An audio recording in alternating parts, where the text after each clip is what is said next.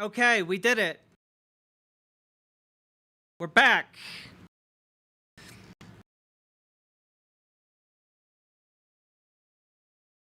Y'all back with me?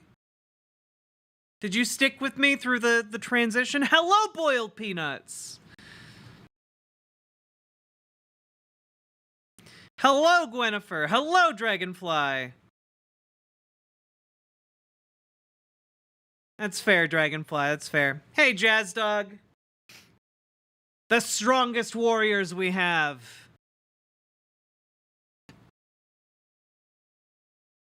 Simon Moose. All right, cool. We are so back. Also,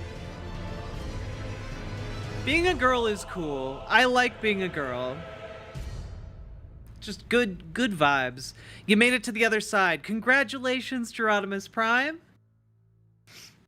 Hello. How are you doing?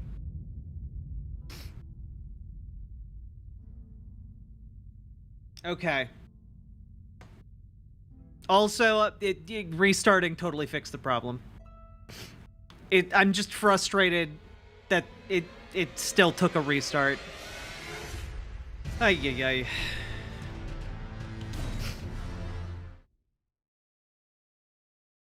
Ten out of 10 wood girl again. All right. Time to like kill this Yoda character.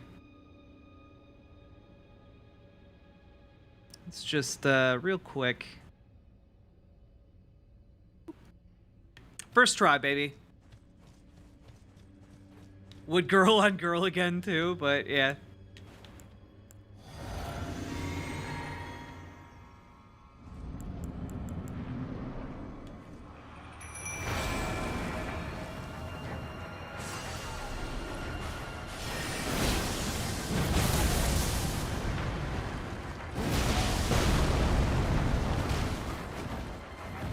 Nope.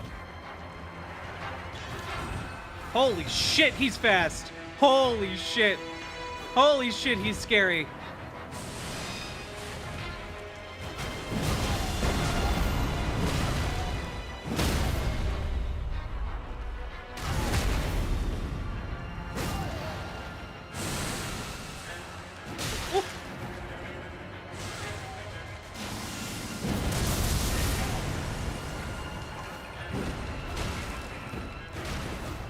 Oh god! Oh god! Oh god!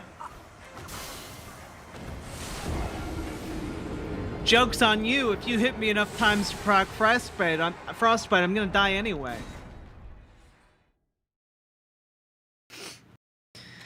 Whew.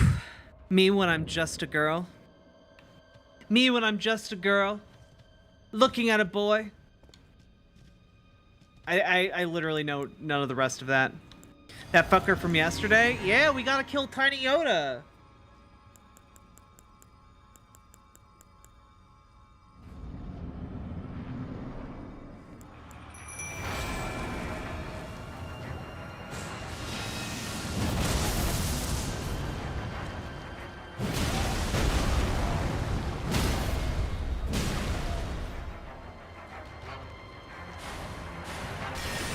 Oh, nope, nope, nope. Oh, no, no, sir. No, no, no, no, no.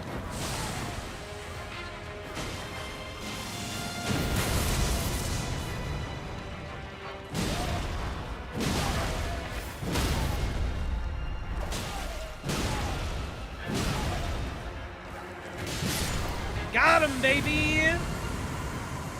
Demi-human swordsmaster Ons. Holy shit, I can summon that guy? Oh, that's so cool. I can have my own little Yoda. First try, no deaths. Haven't died once in this DLC.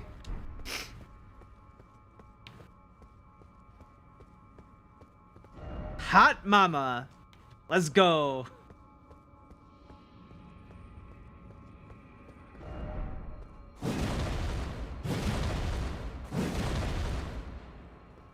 I misremembered Skater Boy as he was a girl, she was a boy. Could I make it any obvious? Yeah. Hey, Build-A-Dog. Brad with the biceps, how you doing?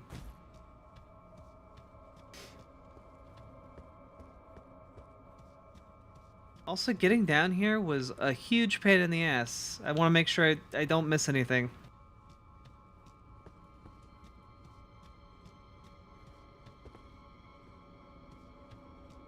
Oh.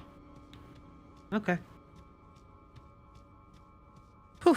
Do you mean you don't need to finish the main storyline? You just have to have defeated Radon. I always get the Radon and Radagon mixed up. Radon. And you have to defeat Moog. The entrance to the DLC is in Moog's boss arena.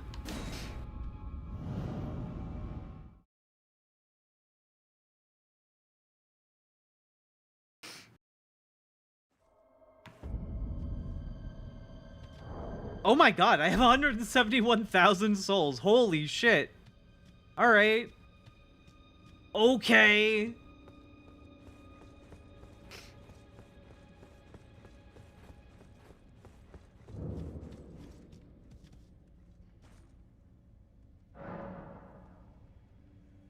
Now I want to play again? Do it.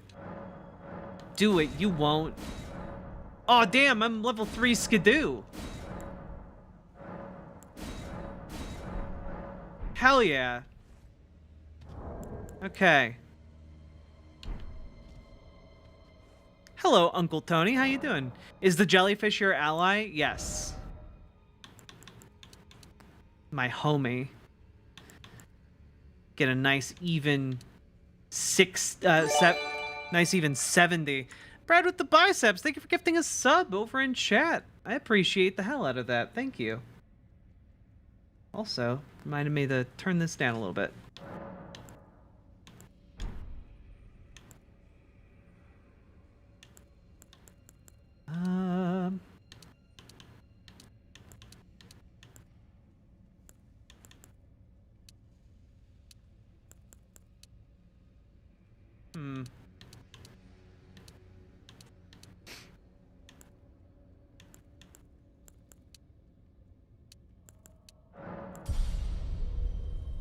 Hey, Build-A-Dog, how you doing? I really want to get my attack power above 1,000. I think that'd be fun. Also, let's turn this up a little bit. This is pretty quiet. There we go. It's true, we have Build-A-Dog, and, we have Jazz Dog. Oh, I do? Okay. So we got to this point, and this is the first site of grace we've found in a while, and I didn't go over here because it looks like there's gonna be a giant zombie dragon, and I wasn't really ready for that. And frankly, I'm still not really ready for that if it happens. But you know, maybe I'm just being a giant pussy about it. You know, maybe this thing isn't gonna come alive and try and rip me limb from limb. Ah, god damn it! God damn it! God damn it! God damn it! God damn it! God damn it! God damn it! God damn it! God damn it! Holy shit! He's so much stronger than I am!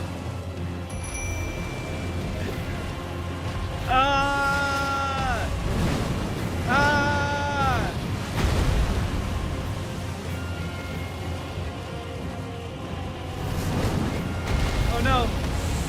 If this thing hits me once, I'm dead.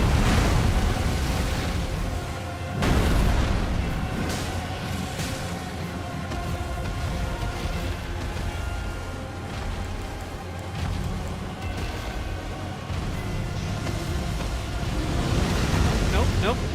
Nope, nope, nope. Big pot! Oh god.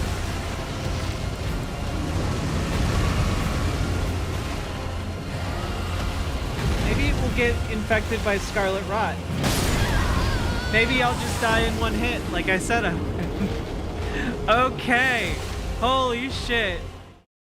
I knew what kind of a game it was, but then it allowed me to get close enough to where I was like, maybe it's not gonna do that, and it immediately just lived up to my expectations.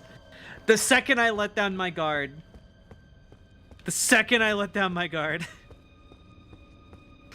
The details of the dragon's model are quite impressive. Oh yeah, no, everything about this DLC is incredible.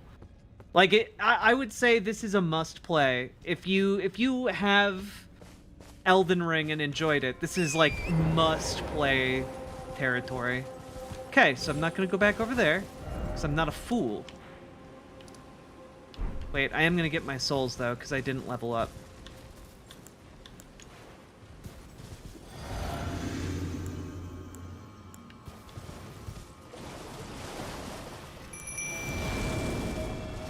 Summon that guy. Maybe he'll be a distraction while I pick up my runes.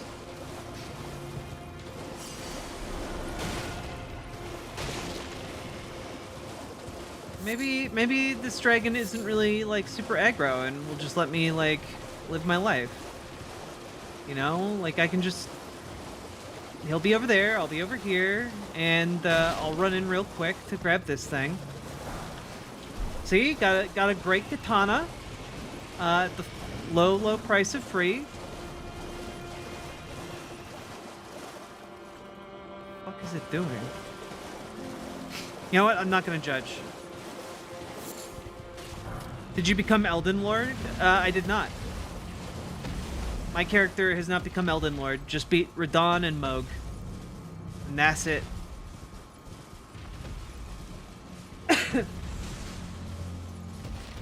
I read from Miyazaki that, like, the best way, quote-unquote best way, to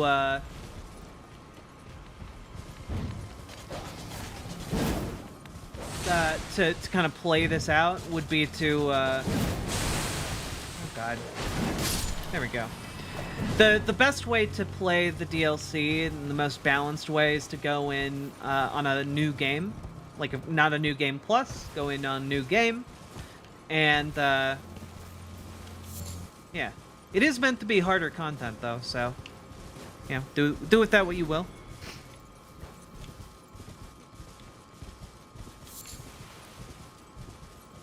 Oh, look, a bunch of death birds. Cool. I'm gonna not aggravate you guys. Best I can. Brave bird armor. That seems like a good thing to have. And now I'm just gonna mosey away. It's fine.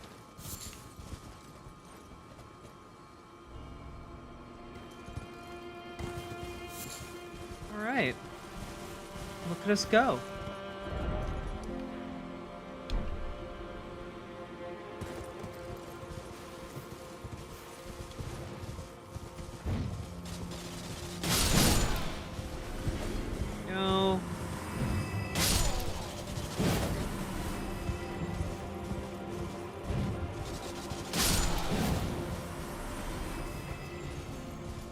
It defeated Asmongold.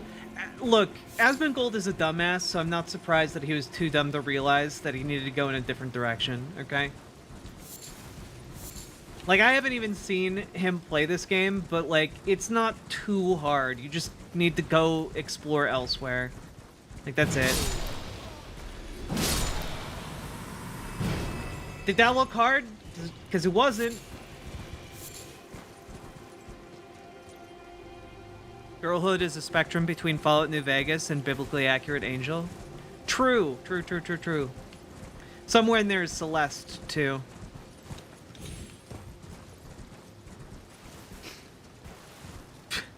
It defeated Asmongold, so if you're a hovel-dwelling nub-nub, perhaps avoid it. True. God, this game is just absolutely gorgeous. Like, it's unreal the level of, like, amazing art direction they have in this game.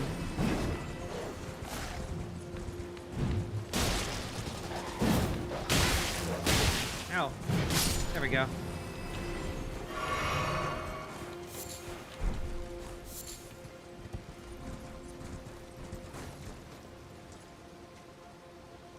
Real talk, if you could only play one game for a whole year, what would it be? I've never played Fallout New Vegas all the way through. I need to fix that on stream sometime.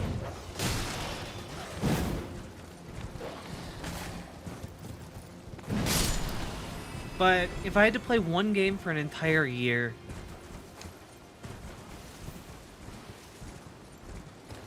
I mean, Stellaris would probably keep me pretty busy. This game, obviously, RimWorld. I mean, Shadow of the Colossus is my favorite game. I don't know if it would hold up for me for a year.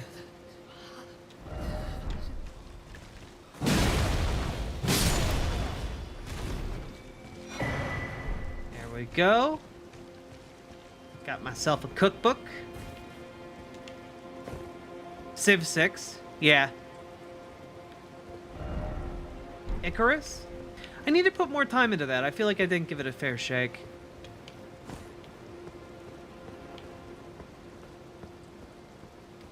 Is there just one building in the Ailing Village? That seems odd. Oh, no, okay, I'm just on, like, the wrong end of it. Gotcha.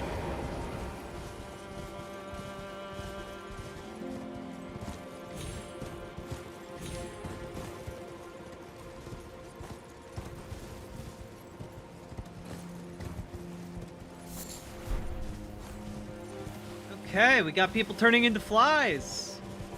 All right.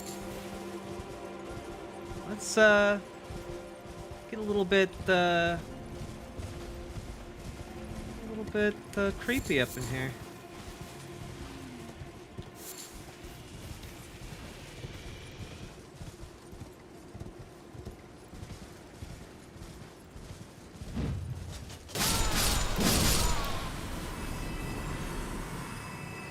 Not gonna lie, that made me feel real cool. Not gonna lie, that made me feel real cool. Not gonna lie. Okay. Oh, look. Here we go.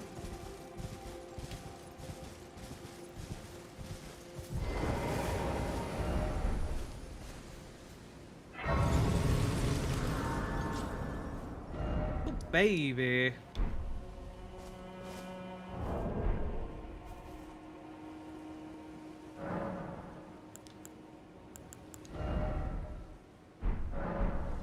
Brundlefly is not having a good time. True.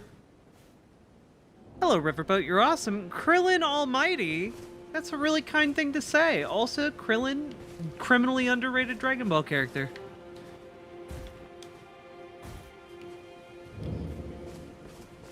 All right. Here we are in a town that's totally fine. Oh, how it hurts. From very tip to toe. Ah. Is that the reason I yet suffer so? All right, you got time to rhyme. You got time to live. All right, get up and go to work, okay? We have a privatized healthcare system here.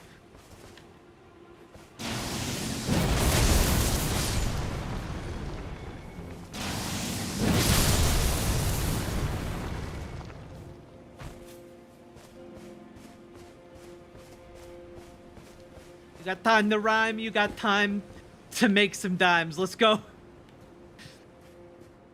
All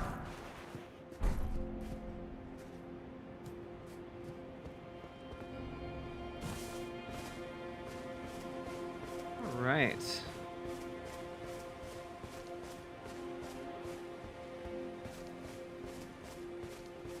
Oh, my body. Also, the debates start in about a half hour, right? Can someone confirm that for me? Oh. Oh, God. There we go. Oh, no. There we go. Oof. Thought they started at 9? Oh, okay. We got an hour and a half. Gotcha. Cool. Good to know. I think Krillin is fine with being underrated. He knows he's winning. I'll even forgive him for being a cop. True. True. I think Krillin could do better, all right? Here's my hot take. I think humans in the Dragon Ball universe could be doing a whole lot better if they got their shit together, all right? Could be doing a whole lot better. That they're dicking around.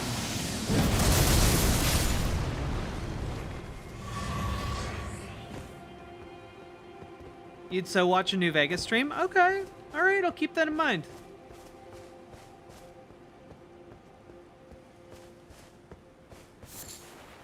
Ah, good. Gotta get those human bone shards. We all know how much we love those.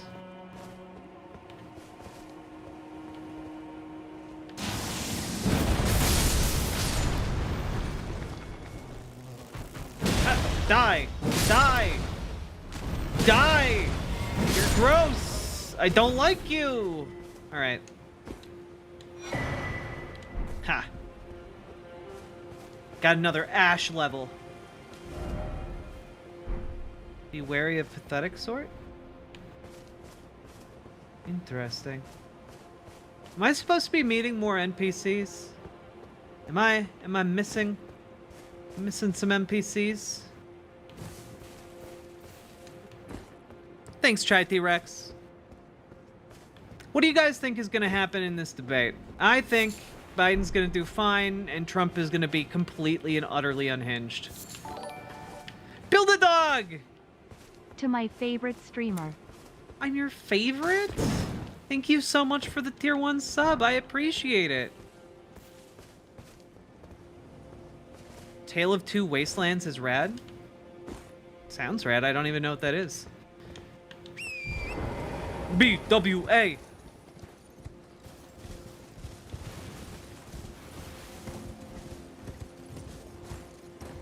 BWA. BWA.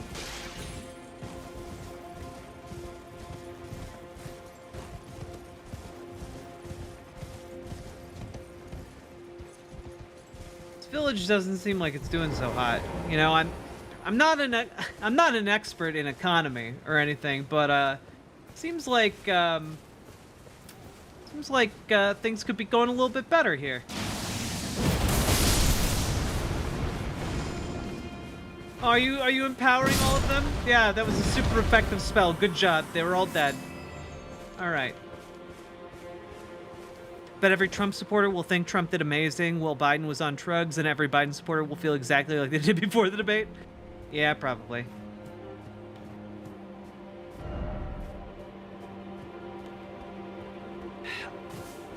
Yeah, there's like a very, oh god, oh, that's a lot of bodies. Oh, that's a lot of bodies, guys. Oh god. All right. Okay.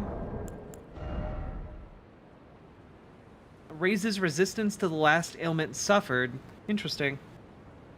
When the weak were infected with the dreaded fly sickness, they perished well before the metamorphosis could take hold. Oddly, those who cared for the infected and made certain they were given a proper burial were never afflicted themselves.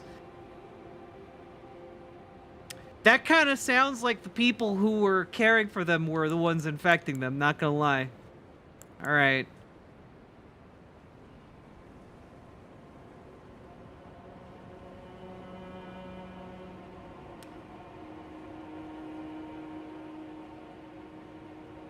Oh, interesting. Grave birds are ancient golems created to guard the spirit graves built where all manners of death ultimately drift. That's fascinating. That's an interesting bit of lore right there. Tri-finger butthole, true.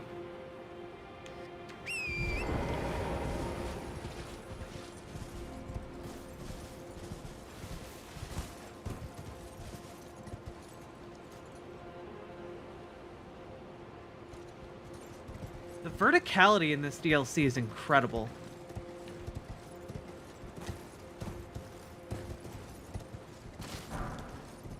That's right, I got that rune.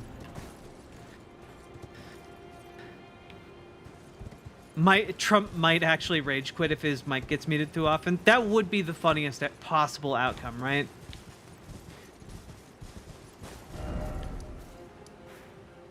Okay.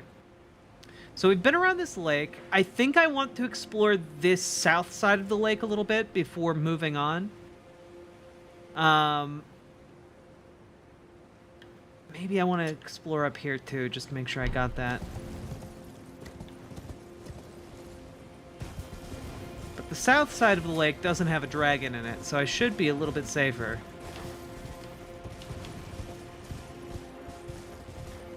I did everything right, and they muted me. I did everything right, and they indicted me.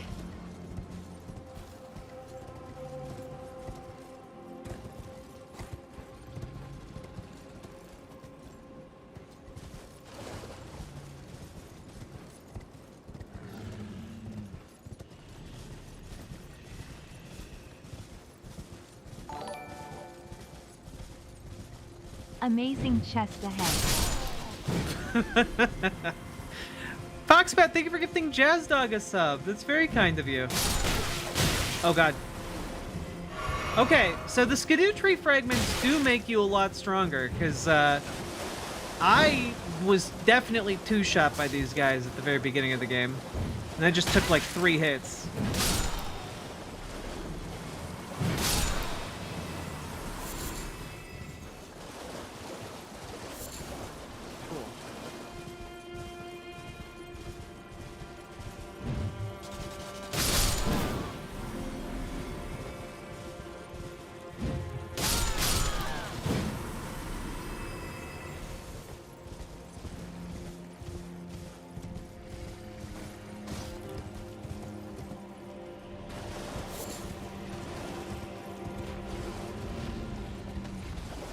No, no, no, no. Don't do that to me. You stay away from my house, dragon.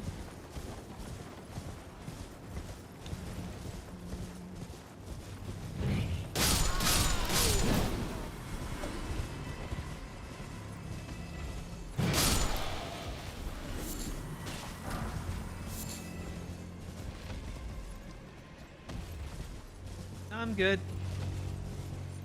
Run away! Alright. Okay, I'm here at the edge of the abyss. Okay. Also, as always, no white names in chat. It's true. The white name eradication must continue. It's the only way chat will ever be clean. They're going to mute who's not speaking from the start? Yeah, but you know that's not going to matter to Trump, right? Like, he's not going to care. He's still going to think it's all a scam. He's still going to say it's all a scam, you know?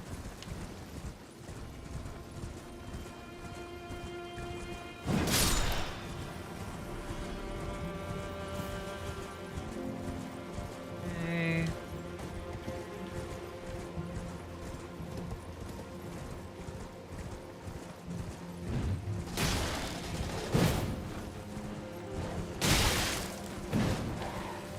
Come on. Damn it! The radical left is silencing me. Whoopsie. Okay, let's get in. You know what? As I explore, let's do some Tim Pool, okay? Also, folks, remember to hit the follow button on Twitch, hit the subscribe button on YouTube, like the YouTube stream. Very important, people. Very important. And if you don't like during Pride Month, that just means you're transphobic, okay? So get with the program. All right? Now, we're going to go into this Tim Pool clip, okay? And we're probably only going to get like an hour in or so by the time we need to start prepping for the debate. But that's okay. So Tim Pool had on 2 guests. One is Andrew Wilson. And Andrew Wilson is a white supremacist, neo-Nazi adjacent fella, who is a Christian nationalist, is probably how he would describe himself. And he previously was known online as Big Papa Fascist, to give you any indication of where this is going. The other guest was Richard Spencer, one of the most prominent white nationalists in the entire country. He's very famous for being punched in the face a few years ago with hilarious results. And did he have to cut the live feed again? No, but there's a number of moments throughout this entire episode where Tim realizes, maybe I've gone too far. Maybe, I played with fire and this is now getting burnt. Maybe I fucked around and now I'm about to find out. So let's take a look. This is from his show, The Culture War, with Tim Pool.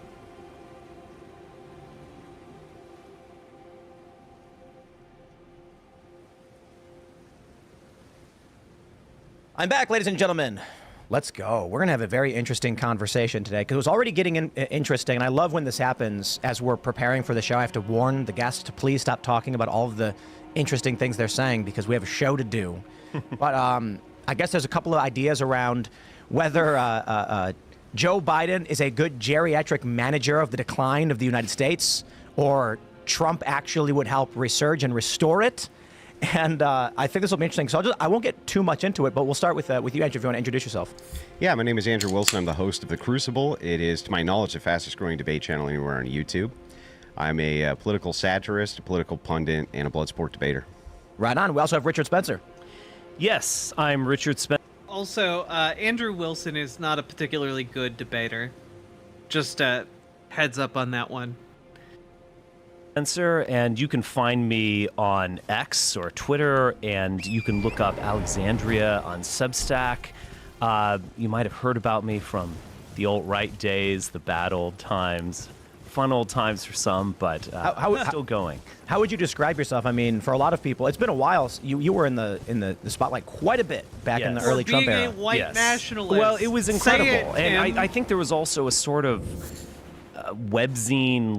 woke liberal webzine bubble that was obsessed with the alt-right and was expanding it beyond all proportion. But yeah, I would wake up and there would be 5 new articles on me. It was, it feeds the ego. It was incredible. It was, but also kind of terrible in some ways. I mean, you kind of, you lose yourself, and I'm glad about where I am now. How would you describe yourself then, for people who don't know? Oh my god. Okay, so I didn't watch, again, no pre-watching really. I've seen a clip from the middle of this. I was unaware until this very moment that the entire purpose of this interview was to rehabilitate Richard Spencer, a guy who, like, 4 years ago put together the Unite the Right rally, was one of the leading figures behind it, and is made his entire career off of lobbying for white nationalism explicitly.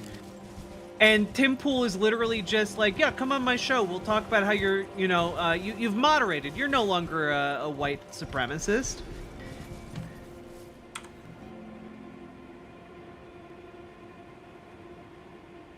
Guys, spoiler alert, Richard Spencer is very much still a white nationalist. He didn't stop. And I think that's going to be incredibly obvious as we get deeper into this interview. Specifically because I've seen a clip from this interview and I know that it goes places. Tim is so disgusting. Like he knows what he's doing here. How can he sleep at night?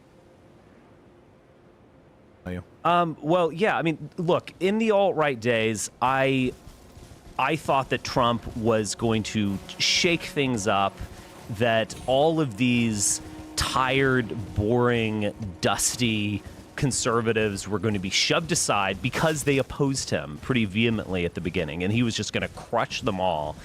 And there was going to be a new blood entered into the fascist system, blood, yeah. and that we were going to start talking about things we weren't talking about. I had Like those what? dreams, and those Like dreams what, kind of crashed Richard? down to reality. And I recognized that where I was before that was where I was going to be later, which is being alternative, being independent, focusing on intellectual matters, etc. That's a better place for Man, me. you're So talking we'll really obviously we'll dive a lot vaguely more into here, both of your Richard. backgrounds as the conversation continues. But Yeah. we have Phil Labonte hanging out. Hello, everybody. My name is Phil Labonte. I'm the lead singer of the heavy metal band All That Remains. I'm an anti-communist and counter-revolutionary.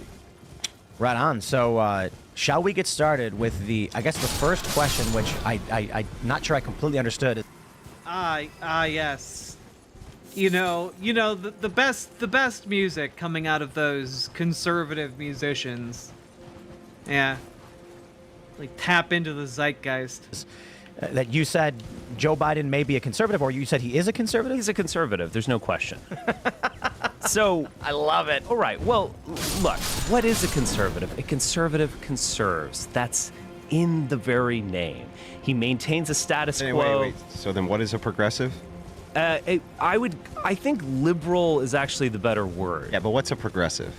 Well, I don't know. Hillary Clinton, someone who Yeah, but what so what do progressives do? they are moving in some new type of direction. Yes, Hillary Clinton, known for her progressive politics. Yes, Hillary Clinton, the voice of progressivism. Ignore the fact that she just endorsed a guy who took like tens of millions of dollars in corporate donations and from a super PAC dedicated to ensuring ongoing war crimes. Sure, yeah, very very progressive politics there. Direction that a conservative is fighting against. Yeah, right. Okay, got it. So I- how is in Biden that's- not? If you just say that Well, hold on. conservative describes everybody who's conserving any kind of status quo, even if it's a progressive status quo, that's bizarre. I'm conserving lasagna Okay. from last night. That's right. I'll go contribution, on Tim. this. All right. I don't know if you've heard this or not, but Joe Biden is a very old man, and he worked with segregationists back in the day. He's still talking. You agree with the segregationists. You're a white nationalist, Richard. You literally are on video Sieg Heiling. How you can't use this as a dunk? You think that's good? Talks about it. He took Is that Big Republican Papa fascist? stances Yeah. on things. Why, yes, it's Richard Spencer, noted like goose-stepping neo-Nazi white supremacist, and the internet moderator known as Big Papa Fascist. Yeah, real meeting of the minds here. Thanks for noticing me. Uncle Tony always. I try and greet everybody by name when they come in. I try. I do my best. I don't always succeed, but I do my best. all throughout his career. He is a sort of right-wing pro-credit card company, pro-finance, pro-neocon or neocon ally person. That's who he is. He's not this left-wing maniac attempting to bring communism to the world. And it's very He has hard open, to... The guy Hold on, has hold on. open border policies, man. Like, what? He doesn't have an open border policy. He's actually put forward a immigration policy that was pretty draconian. Now, Like with amnesty? hold on. Pretty draconian, that amnesty. Trump is also... I love that Richard Spencer is trying to disingenuously seem like the moderate one by like talking about how Joe Biden is draconian with his border policy, when like Richard Spencer would go way farther than Joe Biden. Like, he's trying to be politically savvy right now.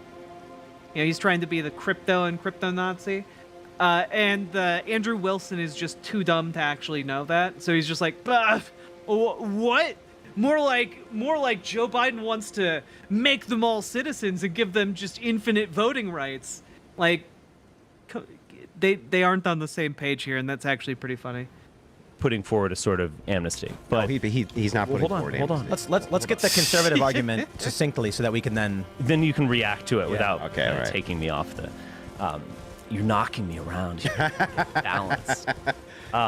God. for you. He, Big Papa Fascist, just thrilled to be talking to Richard Spencer. He is a old man who is promising a sort of return to normalcy.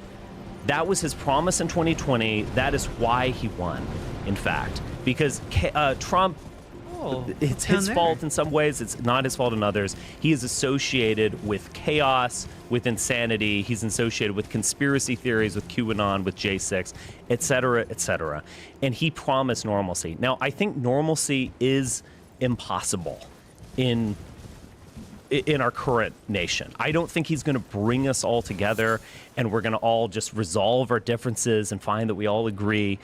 But in order to step towards that, he is someone who is going to discipline his base. He disciplines his base in ways that I don't agree with, in fact. I am highly critical of the bombardment and the death and destruction in Gaza right now. I bet. I bet you're also someone who is very okay conflating Israel with Jewish people. Because that would be very convenient to your particular narrative here. It's almost like he's been media training as a neo-Nazi for like the last 15 years. So is his base. I agree with 10-letter name. Antifa on this one, as crazy as that might sound. Antifa? He is going to discipline them, and he is going to maintain a kind of more reasonable, little bit critical here. We might withhold... Genuinely, what does that mean? I agree more with Antifa here. Man, it's so convenient that they've just created like this enemy that, as if like Antifa is an organized group that like has meetings and like gets together and has like coherent policy. You know, all of us Antifas out here getting together, deciding what we're gonna support and what we're not gonna support. No, like that's not how like anti-fascists work. They just show up to fight fascists. That's it. That's it.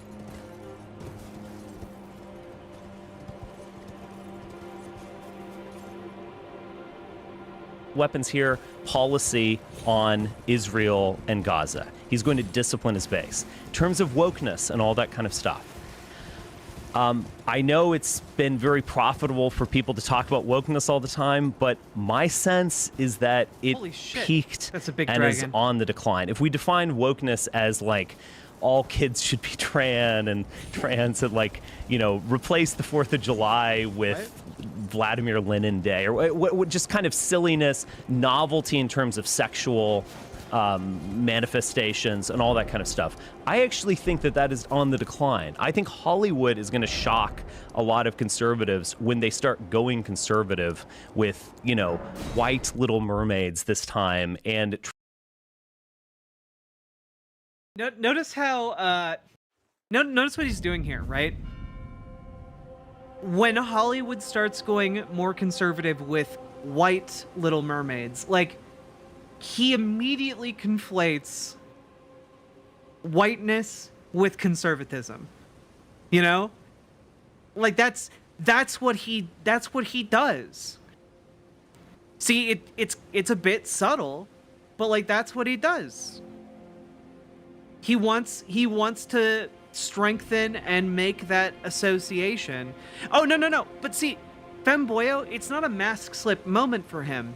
He's a white nationalist. His job is being a professional white nationalist, you know? So, like, when he's talking about this stuff, that's not a mask slip. That's a deliberate move. He's doing this to move the conversation, to normalize his white supremacy, and to be able to get more and more open about it, because he wants people to be, explicit with their white supremacy. That's what he wants.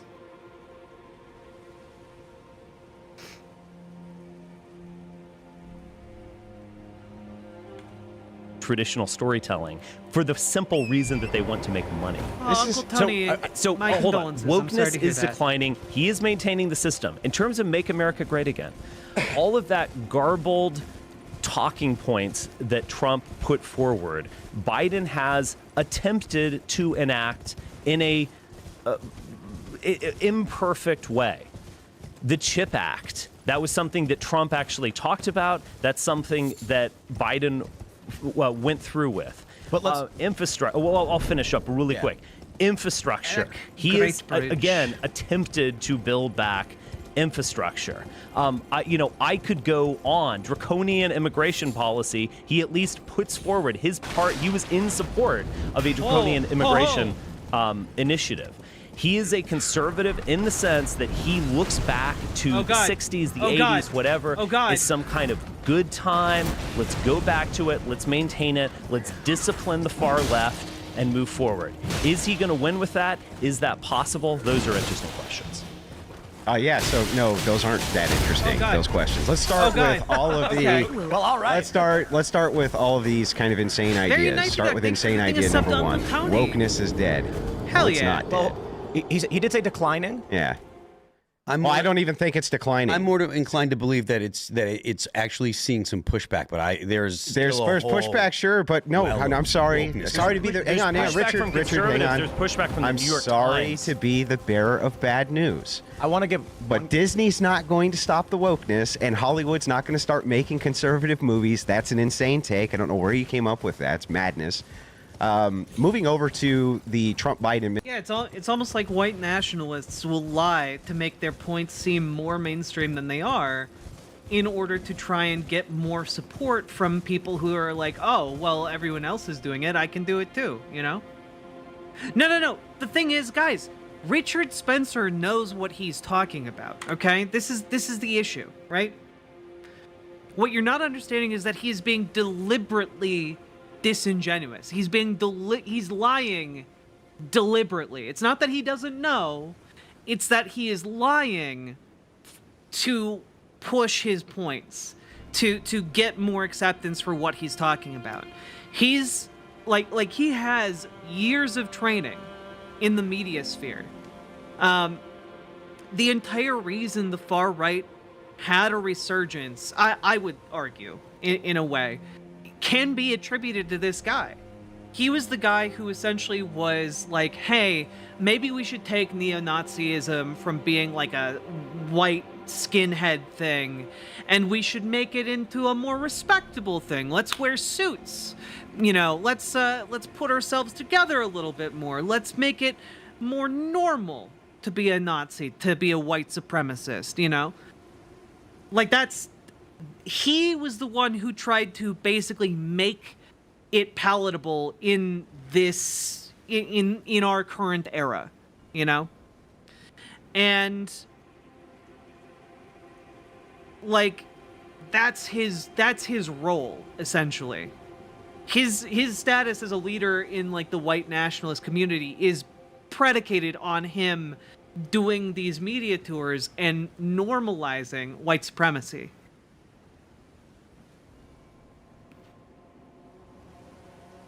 It's weird seeing someone who isn't a failure at lying, since we're so used to seeing Trump MAGA types. Yeah, exactly.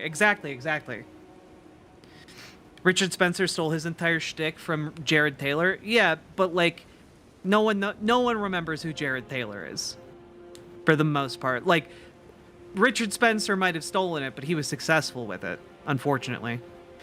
It's true, Spencer did lose a lot of clout after he got punched and after Charlottesville. But, yeah. Administration itself. Biden's in no way a conservative. Hey, Somnia I don't know Static. where you got that idea. He's conserving the status quo. That's meaningless. That's not what conservatism is. Conservatism is the concert. Wait, I had a month-long back and forth with a guy whose family and area were deeply involved with the white supremacist movement for decades. He said they learned... sorry, I need to focus on this. Skinhead movement, that they need to put on suits and ties and infiltrate the GOP. Oh, you fucker! You shouldn't be able to aim at that angle. All right. Infiltrate the GOP, which they started to do in the 90s, and Trump is their last hope. He predicted January 6th before the 2020 election. Yeah. Yeah, no, Trump's their guy. See ya, Quiet Kitsune. Preservation of Christian ethics and Christian values in the United States. That's conservatism. Okay, Biden's not doing that. There's no how, no way. He's not doing it. When you look at the southern border, yes, it's wide open. He's putting these immigrants up in hotel rooms. He wants amnesty. He's pushing all of that forward. In almost every way that I can conceivably think, this guy's moving a progressive policy, not a conservative policy. There's no conservation at all. I actually I agree with Richard that wokeness is declining. I think we are winning this. If you look at Target, there was a really funny meme in the Bosch. I know you love the guy subreddit where leave Ian alone. They were his fans are actually scared because a lot of big corporations have pulled back the Pride merchandise in June. The Bud Light backlash has mattered. I just to make that point. Yeah, but here's the thing: the empire will strike back. Yeah. And this kind of absurd idea that, Christian conservatives remembered that we could boycott, that we had the most powerful institution on planet Earth, the church.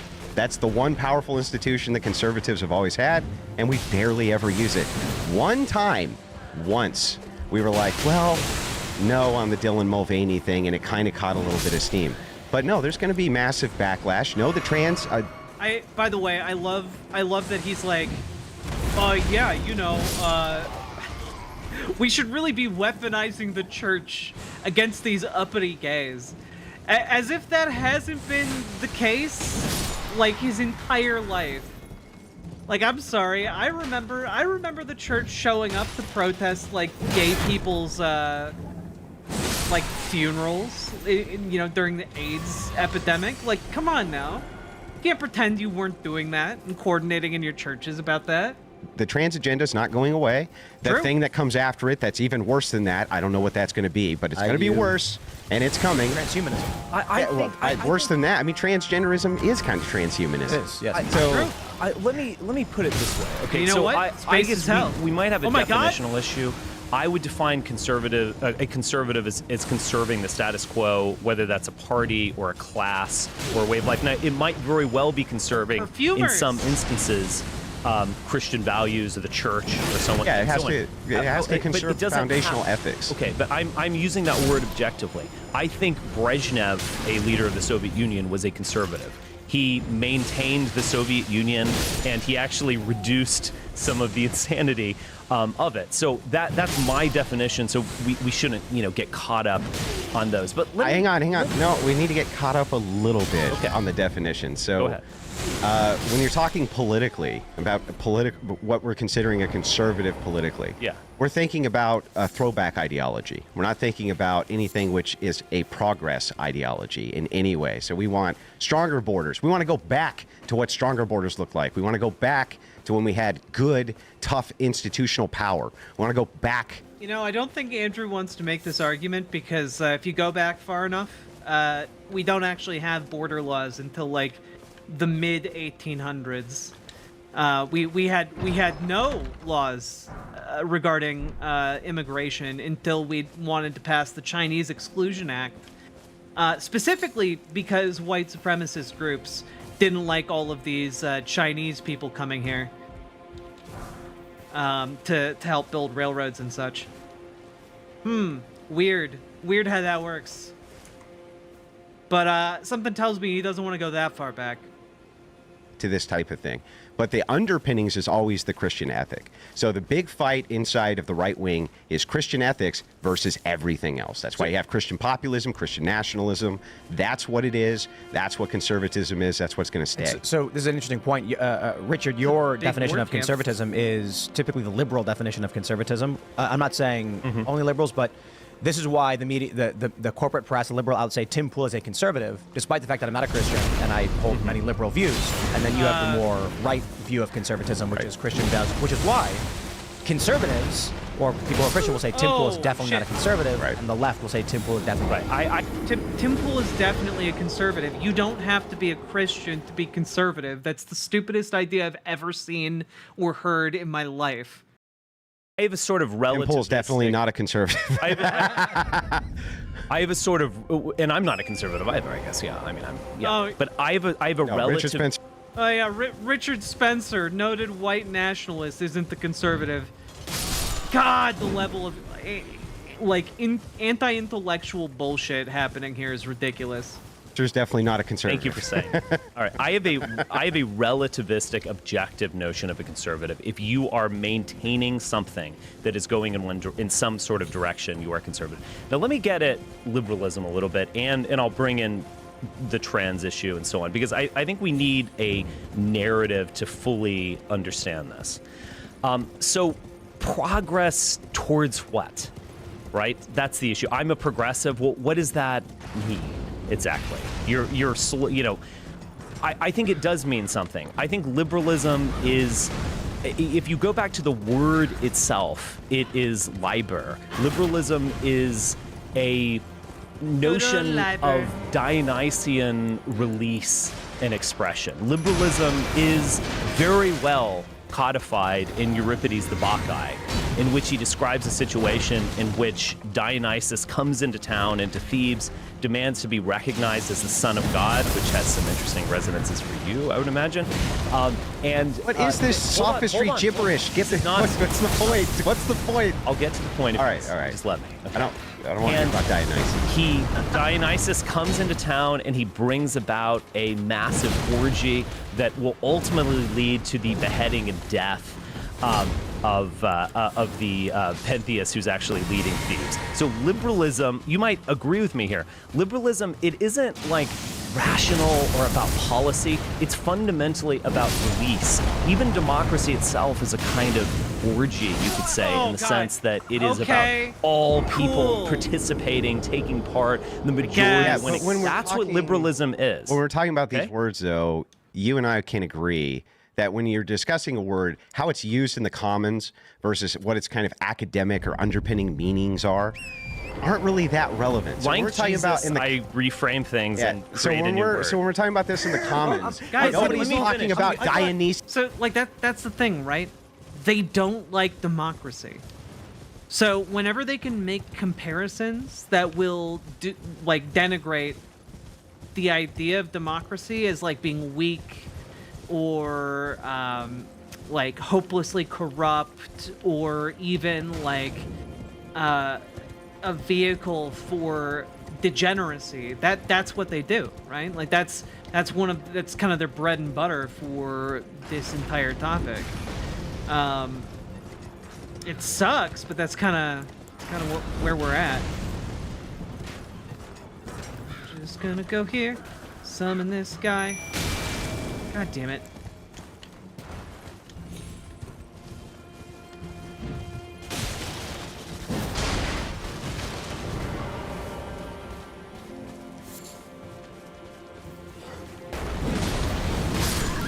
Jesus Christ, he just opens up with that move. Okay. Season orgies. Well, I thought only the leftists fought about meanings all day long and never talked about anything with substance. I mean, are we leftists here? I mean, Well, I'm going to jump right in the middle and say, No, you guys are white supremacists. That's pretty clear. when you're going into Dionysus and stuff, I'm like, come on, what's the point? But it actually is very interesting that liber in ancient Rome, it is the root word of where liberal and these words come from. Exactly. Oh, wow. That is interesting. Drunkenness, Why? freedom, liberation. So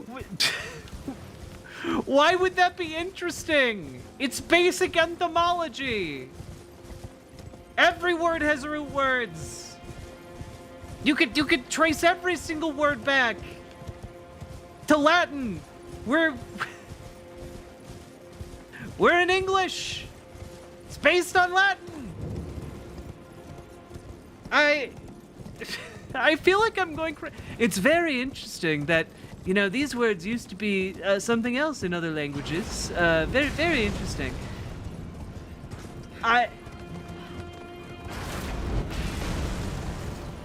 What is the damage here? Like, who hurt you?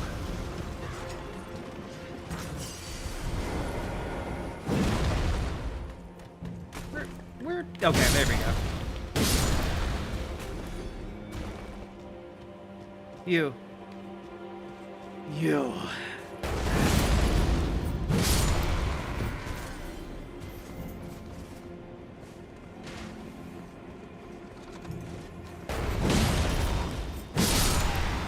we go. God.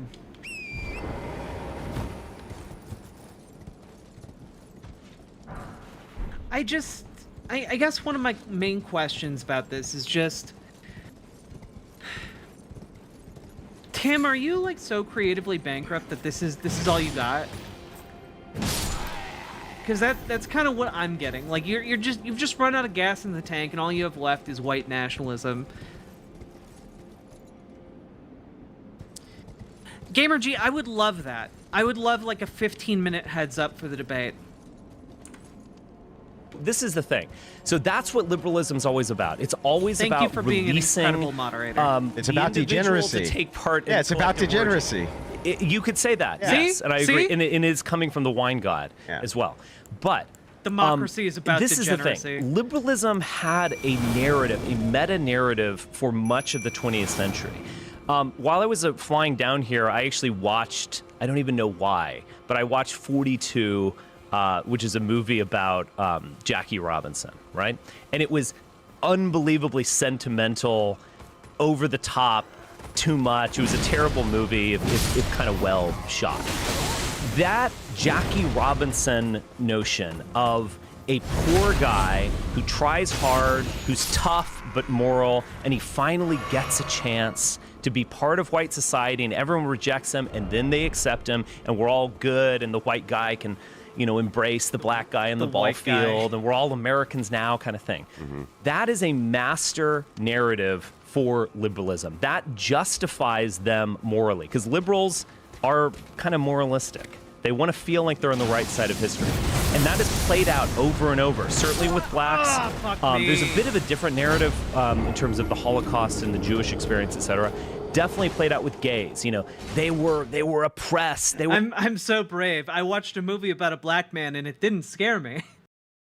I'm like, come on, Richard. Not a white supremacist, though. Yeah, exactly. We're getting their ass kicked by the police. Now they're here. Exactly why he has to stipulate the racial dynamic in every single movie he watches with an emphasis on white people. And now they're Americans, and now they're getting married, so they're bourgeois Americans, no less. And it Luigi's played out Mansion again is with great. transgender. Hope you're having a great what I am time, Straw Hat. saying is, I think Phil was saying like, what's after transgenderism or whatever. Supergenderism. Okay. Well, someone said that. We have I'm not transgender, sure then we have there is anything supergenderism. after Yeah, there is transgenderism. after. Well, hold on. I'm not sure there is anything after, because you are scraping the bottom of the barrel with like 0.5% of the society who wants to dress up and so on. It's less than that, and I describe it as they're scraping it so hard, wood chips are coming up. Absolutely. And so that this mean, Tim? meta-narrative of Americanism and inclusion, etc., is reaching its limit. No one can plausibly say that, like, blacks are like really oppressed in this country when they benefit from affirmative action, when they benefit from like moralization in Hollywood, etc. Well, I don't want to get too far off the Biden is I a don't wanna conservative. get Trump. too far Biden's into an being expression white of this because supremacist. he's like 100, or he's 80 in fact, but he's like 20th century liberalism has reached its end point, and you have this like doddering old man kind of like in a wheelchair trying to keep it going. That's where we are. So That's like the biggest word salad bunch of gibberish garbage. Dude, okay, so to keep it concise, I right? love Without how going off Andrew on Wilson is like, Dionysus that's and not, all this other that's garbage. not What actually, overtly white supremacist enough. just very concisely makes Biden a conservative? Concisely. Concisely, he is taking on a Cold War posture vis-a-vis Russia. He wants to build microchips in the United States with the CHIP Act. He's a bit incoherent, but he kind of gestures towards we've got a problem at the border that we've got to solve. We need to build back infrastructure, and we're all Americans, hot dogs and baseball parades. the simple one sentence is he is trying to maintain some kind of status quo. Correct. Okay, got it. So Trump is threatening it. yeah, I mean, but that's good. How is Trump threatening the status quo? He's threatening the progressive status quo. So Trump, one of the big things with him is he's a hand grenade. Yeah. His job was to be thrown in, shake your things night up, cookbook. expose the swamp, do those types of things. Nobody had expectations that Trump was going to be a great reformer. That wasn't his job. His job was revenge. He was revenge of the American public. That's exactly what we put him in there to do, and that's exactly what he was doing. That's why he has such a great base, is because go. we wanted things shaken up as much as we possibly could.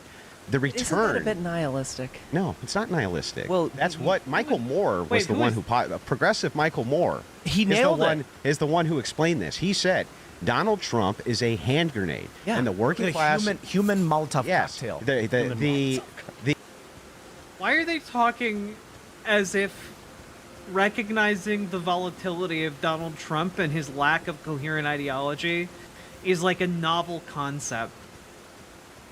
Like, the working class is throwing him in because they're so pissed off and they're so. no, it's not the working class. Donald Trump's main body of support is not average working people. We don't need to lie about that.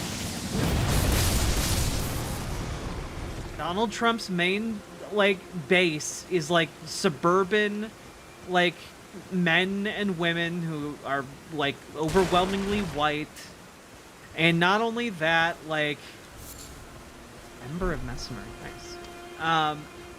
Not only that, like, it's not subtle. It's not a secret. Like, they're the people who own, like, the snowmobile dealership outside of your town. Okay, like, they're the millionaires who live out and around rural America, who sell you, like, your RVs and stuff. Like, they're not like the working class of society. They're not, like, laying bricks. They're not doing, like, come on now. So jarred by Yes. this progressive Look, garbage. functionally, there's Donald only Trump is true. He's a little bit towards LGBTQ, He but it was seems big like it's time in posturing. 2016. It seems like it's posturing towards it rather than anything really too substantive. been his whole Whereas life. Biden's filling his administration with these people. Under the Biden administration, we had gay sex going on in these Capitol buildings. Under the Biden administration, there's all this gay sex going on.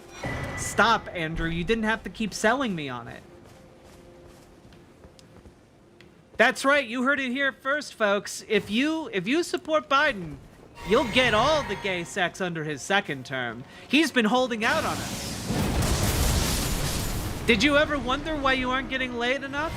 Elect Biden. He'll make sure you have a sexual awakening like you wouldn't believe. Fantastic if true. Yeah, Joe Biden will single-handedly end all of your dry spells. All right. Just get each and every one of you laid. He'll assign someone personally.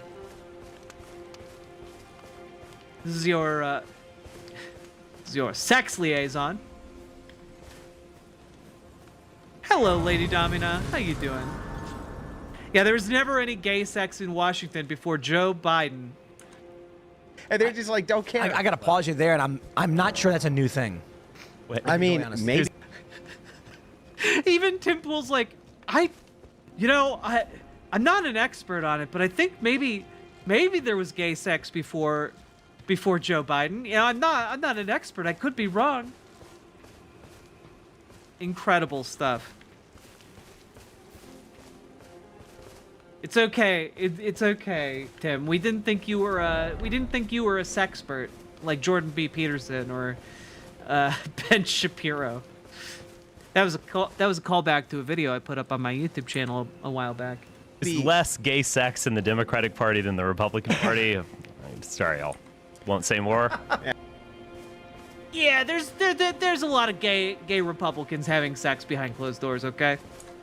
Yeah. No, I don't believe Operatives, that that is, either. not voters. Yeah, Operatives. so that's a kind of typified progressive talking point too, right? That so many of the Republicans are just actual undercover gays. It's like, no, Yeah, they are though. I don't think so. Like I don't know, Dr. Disrespect. Just the other day, big conservative streamer. Got caught texting a minor. Okay, underage girl. Also got caught texting while being openly transphobic and hanging out with openly transphobic folks, apparently he was cheating on his wife with a trans sex worker. So, like, while also trying to promise that she would that he would provide her with, like, a platform and stuff to grow.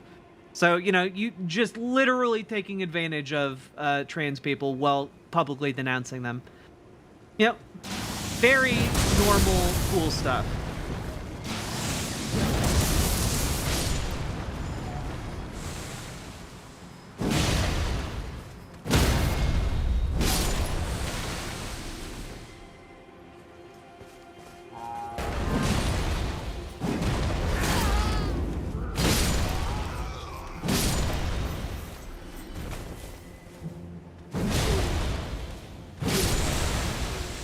Today. Also, yeah, look, if you ever doubt my words, okay, just go look at Grindr when CPAC rolls around, okay? When CPAC comes to town, Grindr, like, everyone's on Grindr, okay? Everyone's on Grindr at CPAC. Your mom's on Grindr at CPAC. Oh, and on top of that, I would not say, the voters, but absolutely the staffers. But not even the staff. The Democrats. Democrats are still worse. It's kind on of this. a joke too, but let's not get caught up on that. I think it was about a year ago Richard during Spence- our last gay pride. Richard Spencer has to be like, Big Papa Fascist. Come on. I'm doing like a deliberate thing. I'm doing a thing here. Okay, you stop taking what I'm saying literally, and just remember we're doing PR speak here. I can't just come on here and say I'm a white supremacist. Okay, I gotta work the crowd up. Okay, we got 3 hours to work with. Okay, we have a 3-hour-long show. We're gonna work up to the white nationalism. We don't go right for it. We can't be like that. We can't be like that. And Big Papa Fascist is just like, I can't understand subtext, so I don't understand what you're trying to do.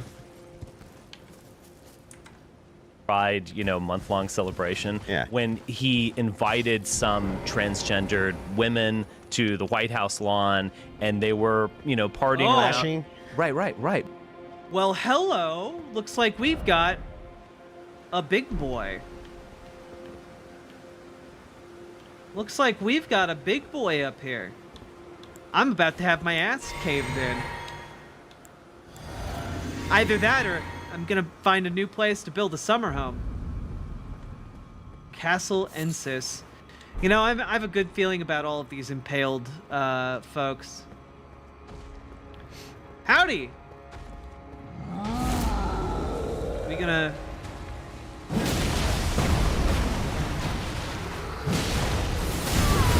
Oh boy.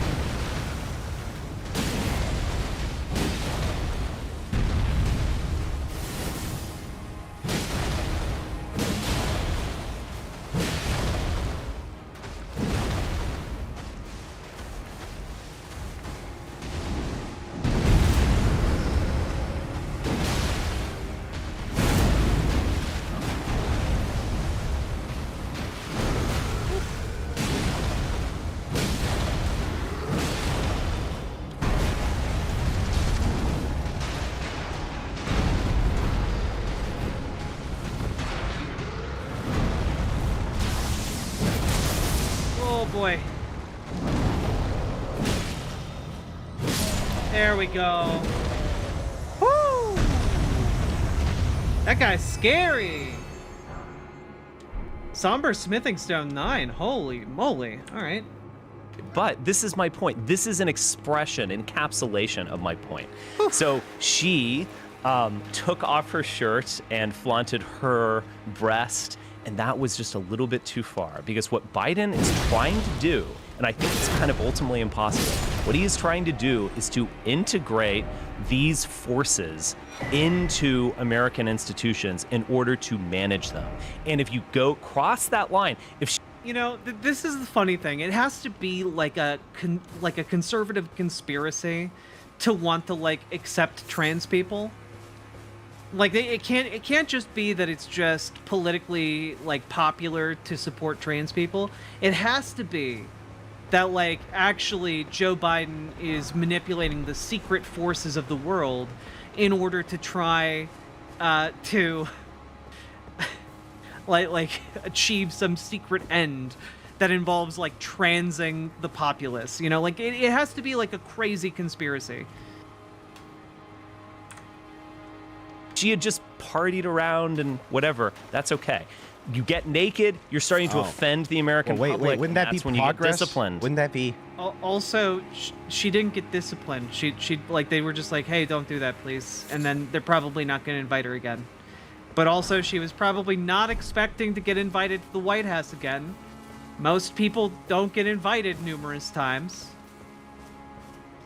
Just throwing that out there.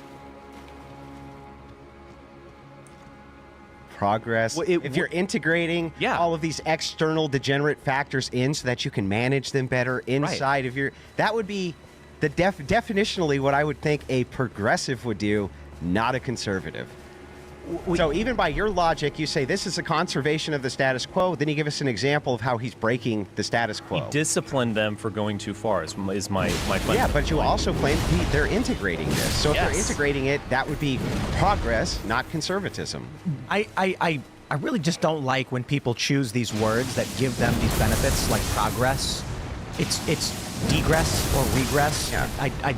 You know, I can only go off of his definition, right? I get it. I'm not saying either of you are right or wrong. I'm saying one function that would of require you to leftist take a political position, strategy Tim. is to use words We that know. will always make them sound good, like progress, like we are advancing. Right. Yeah, almost like people name things or choose terms to make themselves look the best, you know, to paint themselves in the best light. It's almost like that, Tim. It's almost like no one's going to name their group, I don't know, the Brotherhood of Brainless Dipshits. You know, no one's going to do that unless it's for a jokey joke, okay? But it turns out naming yourself the Brotherhood of Brainless Dipshits isn't going to get you a whole lot of recruits. I don't know, just a thought, you know, a shower thought. I personally, in my opinion, I don't see this as an advancement. I see it as a degradation. Yeah, I would. Oh, I would too. But I'm just saying, if the idea that Biden is a conservative because he's Hey, now we don't he's talk kind about of the BDT in maintaining the public. status True. quo of what's going on, and then immediately we get an example. There's a weapon. There's a weapon in this game called Milady. Milady, is this the incel weapon? Is that what we just found? Milady. Amazing stuff. I have to look at it. Example of how, well, no, he's kind of moving the goal past the status quo, integrating the degenerates in, making it a little bit more controllable for A them to then light use this group greatsword. to push an even more progressive pot. That seems the opposite of what Andrew, you're... because the status quo of America is liberalism and progressivism. Nicknamed after the status ladies quo of of noble America status for is its not refined some appearance. like deep monarchy and Catholic not- country it's or not Orthodox conservatism. countries you want. Like That's paradoxical. It is totally paradoxical. What you've now said is that America's paradoxical. Joe Biden is a conservative because he's this is he's neat. conserving progressive. He's- yeah. Guys, look at the animation on this. Oh, like the backwards twirl. Oh, that is cool.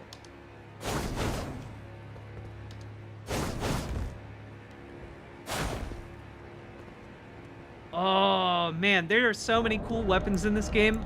This is the other one I got.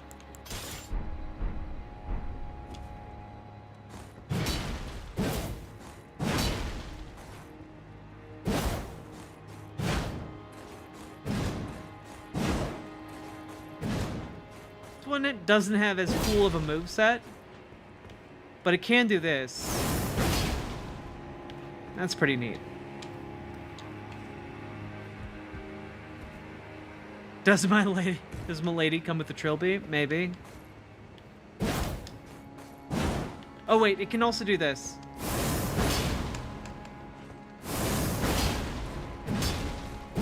Wait, no, how does it work?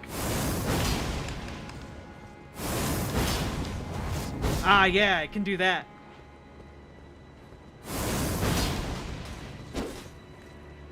That's neat. I like that.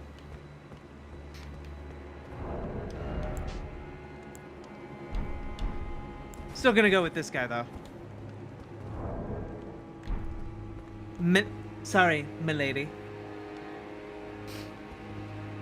Yeah, it turns out the conservatives don't want to call themselves the fascist bigot party, full of confirmed racists. You know, like they want to be a bit more subtle about it. He's Correct. conserving progressive values. Yeah, it's Yes, a total no, no, paradox. but I define liberalism for you.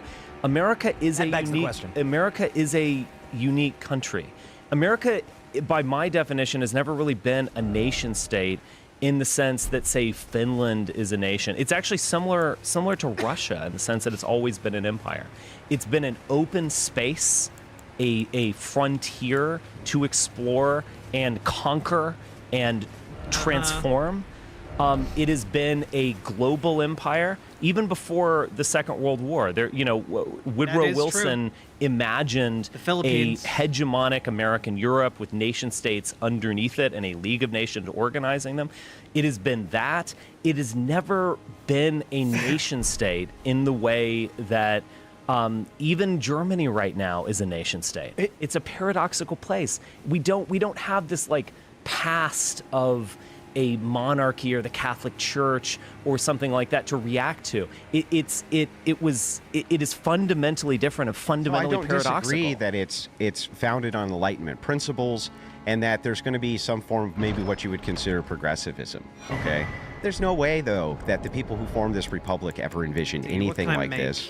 Nothing even Sure. close to anything like this. That was not within the envisionment of these types of progressive values. But when Tim rightly points this out, it's paradoxical to say the conservation of the status quo is progressivism. Yes. Right? If that's the case, then basically you're flipping the parties. You're saying that all liberals are conservatives, and then what's a conservative?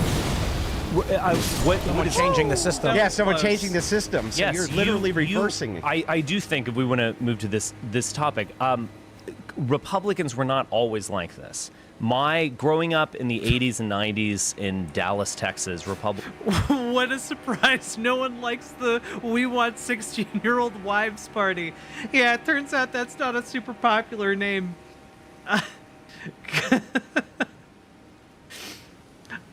Uncle Tony, that was good.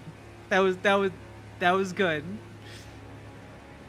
Amazing stuff.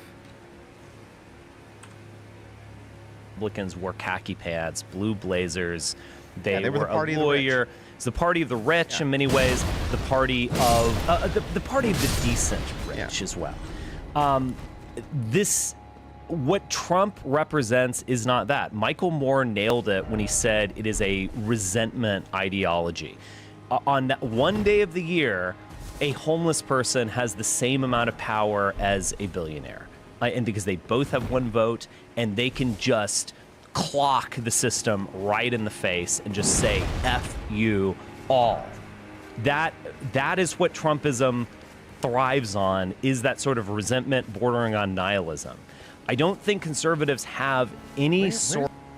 Okay, so in order to kind of decode what he's saying here, I think kind of what he's saying is that they have a very limited time right now in which to make this disaffected, spiteful base of the Republican Party into racists.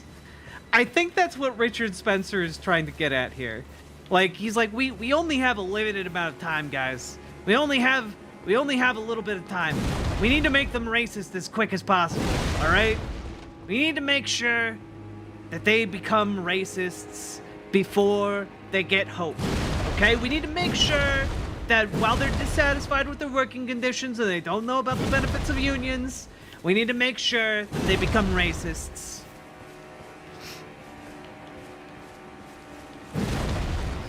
What the fuck? Billionaires can buy polls, ads, and seriously votes? Yeah, no, exactly. The thing is, a lot of people want to deny the ability, like the power of money in politics, to like a frankly crazy degree. Like the other day, there was a socialist. I think someone who won a seat in Portland on like the socialist ballot or something like that.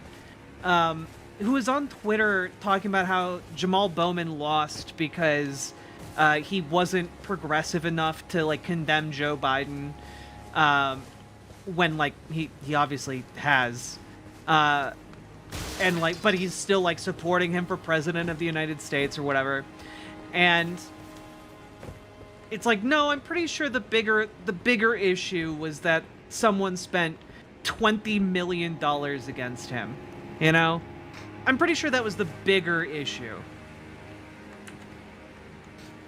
$20 million buys a lot of ads and name recognition. Hey, Metal Kitty Mom. Hey, Mandalorian. To choose between Vosh and Jack coverage for the debate, whatever will I do? I'm glad, you know what? I'm glad that I'm in the running for that. You know? I worked very hard to become, like, relatively relevant since the last presidential election, and I'm glad that people are, like, trying to figure out where they want to spend their time. That makes me feel like I've been doing some good work. Let's see. Jack is my gal. Thank you. I do have bigger boobs than Vosh. I've met him in person now, can confirm.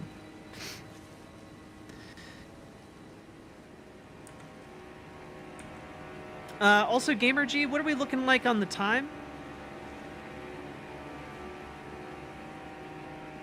Mustard Parmesan cooking in my KitchenAid. Ooh. I have like an eye of round, a pork shoulder actually in my slow cooker right now with a bunch of potatoes, carrots, beef stock, and I seasoned it with like a really, really nice rub before I put it in there, and threw in some adobo, rosemary, garlic. I think it'll turn out really good. I think it'll turn out good. I'll obviously salted the pork beforehand too. What if I watched you and Vosh on both screens? I mean, that's up to you. I can't police your degeneracy. Where does the nihilism come in here? Why is it? You want to tear it all down? I would call that nihilistic. You kind of insert this over and over, Crockpots but it doesn't are seem like they amazing. want to tear it all down. It seems like they want to empty a lot of the players who are bad players. They don't want to tear the institutions down. They want to take them back. They don't want. hey, They we don't made it. want this kind of idea that Trumpism is based around. Wait, the Castle Cross message? What is this? Message left by Needle Knight Letta, addressed to kindred spirits who also pursue Miquela's trail. Kind Miquela seeks the tower sealed by shadow, and the gate of divinity found there. If we are to reach him, we must burn the tree that seals the path, and for that, we require a flame. Okay.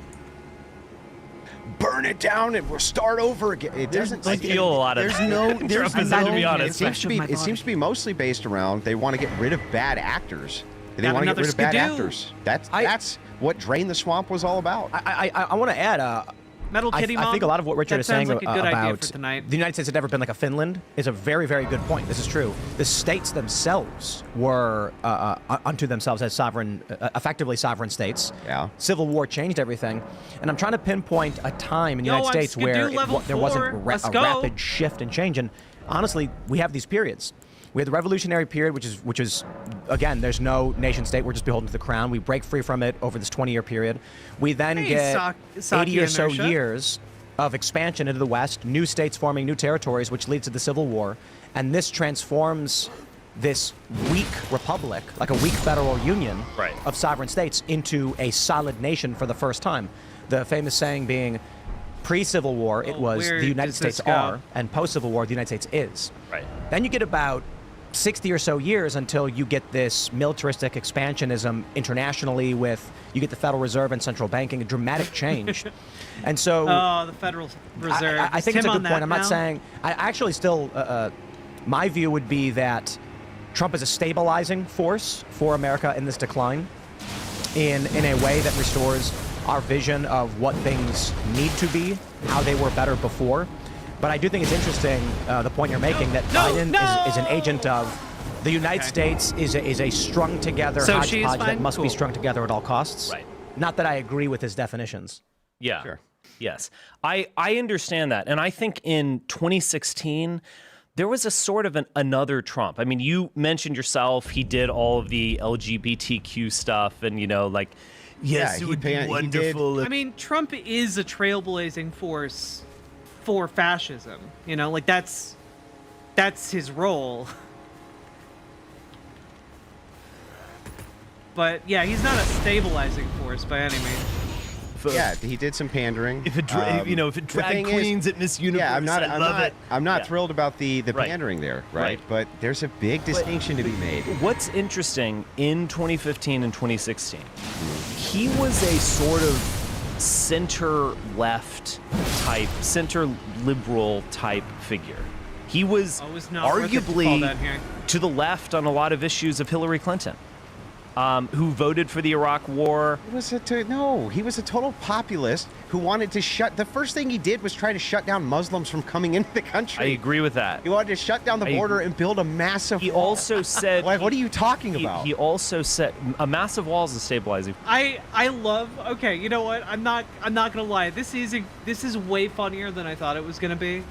Like watching Andrew Wilson become befuddled by the fact that Richard Spencer is trying to mainstream and normalize the points that the ideas that Andrew Wilson agrees with here. And like every step of the way, Andrew Wilson is like, what are you doing? How could you say these insane things? And it's like, Andrew, he's saying those things to normalize the points you agree with. He's doing it because you can't just outright say, like, hey, I'm a fascist who believes, we should have 14-year-old wives again. For us. He also said, we're not going to let. He supported socialized medicine, national healthcare system in a book called The America We Deserve 10 years before he ran. He actually started his campaign at Geo Proud, a Republican gay event, or as we should say, a Republican event at CPAC in 2014. He promised more or less that we would have paid. Again, if you didn't pick up what he just did there, he's trying to say that the Republican Party is dumb and gay, and that is why he is not a Republican. He's a conservative. Oh my God. Oh, dogs, friends.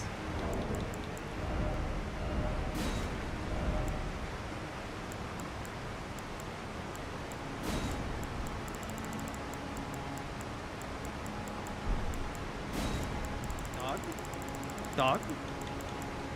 Dog.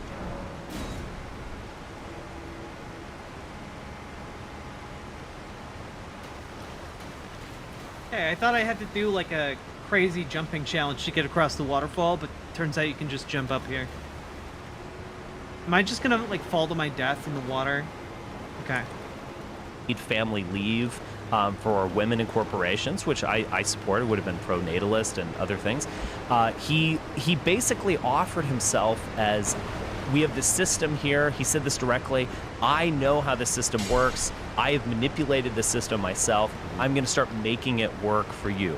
There is a sort of, it's populist, there's no question about it. Yeah. But there's populism often manifests as a sort of centrism that I think Trump offered in 2016. I don't think I that guess was much the pop- centrism. When the you look at tax populist policy, when you look at centrist. financial policy, That's what happened. When you look at what That's what happens, happened. when you look at what happens with his policies with corporations, he gives them these massive tax breaks. This was completely against the progressive ethos of, wait, you're going to give corporations tax breaks and a trickle down God, they make Biden seem so cool. style economics. You're going to build a wall on the border. You're going to put in a symbol that the United States is not open for business. You're going to move towards isolationism. Oh, God, that what? is not center left. I know Hillary this game. I Clinton should have do. expected this guy. In a way, it is. Paul Damn it. Way. Well, let me explain. Oh, he's Paul so strong. Tsongas, when he was running for president in the 90s, he said, the Cold War is over, and guess who won? Germany and Japan. So the Axis powers in the World War II. There is a strain on the Democratic Party towards a sort of isolationism and nationalism of we 18 want to minutes? build Thank you, cars here and Lady so on. Domina. You still hear What? there is historically. I mean, I'd agree that there's. Well, there less of isn't it. now. What? So I thought you were talking about right There now. is now to a Where? degree. Where? Whoopsie. Union people, old-style Democrats, Joe Biden. The unions are not trying to commercially build anything. Unions now are just going. This is the man who did the CHIP Act. They move parasitically. The CHIPS to Act. massive The CHIPS Act is literally about national defense. That's the only reason that it moved through is because it can be related to the DoD. The American middle class was built on national defense. The American middle class that you guys love arose during the Cold War. And the degree to which it benefited from that type of system can't be underestimated. That's true. It happened at the same time, but it's because of the post-World War II soldiers coming back. They had the GI Bill. They had tons of money stashed away. They were getting married. They were getting married very, very, very young, quickly. They were starting families because college was socialized. They hadn't seen a woman. You know, notice something that after World War II, a lot of that wealth was gatekept along racial lines because black people didn't benefit from the GI Bill. So, oh, that's cool.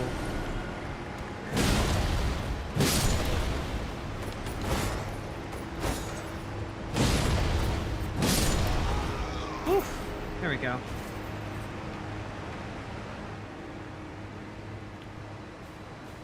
I'm in.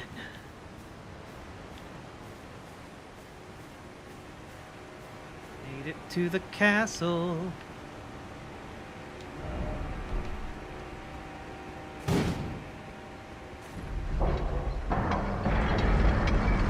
They were getting married very, very young. What I just say?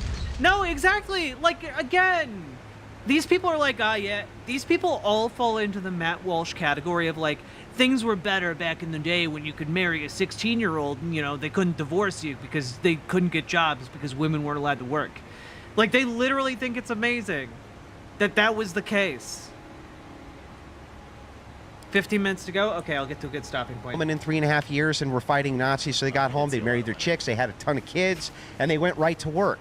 It was a whole different... It wasn't because of the Cold War, but on top of that, kind of moving back to this, this idea that these center-left, that Trump was center-left due to the fact that inside of the Democrat Party, trade unions want to somehow bring work back to the United States. That's not how they operate. They parasitically go company to company, and they get a union, and then they just begin to rake over the coals any of the profiteering of that company. That might be true. All I'm pointing to is a sort of strain within the Democratic Party that you actually didn't see in a more globalist economic party. But let me.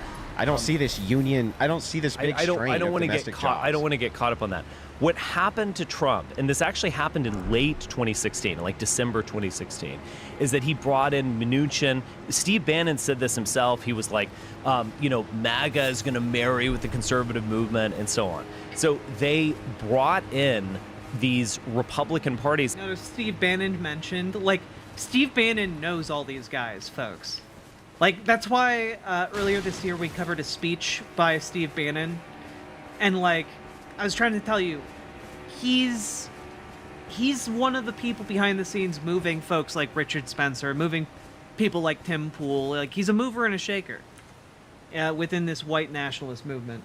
And he basically implemented Paul Ryan's agenda. Whoa. Paul Ryan's agenda is tax cuts, getting rid of Obamacare. The government shouldn't do anything. You should be able to drown it in a bathtub, et cetera, et cetera.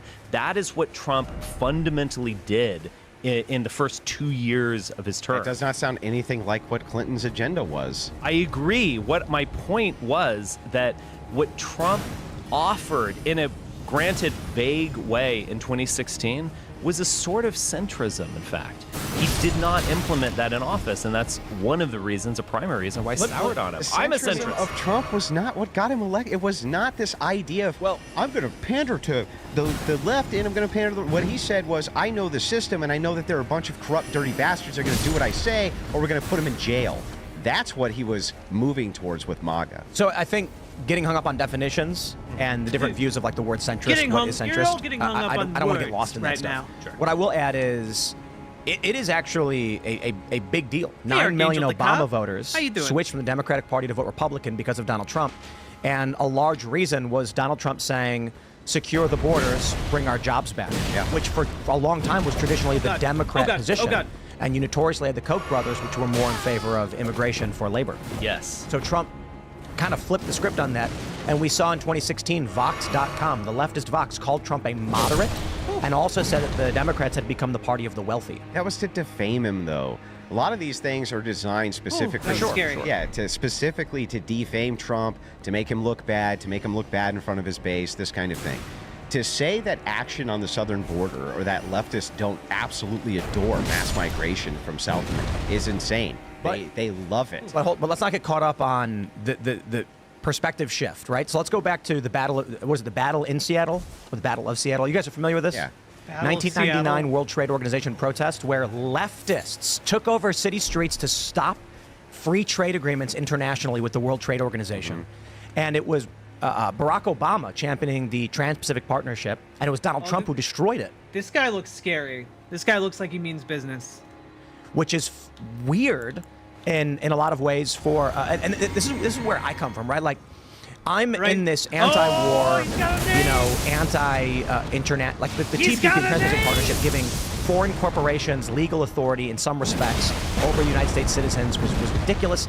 These free trade agreements have driven our manufacturing base. It's recovered a little bit, but out of the country, to China, to Mexico, to Indonesia, to Cambodia.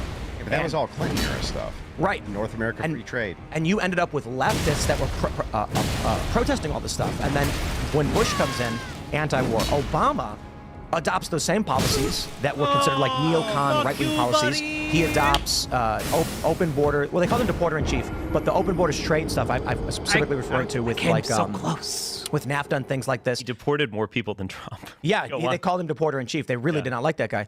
But I'll just put it this way. He's a little bit Trump, faster. as a 'cause Republican, he's not using a piece of a building as a weapon. He basically embraced populist ideas that were typically associated with Democrats in a lot of ways. I don't think are necessarily left or right economically. Supporting the working class and union workers, I don't see as leftist. We should be populist and for the people. Yes, go but grab the your machine's snacks, view folks. is at the time. Go grab your that snacks. the definitions moved around.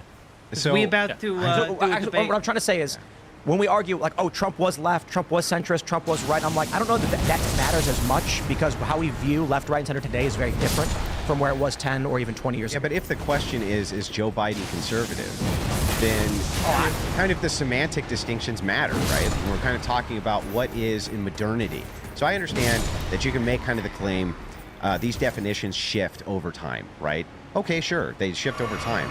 But we're talking about right now, what is a conservative? What is a liberal? What is a center-rightist? What is a woman? Really, these policies, when we're discussing... none of them seem to be able to define what is a conservative in this podcast, and that just seems ridiculous to me for people who have based like their entire understanding of the world over what is a woman. Like that's been their main dig. They don't even know what like political party they are. There we go. Thou shalt retrieve thy puppet corn. All right. Fortunately, we have to deal with these guys. Oh, God. No, no, no. Not like this. Okay.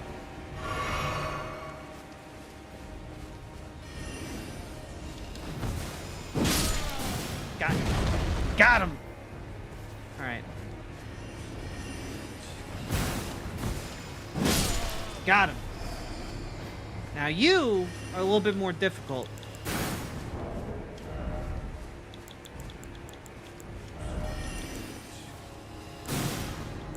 We need...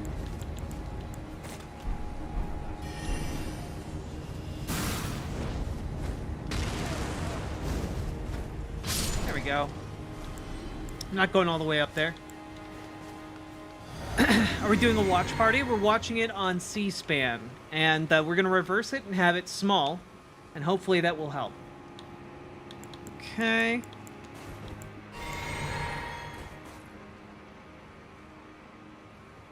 You. What, you think you can hold a candle? Oh God, he jumps! He jumps! He jumps! You know, I feel like if my attack lets a bunch of gravitational lightning just erupt from the ground, I feel like even if you try to jump over that, it should pull you down to the ground. You know, I feel like if I'm using this gravity magic, it should, like, interrupt the ability to just hop over it through the visual effect. You know, that's just me. That's just my 2 cents. I'm not a game designer or nothing. I'm just, you know, a humble country streamer.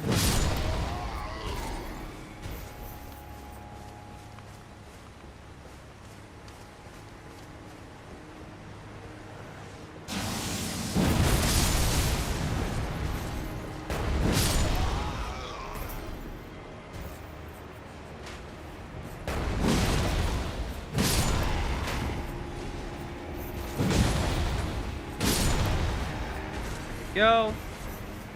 Bada bing, bada boom. Hey, sweet miss, how you doing? Why are you so lovely all the time? It's because it's a survival mechanism, because the world tells me I'm worthless unless I'm pretty. And I want to make sure that I don't get beaten up in public. And unfortunately, that is a necessity in our current world. And I hate that that is a thing that exists. Die!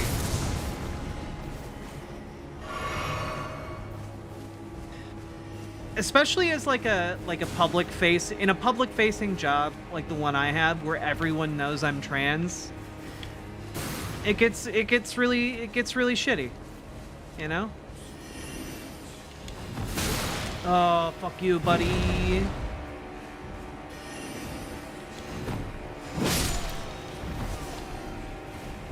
Oh, god damn it.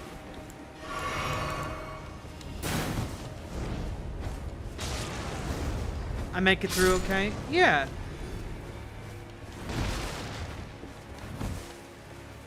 I just, you know, my job is being on camera all the time, and, like, people make a lot of comments about my body on the internet and in the stream chat, and, like, obviously you guys give me lots of good compliments, and I really appreciate that.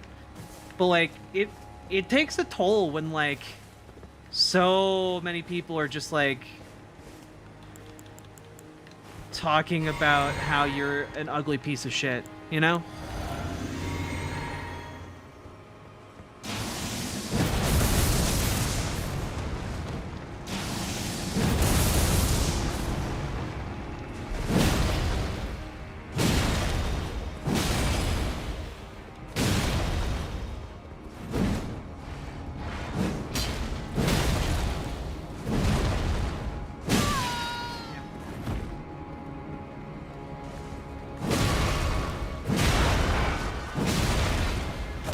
Oh god, there's another guy! There is another guy! Okay. It's fine. Just the surprise guy really got me there. There was a second shooter on that grassy knoll!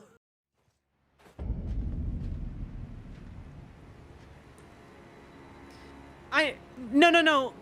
Noriku, what I mean, like, is that there are a lot of disingenuous actors out there, or people who are very surface level, who only care about, like, obsessing specifically over, like, trans people's looks. And, like, it gets to me, you know? It gets to me when there are a bunch of people talking about how, like, I'm a fat, ugly tranny. You know, that gets to me.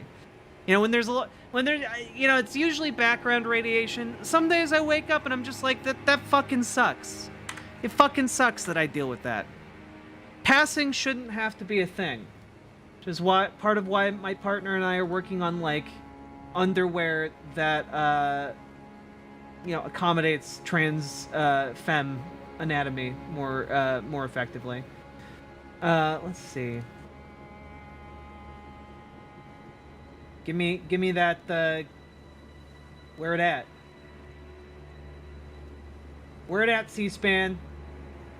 Watch live on C-SPAN 2, you say? Alright.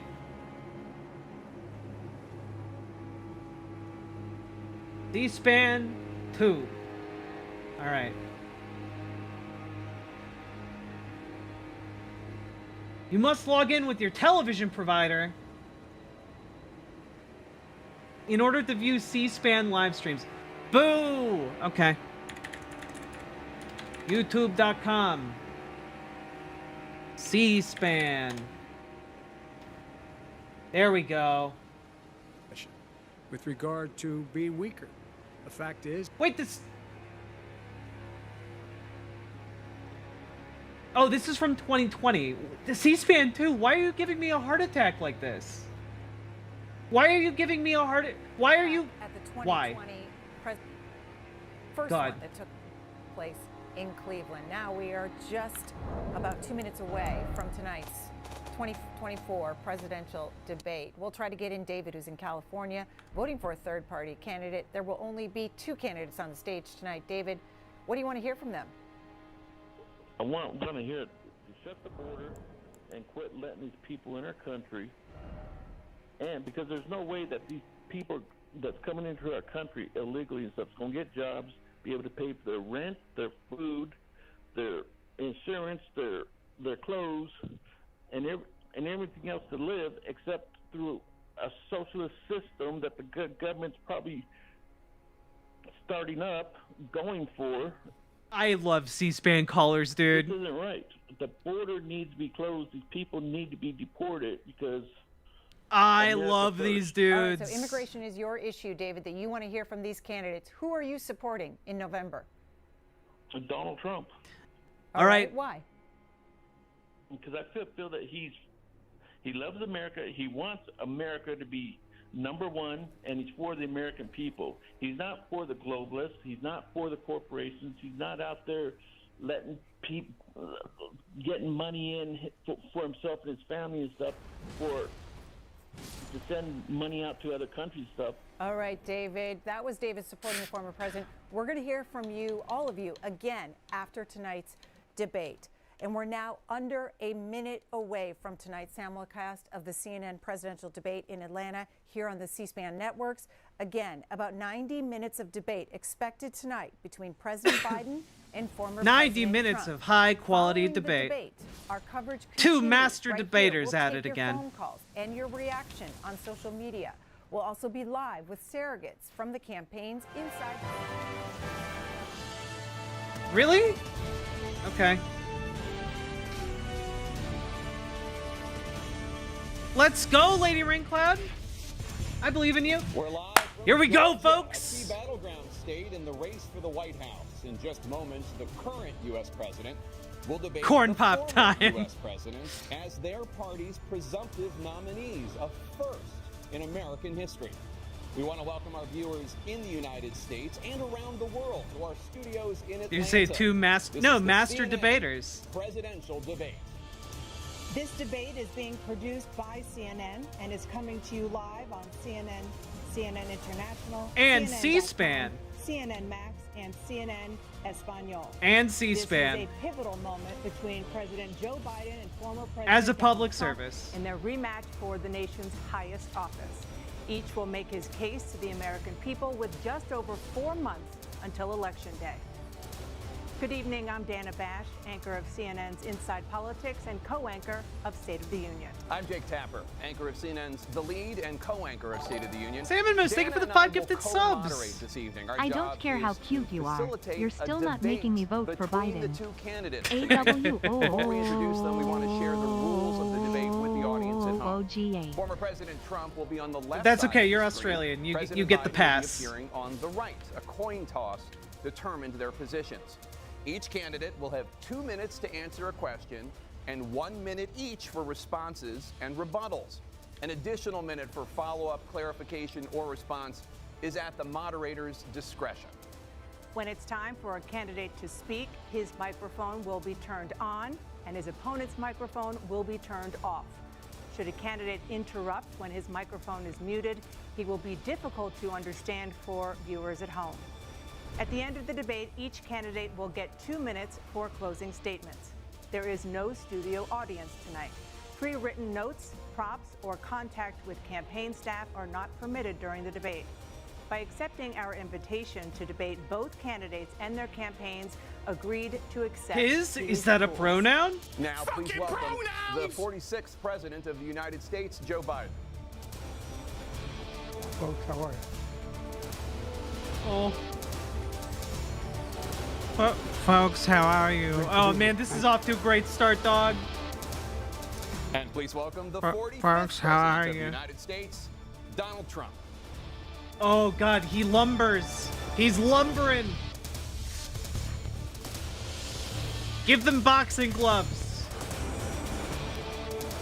Gentlemen, thanks so much for being here. Let's begin I the demand debate, and blood. let's start with the issue that voters consistently say is their top concern, the economy. President Biden, inflation has slowed, but prices remain high. Oh, they're getting right in. Since you took office, the price of essentials has increased. For example, a basket of groceries that cost $100 then now costs more than $120. And typical home prices have jumped more than 30%. What do you say to voters who feel they are worse off under your presidency than they were under President Trump? We got to take a look at what I was left when I became president, and what Mr. Trump left me. We had an economy that was in free fall. The pandemic was so badly handled. Many people were dying. All he said was, it's not that serious. Just inject a little bleach into your arm. You'll be all right. The economy collapsed. There were no jobs. Trump looks Unemployment like rate he rose just to woke up from a 15%. nap. It was terrible. And so what we had to do is try to put things back together again. And that's exactly what we began to do. We created 15,000 new jobs. Mike Kitsune, thanks for We brought subscribing. out a position where we have 800,000 new manufacturing jobs, but there's more to be done. There's more to be done. Working class Oh, people man, are still in Biden- trouble. I come from Scranton, Pennsylvania. I come of a household where the kitchen Biden tables seems and hoarse. things weren't able to be met during the month. It was a problem. Price of eggs, the price of gas, the price of housing, the price of a whole range of things. That's why I'm working so hard to make sure I deal with those problems. And we're going to make sure that we reduce the price of housing. We're going to make sure we build 2 million new units. We're going to make sure we cap rents so corporate greed can't. It take does over. sound The like they combination had him of do what's left of Adderall the before corporate this. greed is the reason why What we're the in this fuck problem right now. hit me? In addition to that, we're in a situation where if you take a look at all that was done. Yeah, we in can his get more volume. administration, He didn't do much at all. By the time he left, things were in chaos, literally chaos. And so we put things back together. We created, I said, those jobs. We make sure we had a situation where we brought down the price of prescription drugs. What which is a major Trump's issue for many expression people, right now? to $15 for It's like puckered an asshole. insulin shot as opposed to $400. No senior has to pay more than $200 for any drug, all the drugs they can include beginning next year. And the situation is and we're going to make that available to everybody, to all Americans. So we're working to bring down the price of around the kitchen table, and that's what we're going to get done. Thank you. President Trump? We have the greatest economy in the history of our country. We have never done so well. Everybody was amazed by it. Other countries were copying us. We got hit with COVID, and when we did, we spent the money necessary so we wouldn't end up in a Great Depression, the likes of which we had in 1929.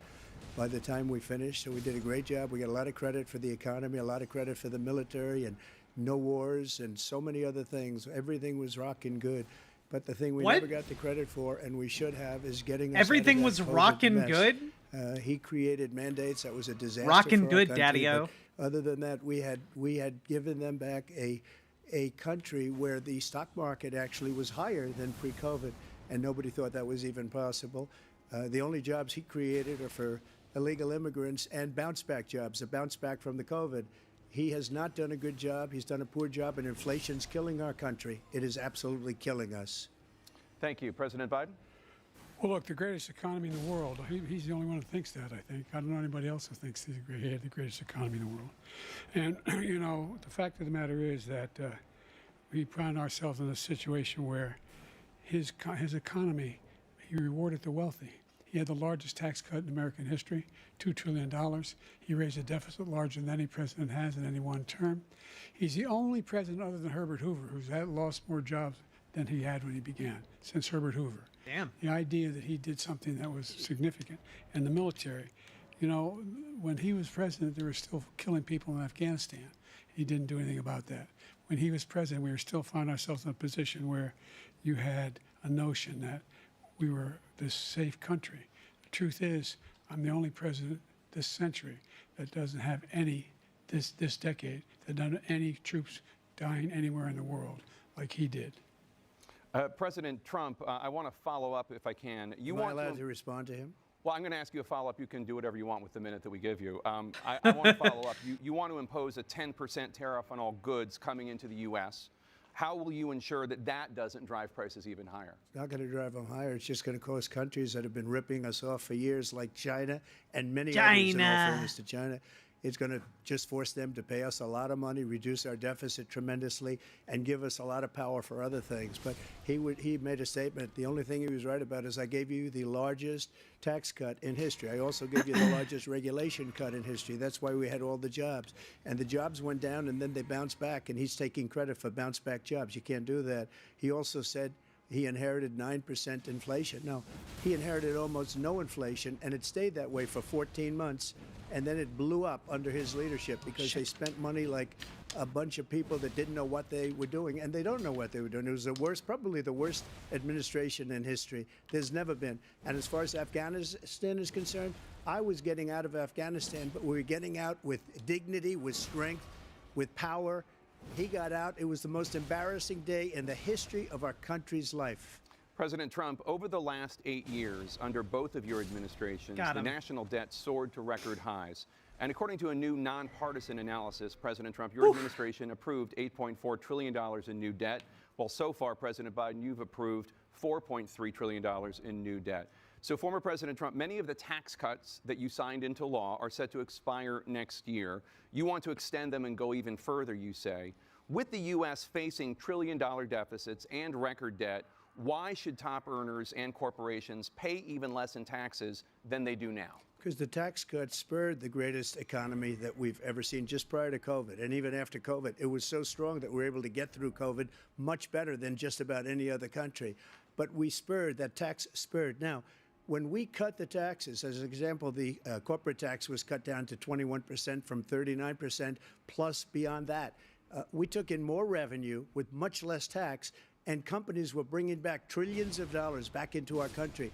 The country was going like never before, and we were ready to start paying down debt. We were ready to start using the liquid gold right under our feet, the oil and gas right under our feet. The liquid gold right under our feet, folks. I love it on my feet, the liquid gold.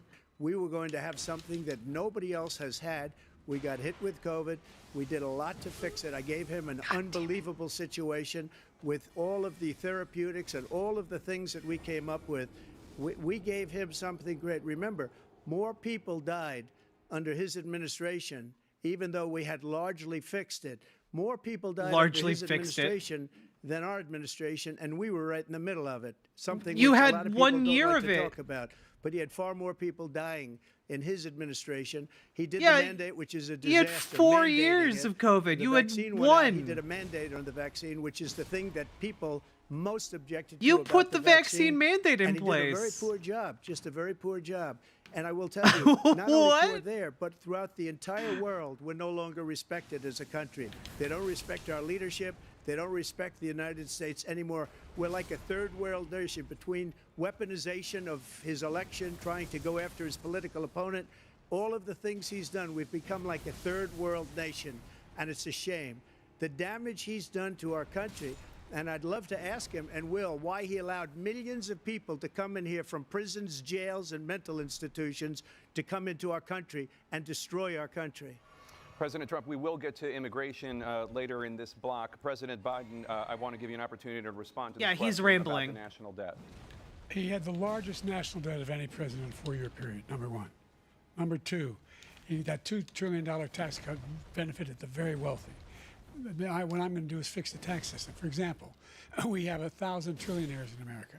I mean, billionaires. Oh, God. And what's happening? Oh, We're in a God, situation why? where they, in fact, pay 8.2% in taxes. If Come they just on, paid man. 24%, 25%, either one of those numbers, they'd raise Oh, $500 God. billion dollars, I should say, in a 10-year period. We'd be able to wipe out his debt. We'd be able to help make sure that all those things we need to do, child care, elder care. This is making sure that we optically not continue great to so far. Strengthen our healthcare system, making sure that we're able to make every single solitary person eligible for what I've been able to do with the COVID. Excuse me, with dealing with everything we have to do with. Oh my God, dude. Look, he's we imploding. finally beat Medicare. Thank you, President. Oh my President God. Trump. Oh my Well, right, God. he did beat Medicare. He beat it to death, and he's destroying Medicare because all of these Oh people my are coming God. in. They're putting them on Medicare. They're putting them on Social Security. They're going to destroy Social Security. This man is going to You could have put single-handedly anybody in destroy this Social debate. Security. These millions and millions of people coming in, they're trying to put them on Social Security. He will wipe out Social Security. He will wipe out Medicare. So he was right in the way he finished that sentence. And it's a shame. What's happened to our country in the last 4 years is not to be believed. Foreign countries, I'm friends with a lot of people, they cannot believe what happened to the United States of America. We're no longer respected. They don't like us. We give them everything they want, and they think we're stupid. They think we're very stupid people. What we're doing for other countries, and they do nothing for us. What this man has done is absolutely criminal. Thank you, President Trump. Dana? This is the first presidential election since the Supreme Court overturned Roe v. Wade. This morning, the court ruled on yet another abortion case, temporarily allowing emergency abortions to continue in Idaho, despite that state's restrictive ban. Former President Dude, he's Trump, so bad. you take credit for the decision to overturn Roe v. Wade, which returned the issue of abortion to the states. Correct. However, the federal government still plays a role in whether or not women have access to abortion pills. They're used in about 2/3 of all abortions. As president, would you block abortion medication? First of all, the Supreme Court just approved the abortion pill, and I agree with their decision to have done that, and I will not block it.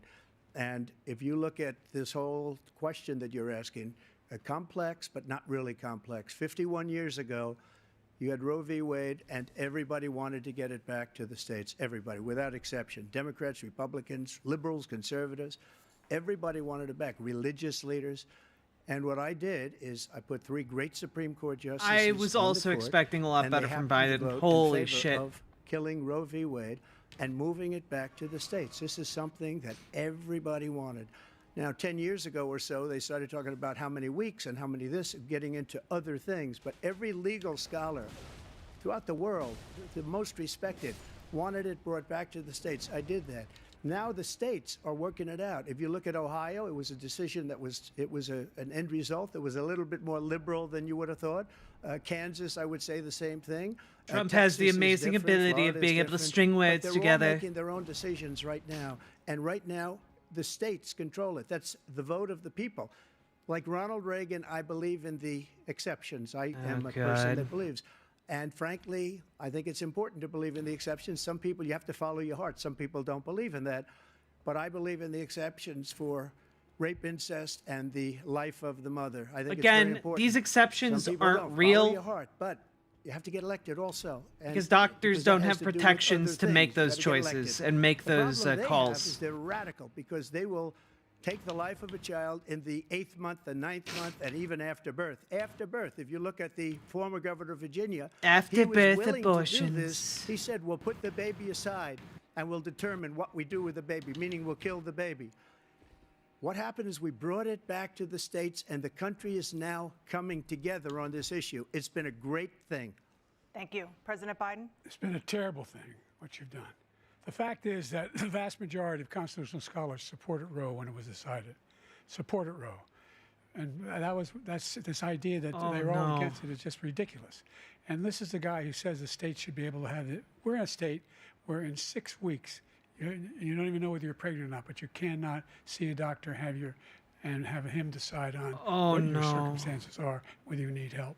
The idea that states are able to do this is a little like saying we're going to turn civil rights back to the states. Optically, Each this state is a had different nightmare. role.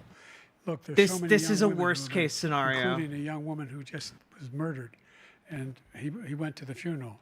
The idea that she was murdered by an immigrant coming in. They talk about that, but here's the deal: there's a lot of young women are being raped by their in-laws, by their spouses, brothers and sisters, by it's just ridiculous, and they can do nothing about it. Like, And they're trying I to arrest understand the them across state content of lines. his Thank points here, but his There've been many performance young is women abysmal. Murdered by the same people he allows to come across our border. Like, We have a Trump border can that's at the most least dangerous authoritatively place anywhere make in the world. these Considered the most points. dangerous place anywhere in the world. And he opened And it he up, doesn't these killers sound are coming weak. into our country. Biden And they sounds are raping weak. and killing women. And it's a terrible thing. As far as the abortion is concerned, it is now back with the states. God. The states are voting. In many cases, it's frankly a very liberal decision. In many cases, it's the opposite. But they're voting, and it's bringing it back to the vote of the people, which is what everybody wanted, including the founders, if they knew about this issue, which frankly they didn't. But they would have. Everybody wanted it brought back. Ronald Reagan wanted it brought back. He wasn't able to get it. Everybody wanted it brought back, and many presidents had tried to get it back. I was the one to do it. And again, this gives it the vote of the people, and that's where they wanted it. Every legal scholar wanted it that way. Staying on the topic of abortion, President Biden, 7 states. Yeah, Dragonfly, I'll let I you do that. agree. This is the same topic. I understand 7 the desire to states tap have out, no too. legal restrictions on how far into a pregnancy a woman can obtain an abortion.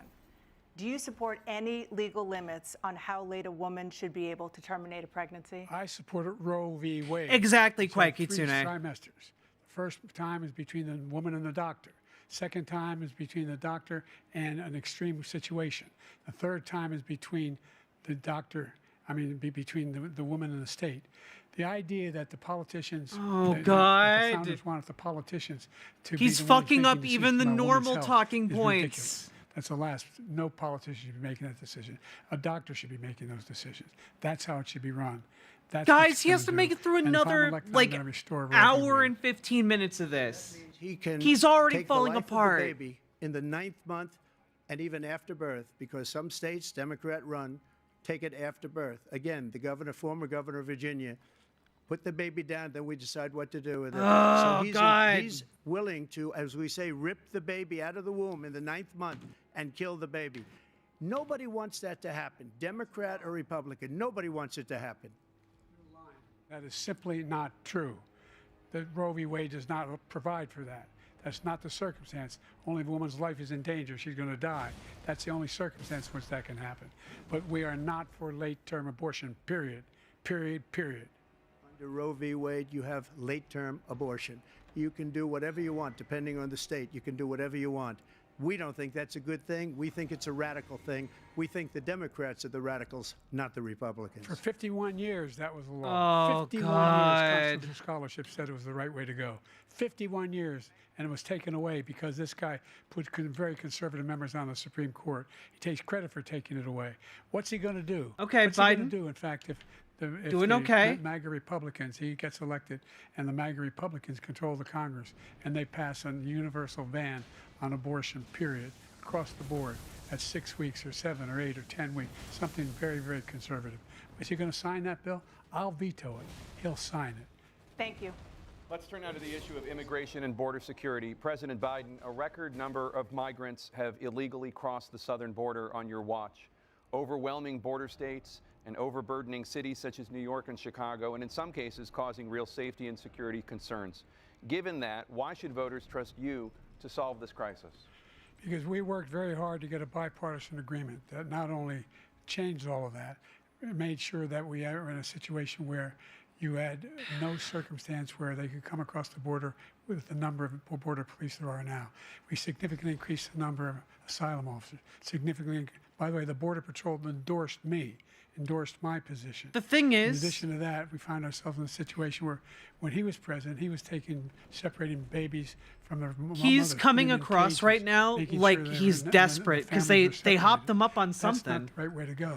What I've done since I've changed the law, what's happened? I've changed it in a way that now, Like he's like you're in a huffing and situation puffing where as he's talking these 40% points out. Fewer people coming across the border illegally. That's better than when he left office.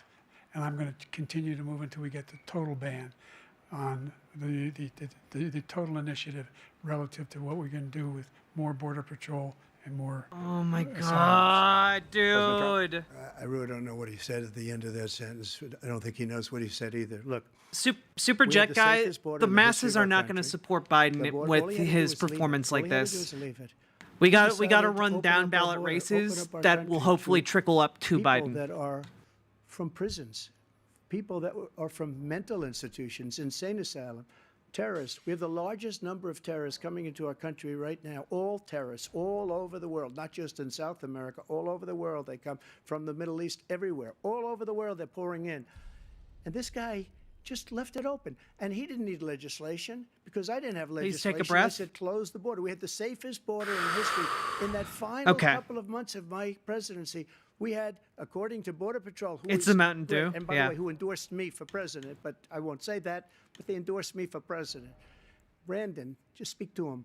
But look, we had the safest border in history. Oh, now we have the shit, worst border in dude. history. There's never been anything like it. And people are dying all over the place, including the people that are coming out in Thank you, President caravans. Trump. President Let's Biden? go, The Brandon. only terrorist who's done anything To his across the face. border is one who came along and killed three, under his administration, killed an Al-Qaeda person come in and his administration, killed 3 American soldiers.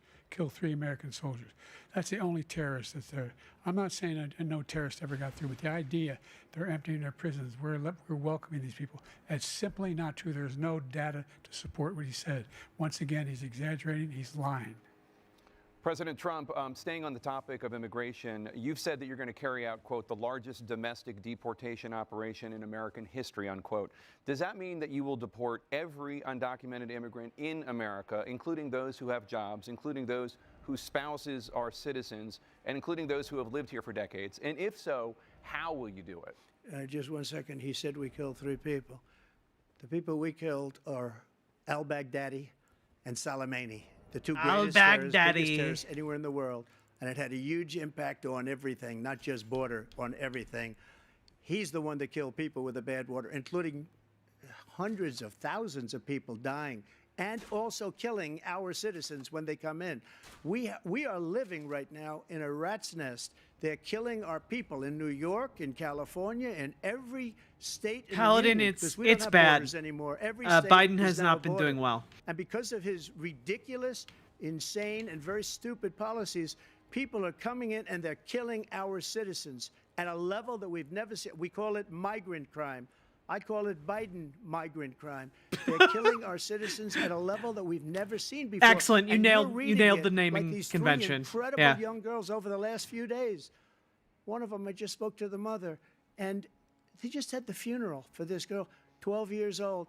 This is horrible what's taken place. What's taken place in our country, we're literally Oh, an God. uncivilized country now. He doesn't want it to be. He just doesn't know. He opened the borders. Nobody's ever seen anything like. And we have to get a lot of these people out, and we have to get them out fast because they're going to destroy our man. country. Just take a look at where they're living. They're living in luxury hotels in New York City and other places. Our Biden veterans are should on the look street. rattled. They're He's been dying doing because very he doesn't poorly. care about our veterans. He doesn't care. He doesn't like the military at all, and he doesn't care about our veterans. Nobody been worse. I had the highest approval rating for veterans taking care of the VA. He has the worst. He's gotten rid of all the things that I approved. Choice that I got through Congress, all of the different things I approved, they abandoned. We had by far the highest, and now it's down in less than half because he's done all these great things that we did. And I think he did it just because I approved it, which is crazy. But he has killed so many people at our border by Thank you, allowing President Trump. all of these people to come in. President And it's a Biden. very sad day in America. President Biden, you have the mic. Every single thing he said is a lie. Every single one. For example, veterans are a hell of a lot better off since I passed the PACT Act. 1 million of them now have insurance, and their families have it. Their families have it because what happened, whether it was Agent Orange or burn pits, they're all being covered now. And his group opposed that. We're also in a situation where we have great respect for veterans. My son spent a year in Iraq, living right next to one of those burn pits, came back with stage 4 glioblastoma. I was recently in France for D-Day, and I spoke all about those heroes that died. I went to the World War I cemetery he refused to go Yeah, there. He was standing Biden- with his 4-star Biden general, and he told me, gasping "Scott, I don't wanna out go in there because they're talking bunch of losers and points suckers." My is son not was a loser, good- was not a sucker. You're the sucker. You're the loser. President Trump? Not a good First look. of all, that was a made-up quote, suckers and losers. They made it up. It was in a third-rate magazine that's failing, like many of these magazines. He made that up. He put it in commercials. We've notified him. We had 19 people that said I didn't say it. And think of this. Who would say I'm at a cemetery or I'm talking about our veterans? Because nobody's taken better care. I'm so glad this came up and he brought it up. There's nobody that's taken better care of our soldiers than I have. To think that I would, in front of generals and others, say suckers and losers. We have 19 people that said it was never said by me. It was made up by him, just like Russia was made up, just like the 51 intelligence agents are made up, just like the new Again, thing with the every 16 single economists time- are talking. It's the same thing. Every single time 51 Trump talks, intelligence Biden just agents looks said like he's that the horrified. laptop was Russia disinformation. It wasn't. Come on, That came dude. From his son Hunter. It wasn't Russia disinformation. He made up the suckers and losers, so he should apologize to me right now. Four-star general standing to your side who was on your staff who said you said it, period. That's number one. And number two, the idea that I have to apologize to you for anything along the line. We've done more for veterans than any president has in American history. And they now are in their family. The only sacred obligation we have as a country is to care for our veterans when they come home and their families and equip them when they go to war. That's what we're doing. That's what the VA is doing now. They're doing more for veterans than ever before in our history. All right, thank you so much. Let's move to the topic of foreign policy. I want to begin with Russia's war against Ukraine, which is now in its third year. Former President Trump, Russian President Vladimir Putin says he'll only end this war if Russia keeps the Ukrainian territory it has already claimed and Ukraine abandons its bid to join NATO. Are Putin's terms acceptable to you? First of all, our veterans and our soldiers can't stand this guy.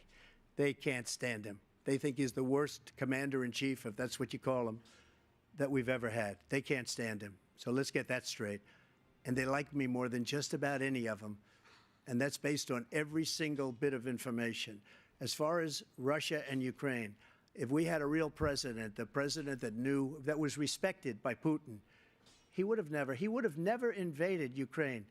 A lot of people are dead right now, much more than people know. You know, they talk about numbers. You can double those numbers, maybe triple those numbers. He did nothing to stop it. In fact, I think he encouraged Russia from going in. I'll tell you what happened. He was so bad with Afghanistan. It was such a horrible embarrassment, most embarrassing moment in the history of our country, that when Putin watched that and he saw the incompetence, that he should have fired those generals, like I fired the one that you mentioned, and so he's got no love lost, but he should have fired those generals. No general got fired for the most embarrassing moment in the history of our country, Afghanistan, where we left billions of dollars of equipment behind. We lost 13 beautiful soldiers, and 38 soldiers were obliterated. And by the way, we left people behind, too. We left American citizens behind. When Putin saw that, he said, you know what? I think we're going to go in and maybe take this was his dream. I talked to him about it, his dream. The difference is he never would have invaded Ukraine, never. Just like Israel would have never been invaded in a million years by Hamas. You know why?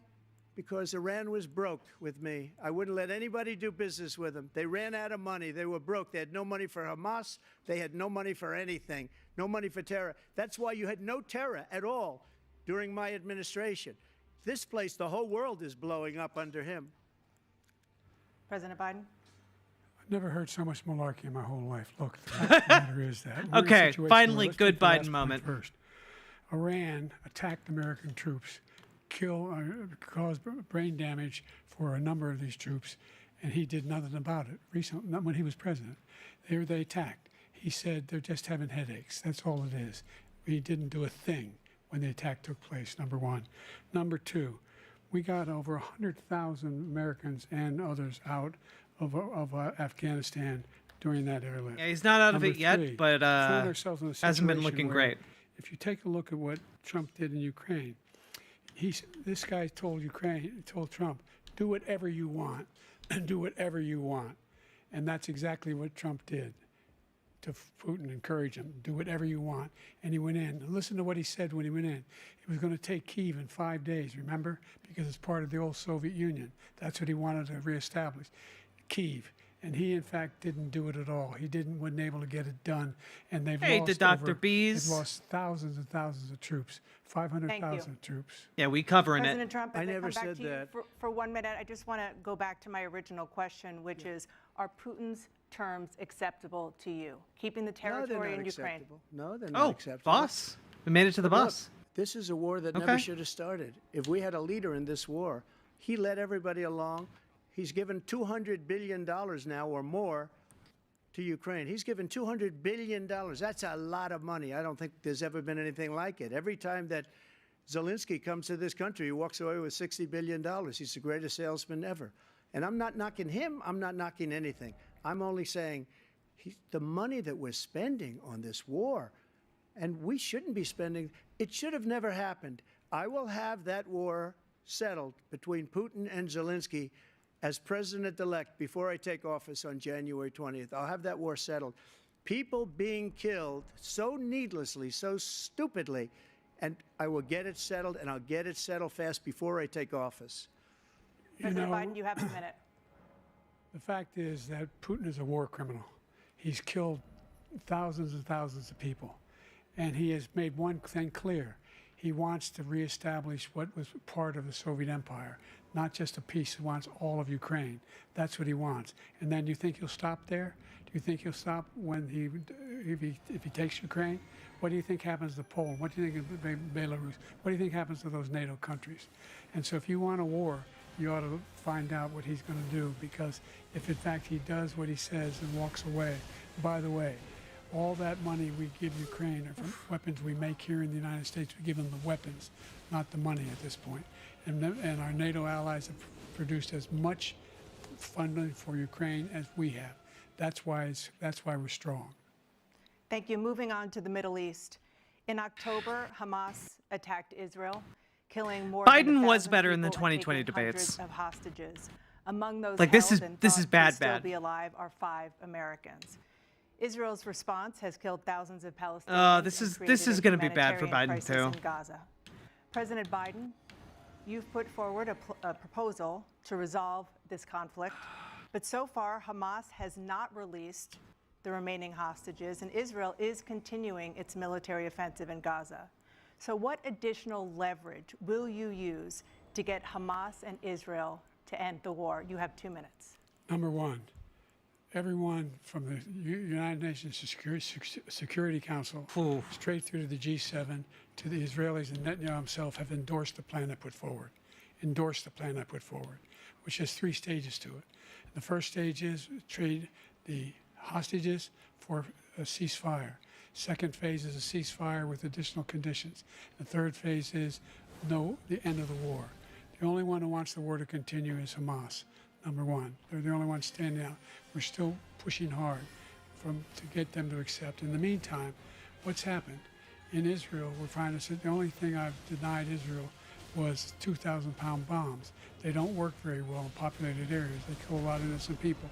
We're providing Israel with all the weapons they need and when they need them. And by the way, I'm the guy that organized the world against Iran when they had a full-blown intercontinental Oh, okay. So we're just full on throwing everyone under the bus here. No one was hurt. Gotcha. No, one Israeli was accidentally killed. Gotcha. We're just throwing this. It stopped.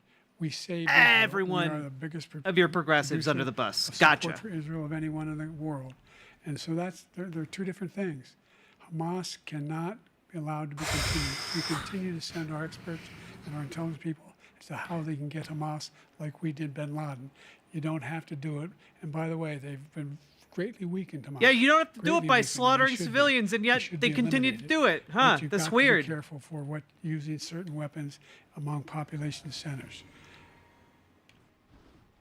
Just going back to Ukraine for 1 second. Oh my God. We have an ocean separating us. The European nations together have spent $100 billion, or maybe more than that, less than us. Why doesn't he call them and say, you got to put up your money like I did with NATO? I got them to put up hundreds of billions of dollars. The Secretary General of NATO said Trump did the most incredible job I've ever seen. They wouldn't have any. They were going out of business. We were spending almost 100% of the money was paid by us. Oof. He didn't do that. He's getting all. She's strong. You got to ask these people to put up the money. We're over $100 billion more spent, and it has a bigger impact on them because of location, because we have Hey, an Ms. ocean in Milena. between. You got to ask them. As far as Israel and Hamas, Israel's the one that wants to go. He said the only one that wants to keep going is Hamas. Actually, Israel is the one, and you should let him go and let him finish the job. He doesn't want to do it. He's become like a Palestinian, but they don't like him because he's a very bad Palestinian. He's a weak one. Oh, my God. President Biden, you have a minute. I've never heard so much foolishness. This is a Call guy who him a wants to get out of racist. NATO. Are you going to stay in NATO? He's going to pull out of NATO. Call him a The racist. He idea just that we have compared you to an our ethnic strength lies group in as a our alliances as well. pejorative. It may be a big ocean, but we're ever able to avoid a Just war call in him a Europe, major racist war to in his Europe? face. What happens if, in fact, you have Putin continue to go into NATO? God. The Article 5 agreement. Attack on one is attack on all. You want to start the nuclear war he keeps talking about, go ahead. Let Putin go in and control Ukraine and then move on to Poland and other places. See what happens then. Hey, He has did you no tuna? idea what the hell he's talking about. And by the way, I got 50 other nations around the world to support Ukraine, including Japan and South Korea, because they understand that this kind of dislocation has a serious threat to the whole world peace. No major war in Europe has ever been able to be contained just to Europe. President Trump, just to follow up, would you support the creation of an independent Palestinian state in order to achieve peace in the region? I'd have to see, but before we do that, the problem we have is that we spend all the money. So they kill us on trade. I made great trade deals with the European nations because if you add them up, they're about the same size economically. Their economy is about the same size as the United States. And they were no cars, they don't want anything that we have, but we're supposed to take their cars, their food, their everything, their agriculture. I changed that. But the big thing I changed is they don't want to pay. And the only reason that he can play games with NATO is because I got them to put up hundreds of billions of dollars. I said, and he's right about this, I said, no, I'm not going to support NATO if you don't pay. Oh, they asked me shit. that question, would you guard us Okay. against Russia at a very secret meeting of the 28 states at that time, nations at that time? And they said, no, if you don't pay, I won't do that. And you know what happened? Billions Who is and they? You billions know of who they dollars came is. flowing in the next day and the next months. But now we're in the same position. We're paying everybody's bills. Let's turn to the issue of democracy. Former President Trump, I want to ask you about January 6, 2021. After you rallied your supporters that day, some of them stormed the Capitol to stop the constitutionally mandated counting of electoral votes. As president, you swore an oath to, quote, preserve, protect, and defend, unquote, the Constitution. What do you say to voters who believe that you violated that oath through your actions and inaction on January 6th and worry that you'll do it again? Well, I don't think too many believe that. And let me tell you about January 6th. On January 6th, we had a great border. Nobody coming through, very few. On January 6th, we were energy independent. On January 6th, we had the lowest taxes ever. We had the lowest regulations ever. On January 6th, we were respected all over the world. All over the world, we were respected. And then he comes in, and we're now laughed at. We're like a bunch of stupid people. What happened to the United States' reputation under this man's leadership is horrible. Donald including Trump is weaponization, completely which I'm sure directing some the point you'll be conversation talking here. about, It's ridiculous. Where he goes after his political opponent because he can't beat him fair and square. You have 80 seconds left. My question was, what do you say to those voters who believe that you violated your constitutional oath through your actions and inaction on January 6, 2021, and worry that you'll do it again? Well, I didn't say that to anybody. I said peacefully and patriotically. And Nancy Pelosi, if you just watched the news from 2 Yep. days ago, on tape to her daughter. He's who's a doubling down. documentary filmmaker, they say. But she's saying, oh, no, it's my responsibility. I was responsible for this. Because I offered her 10,000 soldiers or National Guard, and she turned them down. And the mayor in writing, by the way, the mayor, in writing, turned it down, the mayor of D.C. They turned it down. I offered 10,000 because I could see, I had virtually nothing to do. They asked me to go make a speech. I could see what was happening. Everybody was saying they're going to be there on January 6th. They're going to be there. And I said, you know what? There's a lot of people coming. You could feel it. You could feel it too, and you could feel it. And I said, they ought to have some National Guard or whatever. And I offered it to her. And she now admits that she turned it down. And it was the same day she was, I don't know, she can't be very happy with her daughter because it made her into a liar. She said, I take full responsibility for January 6th. President Biden? Look, he encouraged those folks. Did he to just look at admit that he thing. knew? Number Kinda, one. yeah. I sat in the dining room off the Oval Office. He sat there for 3 hours. 3 hours watching, begging, being begged by his vice president and a number of his colleagues on the Republican side as well to do something, to call for a stop, to end it.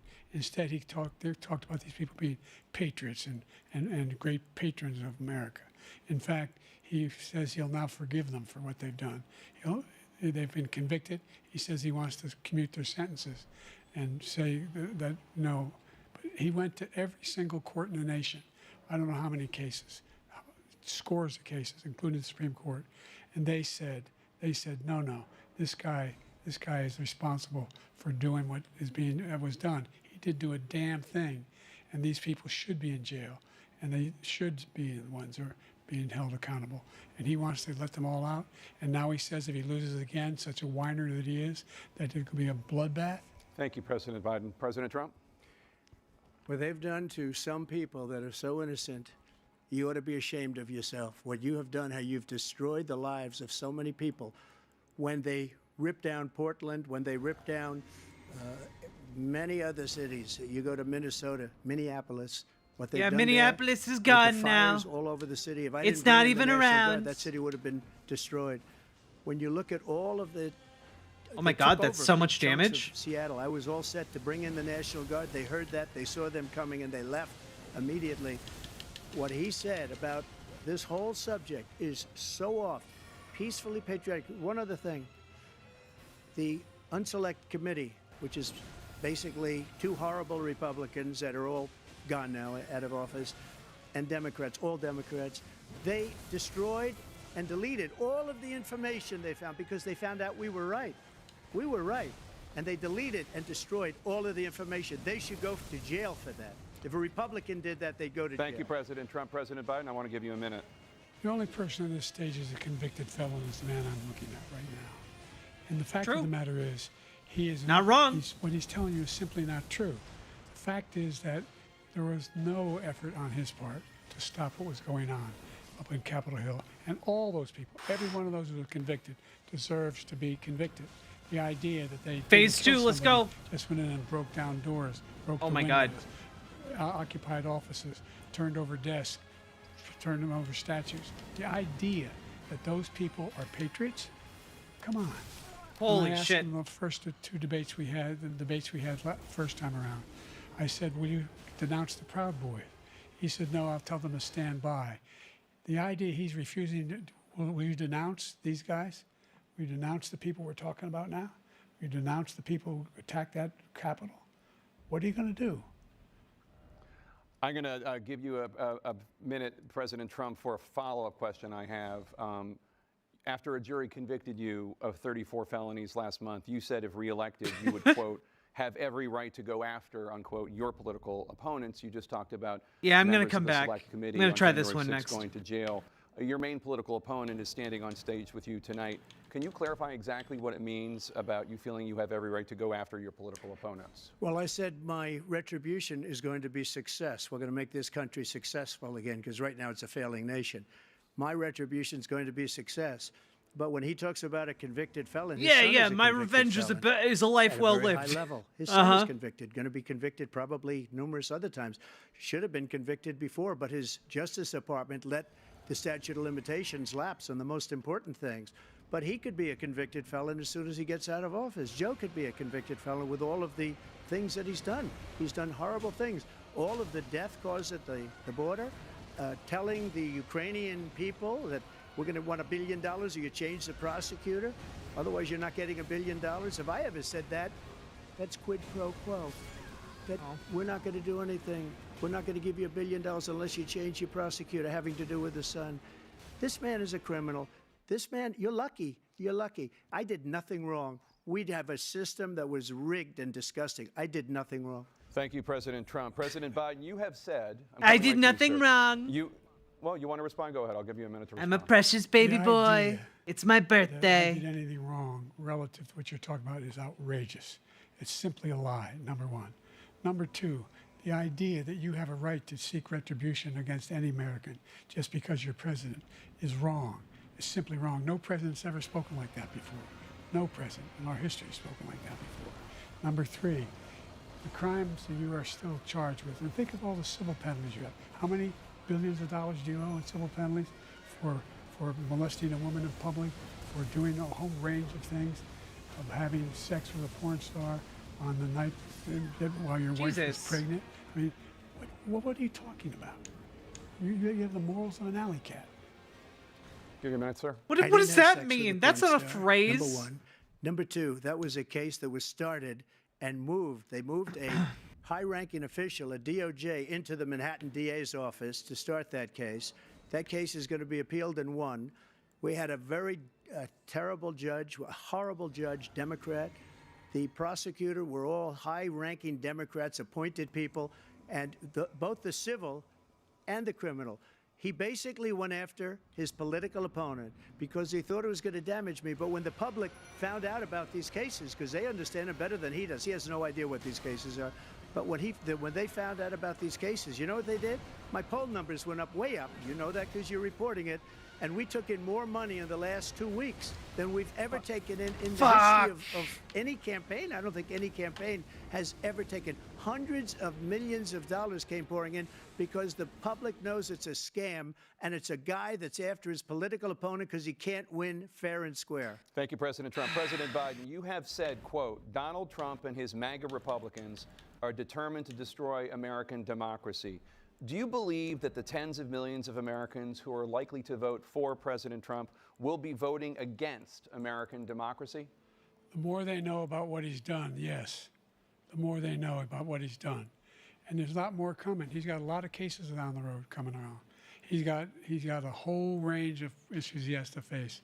I don't know what the juries will do, but I do know he has a real problem.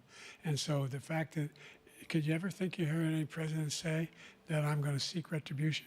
Do you ever hear any president say that I thought Hitler had some good ideas? What got me involved to run in the first place after my son had died, I decided in Iraq, because of Iraq, I said I wasn't going to run Biden is again. doing a bit better, And so I saw what happened but in like, Charlottesville, holy Virginia. shit, the opening People coming was out bad. of the woods carrying swastikas on torches, and singing the same anti-Semitic bile they sang when back in Germany.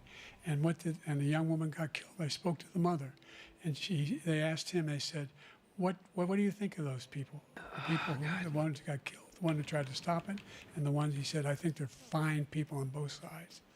What American president would ever say Nazis coming out of fields carrying torches, singing the same anti-Semitic bile, carrying swastikas were fine people? And this is a guy who says Hitler's done some good things. I'd like to know what they are. Good things Hitler's done, that's what he said. This guy has no sense of American democracy. President Trump. Jake, both of you know that story has been totally wiped out because when you see the sentence, it said 100% exoneration on this. So he just keeps it going. He says he ran because of Charlottesville. He didn't run because of Charlottesville. He ran because it was his last chance.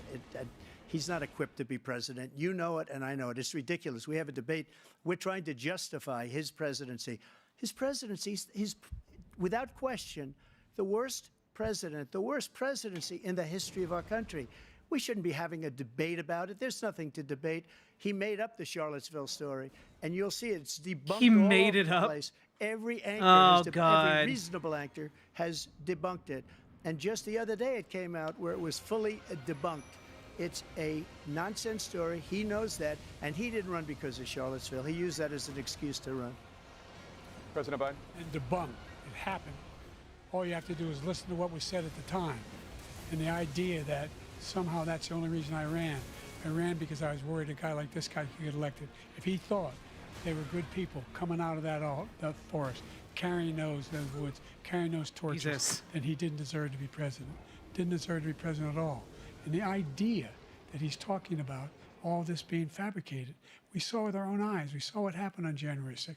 We saw the people breaking through the windows. We saw people occupying his own vice president. Look, there's a reason why 40 of his 44 top cabinet officers refused to endorse him this time. His vice president hasn't endorsed him this time. So why? Why? They know him well. They serve with him. Why are they not endorsing him? Thank you, President Biden. We're going to be right back with more from the CNN presidential debate. Holy moly, guys. I have to say this has been shocking. Yeah, we get a bit of a break. Like Joe Biden has been really weak during this debate. I don't think if you are a normie watching this debate, Joe Biden doesn't look good. He doesn't look good. He's kind of pulling it together a little bit, but he's been pretty bad, guys. Like his voice sounds weak, he sounds tired, he sounds like he's hyped up to try and like make a point, but in a bad way, like the kind of way like if somebody just takes like a whole lot of caffeine and they're going like 1,000,000 miles an hour and like they're breathing really heavy and they're like really trying to get all their talking points out, but they don't have enough time and they don't really seem like they have enough air in their lungs to do it. You know, that's kind of what it sounds like when he's been talking. And it's just, it's not a good look. It doesn't project strength. It doesn't project like you know what you're talking about. And he's just been making a lot of gaffes on basic information. Was that it? No, they'll be back. They'll be back. I'm going to go get a beverage.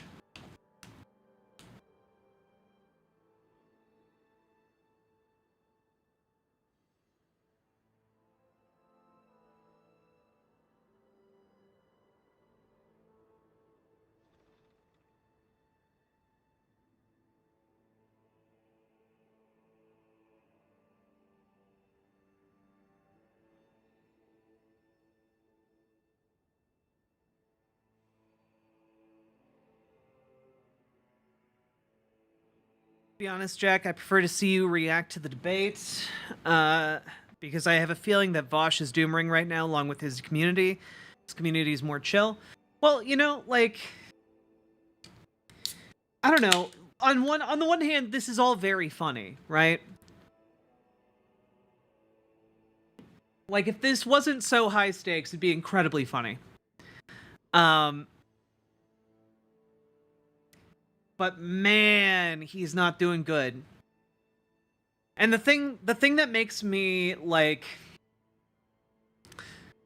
the thing that makes me have hope is that I think we can still campaign for Biden, but in down ballot. Like we're going to be focusing on like state level representatives and such, not so much on like higher order, you know, on Biden, because frankly, in this debate, he's also thrown like progressives under the bus, people who are pro like Palestine.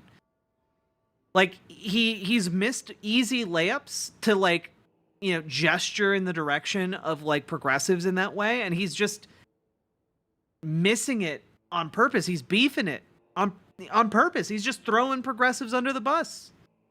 It's crazy. Yeah, we're prepping for the jank sweep. Also, thanks for the posture check, all that stuff. Remember, hit the like button on the stream, hit the subscribe button, hit the follow button, and consider dropping those sweet, sweet subs and donos, because those what make my coverage possible. Let's keep going.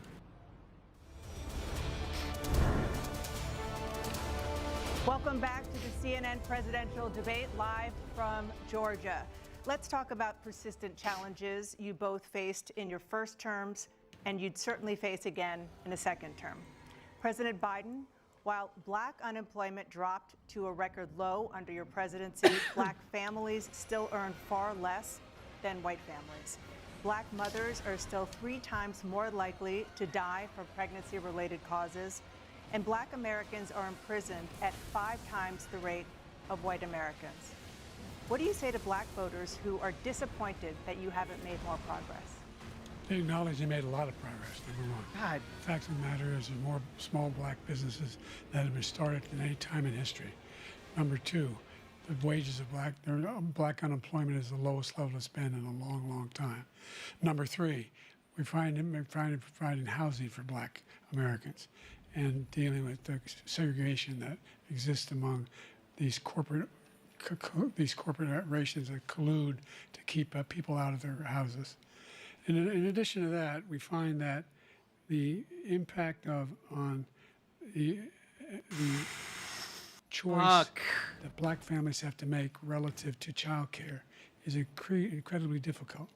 When we did the first major piece of legislation in the past, I was able to reduce black child care costs.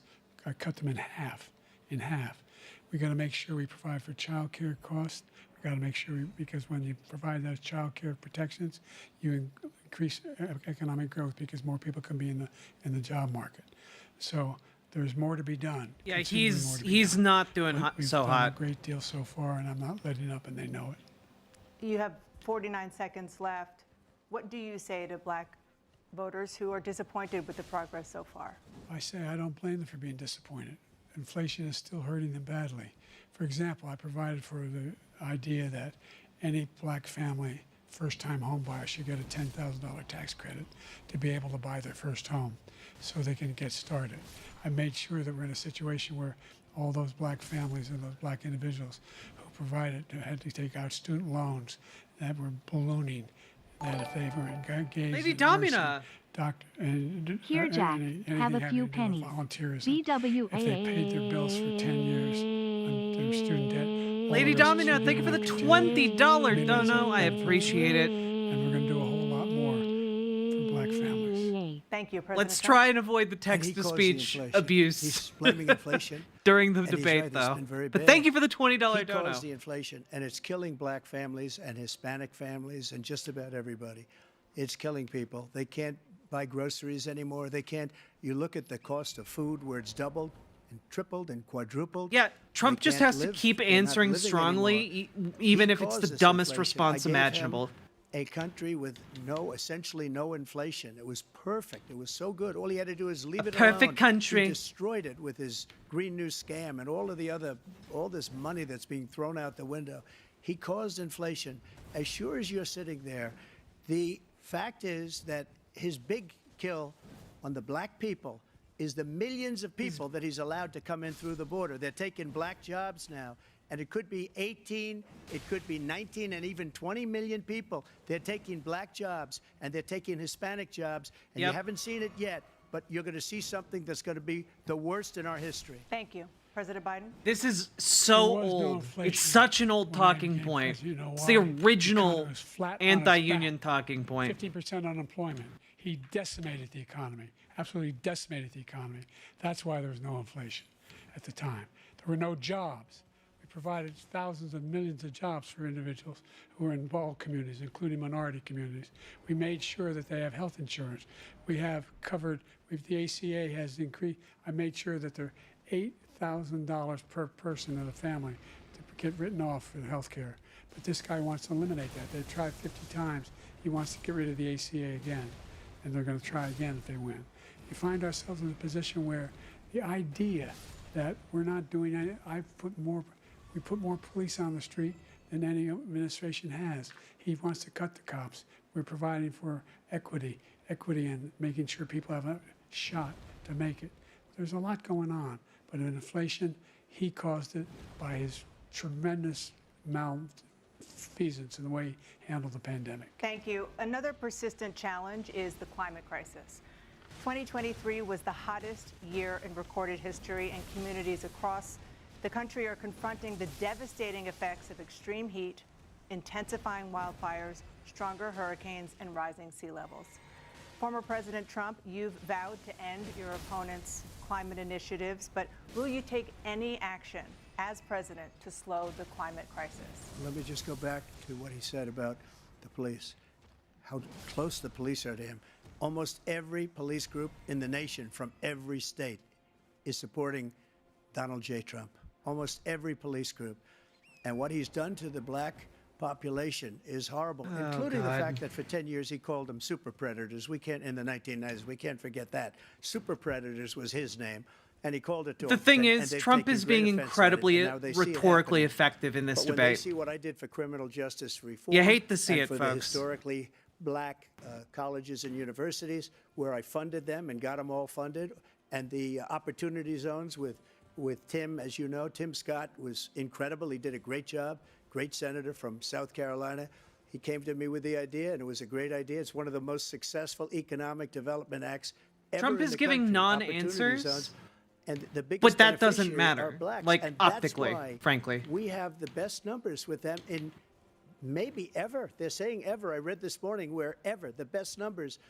He's lost much of the black population because he's done a horrible job for black people. He's also done a horrible job for Hispanics. But wait till you see these millions of people pouring into our country, and they're going to take the jobs, and it's already started, and you haven't seen anything yet. It's a disaster. You 38 seconds left, President Trump. God, will the you old take any racist action talking as point. president to slow the climate crisis? So I want absolutely immaculate clean water, and I want absolutely clean air, and we had it. We had H2O. We had the best numbers ever, and we were using all forms of energy, all forms, everything. And yet, during my 4 years, I had the best environmental numbers ever. And my top environmental people gave me that statistic just before I walked on the stage, actually. I don't know where the hell he's been. The idea that anything he said is true. I've passed the most extensive climate change legislation in history. We find ourselves, and by the way, black colleges. I came up with $15 billion for HBCUs, historic black universities and colleges, because they don't have those. They don't have the kind of contributors that they have to build these laboratories and the like. Any black student is capable in college of doing any white student can do. They just have the money, but now they'll be able to get those jobs in high tech. We're in a situation where the idea that he is claiming to have done something that had the cleanest water, he hadn't done a damn thing for the environment. He pulled out of the Paris Peace Accord, Climate Accord. I immediately joined it because if we reach 1.5 degrees Celsius at any one point, there's no way back. The only existential threat to humanity is climate change, and he didn't do a damn thing about it. He wants to undo all that I've done. The Paris Accord was going to cost us $1 trillion, and China nothing, and Russia nothing, and India nothing. It was a ripoff of the United States. And I ended it because I didn't want to waste that money because they treat us horribly. We were the only ones. It was costing us money. Nobody else was paying into it. And it was a disaster. But everything that he said just now, I'll give you an example. Yeah, I heard he said Biden is before like insulin. skipping I'm like the one that got the insulin down for the seniors. I took care of the seniors. it's like what he's doing is destroying. It's all of like our I'm medical watching programs this while like because the high on migrants some kind of coming in, drug that they makes want me lose everybody- time. And look, I have the biggest heart on the Like I'm stage, just I guarantee you that. missing And I want to a take couple, care of like people. every But other we're destroying word our he country. says. They're taking over our schools, our hospitals, and they're going to be taking over Social Security. He is destroying Social Security, Medicare, and Medicaid. The idea is that we, in fact, we were the only ones of consequence who were not members of the Paris Accord. How can we do anything if we're not able to, the United States can't get its pollution under control? One of the largest polluters in the world, number one. We're making significant progress. By 2035, we will have cut pollution in half. We have made significant progress, and we're continuing to make progress. We set up a climate corps for thousands of young people who will learn how to deal with climate, just like the Peace Corps. And we're moving in directions that are going to significantly change the elements of cause of pollution. But the idea that he claims that he has the biggest heart up here and he's really concerned about pollution and about climate, I've not seen any indication of that. And by the way, with regard to prescription drugs, one company agreed that they would reduce the price to $35, which I was calling for, one, voluntarily. I made sure every company in the world, every pharmaceutical company, cannot have to pay. Thank you. And by the way, You're president of the United States. Don't beg corporations. Every day, millions of Americans struggle just to make ends meet. For many older Americans, Social Security provides a critical lifeline. President Biden, if nothing is done to Social Security, seniors will see their benefits cut in just over 10 years. Will you name tonight one specific step that you're willing to take to keep Social Security solvent? yes, make the very wealthy begin to pay their fair share. Right Okay, now, there you go. Everybody making under Finally. $70,000 pays 6% of their income, of their paycheck, every single time they get a paycheck from the time of the first one they get when they're 18 years old. The idea that they're going to, I've been proposing that everybody, the millionaires pay 1%, 1%. So no one I would not raise the cost of Social Security for anybody under $400,000. After that, I began to make the wealthy begin to pay their fair share by increasing from 1% beyond to be able to guarantee the program for life. So you still have 82 seconds left. Are there any other measures that you think that would be able to help keep Social Security solvent, or is that one enough? Well, no, that one enough will keep it solvent, but the biggest thing I'll do if we defeat this. What did he say? He finally said a talking point succinctly about the rich paying taxes. He's wanted to cut Social Security and Medicare both times. And that's what. And if you look at the program put forward by the House Republican caucus that I believe supports, is in fact want to cut it as well. The idea that we don't need to protect our seniors is ridiculous. And by the way, the American public has greater health care coverage today than ever before. And on the ACA, as I said, you're in a circumstance where 400,000 people, 40 million people would not have insurance because they have a pre-existing condition. The only thing that allows them to have that insurance is the fact that they, in fact, are part of the ACA. And by the way, the other thing is, we're in a situation where we talk about education for black communities. I've raised the amount of money for Pell Grants by another $8,000. So anybody making under $70,000 a year is going to be able to get $15,000 toward their tuition. He just doesn't know what he's talking about. Thank you, President Biden. President Trump. So I've dealt with politicians all my life. I've been on this side of the equation for the last 8 years. I've never seen anybody lie like this guy. He lies. I've never seen it. He could look you in the face about so many other things, too. And we mentioned the laptop. We mentioned Russia, Ukraine. Everything he does is a lie. It's misinformation and disinformation. The losers and suckers story that he made up is a total lie on the military. It's a disgrace. But Social Security, he's destroying it, because millions of people are pouring into our country, and they're putting them onto Social Security. They're putting them onto Medicare, Medicaid.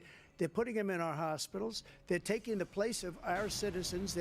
What they're doing to the VA, to our veterans, is unbelievable. Our veterans are living in the street, and these people are living in luxury hotels. He doesn't know what he's doing, and it's really coming back. I've never seen such anger in our country before. President Biden? The idea that veterans are not being taken care of, I told you before. And by the way, when I said suckers and losers, he acknowledged after that he fired that general.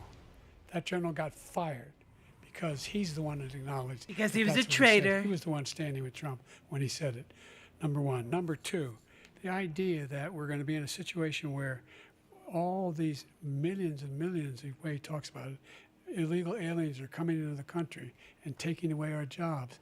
There's a reason why we have the fastest growing economy in the world. Also, immigrants come in, they pay taxes and take no benefits. Like, come on now. Those be 15 honest. Nobel laureates he talked about being phony, those 15 Nobel laureates, economists, they all said that if Trump is reelected, we're likely to have a recession, and inflation is going to increasingly go up. And by the way, worst president in history, 150 million presidential scholars voted him the worst president in the history of the United States of America. President Biden, thank you so much. Let's turn to the cost of child care, which many American families struggle to afford. President Trump, both you and President Biden have tried to address this issue, but the average cost of child care in this country has risen to more than $11,000 a year per child. For many families, the cost of child care for 2 children is more than their rent. In your second term, what would you do to make child care more affordable? Just to go back, the general got fired because he was no good. And if he said that, that's why he made it up. But we have 19 people that said I didn't say it, and they're very highly respected, much more so than him. The other thing is, he doesn't fire people. He never fired people. I've never seen him fire anybody. I did fire a lot. I fired Comey because he was no good. I fired a lot of the top people at the FBI, drained the swamp. They were no good. Not easy to fire people. You'd pay a price for it, but they were no good. I inherited these people. I didn't put him there. I didn't put Comey there. He was no good. I fired him. This guy hasn't fired anybody. I thought he appointed Comey. He should have fired every military man that was involved with that the Afghanistan horror show, the most embarrassing moment in the history of our country. He didn't fire. Did you fire anybody?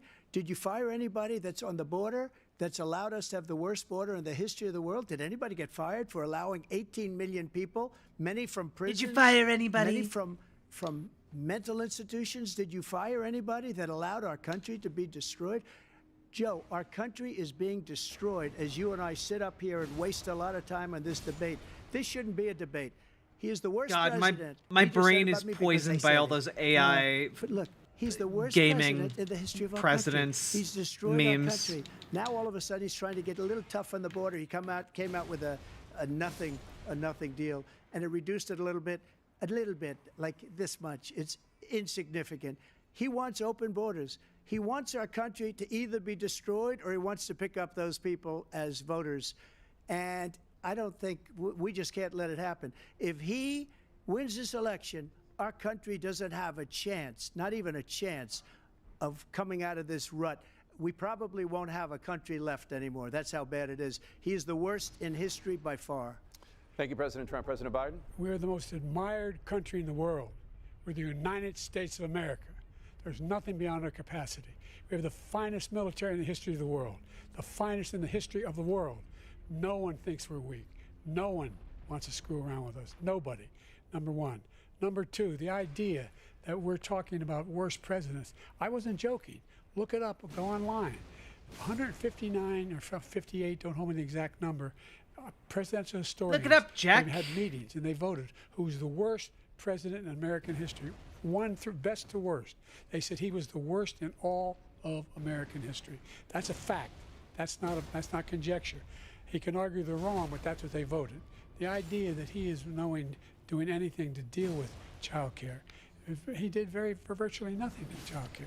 We should significantly increase the child Joe's care tax finally credit. doing We should okay. significantly increase the availability of women and men or single parents to be able to go back to work. And we should encourage businesses to have Thank you, President child care Biden. facilities. President Trump, the question was about what would you do to make child care more affordable, if you want to take your minute. Just so you understand, we have polling, we have other things that they rate him the worst because what he's done is so bad.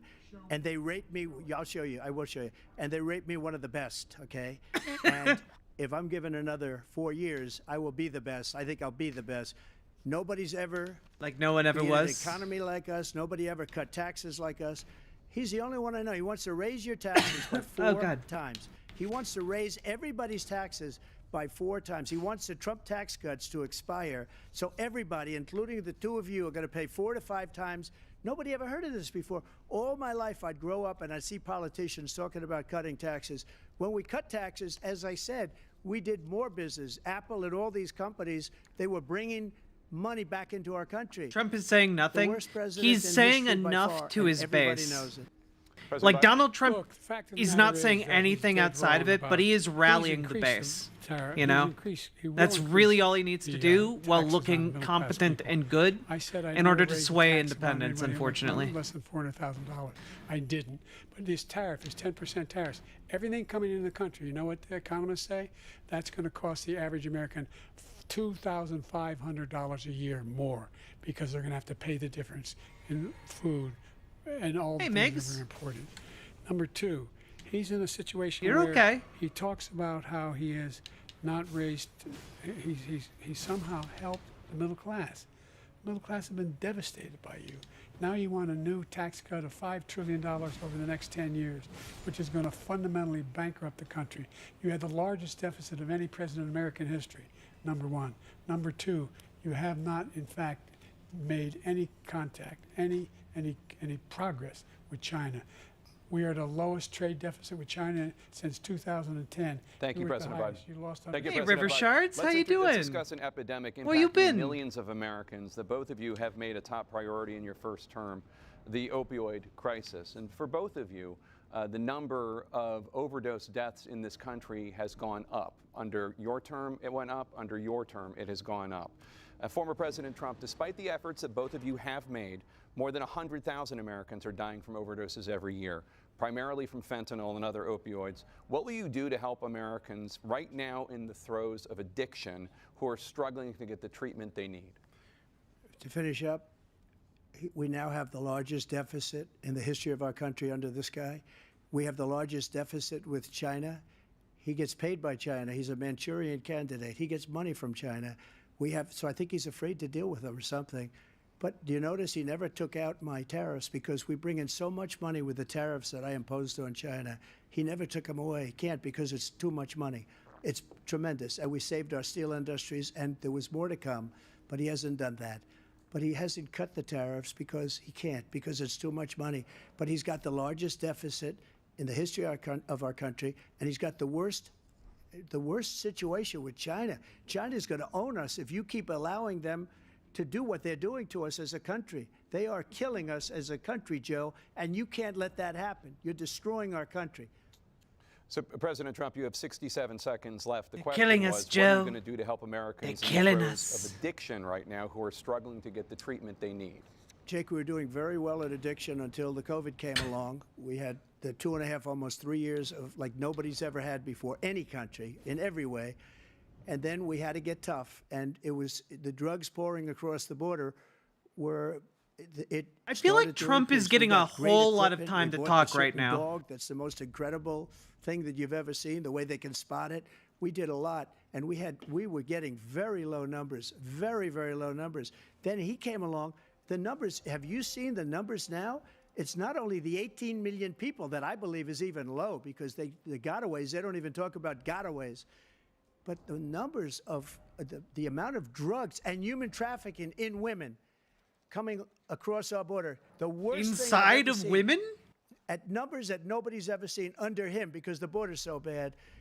But the number of drugs. Yeah, Trump speaks faster and with more authority, which gives him an edge when it comes to perception. Fentanyl and the byproducts of fentanyl went down for a while. And I wanted to make sure we use the machinery that can detect fentanyl, these big machines that roll over everything that comes across the border.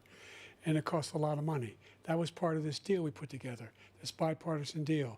More fentanyl machines, more be able to detect drugs, more numbers of agents, more numbers of... Biden is doing better. And when we had that deal I would done, say he's still losing, but he's called doing his better. Republican colleague said, don't do it. It's going to hurt me politically. No, he never argued it's not a good bill. It's a really good bill. We need those machines. We need those machines. And we're coming down very hard in every country in Asia in terms of precursors for fentanyl. And Mexico is working with us to make sure they don't have the technology to be able to put it together. That's what we have to do. We need those machines. Thank you, President Biden. President Trump, and again, the question is about Americans in the throes of addiction right now struggling to get the treatment they need. Well, because this does pertain to it. He ended Remain in Mexico. He ended catch and release. I made it catch and release in Mexico, not catch and release here. We had so many things that we had done, hard negotiations with Mexico. Oh, the fentanyl machines. It's just fentanyl like machines we for pay like $6 scanning and billion such. For every time we say a hostage. Now we have a hostage, a Wall Street Journal reporter. I think a good guy. And he's over there because Putin is laughing at this guy, probably asking for billions of dollars for the reporter. I will have him out very quickly as soon as I take office. Before I take office, I said by literally as soon as I win the election, I will have that reporter out. He should have had him out a long time ago. But Putin's probably asking for billions and billions of dollars because this guy pays it every time. We had 2 cases where he paid $6 billion for 5 people. I got 58 people out, and I paid essentially nothing. Thank you, President Trump. Dana? Let's turn to concerns that voters have about each of you.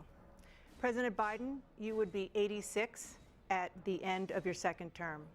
How do you address concerns about your capability to handle the toughest job in the world well into your 80s? Well, first of all, I spent half my career being criticized being the youngest person in politics. I was the 2nd youngest person ever elected to the United States Senate, and now I'm the oldest. This guy's 3 years younger and a lot less competent. I think that just look at the record. Look at what I've done. Look how I've turned around the horrible situation he left me. As I said, 15 million new jobs, 800,000 manufacturing jobs, more investment in America, over billions of dollars in private investment in enterprises that we are growing.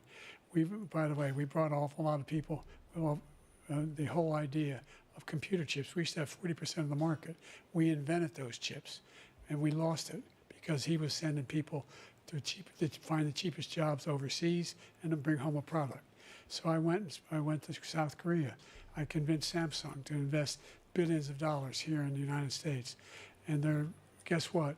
Those fabs, they call to build these chips, those fabs pay over $100,000. You don't need a college degree for them. And there's billions, about $40 Which is billion local, we all being would. invested and being built We all right would. now in the United States, creating significant jobs for Americans from all over the world. President Biden, you have 40 seconds left. Would you like to add anything? Yeah, I would. The idea that somehow we are this failing country. I never heard a president talk like this before. We're the envy of the world. Name me a single major country president who wouldn't trade places with the United States of America for all our problems and all our opportunities. We're the most progressive country in the world in getting things done. We're the strongest country in the world. Yeah, We're a Trump country in the knows what world he's that about keeps to our say. word, and everybody trusts us, all of our allies, and those who he coddles up to, from Kim Jong-un, who he sends love letters to, and Putin, etc. They don't want to screw around with us. Thank you. Former President Trump, to follow up, you would be 82 at the end of your second term. What do you say to voters who have concerns about your capabilities to serve? Well, I took 2 tests, cognitive tests. I aced them, both of them, as you know. We made it public. He took none. I'd like to see him take one, just one, a real easy one. Like go through the first 5 questions. He couldn't do it. But I took 2 cognitive tests. I took physical exams every year. And, you know, we knock on wood wherever we may have wood, that I'm in very good health. I just won 2 club championships, not even senior, 2 regular club championships. To do that, you have to be quite smart, and you have to be able to hit the ball a long way. And I do it. He doesn't do it. He can't hit a ball 50 yards. He challenged me to a golf match. He can't hit a ball 50 yards. I think I'm in very good shape. I feel that I'm as in good a shape as I was 25, 30 years ago. Actually, I'm probably a little bit lighter, but I'm in as good a shape as I was years ago. I feel very good. I feel the same. But I was willing to take a cognitive test. And you know what? If I didn't do well, I aced him. Dr. Ronnie Jackson, who's a great guy when he was White House doctor. And then I took another one, a similar one. And one of them said they've never seen anybody ace him. Thank you. Oh, President God. Biden. No one had ever seen anyone ace a cognitive test before. Pounds, or 20, 35 pounds. Well, you said 6'4", 200. Well, anyway, that's what you're... What? Anyway, What? Just take a look at what he says he is, and take a look at what he is. Look, I'd be happy to have a driving contest with him. Did Joe I Biden just got try my and call him handicap fat? when I was vice president, down to a 6. And What by way, the hell, I told you before, dude? I'm happy to play golf with you if you carry your own bag. Think you can do it? Joe Biden! He's a 6 handicap of all. I was an 8 handicap. Yeah. 8. What the fuck is You know, happening? I've seen you swing. I know you swing. Okay, let's not act like What President Trump the is going to fuck? move Let's not act like children. You to are a a child. specific concern. Oh my that God! voters have How about is you. Trump coming Will you off pledge better tonight than Biden that here? once all legal challenges have been exhausted, that you will accept Trump the got results to of this election, claim the high regardless ground of by who being like, wins. let's not be like And children here. You will say right now that How? political violence in any form is unacceptable. Well, I shouldn't have to say that, but of course I believe that. It's totally unacceptable. And if you would see my statements that I made on Twitter at the time, and also my statement that I I'm made in the Rose Garden, you would shocked. say it's one of the strongest statements you've ever seen. In addition to the speech I made in front of, I believe, the largest crowd I've ever spoken to, and I will tell you, nobody ever talks about What's that. wrong They with our talk about country? Too a many things relatively to small name. number of people that went to the Capitol, and in Oh. many cases were ushered in by the police. And as Nancy Pelosi said, it was her responsibility. This is not mine. embarrassing. She said that loud and clear. But the answer is, if the election is fair, free, and I want that more than anybody. And I'll tell you something. I wish he was a great president, because I wouldn't be here right now. I'd be at one of my many places enjoying myself. I wouldn't be under indictment because I wouldn't have been his political opponent, because he indicted me because I was his opponent. I wish he was a great I president. did everything I would right and rather they have that. indicted me. I wouldn't be here. I don't mind being here. But the only reason I'm here is he's so bad as a president that I'm going to make America great again. We're going to make America great again. We're a failing nation right now. We're a seriously failing nation. And we're a failing nation because of him. His policies are so bad. His military policies are insane. They're insane. These are wars that will never end with him. He will drive us into World War III, and we're closer to World War III than anybody can imagine. We are very, very close to World War III, and he's driving us there. And Kim Jong-un and President Xi of China, Kim Jong-un of North Korea, all of these, Putin, they don't respect him. They don't fear him. They have nothing going with this gentleman, and he's going to drive us into World War III. You want a World War III, let him follow and win, and let Putin say, do what you want, NATO. Just do what you want. There's a thing called Article 5. An attack on one is attack on all, and required response. The idea, I can't think of a single major leader in the world who wouldn't trade places with the job I've done and what they've done. Because we are a powerful nation. We have wonderful people. It's because of the people, not me. It's because of the American people. They're capable of anything, and they step up when they're needed. And right now, we're needed. We're needed to protect the world because our own safety is at stake. And again, you want to have a war, just let Putin go ahead and take Kyiv, make sure they move on, see what happens in Poland, Hungary, and other places along that border. Then you have a war. President Trump, as I come back to you for a follow-up, the question was, will you accept the results of this election, regardless of who wins? Just to finish what he said, if I might. The answer's no. Russia. Why would he say They yes? took a lot of land from Bush. They took a lot of land from Obama and Biden. They took no land, nothing from Trump, nothing. He knew not to do it. Why are Not you gonna play talking games about with yourself me. in He the knew third that. I got along with him person? very well, but he knew not to play games. He took nothing from me. But now he's going to take the whole thing God. from this man right here. That's a war that should have never started. It would have never started ever with me. And he's going to take Ukraine. And, you know, you asked me a question before, would you do this? He's got us in such a bad position right now with Ukraine and Russia because Ukraine's not winning that war. He said, I will never settle until such time. They're running out of people. They're running out of soldiers. They've lost so many people. It's so sad. They've lost so many people, and they've lost those gorgeous cities with the golden domes that are 1,000 years old, all because of him and stupid decisions. Russia would have never attacked if I were President Trump, president. the question was, will you accept the results of the election, regardless of who wins? Yes or no, please. If it's a fair and legal and good The election, answer's absolutely. no. I would have much rather accepted these, but the fraud. He doesn't and care everything about it else was being ridiculous. really. And if you want, we'll have a news conference on it in a He doesn't week. care about the Or we'll fairness. have He's going to another say one it's of rigged these on either in a way. week. But Unless he I will wins. absolutely. There's nothing I'd rather do. It would be much easier for me to do that than I'm running again. I wasn't really going to run until I saw the horrible job he did. He's destroying our country. I would be very happy to be someplace else, in a nice location someplace. And again, no indictments, no political opponent stuff, because it's the only way he thinks he can win. But unfortunately, it's driven up my numbers and driven them up to a very high level because the people understand it. Let's see what your numbers are when this election is over. Let's see. You're a whiner. When you lost the first time, you continued, you appealed and appealed to courts all across the country. Not one single court in America said any of your claims had any merit, state or local. Okay. None. Joe is You actually continue to landing this provoke part. This lie about somehow there's all this misrepresentation, all this stealing. There is no evidence of that at all. And I tell you what, I doubt whether you'll accept it because you're such a whiner. The idea if you lose again, you accepting anything, you can't stand the loss. Something snapped in you when you lost the last time. We'll be right back with more from the CNN presidential debate, live from Georgia. Okay, Act 2 has gone a bit better. It's still not great. Still not great, guys, but it's gone a lot better.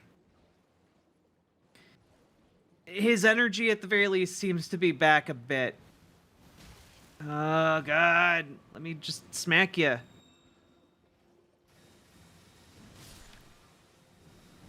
There we go.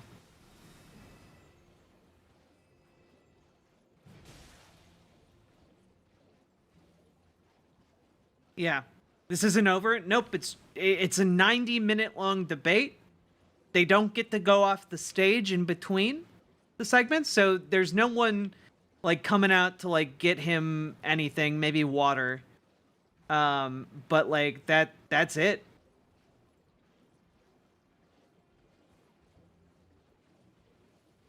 Yeah, I have to say this has all been extraordinarily shocking.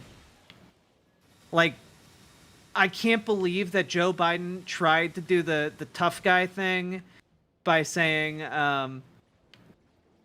he's fat. Like that was crazy. And then that gave Trump the opportunity to look like the rational, like mature adult in the room, and that should be Biden's role. That's Biden's entire play. So he kind of fucked that up pretty bad.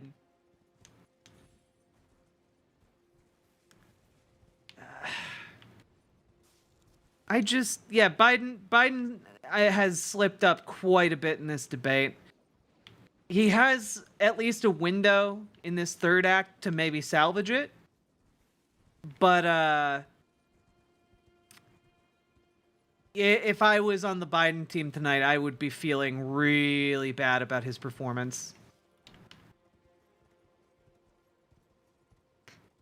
We're not doomed. We're going to get out there. We're going to roll up our sleeves. And we're going to campaign for people down ballot. That's what we're going to do. Maybe we'll do a little campaigning for Biden, but like, God. What is this?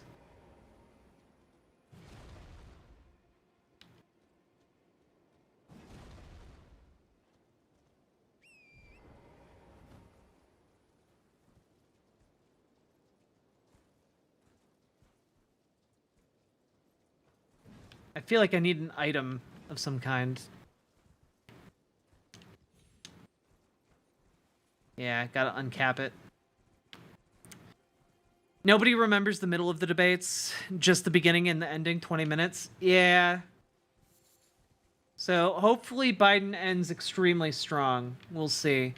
Anyway, remember to hit the follow button on Twitch, hit the subscribe button on YouTube, hit the like button on the YouTube stream. That part's very important. Don't let me down.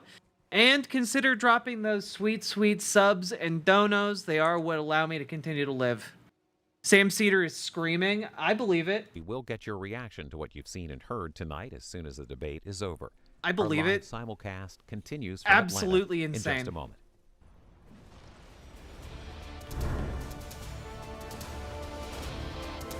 It is now time for the candidates to deliver their closing statements as predetermined by a coin toss. We're going to begin with you, President Biden. You have 2 minutes. Okay. We've made significant progress from the debacle that was left by President Trump in his last term. We find ourselves in a situation where, number one, we have to make sure that we have a fair tax system. I ask anyone out there in the audience or anyone out watching this debate, do you think the tax system is fair? The fact is that I said nobody even making under $400,000 had a single penny increase in their taxes and will not. And if I'm reelected, that'll be the case again. But this guy has increased your taxes because of the deficit, number one. He's increased inflation because of the debacle he left after the way he handled the pandemic. And he finds himself in a position where he now wants to tax you more by putting a 10% tariff on everything that comes into the United States of America. What I did, for example, he wants to get rid of the ability of Medicare for us to be able to negotiate drug prices with the big pharma companies. Well, guess what? We got it down to $35 for insulin instead of $400. No more than $2,000 for every senior, no matter how much prescription they need. You know what that did? That reduced the federal debt by $160 billion over 10 years because the government doesn't have to pay these exorbitant prices. I'm going to make that available to every senior. How about every citizen? Why not? In America. There wants we to go. get rid of that. I'm going to make everybody sure in America. Childcare. Go. We're going to significantly increase the credit people have for childcare. I'm going to make sure we do something about what we're doing on lead pipes and all the things that are causing health problems for people across the country. We're going to continue to fight to bring down inflation and give people a break. Thank you, President Biden. President Trump, you now have 2 minutes for your closing statement. Okay. Like so many politicians, this man is just a complainer. He said, we want to do this, we want to do that, we want to get rid of this tax, that tax. But he doesn't do anything. He doesn't do, all he does is make our country unsafe by allowing millions and millions of people to pour in. Our military doesn't respect him. We look like fools in Afghanistan. We didn't stop Israel. It was such a horrible thing that would have never happened. It should have never happened. Iran was broke. Anybody that he did business try. with Iran, including China, they couldn't do business with the United States. They all passed. Iran was broke. They had no money for Hamas or Hezbollah, for terror, no money whatsoever. Again, Ukraine should have never happened. He talks about all this stuff, but he didn't do it. For 3.5 years, we're living in hell. We have the Palestinians and we have everybody else rioting all over the place. You talk about Charlottesville. Palestinians rioting all over the place. Citation needed. The whole country is exploding because of you, because they don't respect you, and they have to respect their president, and they don't respect you throughout the world. What we did was incredible. We rebuilt the military. We got the largest tax cut in history, the largest regulation cut in history. The reason he's got jobs is because I cut the regulations that gave jobs, but he's putting a lot of those regulations back on. All of the things that we've done, nobody's never seen anything like. Even from a medical standpoint, right to try, where we can try space-age materials instead of going to Asia, Space-age or going materials. to Europe and trying to get, when you're terminally ill, now you can go and you can get something. You sign a document. They've been trying to get it for 42 years. But you know what we did for the military was incredible. Choice for our soldiers, where our soldiers, instead of waiting for 3 months to see a doctor, can go out and get themselves Cutting regulations fixed up isn't a and good readied thing, up but to and like take care people of in the themselves, middle who and they're fancy living. And that's why I had themselves, the you know, highest like approval enlightened rating in the history centrists. of the VA. So all This of these sounds things, good we're to a them. failing nation, but it's not going to be failing anymore. We're going to make it great again. It's not good. Thank But you, like former him President saying, "Oh, Trump, you can now go get President experimental Biden. cancer treatments if Stay you're with us terminal," because we that's have gonna full analysis land with a lot of this people. debate. Anderson Cooper and Aaron Burnett starts now on CNN. Oh God, we're doing C-SPAN though. I just, I'm shocked. This went really bad for Biden. This went really, really bad. And that's a wrap. The first presidential debate of the 2024. Yeah, I really was hoping this would go better. I was really hoping.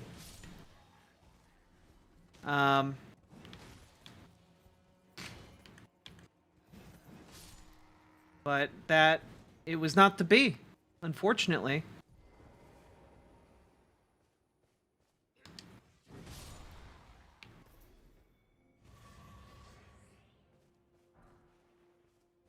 Like, I don't know. What can we say about this? As long as I make sure there's no one sneaking up on me here. All right. What can we say about this? I've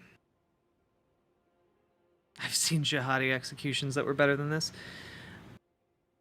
Also take some Sudafed. Yeah. Was it past Biden's bedtimes? I mean, probably. It was 10:30 in the evening. C-SPAN's doing call-ins now. Decided, still undecided. I mean, we'll get back to that, but one more debate that will turn out the same as this. Yeah, but it's a few months away. Maybe he'll have more coaching, but that was really bad. It was a shit show, you know? Like, he went out there and beefed it at the beginning, managed to like kind of pull himself up in the middle, and then he shambled across the finish line. Like, if this was meant to convince voters, especially younger voters who are already disillusioned, to vote for Biden, I would say that failed miserably. No young person who watched that would be impressed by Biden's performance, nor would they, frankly, be particularly won over by his pretty milquetoast policies that he's laying out there, or his position. Oh. Next one, Project 2025 had better be mentioned. I don't think Biden is interested in pushing the threat of Project 2025. This is one of those thanks I hate everything moments. Fair. Yeah, exactly, Gamer G. What he needed was at least another State of the Union moment where he comes out, he's snappy, he has quips, he's able to kind of roll with the flow of his statements, where he can kind of maybe make a joke about some stumbling over his words a little bit. He needed to be charming and old, but instead he was just old and a little confused, and that's a bad look. If you're a little confused and charming, that right there, those are the recipes of a meet cute, okay? That's rom-com gold right there, okay? And it also applies to presidents, okay? Presidents appeal to the masses in the same way rom-com protagonists do, okay? You need to come off charming and sophisticated, or at least kind of bumbling and sophisticated, at the very least, like a mousy librarian at the beginning of the rom-com, who still has the glasses on and is dropping the books. Oh, and then she goes down to pick up the books, and someone tries to a nice young man comes up and picks up a book and says, "Hey, you dropped this? I was gonna check this out." And she's like, "Oh yes, that's in section 21D, and I really like his work. It's really quite impressive what he says with all those words in that book." And it needs to be a meet cute. What the hell are you talking about? I'm saying that presidents, when they go out or when you're in a debate, you need to have riz, you need to have the charm, you need to be able to compensate for any other awkward qualities you have. And Biden was completely unable to do that tonight. He's been able to do it in the past. He did it at the State of the Union. Everyone before that was talking about how old and tired he was. He came out, he nailed it. He made some jokes at his own expense about the stumbling over words. It was charming. People liked it so much that they shut up for a while about him being old. He needed to do that again, and instead it was an unmitigated disaster on that point. They're panicking on MSNBC. The entire DNC is shitting themselves, apparently. Good! We've been trying to tell them for months that they should be shitting themselves.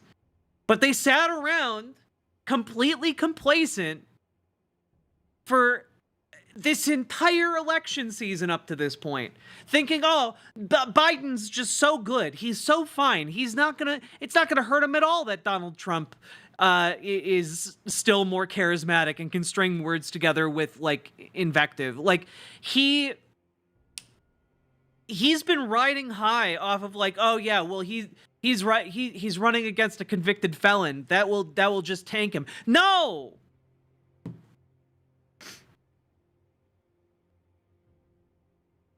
So, where we're at right now is that I imagine the Democratic Party is having a collective poop in the pants.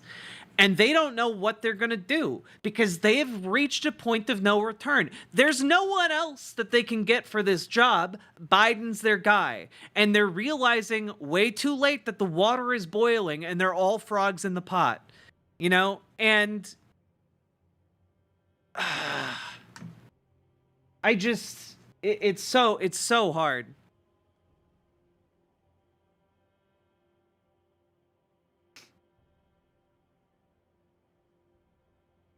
You're not watching CNN? I know. They're doing call-ins right now. Rainbow Krampus, thank you for the $5 dono. Super chat. Biden did worse than I'm doing in the final Elden Ring DLC boss. Yeah.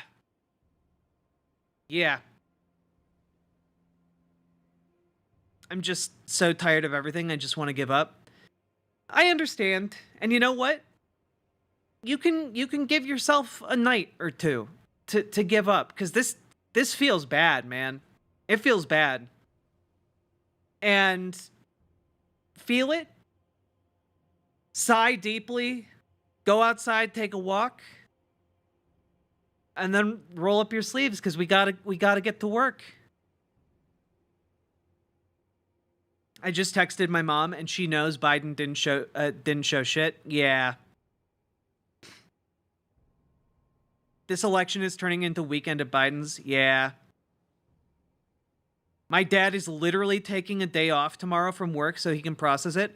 Jazzdog and Noriku, are your parents like kind of middle of the road libs, or are they like lefties?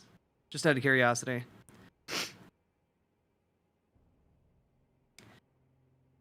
It is rough, man. I do want to see some of these post debate interviews here.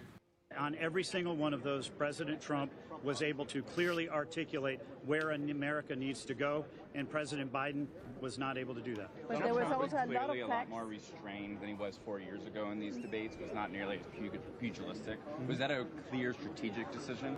Look, what we wanted to do, what the President wanted to do, was be able to come out and talk about the issues that are affecting American people. He was able to clearly articulate those issues, and he was able to clearly talk about the solutions that he's going to be putting on the table. Was temperament part of that? Absolutely. Look, this was an opportunity for us to have the two men on the Biden stage did at the worse same than time I'm doing and at the talk final about their vision Elden Ring for the world. DLC We boss. wanted to make sure, he wanted to make sure that he was going to be able to get those points out in an articulate way, and he did a fantastic job with it. Thank you, Chairman. Yeah, thank you. Biden's going to be the nominee?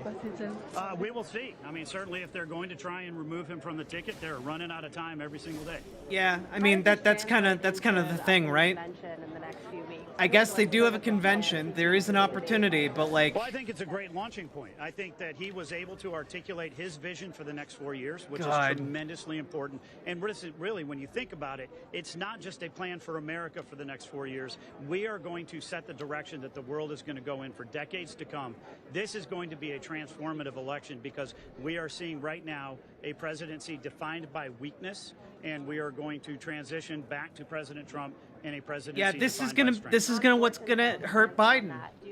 He came off weak. Michael Whatley, the chair of the Republican National Committee, talking to reporters live. He came in the off spin room. very, very C-SPAN weak, cameras and he's are gonna there get hammered on the that. ground. We have not seen Democrats yet in the spin room. We're expecting Your mom's to a neolib, see some Narco? from the Gotcha. Biden camp, and when we do, we will bring you back inside the spin room. We are also taking your phone calls, your texts, your social media reaction to tonight's first presidential debate. That was Paul, bad. in Miami.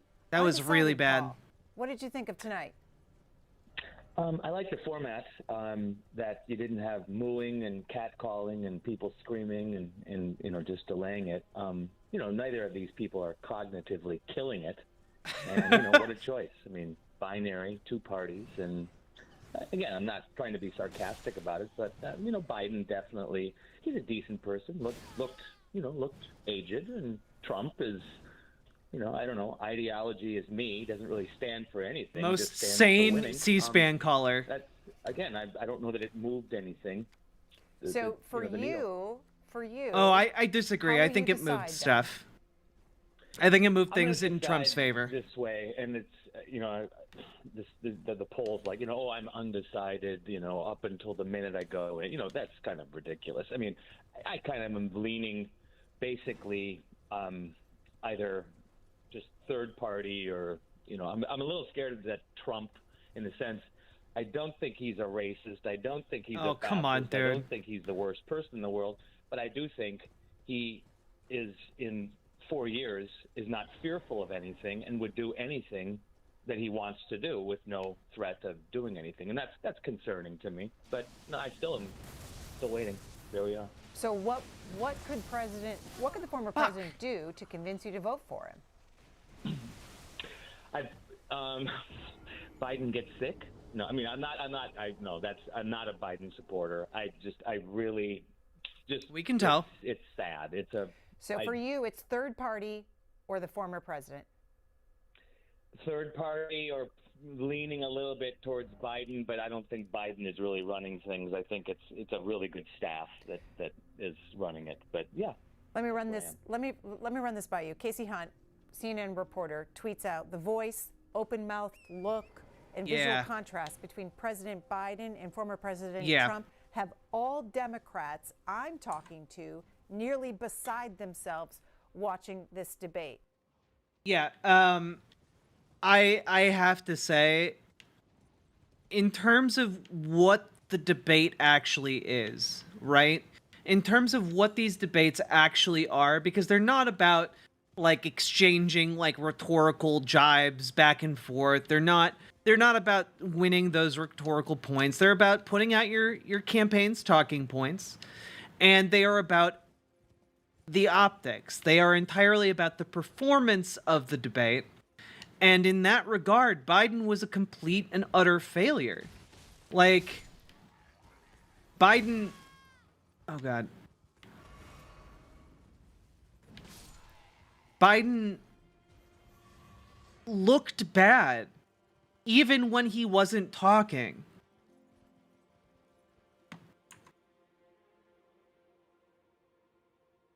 A prominent Democrat is texting saying, Gavin, please, referring to the California governor. Paul? Yeah, this is difficult. It's what a choice we have. It's not fucking nice. hell. These aren't tremendously talented candidates, and I think at this point most people have made their mind, unless there was if you remember the old governor. Yeah, I also agree with that with Erdtree. I don't think they're going to pivot. They're going to keep voting for me unless they find I'm in bed with a dead woman or a live child. And I think it's come to, we have bad choices, and it's just going to be last second. People are going to make it. Paul, should they hold Hello, a second Haruko. debate between these two candidates in September? Should. Of course they should. Absolutely. Same rules. Absolutely. Same rules. Same format. I like it, and I get it, where the hosts, or rather the moderators, Dana and Jack, they have a difficult time. You got to push these people. I worked in media years and years ago, but you got to push people. You got to get them, just cut them off. All right. And stop. Yeah. But thank you for the opportunity to share that. All right, Paul, undecided in Florida. Let's go back into the spin room. Senator Tim Scott's talking to reporters. Talk about what that meant to have that elevated for this audience. It's an exciting time for the people living in impoverished communities. Under Donald Trump, we saw my opportunity. It's so bad, chat. Like, to really emphasize what you're watching right now, it was bad enough to make these liberals who have been up to this point pretending everything is fine with Joe Biden. It's been so bad that even they are going, oh, there's something wrong with this guy. It's almost like we should maybe get a different guy. Like, they're like waking up to reality from how bad that was. And you guys know it's really hard to get these people to wake up. It's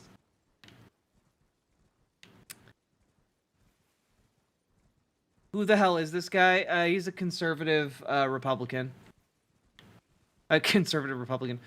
Yeah, he's a conservative. He's a black Republican. He's ride or die for Donald Trump.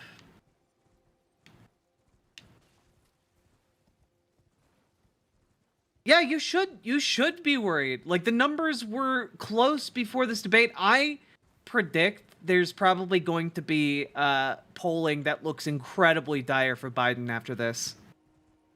Like, it's gonna be bad, y'all.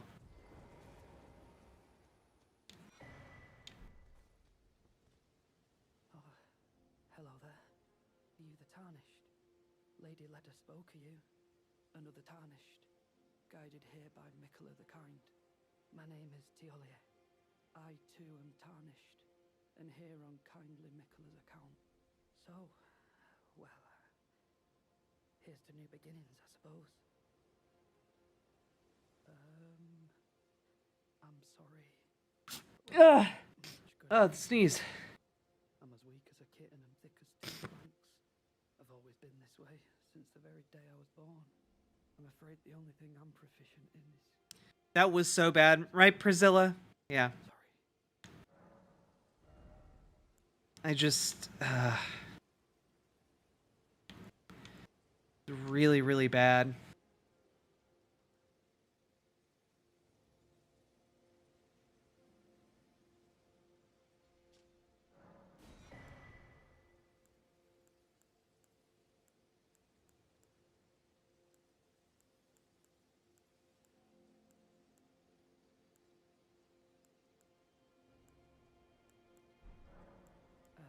Just give me the word if you need any more poison. Thank you, Haruko. Yeah.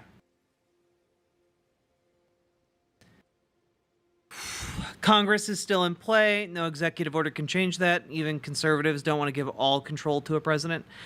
Migs, I gotta say, no, if Donald Trump wins, he's going to be in a position to effectively take the presidency entirely. Like, in terms of like dictatorial power, he's going to have a level of control that no other president has had.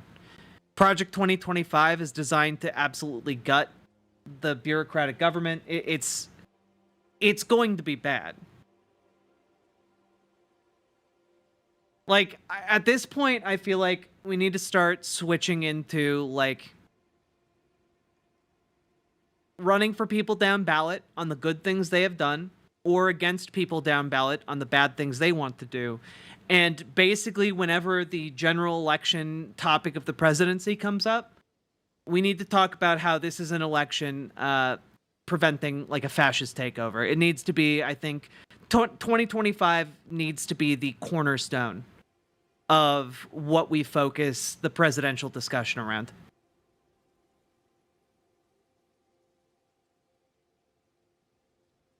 Yeah, this time Donald Trump has learned how to actually wield power. Yeah, exactly, Paladin. Like, Project 2025 is basically an outline of how to turn the United States into a fascistic dictatorship. Yeah, we need to double down on the anti-fascist content, frankly. I think the general is going to be very hard to get people on the left to mobilize for Biden. I think it will be much easier to get them to mobilize with an anti-fascist lens. And I think that we also need to be aware that, like, if we have canvassing events, it's probably going to need to be out of necessity for people who are down ballot of Joe Biden to try to get people out, like, kind of trickle up, you know, economics in a sense. If you forgive the comparison between voting and economics. My biggest hope right now is that 13 key theory holds true, like it does every presidential election, and Biden squeaks over the finish line. What is... I'm not familiar with 13 key theory. This is what they're doing right now, right before the debate. Oklahoma kids will learn that the Bible and the Ten Commandments are foundational for Western civilization. The left is upset, but one cannot rewrite history. Cool! That'll only take 10 years for the Supreme Court to hear, and then by then, you know, it'll be more conservative dominated if Donald Trump wins. Yeah, exactly, Paladin. That's kind of the plan, I think. That is what I am going to be advocating people do rhetorically in left-leaning spaces.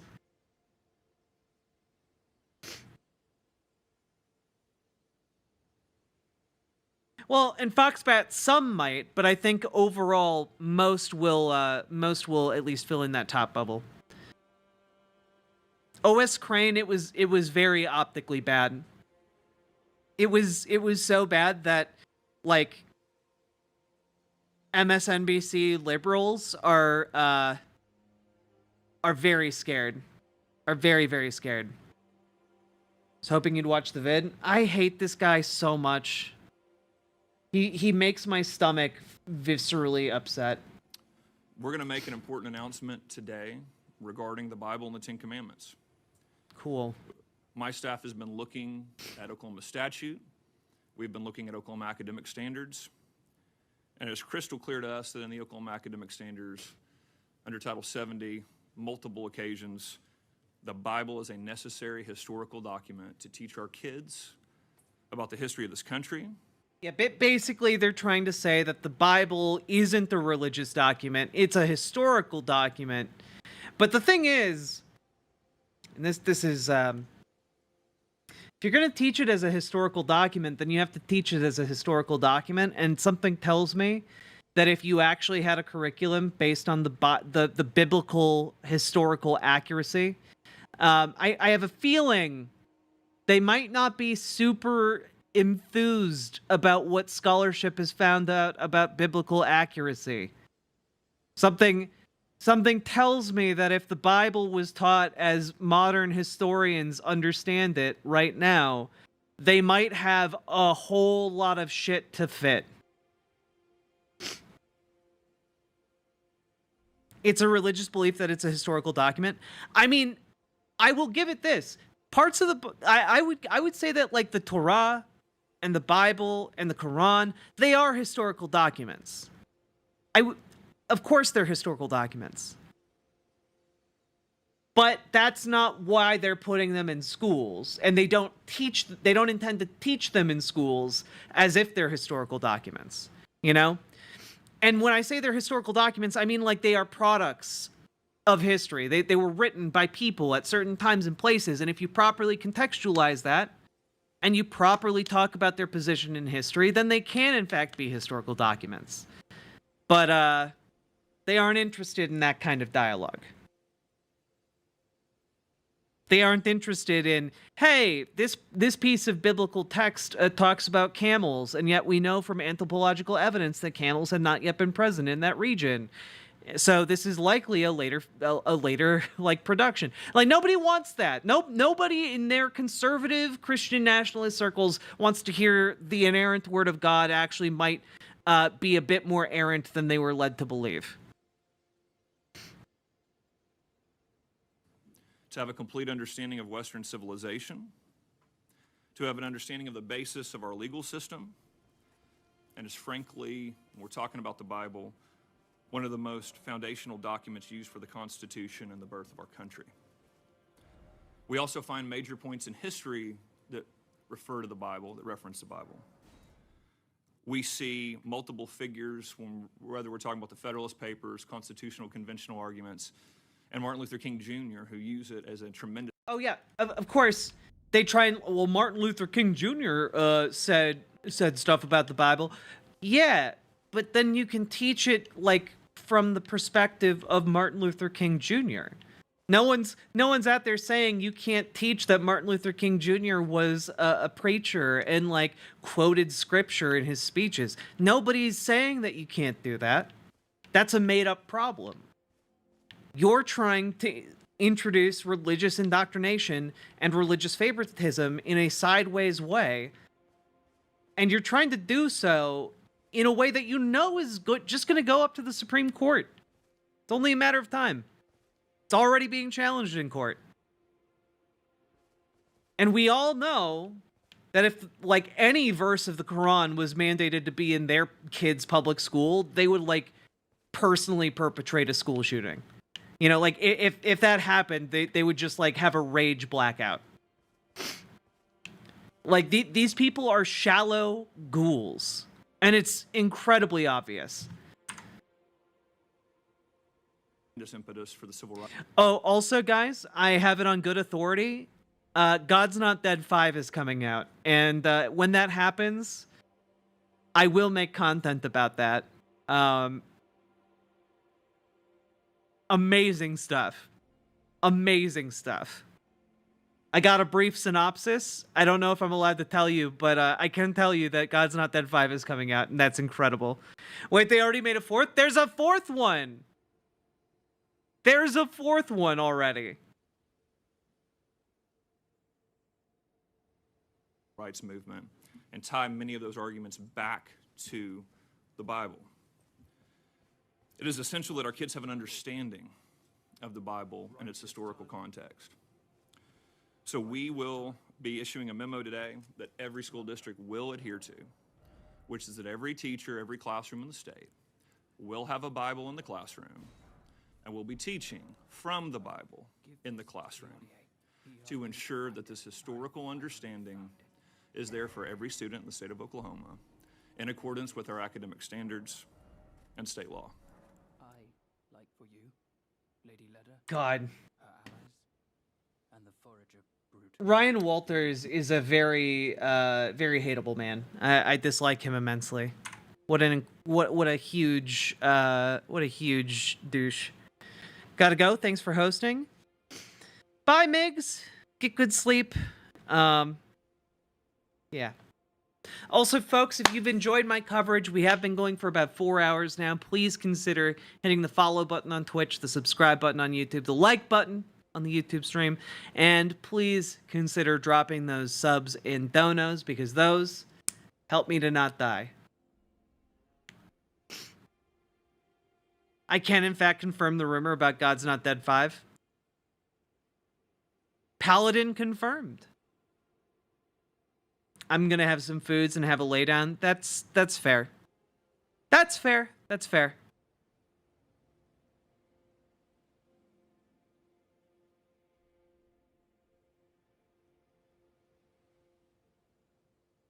Fourth one was about homeschooling? I believe so, yeah. Wait, the trailer for God's Not Dead 5 is out? Okay, I feel like that's the perfect way to kind of cap how pathetic this Ryan Walters position is.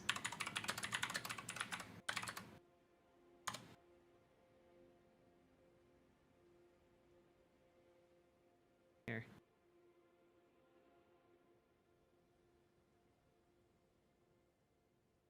Yoink. Oh my god, it dropped 2 days ago.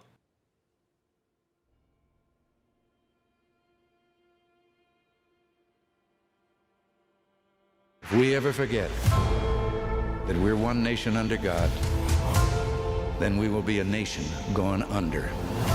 Now more than ever, Christians must realize that. Can we just the opening shot of this trailer is this guy presumably a little drunk, you know, doing what every soft-hearted conservative does when a little tipsy by themselves. He watched a random speech by Ronald Reagan. Forget that we're one nation under God, then we will be a nation going under. That's what he's doing. Now he's more watching than it on ever, his laptop. Christians must realize that we're being called to deliver hope to a country that's feeling hopeless. Faith begins where your comfort zone ends. We need to step out into that faith. We're 6 weeks out from Election Day, and a lot of folks have lost hope in the future of our country. We must maintain a wall of separation between church and state. Religion has no place in the public square. It doesn't. Once they bankrupt our country, it's in the Constitution. They will have complete control. Where did we go wrong, Lord? We need someone who can light a fire in the voters. The preacher. He helped on those education hearings. I've been hired to manage your campaign for Congress. I'm not a politician. If you don't take on this fight, we could lose everything. They found someone to run against you.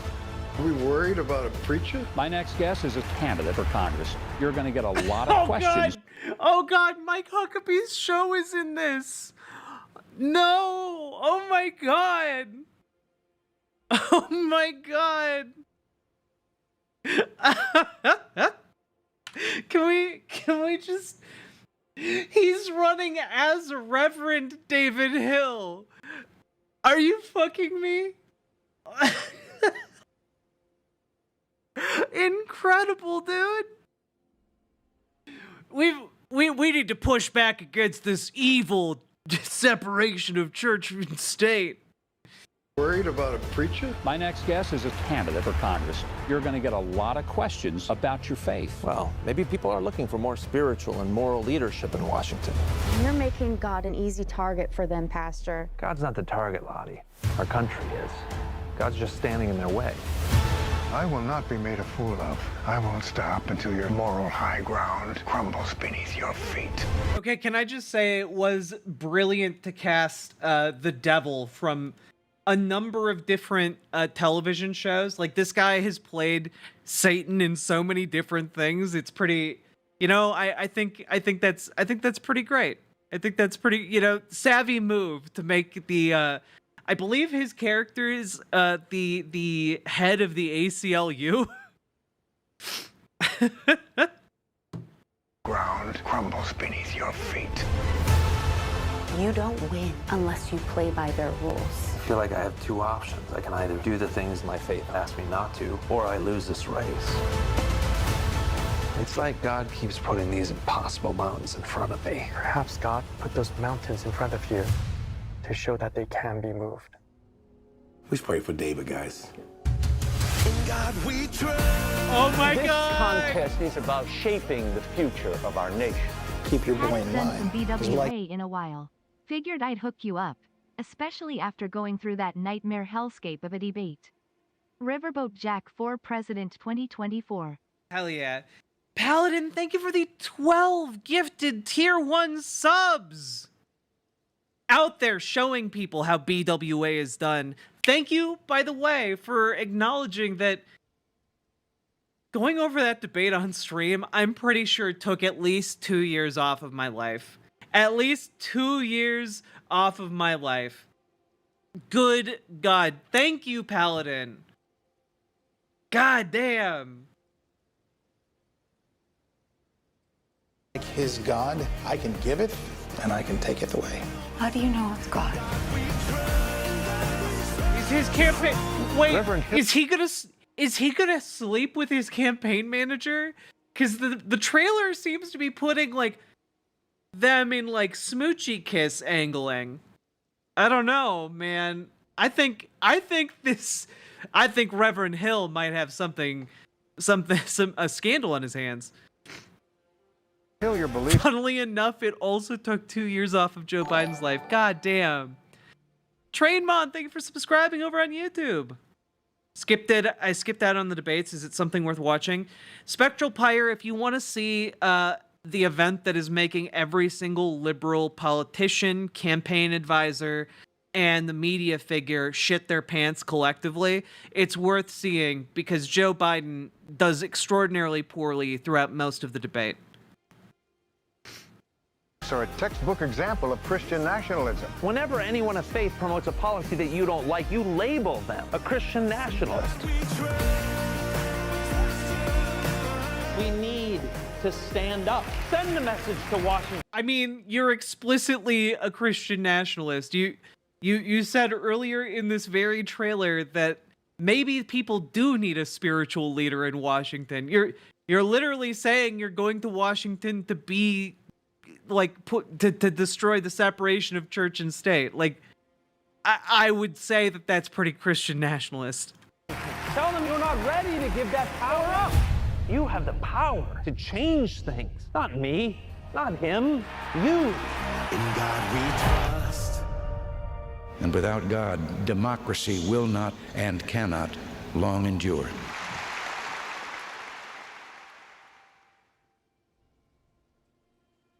Wait, really? Can one of you link me the MSNBC? So when I made that joke before the debate about somebody pooping their pants, I didn't know that somebody would be us. True. Okay, MSNBC. Let's see here. This is ABC. I want... You've been a part of a lot of debates. How would you characterize what happened tonight? It was the most dominant performance I've ever seen by a candidate. Donald Trump just cleaned the entire night up. It was. Okay, yeah.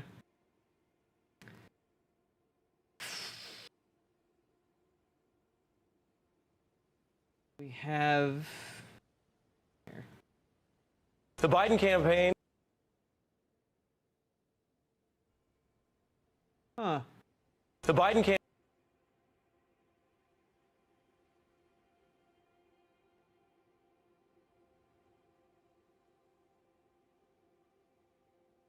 How cooked are we with Biden right now? I mean, here's what do you say to voters who have concerns about your capabilities to serve? Well, I took 2 tests, cognitive tests. I aced them, both of them, as you know. We made it public. He took none. I'd like to see him take one, just one, a real easy one. Does Like, Biden go through have the strep? first 5 questions. He couldn't do it. I don't think But that matters. I took 2 cognitive tests. I took physical exams every year. And, you know, we knock on wood wherever we may have wood, that I'm in very good health. I just won 2 club championships, not even senior, 2 regular club championships. To do that, you have to be quite smart, and you have to be able to hit the ball a long way. And Yeah, like, you have to be able to hit the ball a long way, folks. 6'5" and only 223 pounds, or 235 pounds. Like, he's trying to call Trump fat, and he keeps fumbling it. Well, you said 6'4", 200. Well, anyway, that's what you're. Anyway, just take a look at what he says he is, and take a look at what he is. Look, I'd be happy to have a driving contest with him. I got my handicap, which when I was vice president, down to a 6. But by the way, I told you before, I'm happy to play golf if you carry your own bag. Think you can do it? that's the biggest lie. He's a 6 handicap of all. I was an 8 handicap. Yeah. 8. Never. But I had, you know how many? I've seen you swing. I know you swing. Okay, let's not act like children. President Trump, we're going to turn. Let's not act like children. Hey there, MSNBC. No, I don't know who you are. I don't know you. That's not your bag. Let go of my bag. Sorry. Yeah, God, this is sad. It is. Yeah, it's really bad, guys.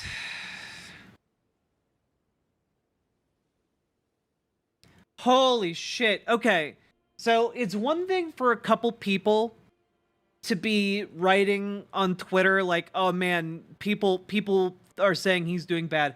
It's another thing for Axios to be able to report on people being this level of disillusioned. Congress Democrats in state of shock over Biden debate performance. What they're saying, one House Democrat described the president's debate performance as awful, exclaiming, "What the fuck?" "I'm in a state of shock," said another. A third House Democrat said, "Jamal Bowman is the hero we need now. We need him to pull the fire alarm." One female House Democrat said, "It's time for a woman to save both these men from their misery. President Whitmer has a strong ring to it." They're literally behind closed doors, like throwing out names in desperation. This is unprecedented.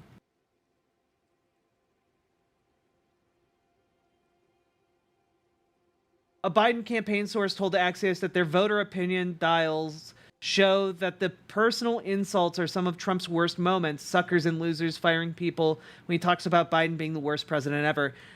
That does no. I'm sorry.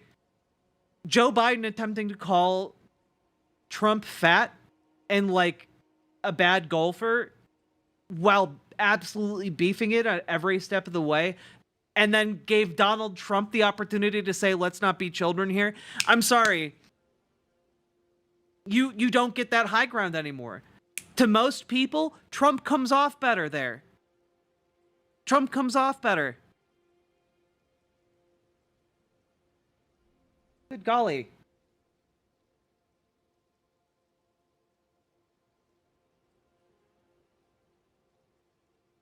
These are among the poorest rated things he said all night, and he keeps talking about them. Shows that more Trump is out, the worse he does with independent voters, the source said. What's really interesting here is that the Biden campaign source is talking about Trump's worst moments and not how Biden did relative to Trump.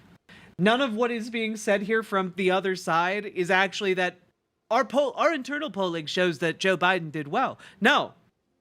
Yeah, this hurt but Gamergy, yeah, this hurt Biden among his liberal base. It hurt them bad, dog. Gaza, he's more than willing to throw all the progressives under the bus. He can't really afford to lose the liberals. But that might just be what this debate did. This might effectively be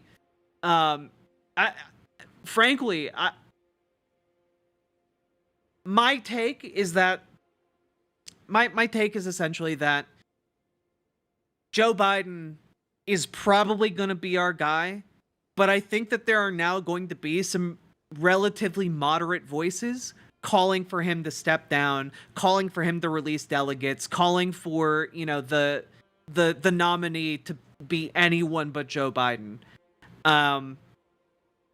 We'll see if that actually goes anywhere, but the fact that this is the fact that this is even being discussed and being printed in the press at all is indicative of people being really, really unimpressed.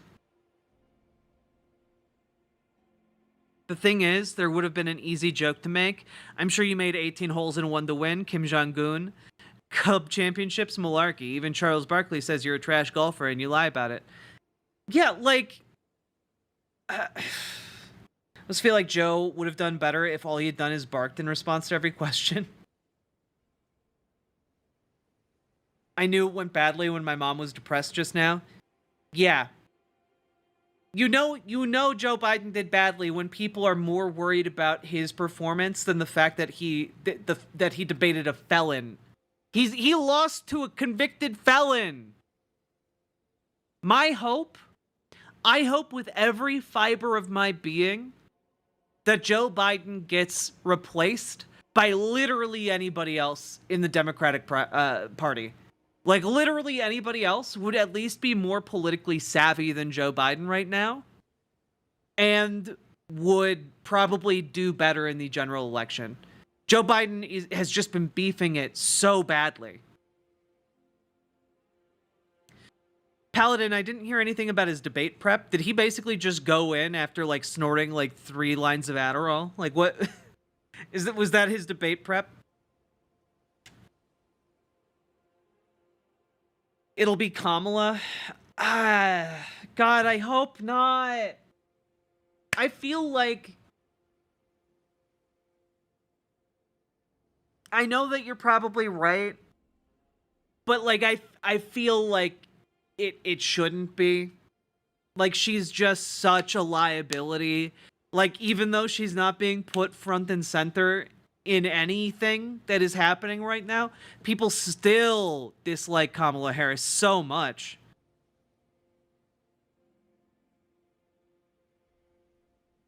They had a whole news cycle about debate prep. I didn't pay attention to that. I was on the ground organizing for Jamal Bowman. I mean, yeah, Kamala Harris would be safer than Joe Biden right now, but I'm just like, man, they could make a lot of better choices. Literally any other Democrat. Gavin Newsom would do, I would say, exponentially better than Kamala Harris. Honestly, any of the governors would do better than Kamala Harris. But given how the Democratic Party operates, there's, like, you're probably right, Gamer G. All my sources say pulling both Biden and Harris would destroy the coalition. I mean, probably, yeah.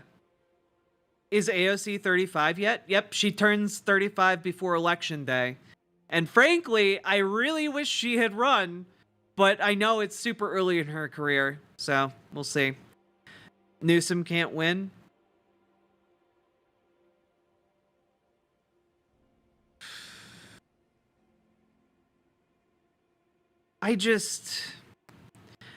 Newsom can win. Newsom can win. People like tall white men. Those are like some of the prerequisites for becoming like a president in the United States, with a few exceptions. No. You guys are all like California politics cooked. Most people in the Democratic Party like Gavin Newsom, and progressives even, I would argue, like Gavin Newsom better than they like Joe Biden. You know, he looks like a used car salesman. Yeah, but you know who sells cars? Used car salesmen. If they're good enough to make a living off of it, then they're good enough to like run a campaign. Are you kidding me? People vote for car salesmen all the time.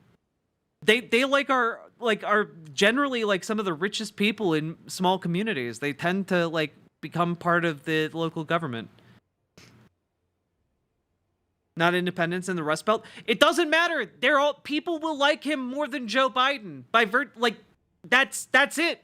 That's it. It doesn't have to be like people love him. It doesn't have to be like people want to take a bullet for the guy. The only thing is, will he do better than Biden? And the answer is absolutely yes.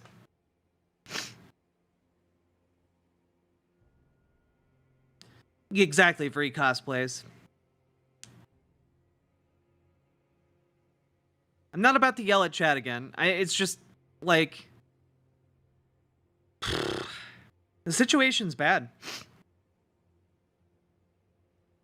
If I could donate on Twitch right now, you'd be getting some dollarinos. You can always try donating over on riverboat.gg. It's the on-screen chat.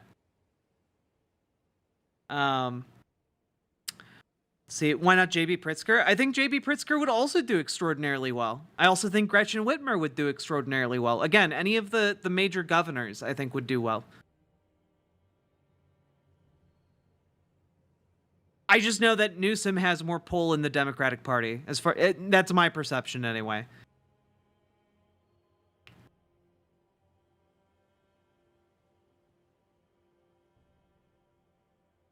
God. The inanimate carbon rod. Yeah. It's...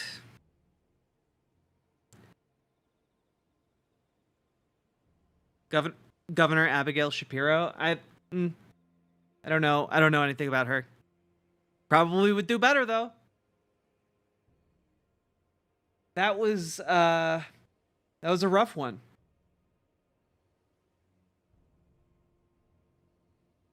Gamergy, I agree with you. I just, you know, who's more likely to be able to move around in the DNC? Yeah. Goon with a tire iron for 2024. Yeah. Shrug and Bug. Thanks for the overall positive vibes and coverage. Less than 3. You're welcome, and thank you for the $5 dono. I really appreciate it. Like, this is doing analysis and coverage is hard. Does anyone think Biden can still win this election somehow? Yeah, it's possible for Biden to win, but it's like gonna like possible in the sense of like it being a nail biter is like the most probable outcome. Like, we shouldn't be in an election against a felon who's been convicted on 34 counts. We shouldn't be sitting here like, oh God, is Biden gonna win? Like chewing our nails down. You know, that shouldn't be the situation here. And the fact that it is a result of gross mismanagement and like pure hubris. And it should absolutely I mean, frankly, anyone who didn't foresee this needs to be kicked out of politics. It's been being telegraphed for months now. It's the most obvious outcome in the world from Biden going on the election path for another term. Anyone who didn't see this coming needs to like get the hell out of liberal decision making. Right now, I would say that Donald Trump has the advantage going into the election cycle, and that should not be the case. Yeah, he was also convicted of sexual assault in a civil court. Like, or not convicted, but like it was found likely that he committed it. And like, it shouldn't be this close. It should not be this close at all. Hey, Soraus. We're doing.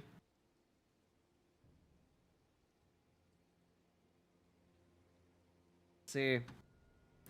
Was there any other insights we can glean from this? Early into the debate, one of the Democratic lawmakers said their colleagues were circulating a clip from the 1980 movie Airplane titled, "I picked the wrong week to stop sniffing glue." Are you... Looks like I picked the wrong week to quit sniffing glue.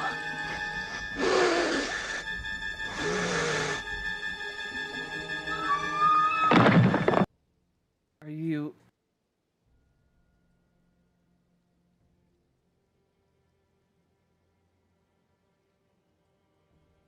this is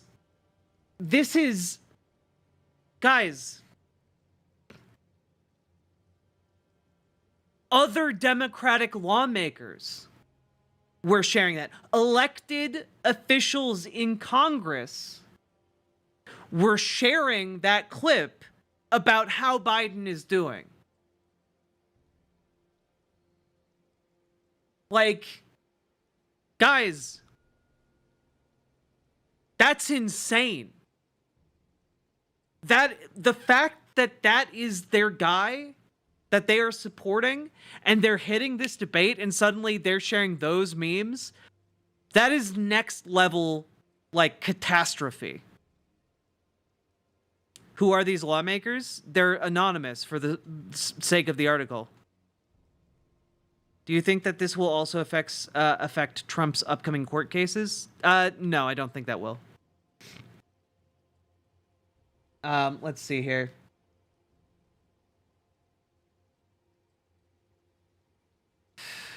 The lawmaker laid the blame at Biden's campaign staffers, arguing that the president was overprepared and should have been given more rest ahead of the debate night. It's a disaster, they said. Yeah, again, yes, but a handful of House Democrats asked about Biden's showing, instead pivoted to Trump's performance, because of course they did. It's the only way you can possibly talk about that debate without making Biden seem bad. At least this is a wake-up call. I mean, I guess it's good that it's before the before he's like put up as the nominee, but like way too late.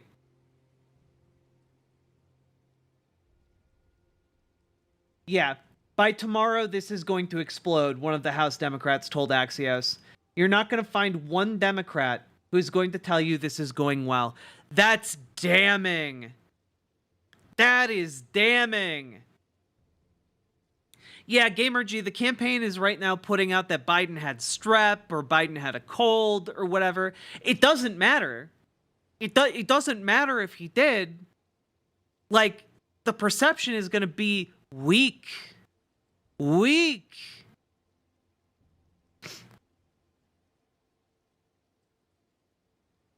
He got to prove himself at the DNC. I think there's going to be some real institutional challenges to Biden now from here on out.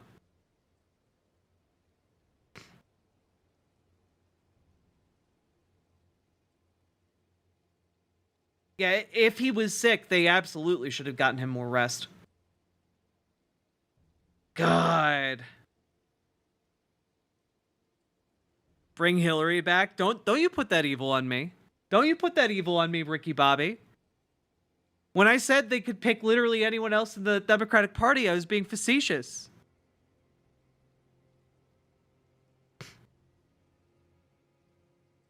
I mean, you're absolutely right, Spicy Diarrhea. The DNC is dumb enough to try and run Clinton again. I mean, I would vote for anyone who's not Trump to avert fascism, but like, holy moly. If that happened, God.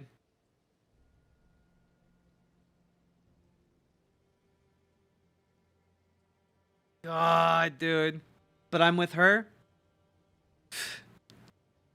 I just keep thinking of J-Reg wearing that Hillary Clinton hat at the canvassing. It was so fucking funny.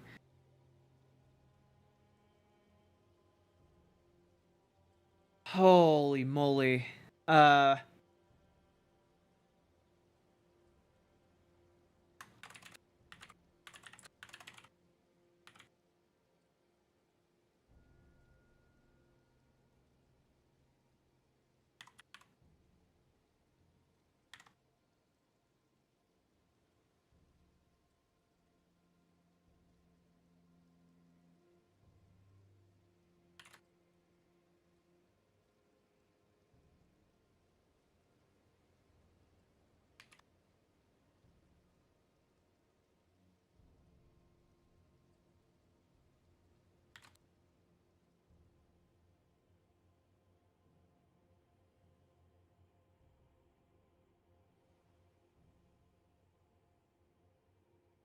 I don't even know who J-Reg is. Yeah, he's a pretty big YouTuber. He has like 500,000, 250,000 followers on subscribers on YouTube.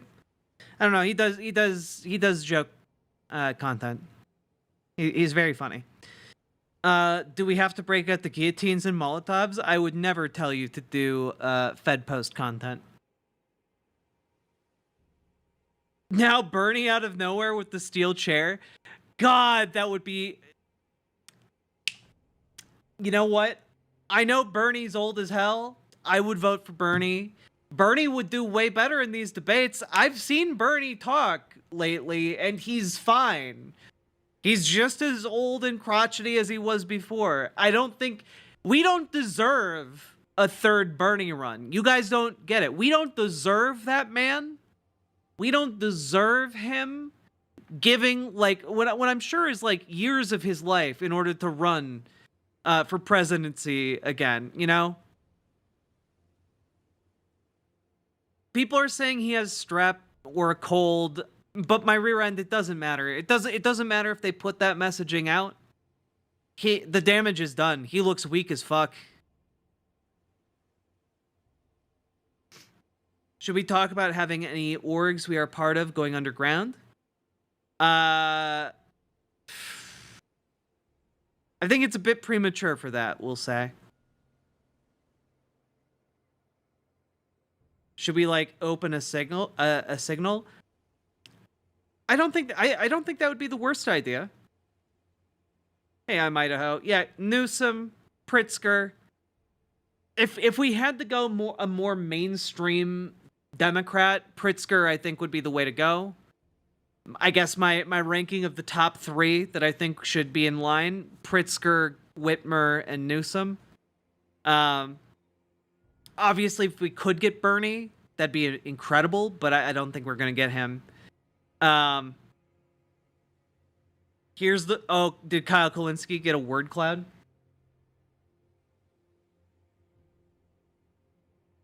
Joe Biden in a word. Old, which granted, I love that people were asked Joe Biden in a word, and a not insignificant number of people responded both Joe and Biden. That's kind of incredible. Also, bad, senile, and incompetent are like the 3 runners up. This is a really, really, really bad turnout. Donald Trump in a word, criminal, but you also have that surrounded by smart, honest, American, and leader. Like, the overall impression on this is that Trump won, you know? God. Hold up, how do you think it's going to look if the DNC literally anoints a candidate? That, honestly, that's the thing. What is going to need to happen, my rear end, is that Biden is going to need to, like, pull out due to, like, family concerns or his health or something like that, you know? And that would then trigger the DNC to, like, need to, like, have internal elections or have, like, it would basically be a massive clusterfuck, but it's going to be a massive clusterfuck either way at this point.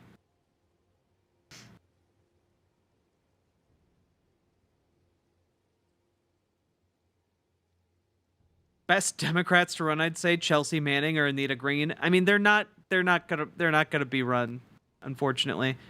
How doomer is everyone? I'm not doomer yet, but it's bad. I'm not gonna sugarcoat it.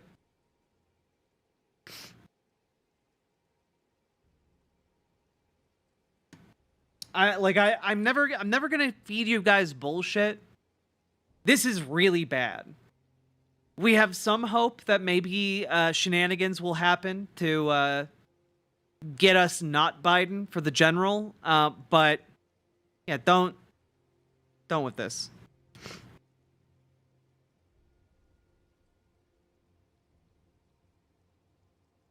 I think it's too late to run anyone else in Biden's place. No, guys, again, what they would do is they wouldn't just be like, yes, we're all gonna coalesce behind a new person. It would probably be that they would put pressure on Joe Biden behind the scenes to bow out, frankly.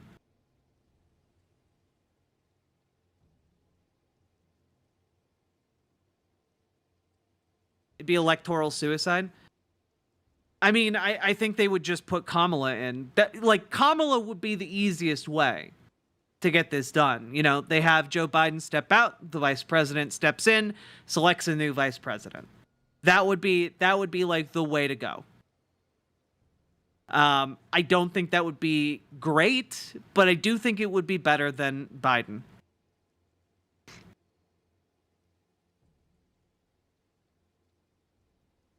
So Harris then?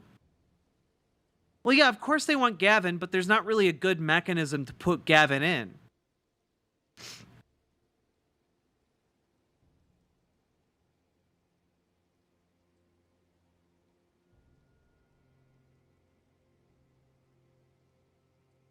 Again, I agree with you.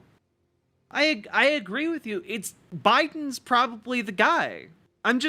You guys wanted me to run through scenarios where, like, Joe Biden isn't the guy, where, like, the Democratic Party in their horror response to this debate takes drastic action. I'm giving you scenarios. I'm giving you candidates that I think would be good. You guys open these doors. I'm just responding to that. Like, of course, none of these are likely.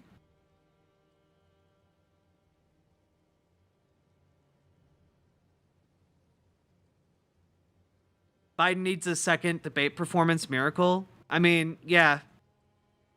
I would say Biden needs many things at this point.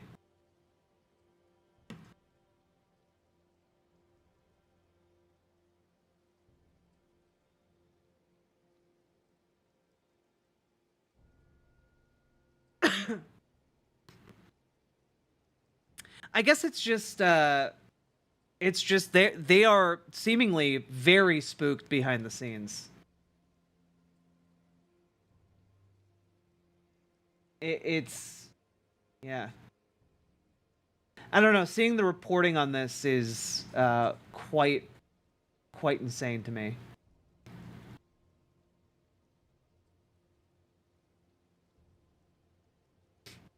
Yeah, Axios is saying this is a huge blunder for Biden.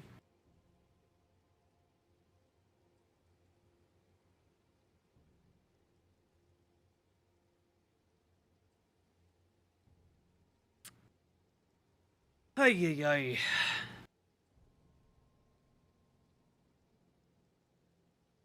I'd prefer Kamala step out too. Yeah, I mean, I would too, but, you know, if that's the route they went, Kamala wouldn't step down.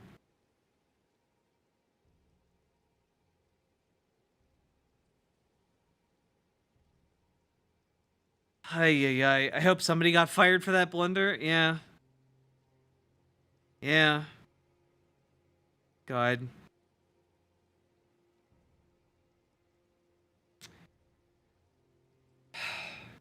Okay. I'm going to go use the bathroom. And then when I come back, we'll do something new. We'll do something else. Okay? And I hope you guys don't doomer. Don't give up. Tomorrow will be a new day. We'll go out. Sun will still shine. We'll touch some grass, take some deep breaths, drink some water, and then we'll roll up our sleeves and get to work. It was always what we were going to have to do anyway.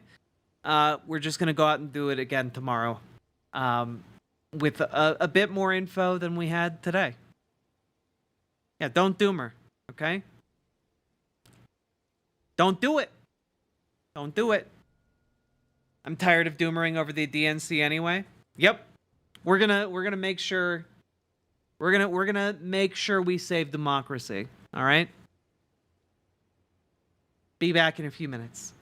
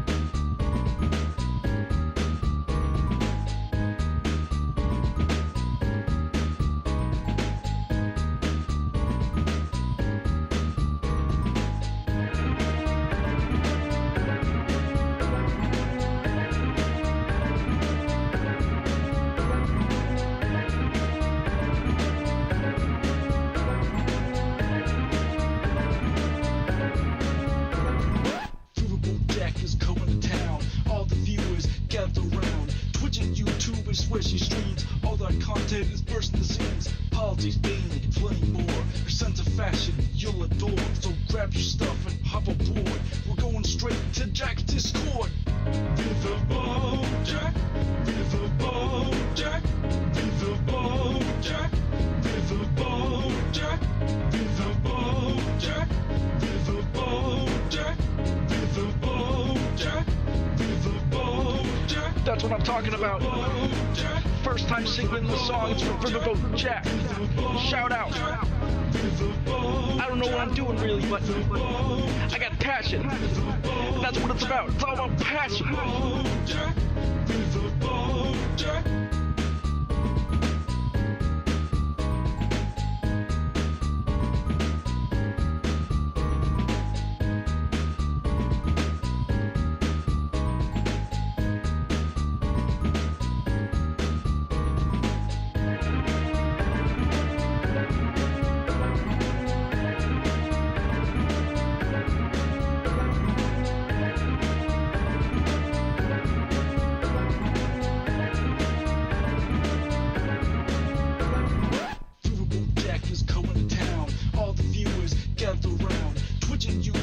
Where she streams, all that content is bursting the seams. Politics, gaming, and plenty more. Her sense of fashion, you'll adore. So grab your stuff and hop aboard. We're going straight to Jack's Discord.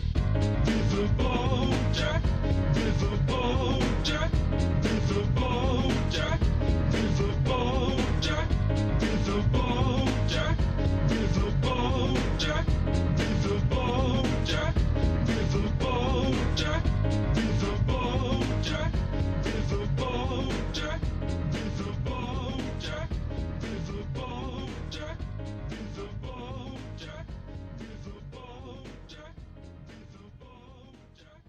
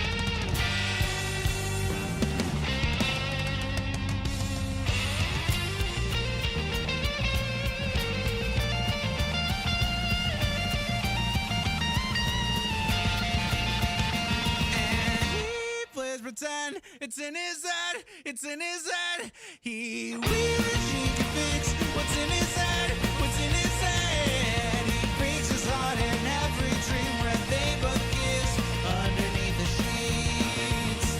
Oh, what a beautiful dream. Oh, when he plays pretend, it's in his head, it's in his head.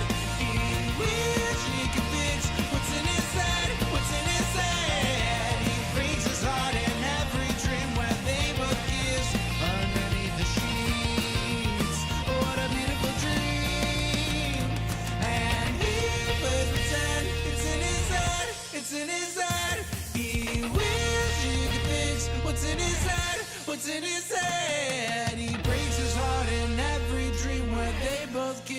underneath the sheets. What a beautiful dream.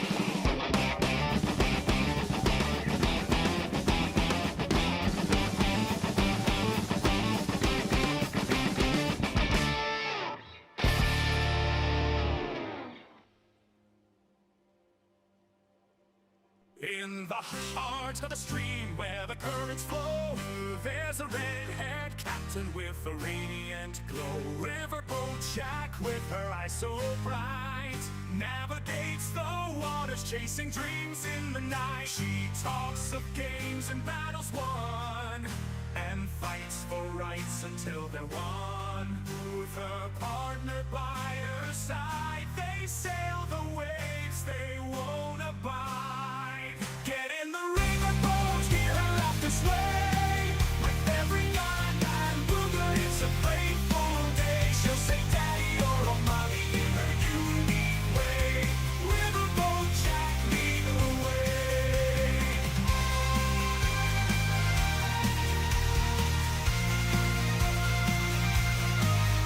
In chat, the waves crash loud. As Jack speaks truth, she stands proud. Politics, socialism, her flag unfurled. In her world, all voices are heard. With bomb curls and glasses on, she blows a kiss, her strength is strong. Her favorite tune, she'll sing along. And in her laughter, we all belong. Get in the riverboat, hear her laughter sway. With every yacht and booger, it's a playful day. She'll say daddy or oh mommy in her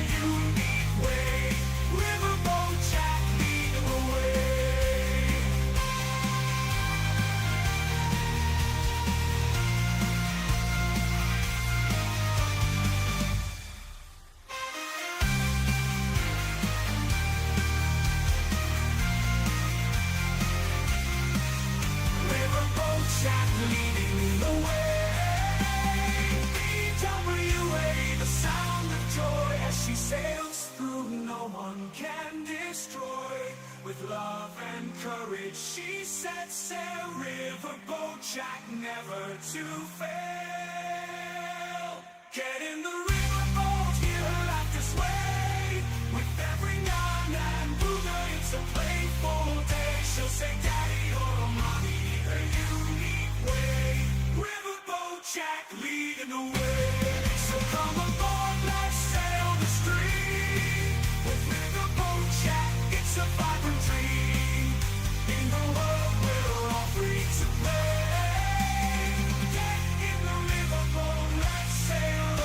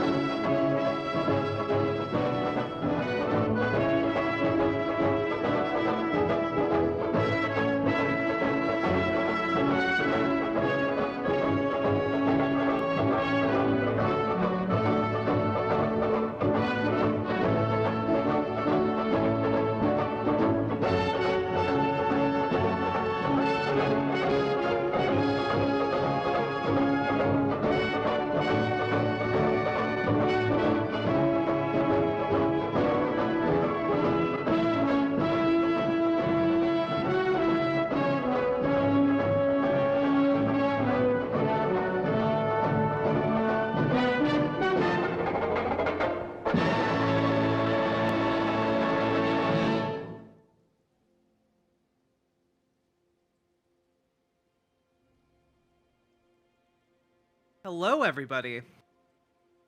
Hello, hello. How we all doing?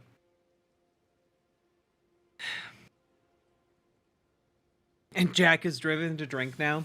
Only a little bit. Only a little bit. A little whiskey.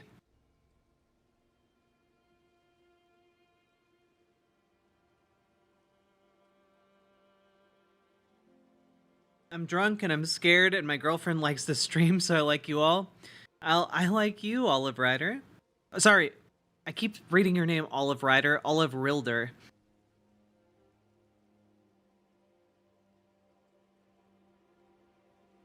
I thrive when I know the competition is faithful, not because... Oh, wait.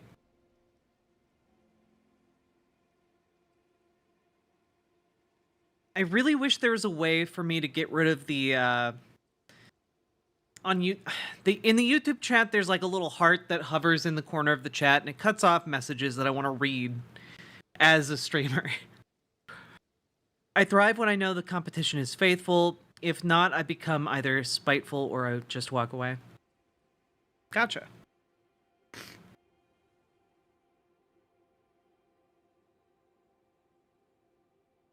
Jack says hello, then I get ads. Sorry.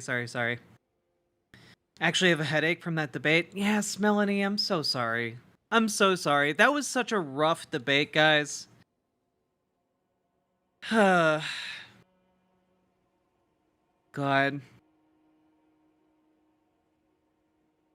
I'm calling you Olive Rider now. It also cuts off some of the interface for modding. Yeah, it's so frustrating.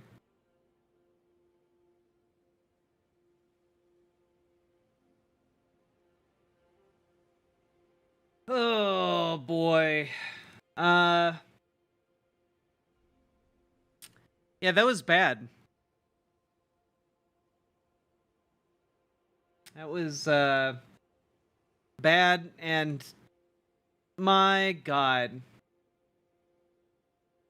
This is the only thing Joe Biden needs. This is the actual Joe Biden account. This is Joe Biden's actual Twitter account, guys.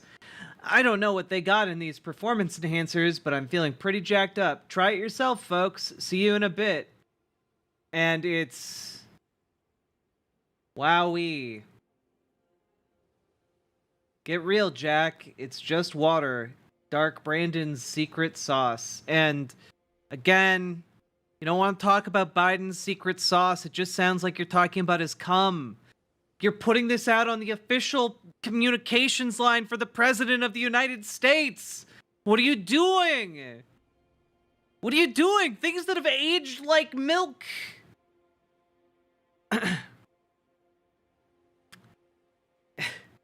Actually, this has aged worse than milk, because if you left out milk between then and now, it would still be drinkable. This is worse. I must own the Biden beverage. Punky Gal, thank you for subscribing over on Twitch. And yeah, also you've been subscribed for over 3 years. That's crazy. Thank you so much for being with me. See, that's the problem. You can't know in advance that Michael's secret stuff is just water in advance. You have to believe it's special, right? It's aged like pilk. I don't want to remember what pilk is.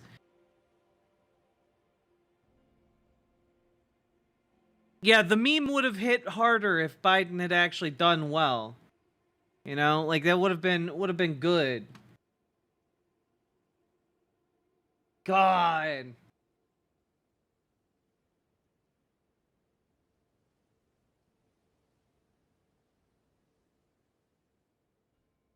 God.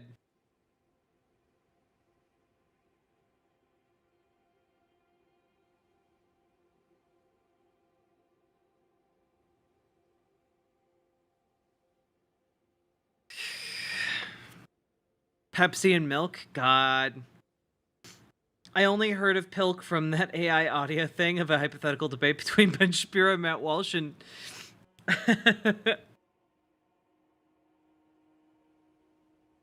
I take it that no, Dragonfly. Well, Dragonfly, the worst was in the first third of the debate, and then he kind of pulled it together in the second part, and then the third part he just kind of shambled in decline a little bit. So kind of like a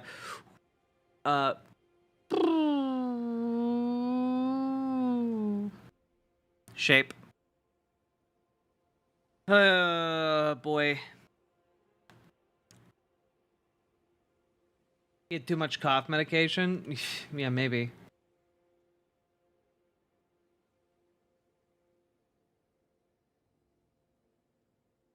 Yeah. I really hate that this guy's our guy. I've been here the whole time. Are you being Sam Reich? That's right. Took me a little bit to remember his name. Lady Domina! Thanks for going through that hellscape of a debate with us, Jack. Thank you for the $100 dono! Look, though our path leads through the valley of the shadow of death, I will not falter, and I will continue to bring you guys the hottest of takes, the best analysis, and We'll walk through this inferno together, you and I. Thank you so goddamn much for that $100 donut. Incredibly generous. Thank you for helping me to do what I do. Because I couldn't do it without you guys. Thank you so goddamn much. Domina dropping a Benjamin tonight. That's pizza money right there. True. What's going on over at Politico? Holy shit. This is the front page of Politico, guys. This is the front page of Politico.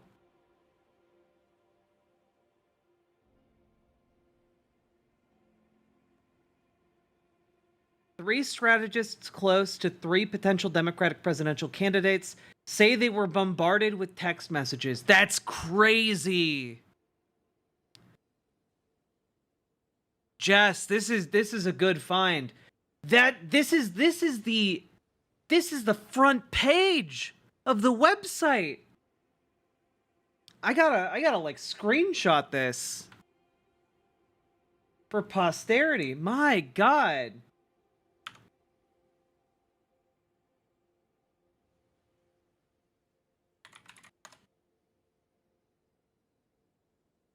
Insane.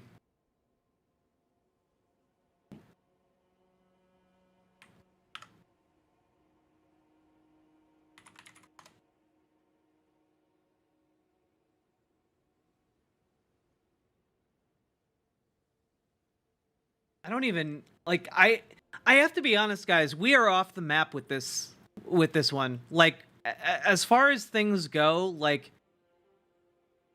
I've never seen anything like this. Like, and I am unaware of anything like this in political history. This is crazy. Yeah, that's the other thing, right? Like the ties between Politico and the establishment Democrat and Republican parties. If there was not significant pressure to move on this issue. I must not doomer. Dooming is the mind killer. Dooming is the little death that brings total obliteration. I will face my dooming. I will permit it to pass over me. Only BWA will remain. Paladin, thank you for the $50 dono. I really appreciate it. So Rouse, I have no idea how many tabs there are. I put them into groups, so you aren't even able to see all of the tabs.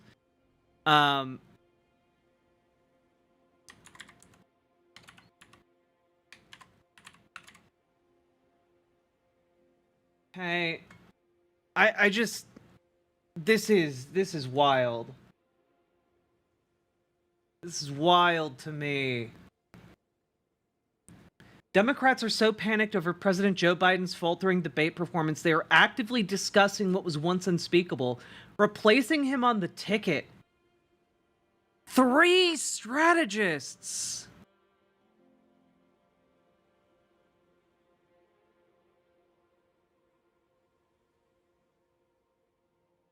They were bombarded with text messages throughout the debate. One advisor said they received pleas for their candidate to step forward as an alternative to Biden. Another advisor said they had taken no less than half a dozen key donors texting disaster, and the party needs to do something. Okay. Guys, if the money is saying they need a change, the Democratic establishment is going to jump. If the money is saying they are not going to be here for Biden,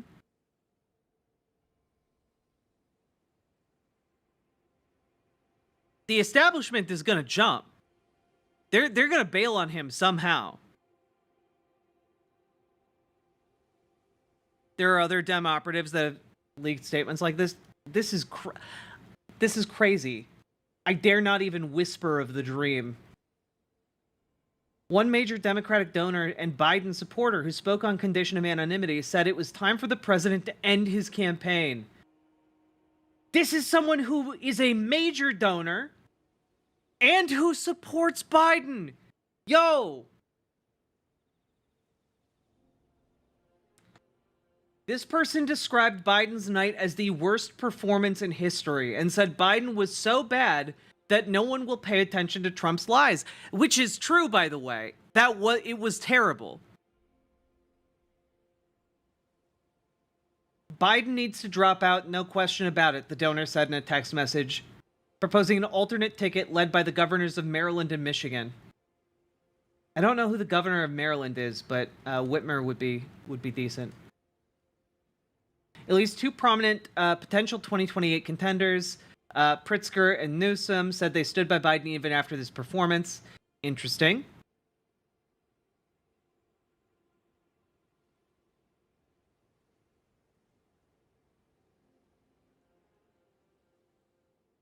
Wow. No labels and Dean Phillips won this debate, said a former senior Biden White House official, referring to the outsider efforts to push a different candidate.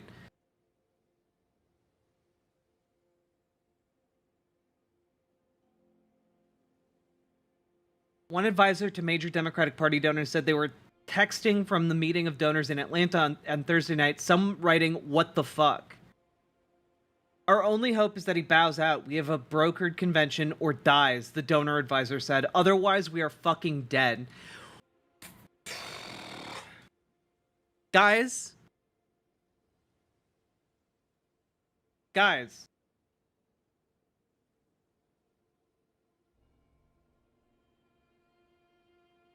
Yeah, only one guy can decide and it's him, said one Democratic strategist, granted anonymity.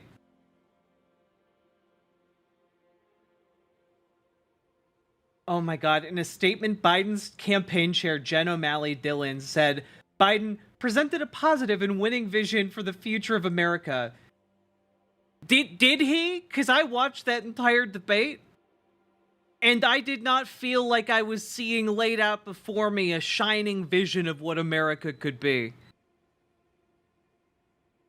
Yeah, the riverboat is going into like dark waters here.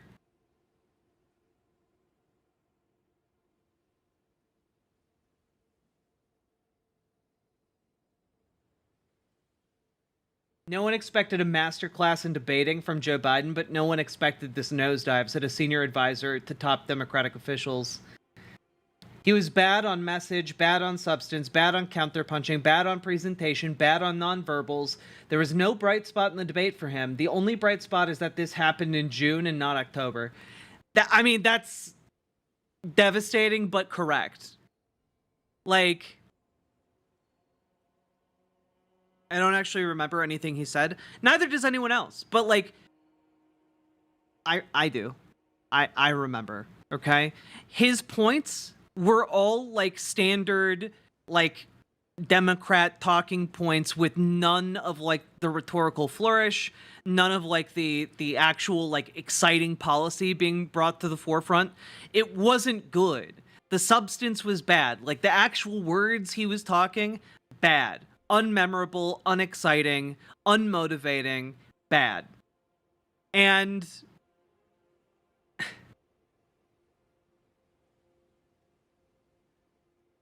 yeah.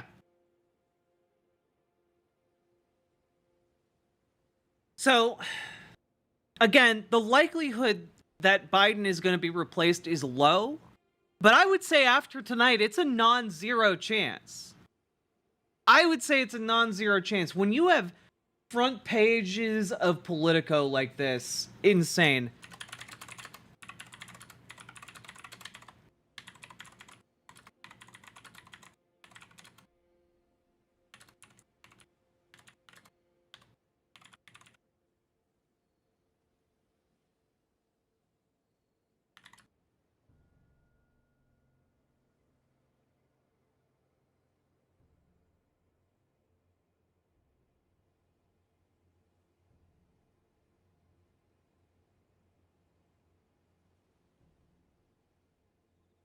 Absolutely insane.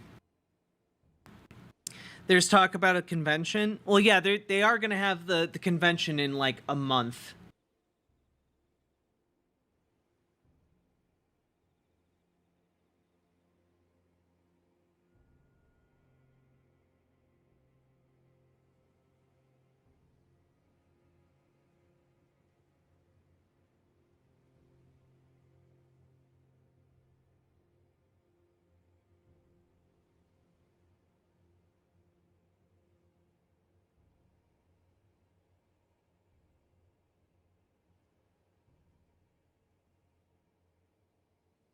Yeah. I don't know. I don't know where to go with that. This debate will literally affect the lives of so many people. Yeah, I gotta be honest.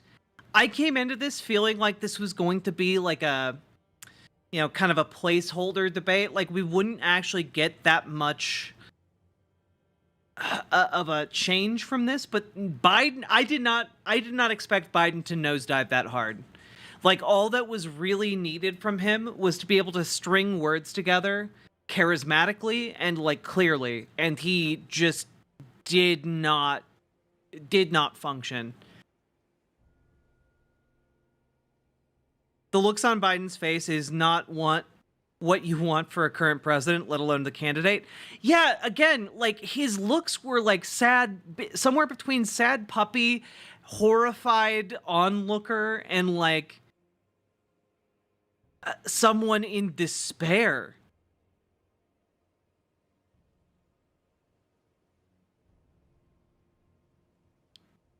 "67% of viewers thought Trump had a better performance than Biden." Yeah. No, it's true. Like Trump blew Biden out of the water in that debate.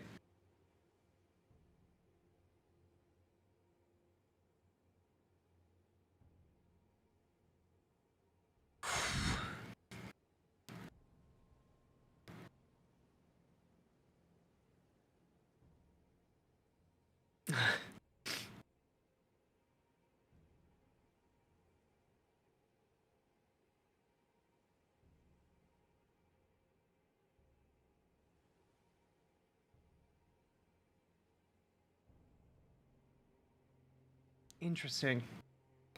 All right. Oh, God.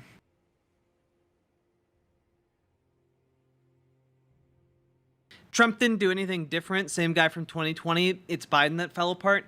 Yeah, I mean, like that's the thing. Like Trump was able to string together something that's like resembled a sentence, delivered with confidence and like strength and voice, and like that's really all he needed to do. He didn't need to make sense. He didn't need to provide facts. He didn't need to do anything like that. And Biden just couldn't keep up with that. Frankly, it's all Trump can do, and he does it very well. God.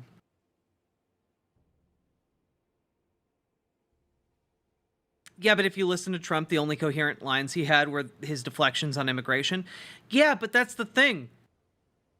Most Americans don't actually care about the substance. They care about the optics. They care about the like, how the vibes came off. It's vibes-based politics for a lot of the electorate. And, for them, they look at that and they're like, even if Joe Biden is right on some of these things, he just seems so old and weak. I'm going to vote for the strong guy who has a lot of, he seems to have a lot of ideas at least,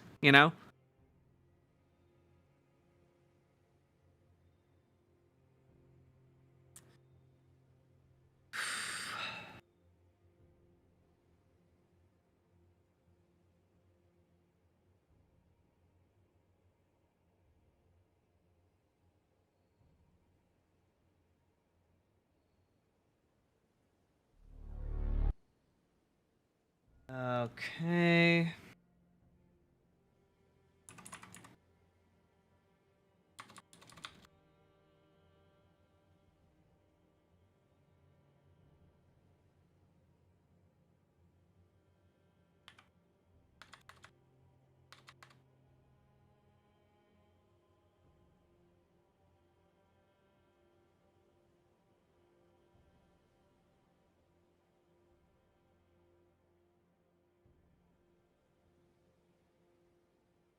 I really, really hope they drop Biden. I mean, like, I feel like that's more than we can dare to hope. Like that. I feel like that's too much. We can't allow ourselves to do that. We can't allow ourselves to hope in that way. I just. Kind of man. Hey, Lions After Slumber. The thing is, those vibes won't matter to the fringes. But to never Trump Republicans who might have taken a centrist Democrat over a crazy right-winger, those vibes do matter. Yeah. Yeah. The U.S. isn't over. We have a lot of time between now and the election, guys. We haven't even gotten past the Democratic convention. Let's chill. Let's chill a little bit. And, breathe. A lot of you might need to take, the day or tomorrow to, process this. Totally understandably. But, we're gonna be able to get up, dust ourselves off, and fight. We got a lot of work to do. I can't have you guys doomering. What is this? Afterwards, President Biden, the First Lady Jill Biden. We knew that Jill Biden had traveled to Atlanta with the president. Family not allowed in that room. Let's listen. Let's listen for a moment. Joe, you did such a great job. You answered every question. You knew all the facts. And let me ask the crowd, what did Trump do? Lie! Yes. The First Lady supporting her husband, as you would expect she would. The campaign has been pressed tonight about the president's performance, and Mary, I'll let you continue here. I think they were hoping that tonight would put to rest all of these continued. Let's listen into the president. Yeah, let's do it. You've been here the whole time. I see it. I see that patch there. Look, folks, I shouldn't say this, but my brother always uses lines from movies. There was a famous movie by John Wayne, and he's working for the Northern military, trying to get the Apaches back in the reservation. And they were lying like hell to him. And they're all sitting on a bluff. And John Wayne was sitting with two Apaches. And one of them looked at John Wayne and said, "Oh, no. These guys are nothing but lying, dog-faced pony soldiers." Except he's just a liar. Look, folks, what's going to happen? Joe, you don't need to tell the entire story. You don't need to set the stage, okay? You just need to say the quote. Just call him a lying dog-faced pony soldier. You don't have to set the stage with what's happening in the movie, okay? All right? You can just make a reference to the movie. People will forgive you for it because you're old. You can just move on. You don't have to talk in detail about this, Joe. What are you doing? Happen over the next couple of days, and they're going to be out there fact checking all the things he said. I can't think of one thing he said that was true. No, I'm not being facetious. But look, so this would seem the strategy. That's the president, obviously. There's a lot that I'm upset about tonight. But you know what I'm not upset about? I'm not upset about the incredible promotional placing by Pretty Tammy the DJ, okay? Pretty Tammy the DJ knew that cameras would be up there. Pretty Tammy the DJ slapped that sticker on the front. That's free exposure, baby. That's stew money right there, all right? Let's go! So the First Lady talking about the fact-checking in the days ahead. In order to beat him. You're the president telling his supporters, "I need you." And he does going into November. Certainly after these presidential debates, the first of which we all witnessed here tonight. This is a watch party afterwards. Also, what was... Jesus. YouTube video player is weird, man. All right.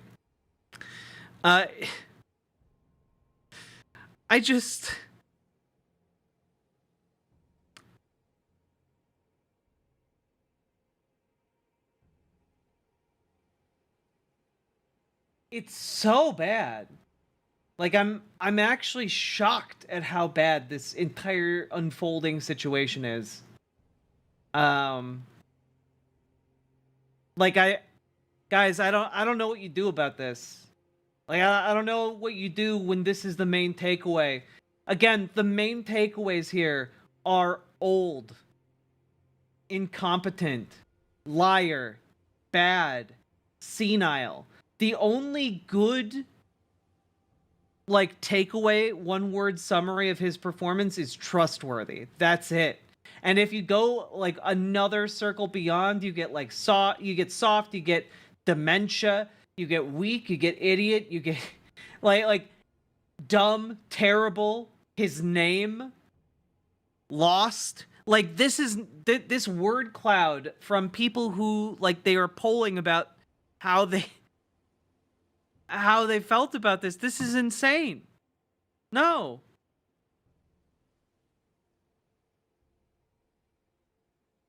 I mean, he has like 2 positive adjectives. And like there are 4 less than there are 4 positive things. Okay? In his word cloud in the main body, and that is trustworthy, honest, and then the other 2 are just his name, Joe and Biden. All right? Like this is a failure on every PR level. And true guy, yes, true guy. True guy. Yeah, is there a way we can do like a reverse spirit bomb? You know, where we can take our energy back? Is there a way we can do that? I don't know, it just seems like a good idea. I'm just asking, you know, theoretically.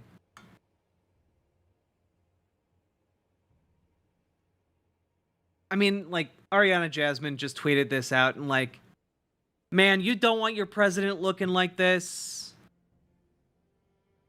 This looks like he just saw his dog's neck broken. Like, and he's in the middle of a debate where he's supposed to look strong, man. Like, God.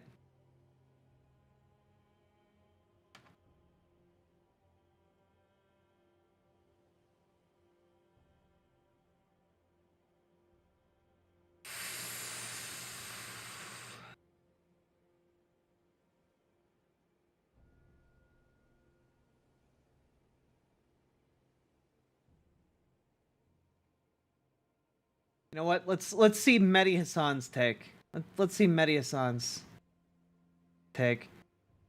Oh, here. Actually, we have an assessment here on MSNBC. Well, first, the easy part. Donald Trump is a liar, a flawed character, mean, a jerk, very unlikable, and that was obvious tonight. Now, the hard and heartbreaking part. I have been a surrogate for some presidential candidates in my time. I know what the job is after a debate of a surrogate. I've never wanted to be a surrogate more than I do right now. Because when you're a surrogate, you have to focus on the positives. But I have said very clearly and very plainly on this network, and my job now is to be really honest. Joe Biden had one thing he had to do tonight, and he didn't do it. Yup. He had one thing he had to accomplish, and that was reassure America that he was up to the job at his age. And he failed at that tonight. Now, does that mean that my phone blowing up with senators and campaign operatives and donors, big donors from all over the country, does that mean that Joe Biden is not going to be the candidate? I don't know that. I think we'll know a lot more in a few weeks, how this plays out, how the polling plays out. But I think a couple of things are going on right now. I think Appalachian Anarchy. Breaking right now. I'll check that out. There's a lot of people who Sounds watched dope. this tonight and felt terribly for Joe Biden. I did not feel And, terribly you for know, you Joe have to Biden. I felt terribly for me and all my How did we get to friends. the point that we're spending a whole lot of time talking about the vice president tonight instead of talking about the president? And I don't know how the rest of this story is written. I don't know if things can be done to fix this. They might. And, you know, Trump is so terrible that this might heal itself. But based on what I'm hearing from a lot of people, and some of them are people that are in high elective offices in this country, and you might guess where they serve, there is a lot of more than hand-wringing tonight. I do think people feel like that we are confronting a crisis. Claire, I want to talk to you about this in very nuts and bolts terms. Given what you are describing, the kind of reaction that you're describing among people in the kinds of positions that you're describing, or at least alluding to, what can be done? What do you personally think should be done? Well, I think, listen, this could be a situation where everyone talks it out over the next few days. I do think that this is a time that Ted Kaufman and Ricchetti and Donlin and Ron Klain are going to have a heart-to-heart with the president about his ability to exude strength. This is insane, dude. And listen, nobody is a bigger fan of Kamala This Harris is than I am. actually insane. And you know, and Gavin Newsom did a remarkable job tonight as a surrogate. And what he said, you know, She's suggesting sometimes this on live disagree TV. with anything they're saying, but those two people are signaling to a whole lot of Americans that are paying attention. How come they're not running? How come? Yeah, no, the she's Democratic Party she's doesn't saying have them at the top of the ticket Gavin instead Newsom, of Kamala using Harris them need to run. Shore up what have become after tonight some pretty glaring weaknesses in our president. That is insane. Like, guys, what you're witnessing right here is a lifelong political operative. You know, someone who has worked throughout the bureaucracy, you know, understands how all of this works. She knows what she's saying here. She knows what the gravity of what she's suggesting. Yeah, that's like she is like, I don't know, like the last one to leave the ship with the captain on it. You know, like if the captain's going down on the ship, she's the first officer, okay? I am shocked at what we're seeing tonight. This is I mean I would suggest that probably tomorrow morning we'll get a response from the Biden White House and the Biden administration on the I can only imagine there is like an incalculable number of like texts and phone calls happening right now in terms of like phone calls. Yeah, no, these are actual movers and shakers. These are actual movers and shakers and power brokers in the Democratic Party saying these things. Like, I don't know, if Paladin Lost is still here, I would love some insight from him. We need an emergency meeting? Yeah, kind of. Yeah, you don't turn on your candidate like this unless, like, the axe has already fallen. I mean, yeah, this is about as bad of a political, like, fallout as you can possibly get. Biden is so much like LBJ, it's insane. Yeah! No, for real. I knew when Klain left, shit was going downhill. Yeah. Not trying to be doomer, just trying to be realistic. With the Electoral College, third party has no chance, period, this election. If Biden doesn't pull it all together somehow, I don't think he'll win, as he is already behind in the polls. The Democrats need a new runner. Now, I don't view that as doomer at all. I actually think that is the hopium position. Insight on what? On like the fallout from this. It feels... This feels like an like politically apocalyptic. Maybe I'm being hyperbolic. Maybe I'm being naive. I want like a gut check, I guess. For real, this is going to be a huge shift. I'm out, but you're awesome, Jack. Thanks again. I appreciate that, CEO Tool. Hope you enjoyed my content. Hope you enjoyed the coverage.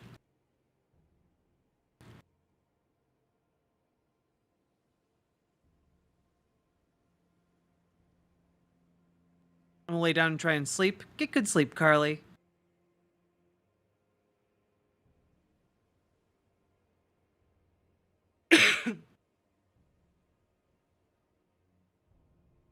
Yeah.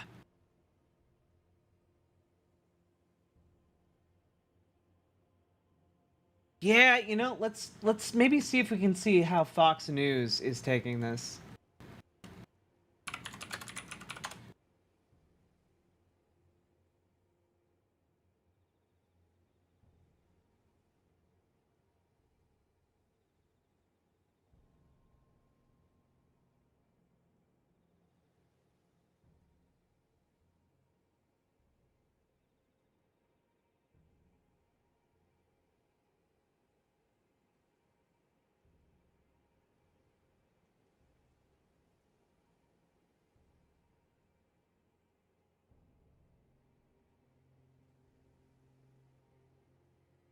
Yeah, reporting on the CNN flash poll. Yeah. God, stunning number.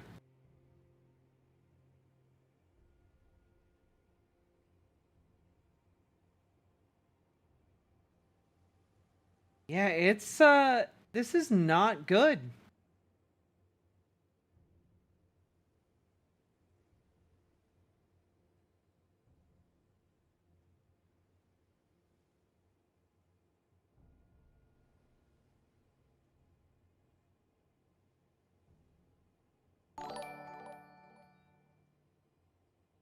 Yay BWATTON to distract me. Penny Auntie, thank you for gifting Lions of Slumber a sub. And yeah, use that BW8 to distract you, okay? It's super effective, I promise. Iran nukes? Wait, what? Okay, no, it does not look like the reporting is that Iran already has nukes. It looks like they're just dropping the pretense of like, oh no, we're not making nuclear weapons, and instead they're just like, yeah, we're making nuclear weapons.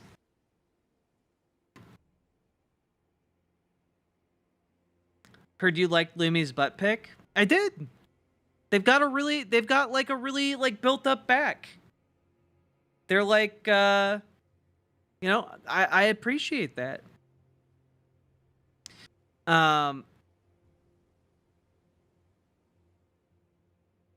It's not like Jamie Harrison is going to call him up and be like, "You're out."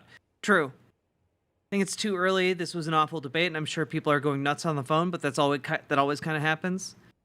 Don't know if there's any power broker powerful enough to tell Joe to leave. True.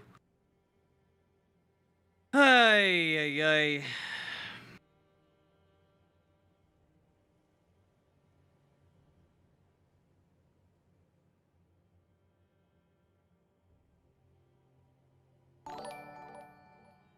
I mean, Iran probably can make nukes at this point. BWABWA. Holy shit! Penny!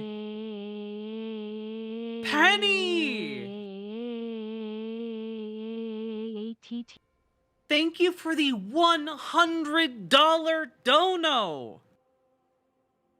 My God, thank you! BWAs all around, keeping me afloat. Let's go! Thank you so goddamn much, guys. I'm really glad you appreciate my content. I have been really trying to hold it down and do well through this election cycle. Thank you so goddamn much. Oh, also, I know I mentioned it on an earlier stream, but I'm going to mention it again. I'm going to be setting up an interview with the author of King Leopold's Ghost. I'm going to be starting my read through the book probably tomorrow. If any of you would like to join me as kind of like a book club activity, I guess. We're going to be having him on hopefully in the near future. Still got to sort out exactly when. But pick up that book. I promise you'll learn a lot about like colonialism. It's really, really good. Holy shit! You know I can't just let this happen and not contribute. Greater than 3. Ms. Milena! Thank you for the $200 dono! You guys are gonna fucking make me cry. Like, holy shit, that is generous. Thank you so goddamn much. Yeah, it's a really nice night for some rain. Thanks, guys.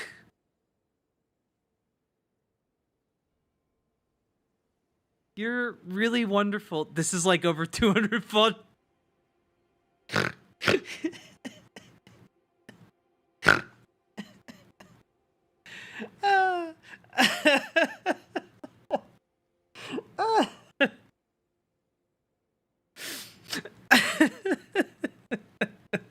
I I really like that that's how you're tracking.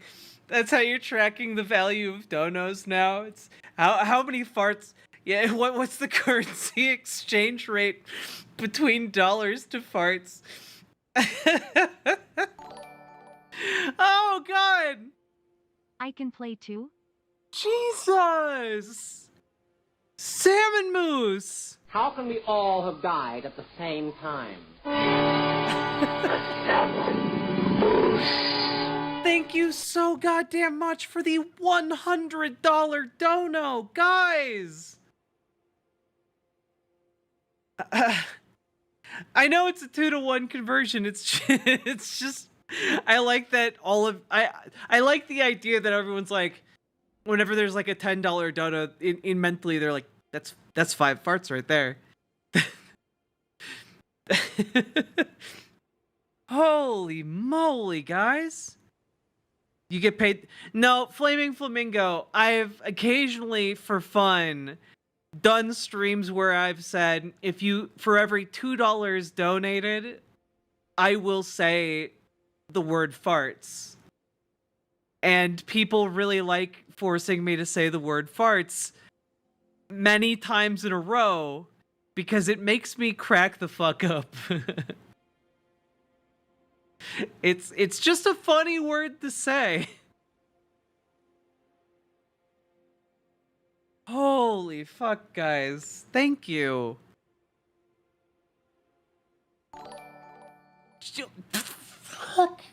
Asterisk asterisk asterisk asterisk asterisk it. BWA Storm, it is. LESSSSSS go. LESSSSSSSS fucking Guys! GOOO. Paladin, thank you for the $150 dono. What's happening right now?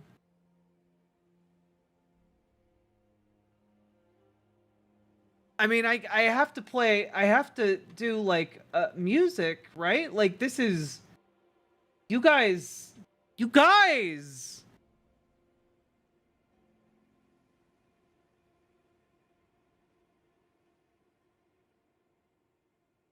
Why are you trying to make me cry on stream?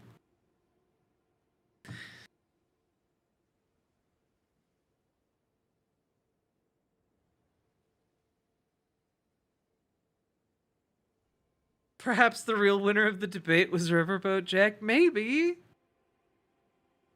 I won the gift of an amazing community.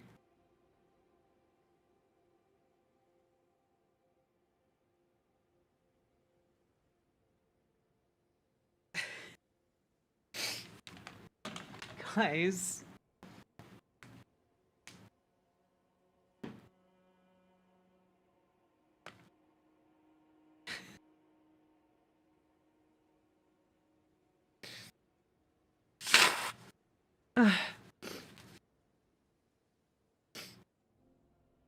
Guys.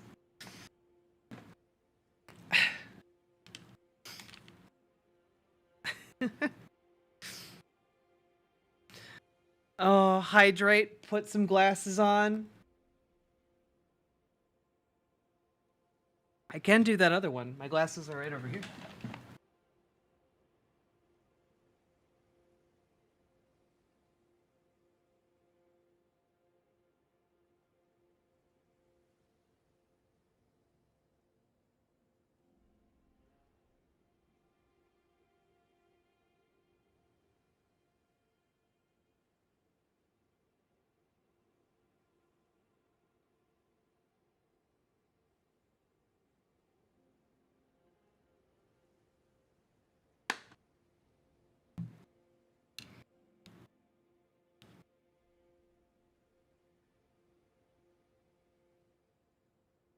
Okay.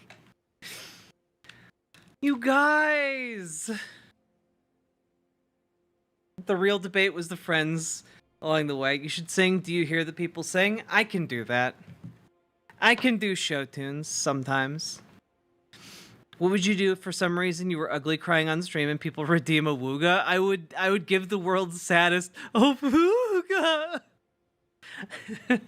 Cause I'm a performer.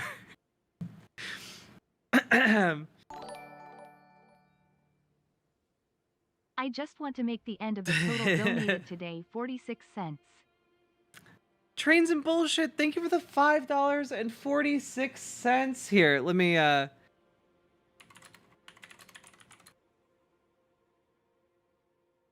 pull this up. I need the lyrics to refresh me.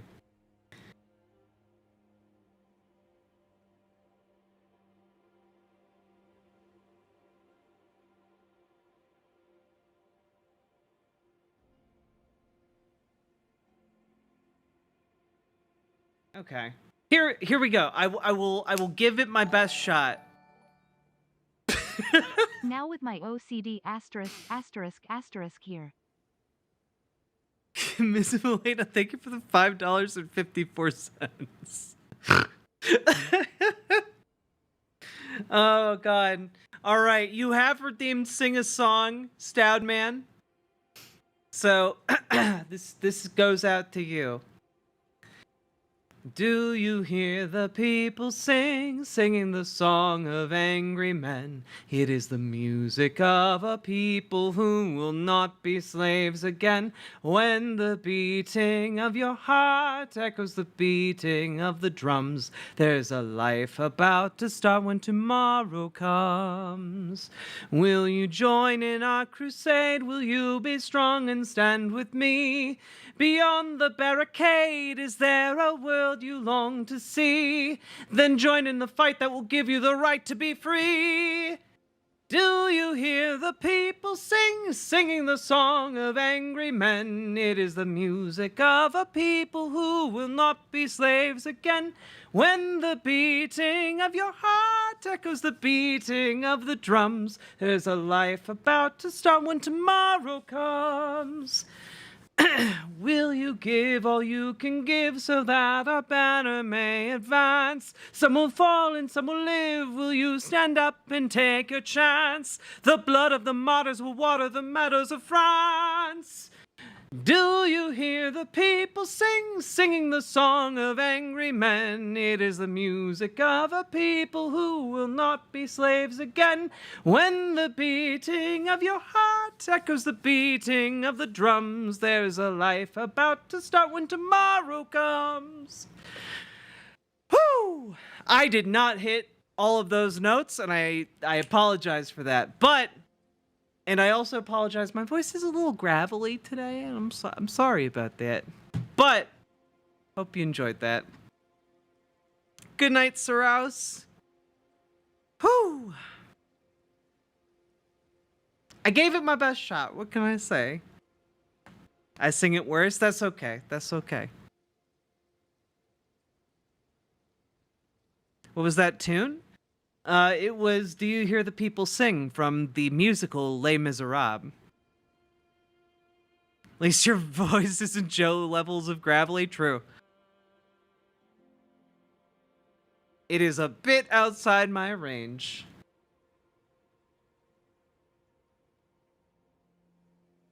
God. I choose not to be Doomer. I also choose not to be Doomer. And you know what? Okay, just real quick. Just noticing over here on Twitter, twitter.com. What is trending right now? Jover, Dropout, and 25th Amendment. Oh, God. Oh, God. Doom is a banger game? True. True.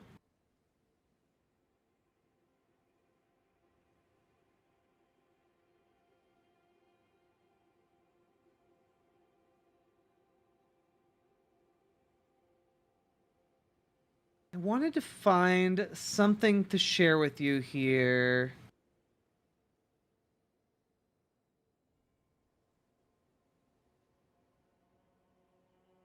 Oh yeah, I did want to share with you this, and also,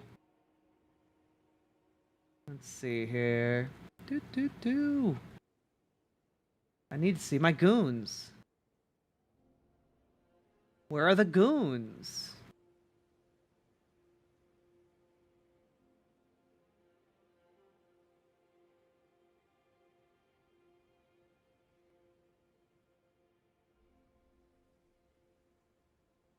Okay.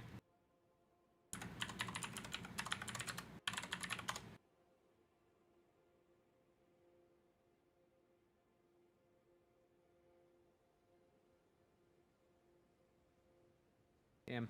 Okay.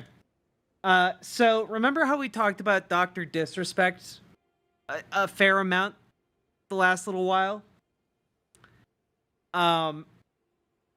Somebody dropped a diss track for him, and it's Should I blocked her, but instead you turned into a Discord modder. As a father, tell me how you would have felt that was your daughter. Caught you where you don't belong, like from Among Us, you the imposter. Gaining sympathy on Twitter, but that shit was just a fail. Only map you'll be designing is that of your local jail. Someone call him CPS and get him right up on his tail. Get in touchy with your words, and I ain't talking about no braille, that's on God. Got a bulletproof vest, but you ain't ready for these shots. All these holes in your story like a French pair of Crocs. You invested in these miners like some S&P stocks, and you cheated on your wife with that kid on Roblox. Stop thinking with your head, only thinking with your crotch. You don't use dating apps, you use the comments on TikTok. 6 foot 8, you try to find a jack to climb up your beanstalk. Hey, thought you need to stop. Hey, thought you needed 7 years to own up to it. Got exposed, so now you do it. Why'd you have to go pursue it? Had it all and then you blew it. Hey, hey, hey, hey, oh, get freaky, what? Get freaky. Hold up, freaky ass dreamer eats, which was forgot. Freaky ass dreamer eats, which was forgot. Hey, hey, hey, hey, run for your life. Hey, hey, hey, hey. Now let me hear you say, Dr. D. Dr. D. Don't touch me. Don't touch me. Dr. D. Dr. D. Don't touch me. Don't touch me, hey, okay. Damn. Like, it's real good. It's real. Link, please. Here you go.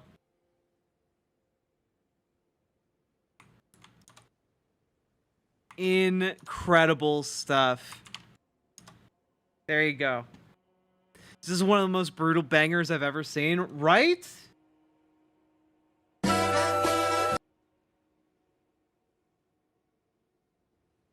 Also, I wanted to show you guys, what was the other thing?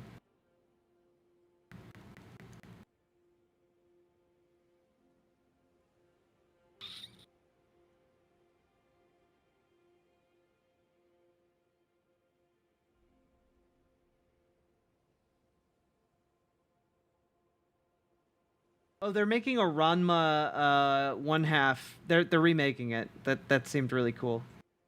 Probably with more explicit trans themes, and I'm in favor of that.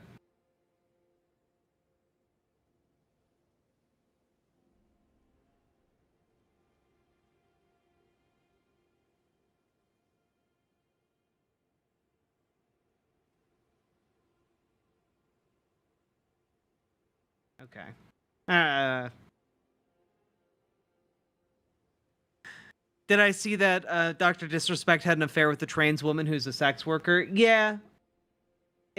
Honestly, it made me sad that so many of us get taken advantage of by people like Dr. Disrespect, who will publicly call us, like, disgusting degenerates, while simultaneously trying to, like, promise us that, like, oh yeah, baby, I'll leave my wife. I'll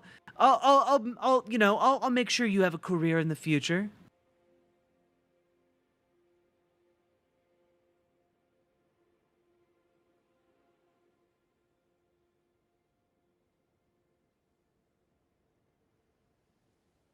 I put it, for whatever reason, under bookmarks? Nope. Damn. Okay. I found a really cute video of people dressing up as old-timey goons with roller skates, and just skating around as if they had just gotten away with a heist, and it was really entertaining, and I wanted to share it with you guys, but I can't find it.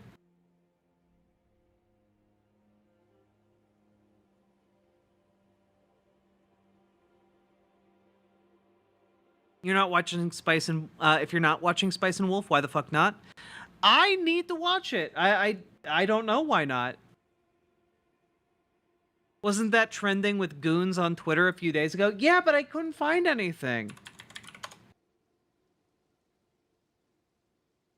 Oh wait, nope, I just found it. Excellent. Thank you. Guys, incredible stuff. The goon community has really come a long way.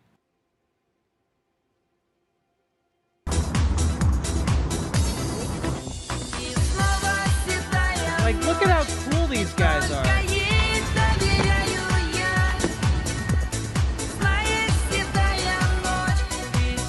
You're not getting me. You're not DMCing me like this. Maybe you're doing it a little bit. I love them. They're just rolling around, gooning. Look at his little shoes on his roller skates. Going around with the Billy Club. It's a genius move. These dudes rock. And you know what? You know something else? If these guys were doing this, even not as a bit, if they were just doing this because this is how they want to live their lives and they do every day like this, that's cool. They're cool as fuck. Even if it's unironic.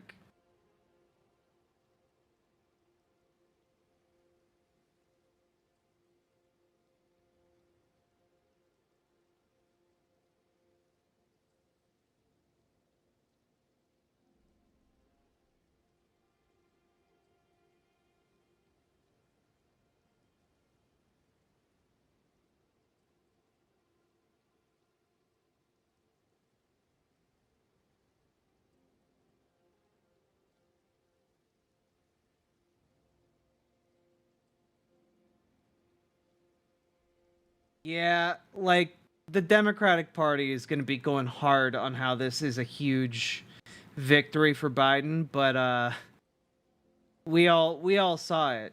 We all saw what happened there. Okay, let's get Mediasan's thoughts here. The CNN debate, Biden v. Trump, is over. That's 90 minutes of my life I'll never get back.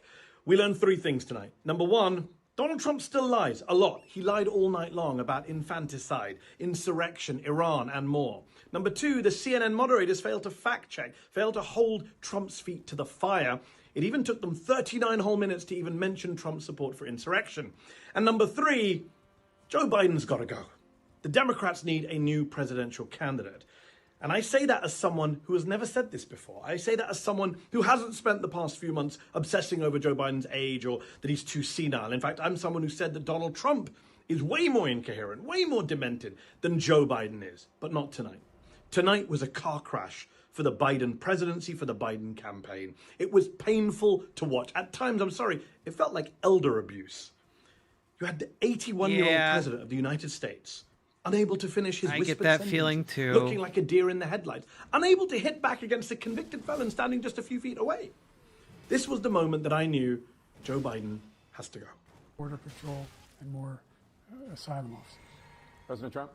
I really don't know what he said at the end of that sentence. I don't think he knows what he said either. Look, I'm not saying that Joe Biden is going to lose the presidential election because of tonight's debate.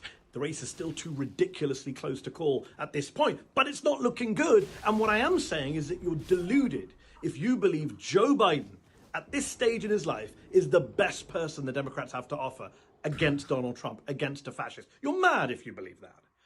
But there's still time, Democrats. There's still a convention to be had in Chicago.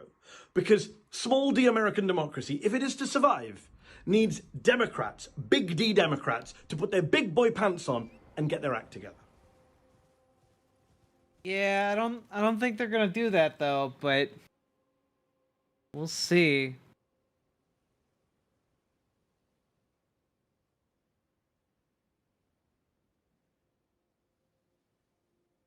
God. Hey, High Progressive, how you doing?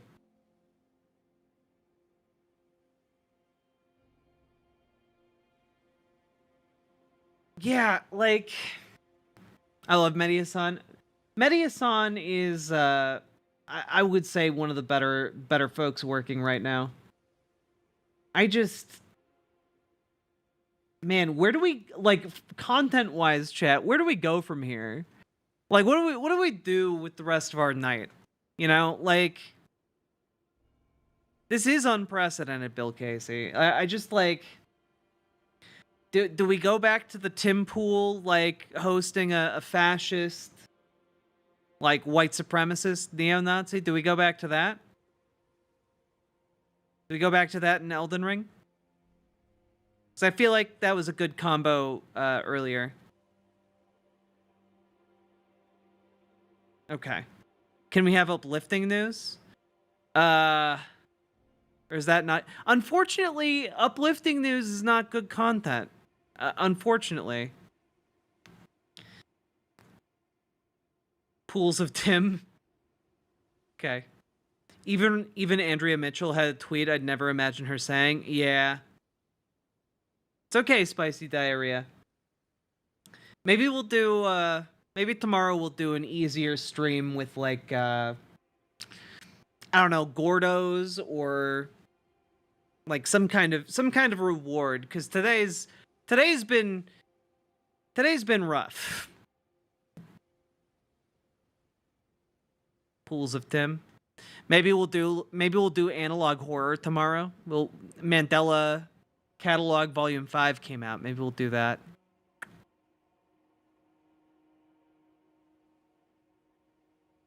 Okay. Let's jump back in to Tim Pool. Now, for those of you who weren't around at the beginning of stream when we covered this, Tim Pool had on Richard Spencer, a man who is a leader in the white nationalist community, and Andrew Wilson, a man otherwise known as Big Papa Fascist, on the same stream, and attempts to just kind of whitewash them, attempts to kind of rinse them clean of their various fascistic and white supremacist leanings. And it's about as insane as you'd expect. The funny dynamic that is currently at play, I believe where we left off, is essentially Richard Spencer wants to make white nationalism seem like a normal, logical thing to believe, and to that end, he lies a lot. And Andrew Wilson, a guy who agrees with Richard Spencer on, from my point of view, like 99% of the issues, he just doesn't get that Richard Spencer is being like dishonest and circumspect because he doesn't want to directly support white supremacy as he has in the past, because it turns out that's not super rhetorically effective.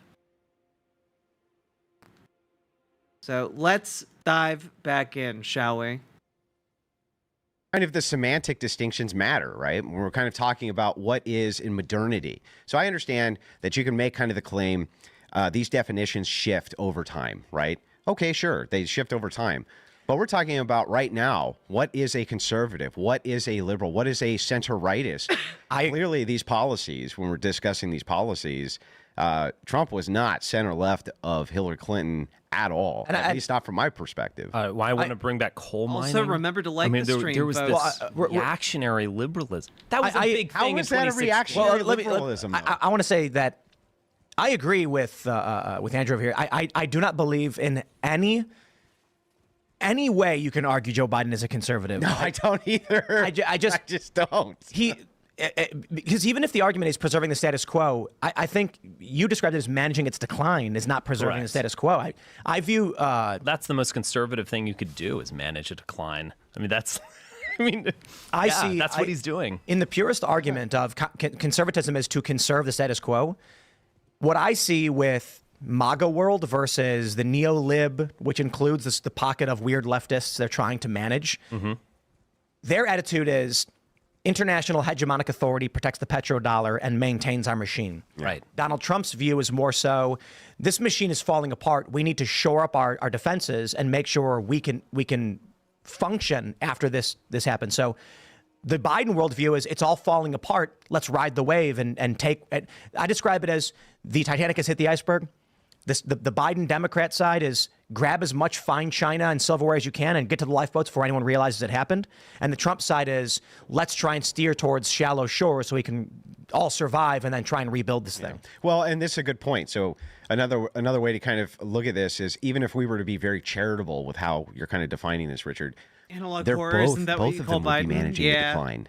Right, Yeah. both of them. So I so even in the agree most with that charitable. I agree with that to some extent. But I think Trump, due to his personality, due to the fact that he has responded to liberals in their attacks on him, most of which or many of which are completely unfair. The whole Pussy Daniels thing in New York, this is just ridiculous.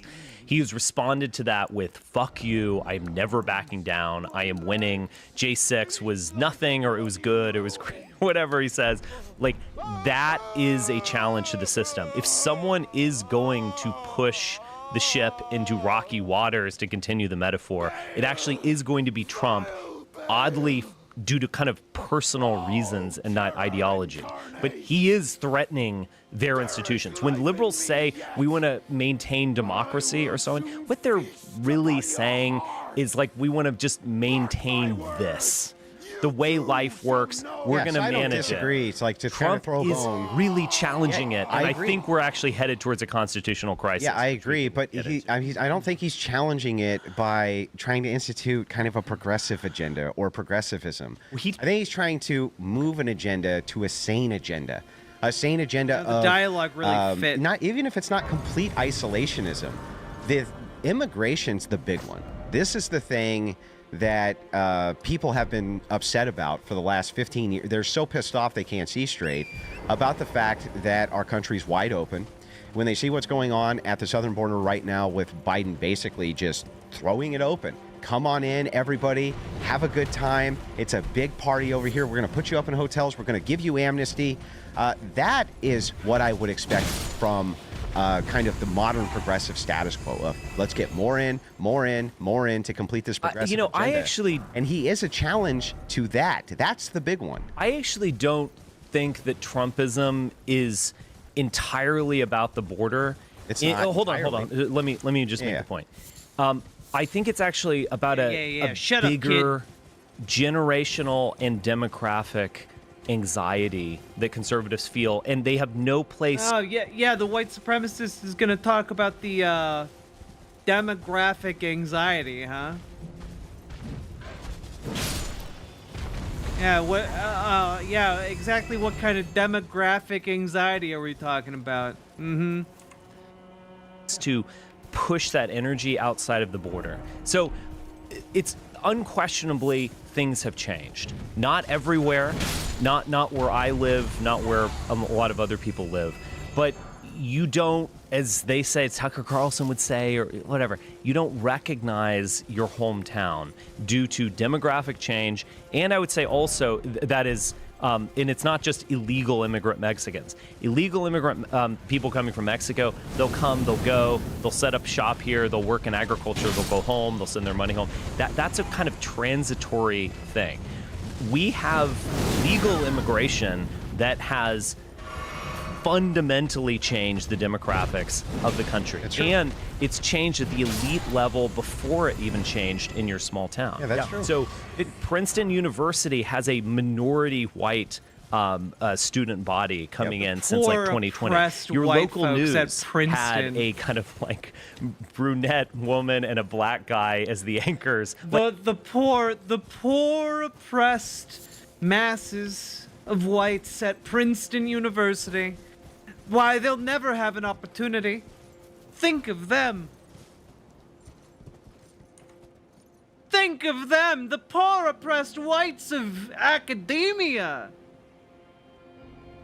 Like 30 years ago. Domestic Americans see themselves demonstrating because a different of this as being under siege. They have I the get it. illegals I to the get it. south, laying siege to the southern states, and then the Democrat policy of pumping in 1 to 1.5 million per year. I get it. Yes, massive demographic. I get it. There's a general anxiety that's in many ways get it, unspeakable. Andrew. Let me make I'm my willing to racist talk point. about it seriously. Most people, they don't want to. It's nasty. You're going to be called racist, etc. That anxiety gave birth to Trumpism and the wall meme. I think I would say that that's not progressivism in any way, shape, or form. People, every generation goes through this, and you can actually read about it going back to antiquity. It's fascinating to read, like carved in a stone tablet. What have we lost as the next generation is taking over, and they shun our values and our traditions? Yeah. Everybody goes through this where they remember being a kid and the fun things, the good things their parents gave to them. Yeah. I think the problem right now is the acceleration of loss. So, my grandpa, my parents, my friends, grandparents have said, like, back when I was a kid, this is how things were. Things got different. Technology changed. The way we did things changed. Today, a good example is we talk about free speech. We're all about free speech. George Carlin went to jail for swearing, I think more than once. We had blasphemy laws back in the day. Yeah. So when we talk about America back in the 1800s or the late 1700s at its formation, and they said free speech was in the Constitution. Yeah, but there were blasphemy laws. It didn't matter what the laws were written down. Good. You would go to jail for speaking out of line with the local community. No question. I think what we're seeing Andrew now Wilson is think that's good. social media. He wants as that. a major factor, as well as a massive, unfettered migration, has ripped it away way too quickly. And so I look at how things used to be pre-internet. The people on the TV would tell you what was so, and people believed it. And this was always pushing the country in a liberal direction, a progressive direction, and I mean by the modern definition of things. Acceptance of various groups. Now, it was gay marriage. Now it's LGBTQIA2S+ or whatever. The internet emerges, and all of a sudden, real conservatives had a means to defend their culture and create cultural pockets that actually formed a barrier. Wait. But back up for me, Tim, because I'm not really sure I agree with this take. Conservatives already had that means through AM radio. So AM radio, pre-internet, the Rush Limbaughs of the world. When did Rush Limbaugh first come onto the scene and like AM radio got big? 90s. Right. Yeah. So this was pre-internet world. Tim's right. Look, and that's the same time as the internet, actually. Yeah. People didn't have. Not only did they not really have much access to the internet, but the emergence of the internet. So I agree. Rush Limbaugh burst onto the scene to a massive audience, much larger than the internet. It is still around the same time that we saw conservatives begin to defend their culture from a media machine that was intent on destroying it. Yeah, but I think that the AM radio and these guys like Michael Savage and Rush Limbaugh and tons of these guys. I mean, Savage was talking about what culture, borders, language, all throughout the 90s, right? But I don't think this is countering the point that I'm making. Yeah, it's not. Let me, in a weird way, defend the liberals once again, because I guess that's my job on this show. My new identity. But okay, there's a liberal Spencer. Hold on. I'm sure they love the fact that Richard Spencer is taking their side. They're just like, come on, you're on board now. Real quick, sorry. Did you see? Yeah, we're all I don't know if this is real, but Fuentes fold, called but... AOC America First. Is that real? Yeah. And she said, "How dare you?" You know. Yeah. That's the greeting you receive. Jacques Ellul is a very interesting author. He wrote about the technological society. So we used to have a center of society that was the church, that was your local town involving agriculture and so on. Course of the 19th century, you're moving into cities, you're working 9 to 5, you've left the land, you're going to church less, they have less authority. And so you need some sort of structuring of your mind and life. He called this propaganda in a different sense than that word that we know today outright. Yeah, without the negative connotations of like a pro-war bonds poster or whatever. He called it propaganda. What it was is you vote this one day in November. You might go to church on Sunday. You watch the nightly news at 5 p.m. They tell you what's important, all the news that's fit to print. You subscribe to your local paper, maybe the Wall Street Journal, maybe the New York Times. That was my life in the 90s as well. Now, you could say that they were like slowly destroying culture, promoting liberalism, and I won't really disagree with you, but they also structured people's lives. And, it's interesting that I'm on the Tim Pool show because I think you're in a way part of this. I think you're part of something in a way that you have mixed feelings about, and that's interesting. Yeah, but Hold on. What is that? Hold on. The fragmentation of America. So the ability, everyone watched the World Series. Everyone read the paper in the morning. Everyone watched Tom Brokaw or Cronkite at 5 p.m. or whenever. That was a unified country. Now, someone who's watching your show is speaking a different language and is totally disconnected and isolated from someone watching MSNBC or someone watching Vaush or something agree. like that. And that is, you have to, even if you're a part of it, even if... I'm sorry, I wasn't expecting that name drop. I was not expecting that. Holy shit. All right. You obviously support it. There is a certain tragedy in there. And yeah, just so completely something agree. like that. And that is, you have to, even if you're a part of it, even if you obviously support it, there is a certain tragedy in there. And but I completely agree with you. Yeah. That was the point that I was making. It wasn't always this way. Each state, each community had their own paper. They had their own community. They would meet at church. They would discuss things with the community at church. They would believe things based on how they lived and where they lived. With the rise of mass media and the conglomeration of it, you ended up with massive corporations in league with the government. We learned this in the 70s with, what was the name of the hearing? Luke knows this better than me. The Warren Commission, I think it was, where the CIA was infiltrating media organizations. Yeah. They had, what you're saying, Richard, they said, everybody watches Brokaw, everybody watches the World Series. This is the pinnacle of culture, and we control it.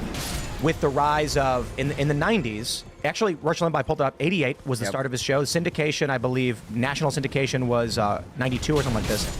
Drudge Report was 95. Yeah. This is when conservatives started saying they're intent on destroying us. Right. They are saying things that are not true. They are insulting the way I live, but they controlled the broadcast towers. Things started to flatten out as to what you're describing, and now I think a big component of the culture war is that for the first time, those who believe in conservative values have a massive foothold in media. In alt media, yep. Yes. But it's becoming mainstream. But the irony... The corporate press is... It's starting to, but the this is my irony is- pushback on this is that... So, I mean, you're right when it comes to, kind of the mass corporate media. They were structuring people's lives, and conservatives came on the scene, those bastards. And in the 90s with their AM waves, they started creating waves and hitting back at Tom Brokaw, who told you to eat your macaroni and cheese at night, okay? And whatever it is that he's commercializing, taking away their precious structure. But the truth is that they were moving towards that anyway. They were moving towards this kind of, even this control grid of inclusivity, which is moving that way in mainstream media. It was inevitable. It would be inevitable even without the internet for there to be massive cultural pushback to this, even if there was just the man on the screen of the propaganda machine, 1984 style. Well, that might be true. We obviously had massive disruption before the internet. The 1960s was a massive generational disruption. And the 70s. Disruption. And that was coming and the 80s. I agree. It's coming through music. But this is where we are now. And we can't talk to each other. One-hit People kill, are man. in their own echo chambers. Can you name a sitcom on NBC? Like, name one. On NBC, I watch CBS. Okay, well, okay. My rhetorical point is basically that when I was growing up, everyone knew Cosby Show, Family Ties, Cheers, TGIF. TGIF. Yeah, but Look, that was the my venue mom for would order. entertainment. My dad would come home late. My mom would order Domino's pizza, and we'd all be together. We don't Remember have when a things nation were like better? that anymore. Remember when And things that were is good? a tragedy. And Go I want to be- make this let's point. I've been return to dying to make because I'm tradition. watching that show Dominoes Evil on and CBS. sitcoms. Have you guys ever seen it? No. Oh, it sounds good. It is. I wanna- It is the weirdest show. It's pro-Catholic. I'm not kidding. One of the main characters just got ordained as a priest. They talk about how God, like, there's very much a big message about being with God and how God will protect you. And there's demons that Satanists are viewed. There's a character who's got a Satanist church, and he's just lying for money, and he's laughing about it. They overtly show demons torturing people and stuff like this. But What then the hell is Tim there's on this scene right I just now? saw in season 3, and this is the point about Did he just, mainstream like, narratives and convert? culture. The mother has one of the main characters has 4 kids. They're all girls, and she says, "We're gonna make a family 10 commandments that you must follow." And the first one is, "Thou shalt not lie to mom." And then one girl goes, but can we lie to other people? And she goes, no. And she goes, what if we're hiding Jews like with Hitler, or we're hiding immigrants like with Trump? Hiding immigrants like with Trump. And she goes, those are good points, but we'll talk about that later. That's the kind of stuff they inject in these mass corporation shows. What are you And talking about, I Tim? suppose the argument from someone like Seamus, or perhaps you, but you're not Catholic, are you? No, I'm Orthodox. Okay. It's like they work for the Catholic Church and things like this. I think the argument would be they're trying to inject their message to Catholics, so they're trying to Trojan horse it. But the idea that in a mainstream show, Catholics love that message. but that's why Catholics this is why I'm saying like I'm not sure I would agree with that argument. Like they're actually showing Catholics as the good guy and Satan worshippers as the bad guy, and Baphomet as the bad guy and things like this. Literally, there's a giant Baphomet like goat creature that is the evil demon. But then they say things like Trump is like Hitler with the Jews, but with immigrants. And they say that really quickly and passively as something you must accept. Yeah, but that's how you sell. That's how you sell the best lies, is with mostly truth, right? So you sell kind of the best lies if there's mostly truth behind it. So it wouldn't surprise me if they had a great dynamic with good and evil, and then it piques your interest and you're involved, and then they kind of associate these things which aren't evil with evil. This is actually what I find fascinating about this, right, is that they consider all liberal media, right, to basically be propaganda, but not like in the sense that, you know, all media contains messaging and like contains like you know, artistic meaning. They just think that that artistic meaning has to be like cynically inserted into the property. It couldn't possibly be like an actual thing that the people who made it believe, you know? Really a well-known social engineering and manipulation technique is to make an argument that is not your real argument. Within your argument, you presuppose something as truth, as an aside. Sure. Which is to say something like, look, I think Trump is bad because his tax policy does X, Y, and Z. For instance, when China did A, B, and C, Donald Trump's response was, the real argument I'm trying to make is about China's policies, and I'm masking it by assuming it's true within a separate argument I'm trying to convince you of. So they make a show, they say, here's what's going on, and then in a split second they say, invaded by Trump ancient is going to dragon attack man. immigrants like Hitler attacked the Jews, was the point they were making in that show. So anyway, to wrap this up, if it were not for AM radio at the time, which now definitely has shifted more to podcasting and social media, that would be the presupposed truth. Right. When these comedians go on late night and just assert a thing is true, like Colbert does. I can't remember what it was. It was with the civil fraud case in Trump, and Colbert, in a frantic rant, just asserts these things as fact, omitting all of the key details of the case. And there are, fortunately, substantially less people who watch that show today than used to, so their influence is waning. Were it not for the rise of technology and the capabilities of your average person to point a camera at their face and say whatever they want and broadcast that message, it'd be 25 million people watching Colbert say that. They'd all show up at work the next day and just say, it is the truth. Trump has done this. But the tragedy is you need to control a society. Like the church had a social function. The church wasn't just some private thing you did on weekends. The church organized society. It told you what's up, what's down, what's left and right. There needs to be some mechanism for that. And the question is, like a dictator, maybe. Like, can Or a like nation I persist don't know, some kind of once Führer, that is maybe. broken down? Once there is not some central apparatus that is informing your basic conceptions, can a nation exist? Yeah, but I don't would say think no. I don't think it's liberal progressive state or anarchy. Like it seems like such a kind of massive spread here to say if it's not some type of centralized progressive state that tells you what to eat for breakfast, lunch, and dinner with the sitcoms, then it has to be anarchy. I just said an apparatus to control the psyche of the nation. That's what I said. I think we'd all agree. Would you prefer if every major corporation, Disney, maintained Christian moral frameworking on all their content? Yeah, I would prefer it. Absolutely. That's the culture war. And this is why I often tell people laws don't matter. The laws matter in that if you break them, you go to jail. Sure. But whether or not a police officer is willing to enforce that law is more dependent on the culture. Example, in West Virginia, drag shows in public are illegal. including children with them as an aggravated offense, and the police, the DA, and the state will do nothing to stop it because they're terrified of the cultural ramifications. But I think that culture, just like politics is downwind of culture, I think culture is downwind of theology. I think that what informs culture at its base is always theological, and it's always the ethics behind that theology, which then moves into the mainstream. And if you want to know why you have such a cultural breakdown now, you can just look at how effed up the theology is, how messed up the theology is.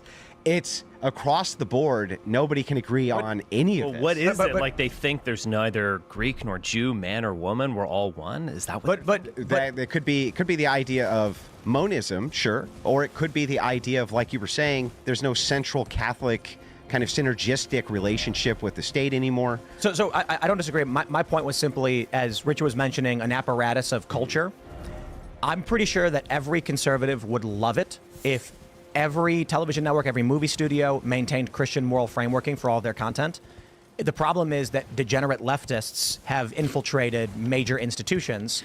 The New York Times is a really great example. That's the main problem with it, Tim. I believe Tim Pool is a free speech absolutist.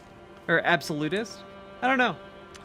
Interesting point there. Yeah, the only problem with a political party seizing control over all media apparatuses. That's the only one. You've had people who have used to work there quitting saying it's been taken over. The Washington Post is a really great example. Their executive editor comes in and says, no one is reading what you're writing. This ship is sinking. And the response from the staff was, have you considered hiring black women? I'm not kidding. They said to him, well, why aren't you hiring more black women? And it's like, Reagan's that doesn't matter to whether or not the person will be good at what they do.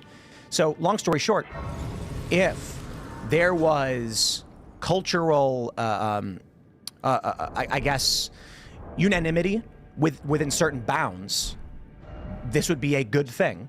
I mean, if you had a homogenous culture, but you have to have glue for that. There has to be some glue that holds it together. I completely agree. So I agree with that. But conservatives hang on. So what Richard's saying is, he goes, okay, there's kind of like a centralized kind of government liberal authority that's kind of telling you what it is that you need to do, and it's kind of structuring your day, right?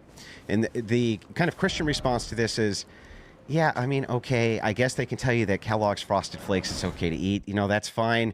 But it's not really giving you any kind of grounding for oughts, what you should be doing, right? It says, here's what you can do. Here's kind of within the framework of society, but our oughts of what we're supposed to be moving towards. Should we be having kids? Should we be having a family? What does that look like? Does that look like two dads? Does that look like a dad and a mom? Does that look like two dads? Does that look like polygamy? I agree with you. But liberalism had... Can I just say, this is largely why I believe like progressive positions are inevitable. Like, listen to what Andrew Wilson is saying here, and like he's ranting about like people having two moms, like he's ranting about people like just seeing gays, and it's just kind of like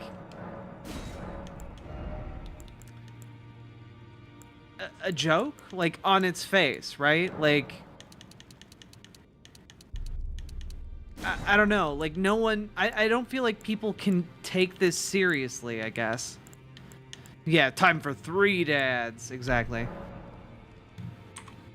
A master narrative, and as I said, 30 minutes ago, that by master the way, narrative Star is Wars breaking nerds, down. And is the Acolyte it's good? the bottom of the barrel that. But it was always going to break I've been down. hearing some buzz about okay, it. all master narratives are always going to break down. It was always going to, but this one was going to accelerate itself to its own demise. I don't necessarily agree that all they all break down, master narratives break down. The liberal one certainly does, because it requires a function in the real world to maintain itself. Yeah. If everyone is equal, there's no more fight. Right. So they constantly have to find someone who is not to maintain their battle. But I look at the traditional moral framework in the United States, Enlightenment principles and Christian moral values. I don't see that as a master narrative ever breaking down without an external attack to destroy it. No, I think it will lead to what we are. I mean, I guess Enlightenment principles. That is liberalism now. That is what progressivism came out of. I'm a bit of a Hegelian here. Like, we understand what America was because we're living what America is, in the sense that you can claim rightly that the founding fathers would be totally, their minds would boggle if they walked through the streets of San Francisco or whatever. I obviously agree with that statement. They would scream. But it doesn't matter because all that means is that they didn't fully understand their religion or their ideology that they put forward. America is what it is. 100% amazing. What exists now reveals to you what the root idea was at the beginning. No, I think they did understand their ideology. They had limited suffrage for a reason. They didn't want everybody and their brother to vote for a reason. They didn't think that the general America... You wouldn't have to brainwash these people, would you, Richard, if you didn't give them any political power? You wouldn't need to always have them brainwashed constantly. It wouldn't even be necessary. Successful. Why is it always successful? Why? It's not always successful. It's a brand new experiment. Universal suffrage, brand new. Brand new. Why has the American narrative been towards liberalism? And conservatism, I would say, is largely vacuous and negative. Okay, go ahead. I think where we are in this country is an obvious... It's an obvious endpoint from where the founding fathers were to where we are now that they could not have predicted. I think that asserting a moral value or a moral principle or enshrining that in your government, people often don't realize it. All that is required for evil to triumph is that good men do nothing. The founding fathers' assumption of let's enshrine these values. And then I believe it was the anti-federalists who wanted. No, it was the federalists who wanted the Bill of Rights, or was the anti-federal? I mix them up. They wanted the Bill of Rights. They said, we want to make sure that this is written down in the Constitution. So they proposed a Constitution. They say, no, 17 articles. He was a Federalist, right? Yeah, I think so. Madison was a Federalist, and then Jefferson was the anti-Federalist. Right. It was the Federalists who wanted the Bill of Rights. Yeah. Either way, the point was make your point. Yeah. Right. And so the assumptions made are, this is a good thing that we're going to allow the people to have a say in their government. That doesn't mean they're like, this should lead to a point of universal suffrage. No, that was not the intention at all. All men are created equal. That root idea has consequences. Yeah, but the idea of the Christian ethic, and always the idea of the Christian ethic, is that the ontology of men and women, not the same. Not the same. So this idea that the Christian ethicists of the time believed in the universalism of suffrage, meaning spiritual equality, is fucking insane. They didn't believe in releasing the slaves, or at least a lot of them. That was obviously a massive issue during the Constitution. Or letting women vote. What I'm saying is for a good reason. Those root ideas in 1776. I mean, look, if you go to like the Northeast, Samuel Adams was kind of Thomas Paine. You have a book here. These are like left-wing rabble rousers. Looks like we about to have a fight. At the time, absolutely. Yeah, they were, imagining a new age. So what I'm saying is root ideas will have consequences. Thomas Jefferson was a slave owner who promoted, at the end of the day, an ideology that would overturn Monticello. But so let me wrap up that point I was making. Yeah. For one, Jefferson was opposed to slavery, insofar as you could be at the time. But no, this is it seems paradoxical. It's not. They had it outlawed. It was universally outlawed. The thing is it's like grandfather. Right. It's like saying I oppose the Federal Reserve and want to see it abolished. I use the banks. I get bank loans. I have mortgages. Sure. And one could argue, why doesn't he just give up those slaves? Right. Because there's a bit of a tinge of hypocrisy in all of it. But famously, he wanted to include one of the grievances in the Declaration of Independence was that it was the Crown that brought slaves here and has now used them to levy war against us. But I believe it was South Carolina and Georgia would not have joined the movement for independence if they had a staunch anti-slavery notion that this will be the direction we go. That being said, the ultimate point is Frederick Douglass, dude, amazing. He actually one of the points he made is that you have written into your own constitutions of your values, all men are created equal. I dare you, I challenge you to believe that. Right. And people got pissed. They were like, "No, how dare you? Like we should have slaves." And he was like, "These are your words, not mine." And let's remember too that that enshrining this in a declaration, it's wonderful propaganda, but it was not meaningfully put in our Constitution. So it was not meaningfully neither put were Orthodox universal values. Universal. So yeah, I think that a lot of baseline Christian ethical values were put in it's the fair to Constitution. say- So like originally, the colonies all had state religions. They all of them. It's fair to say that they assumed those because that they lived in the 18th and early 19th century. It's fair to say that. But the fact is, they didn't do that. They didn't establish a church. There were multiple churches and states, congregations. No, they let states establish the church. That's what I just said. But they didn't. No. It's different. It's different than what they're portraying. I looked into this because I heard this same talking point a while back, and it turns out, no, actually, like, the states had their own, like, little chartered, like, essentially, like, had their own, like, chartered churches from, I believe, when they were colonies. And then eventually, over time, they were disbanded because of the separation of church and state clauses. I believe that is the case. Someone can check me on that if they would like. To actually create that. They created They couldn't create a national church because of Protestantism. That's the only reason. This is the funny thing about why the Founding Fathers didn't want state religion. They were like, well, we all agree everybody believes in Christ. We just kind of have different branches of Christianity, so we probably shouldn't enshrine one of them. I don't know if they realized that meant where we would be in 200 years with... Well, did Jefferson not realize that, being that he was the edited one the Bible and Yeah. he did try to get rid of state religions. gravestone, he said the freedom of religion in Virginia was like his finest accomplishment. So, I mean, there was that ideology. No, hang on. There was some of these guys who were deists, okay? And the deists... Most of them. Yeah, not most of them. All of the contributors to the Constitution were not deists, but there were a few prominent deists. The thing is, though, is that it was understood that you had the 10th Amendment, and that if the federal government wasn't making a national religion, that the states could make their own prospective religions. But the idea that the First Amendment created some barrier from states creating their own that's crazy. That is not substantive at all. I agree with you on a kind of legalistic framework. The Congregationalist Church in Massachusetts was a long-time state church, in effect. But isn't it remarkable that eventually all of those state constitutions outlawed any sort of state church? Isn't it remarkable that without exception, we went in one direction? Isn't that remarkable? Doesn't that reveal something about the time? I agree with you. The ideology at the heart of the founding. That Enlightenment values were always going to lead to kind of progressive degeneracy. That was always going to be the case. I don't disagree. I'm saying that that's bad. And I'm also saying that when we're talking about, in modernity, conservation, we're really only talking about one thing: conservation of non-degenerate Christian ethics. That's really what everybody's talking about. Even though they pretend it's subtext, they pretend that it's kind of outside of the scope of the conversation politically. It really isn't. That's really what they're all talking about. In an enlightened nation, whether you like it or not. That's what America is. Okay, so I agree that there's Enlightenment principles, but I don't think everybody lives as though that's true. No, I don't think so.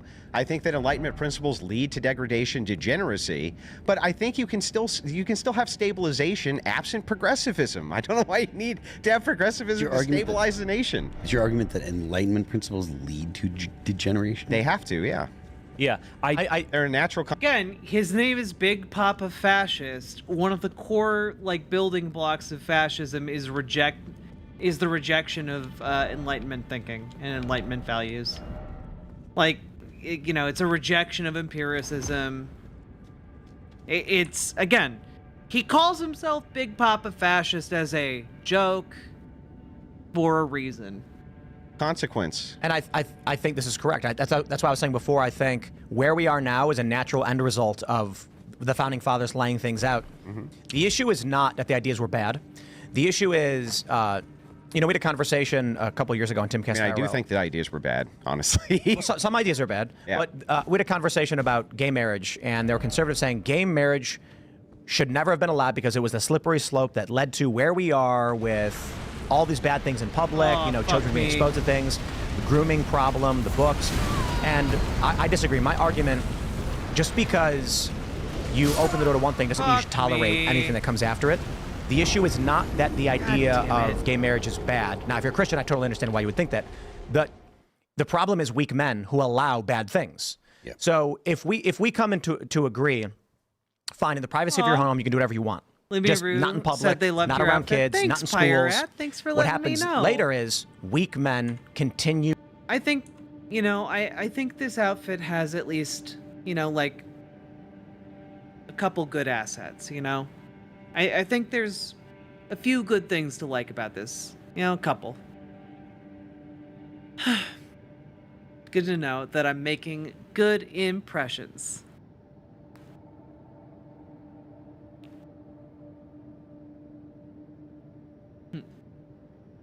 God didn't create men and women.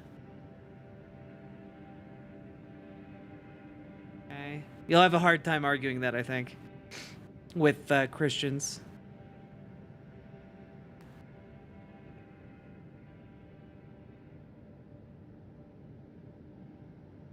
Hey, Glaive Master.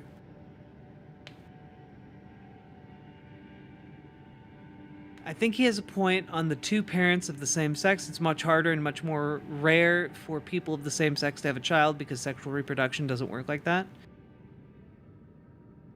Yeah, but you can still have good parents if you have two moms or two dads. Like, that doesn't preclude the ability to be a good parent. You're looking nice. Thank you, German Cow JJ. I tried a little bit.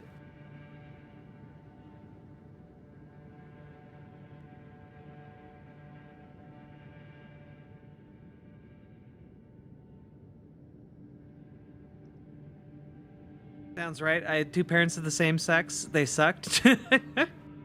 Yeah, let gay parents suck just as much as straight parents, okay?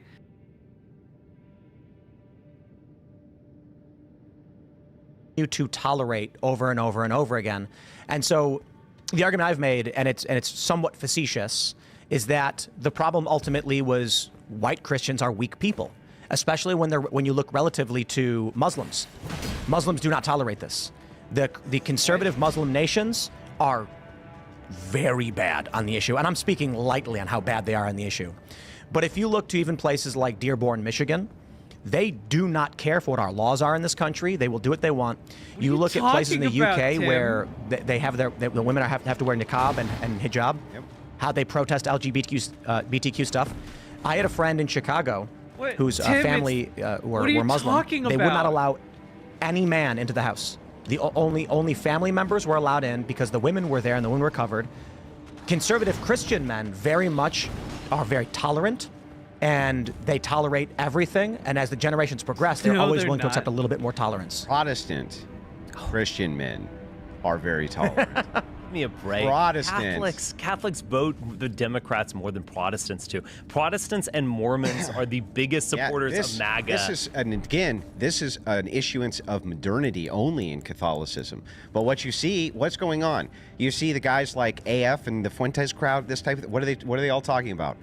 Move it back. Forget this. Forget whatever this new woke Catholic stuff is. We're done with that. Are they Catholics? Yeah, they're predominantly a Catholic organization. Yes. And they say no.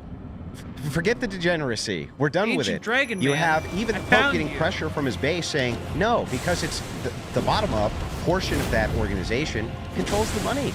And they're not going to give it to you if the Pope is out there running a degen campaign. They don't like it. Yeah. They're having a big trouble with it. Orthodox nations, Eastern Europe, they don't put up with shit. They don't put up with none of it. They'll go in and shut down your gay pride parade in 5 seconds. Can we look at those election maps of like if only men voted? Oh yeah. Can we look at an election map if only Catholics voted? You mean inside the United States? Yeah, there's a lot of progressives, but it's very tiny here. I feel like I could kill this guy. It's a much smaller footprint that Nick Fuentes is laying. Thought that, Jazz Dog. We need to go back to our traditions, which is monarchical. Yeah, but what's going to happen is you're going to see as people move more towards traditional, any type of traditional Christianity, they are going to become more and more conservative. They have to, and that's why they're moving towards traditional Christianity. Even in the Protestant sects, which are blowing up, They're more Well, because he wants the state to get more and more involved in brutalizing, queer people. Like he thinks that is good because it will dissuade.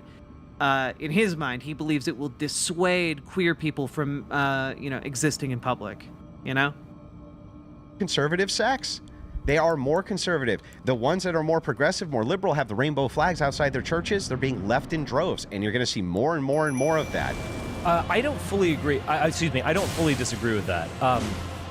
Interestingly, mainline Protestantism has had a little bit of a boost, and recently, and that might be aberrational or whatever.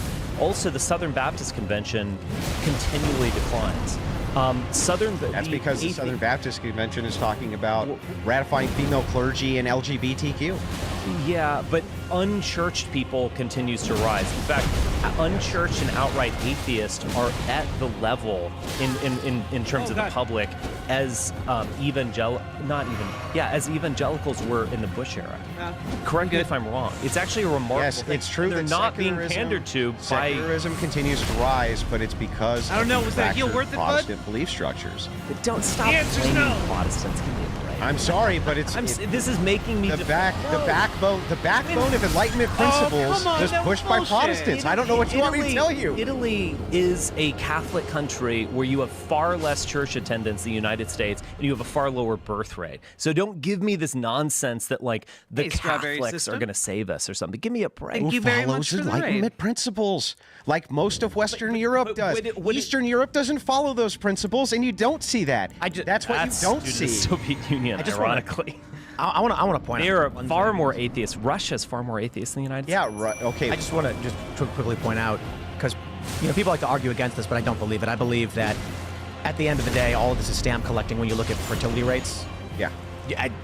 you don't have kids, you don't exist. That's right. And it is true that the left will try to indoctrinate young conservative kids, and they succeeded at it. But so long as parents are becoming aware of the issue and keeping their kids safe, 40 years, this is going to be a Not only that, but the chances of your children, if you're Christians and you have children, chances are they're going to be Christian as well. Just like if you have Muslim parents, you're going to be Muslim, et cetera, et cetera. I thought I so might if you be have able to 4 break 'em out of and the the liberals combo. get 1, you're still 3 ahead. If you're running a numbers game, the secularists, Hey, Malachi. if you're running in the numbers game, the secularists themselves are not doing so hot here, okay? And- They're breeding far less than everybody else. The staunch religious are breeding more than anybody else. And if this doesn't sell you out there to have kids, the more kids you have, the higher likelihood one of them will become famous and rich and take care of you. So, have kids. The fuck are you Well, also, talking the about, other thing Tim? is it's better to have 2 You don't than even 1 take care of because your 2, family. they take care of each other, right?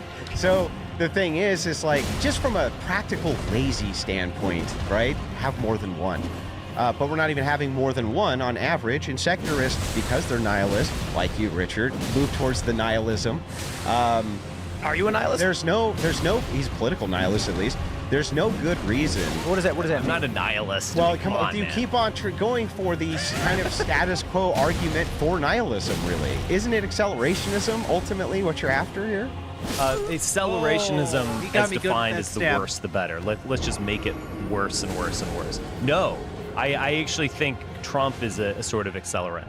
But I wouldn't mind. We've got time. I wouldn't mind talking about the demographic issue because I think they're kind of like countervailing forces, and I don't know exactly You guys how are I all feel. so cute with each feel other. about I this. So, appreciate how what you do you treat mean each the other in demographic? chat. evangelical vis-a-vis, say, Anglicans or Episcopalians, my stomping grounds. Evangelicals are having like 3 kids to an Episcopalian 1.5 or something like that. So within a nation, more uncouth, or you could say fundamentalist, are having more babies than mainline high church people. Between nations, that is also the case. Now, there's another countervailing force, which is that you bring in education, you bring in modernity, and that is coinciding with lowering birth rates. That happens all over the place. That's happening in Mexico. Again, these people are so concerned with birth rates. It's wild. Can I look? guys, I've never met a non-racist who's super concerned with like the birth rates of different racial groups. Mexico. Yeah. So people say like, oh, the Mexicans are going to overwhelm us. I'm not so sure. They're going through their own demographic That's decline. correct. Iran is going through their decline. The only one that's world. not is Africa. Well, no, and Israel. Oh, okay. Israel also isn't. So Israel surprisingly has the highest birth rates out of all Western nations because they have a mass IVF program. Because they looked around and said we're completely surrounded by people who want to kill us. So we probably should boost our numbers. It's 2.9 in Israel. Yeah, it's because they had a mass IVF program. And so here's what happened.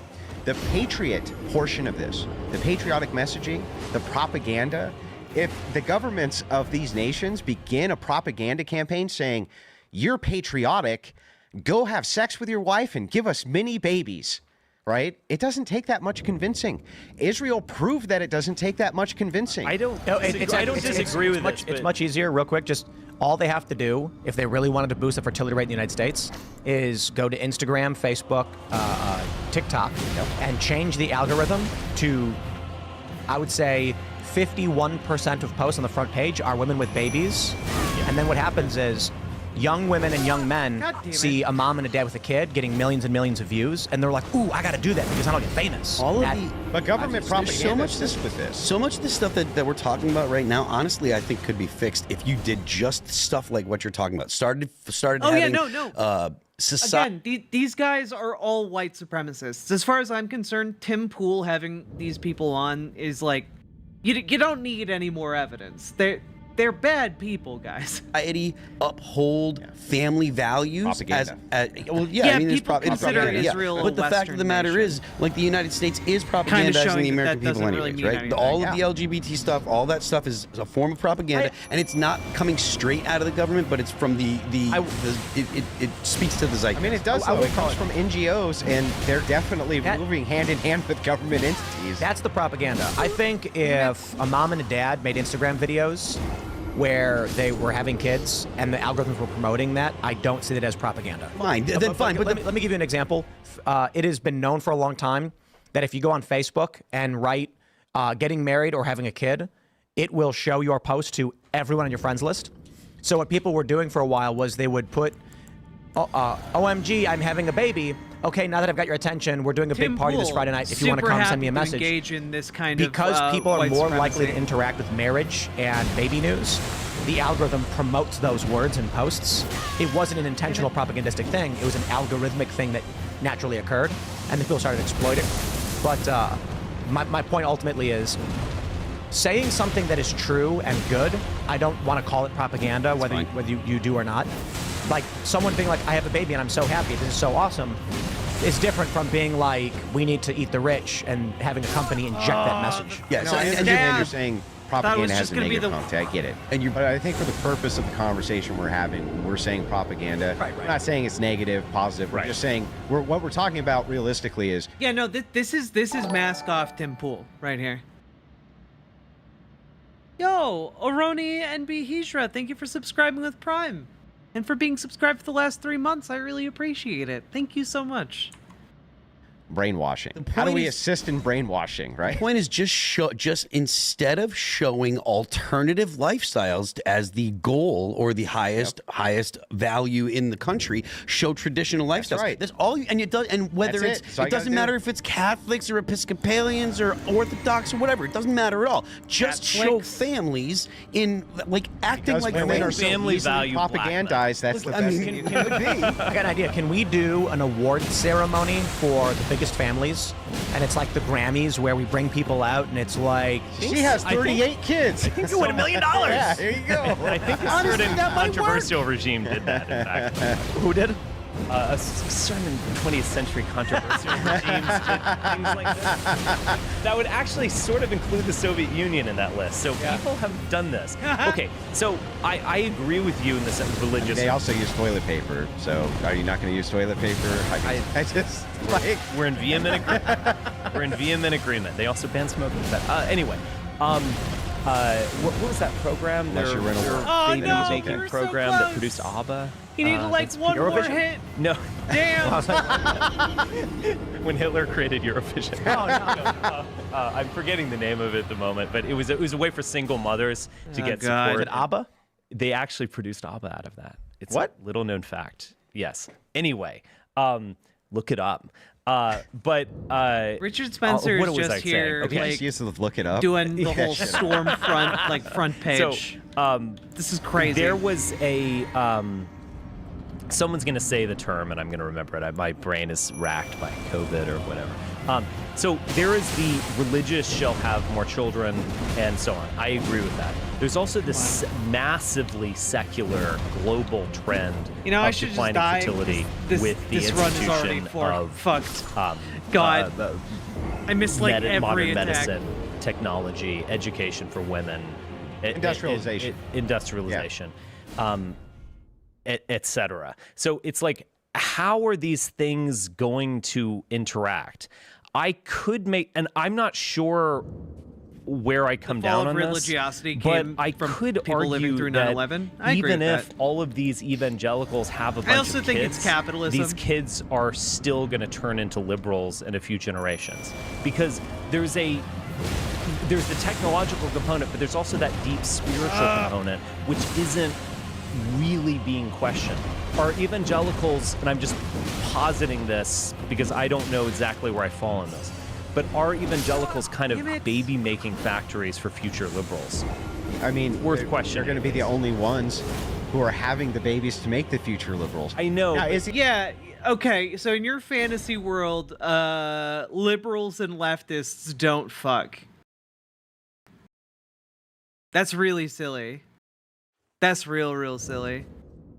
the ideology You of don't pro- just pump Yeah, out but a baby is- fully grown is like I- an but- evangelical Christian. No, I get it. I'm just saying that is the ideology of progressivism going to go away? Because Right. no, the That's answer the answer is no, it's not There you going go. to, Yeah. but It's it a can be competing greatly curtailed. And the way that it can be greatly curtailed is it's just a numbers game. Ultimately, it comes into a numbers game.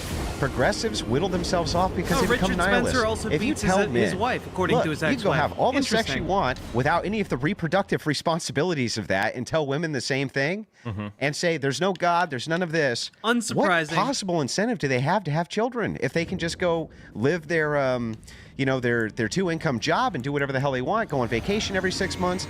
Nihilism, man, that seems like it's a really good, alluring life when you're young. And then by the time you find out it's not, you're too fucking old to have kids. There was those viral videos where they're like, I just want to point out, I really hate the videos where people go, we're X, we do this. Yeah. Just get out of here with that. But fine, whatever makes you happy. Anti-natalists. Right, but they did the one where it's like, we're dinks. Oh, God. We're dinks, we do this, we go on vacation, we do whatever we want. And I'm like, we just need someone to make one where it's like two elderly people saying we're dinks, and they're just lamenting their loneliness. Yeah. Or actually, better yet, it's an elderly woman saying, stab. I was a dink, my husband died, I have no family, and I'm terrified that I'll die alone. And Look, just make some of those. Consuela comes in and moves my leg and wipes my ass. I was at a coffee shop in Boston just the other day, and this woman I was working. This is such a weird conservative circle jerk where they're just like, I don't even know exactly what they're like giddy about, but the amount of giddy energy that you get off of them talking about like lonely old people is weird. Yeah, no, Dr. Robotnik, this is actual for real Richard Spencer, along with another guest named Big Papa Fascist on Tim Pool's show.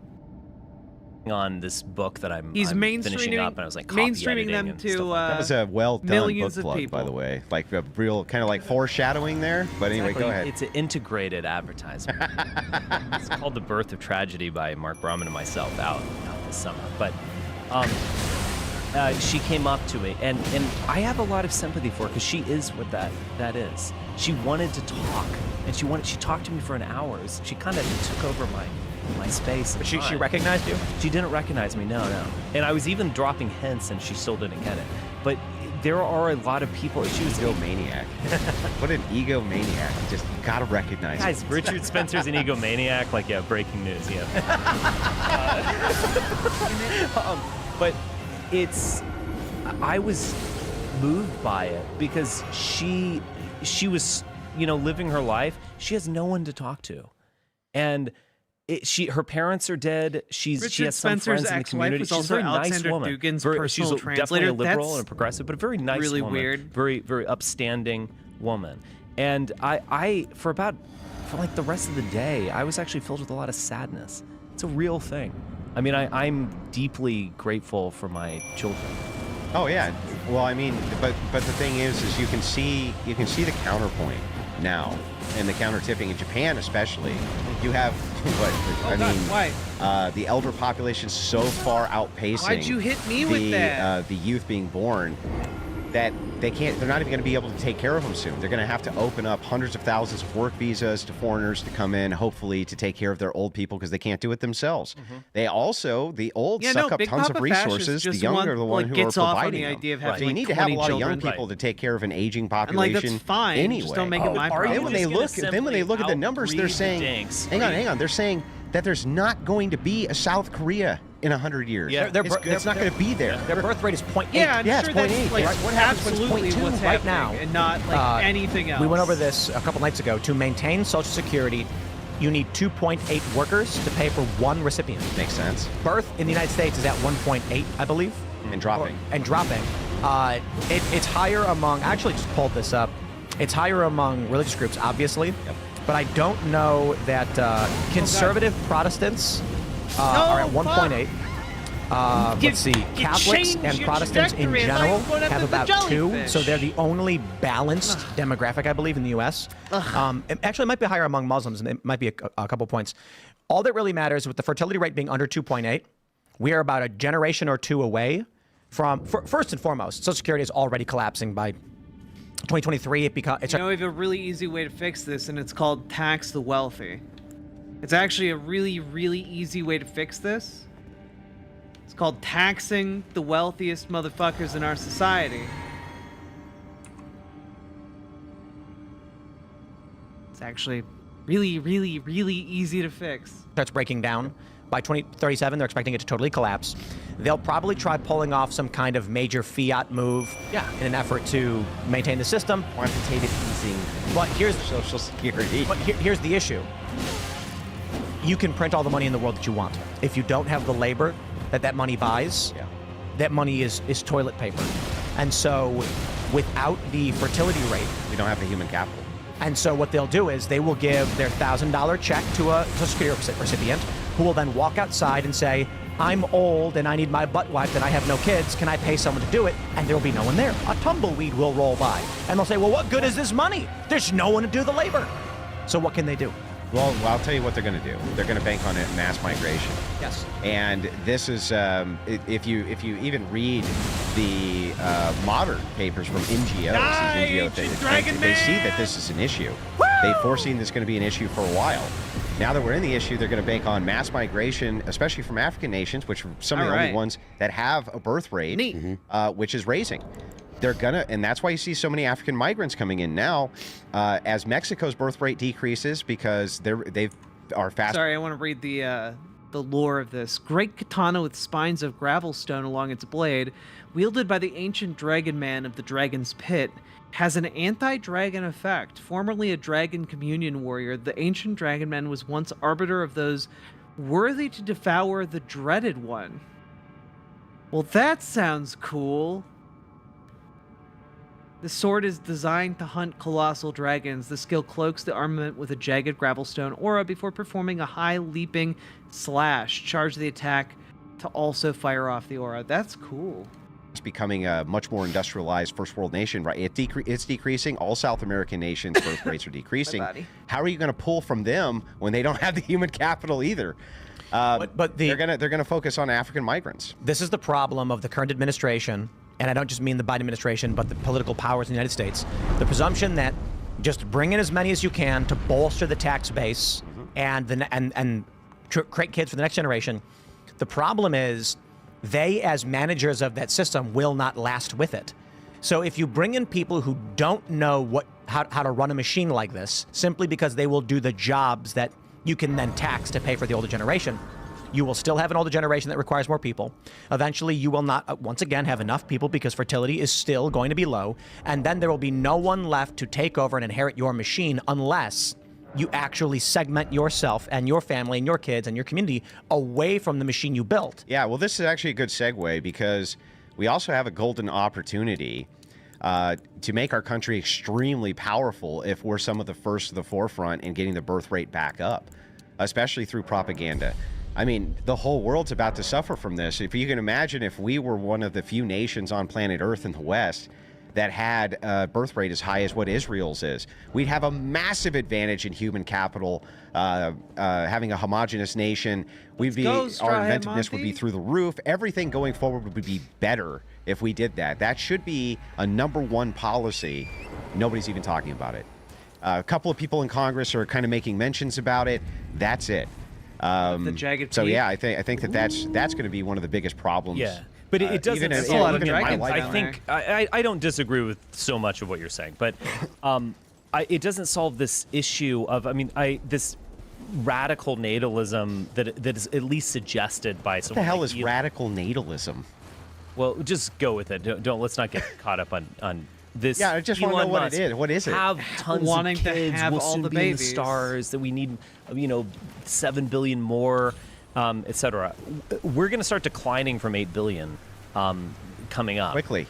Yeah. Quickly, yeah. But if you're just saying have more children, that sounds like you're going to fill up more and more favelas. To be honest, like. It doesn't follow that there's simply more people out there, like who breathe oxygen and are, big-brained apes, mammals, and you're going to therefore reach the stars. I could easily argue that but I'm not making the promoting argument fertility around the issue. Also Right now, I'm talking is about fertility populating around, this planet. I I'm not even talking about the stars. I know, but promoting fertility is going to create a colossal global underclass. And you're not going to outbreed them. Even evangelicals. Wait. Hang on. So what? That's scalable. So not breeding, you're still going to have a colossal underclass. It's a scalability thing. Yes, more people in the underclass. I guess that's tangentially true. But so what? Like doesn't matter. Ultimately, oxen. that doesn't matter. You need to have logistics. Yeah, but you need to have people running ships, and you need to have them driving trucks, and you need to have them doing this. Advance us towards the stars or something. I mean, we need to understand, like, we're going to have to manage I'm not talking the world. about bringing up the birth rates of people who have sustainable birth rates. I understand. I'm just pointing out there's, like, just outright natalism brings its own issues. But you were going to say something. Well, I mean, I guess in a bizarre way, but here's the thing. It really, the main thing is that pronatalism brings about, a human species that I think we need in order to have any of these other tangential kind of issues sorted out. And right now, the anti-natalists have been winning. They dropped the population bomb all over the world. They said that it was going to be a catastrophe when we reached 8 billion people. The opposite happened. More food than ever. More logistics. More food getting everywhere. Centers. I mean, like, there weren't that many people in, like, London or England itself. They weren't dropping it Hold there. on, just let me finish, dude. Go ahead. There weren't that many people in England, and within 2 or 3 generations, you had Shakespeare and Milton and Newton, coming down the pike. These small nations, if you look at, like, what England and Germany in particular and other cultures have contributed towards human advancement and so on, it is off the charts. So it's not a matter of numbers. It fundamentally is a matter of a people and a culture who is able to advance. Don't you think? Don't you think Newton needs to eat? Don't you think these people? Well, so this is the thing, right? All of these kind of components which go into the advancement of technology that you're talking about is a massive logistical order, huge scale. And the thing that's so interesting about it is, absent the kind of human capital necessary for the massive amount of freighters required Dragon. and How the you equipment doing? for these mines Did you watch and the all of debate? this type of thing, if you scale that down, we're going to go back to the 50s, 60s, 70s where we did have real hunger problems, global hunger problems, which have essentially all but been solved. And it's not because the microchip has solved them. It's because humanity, having human capital, has assisted in growing more food than we've ever been able to grow before, ever. Right, but a planet with 1 billion people, the right 1 billion people, could absolutely go interstellar. And I think much like the wall or other things, I think this nativism thing or natalism is a sort of kind of red herring of the real issue. The real issue is that master narratives have broken down. The real issue is that we're creating a massive underclass population globally that is being fed, that is not starving.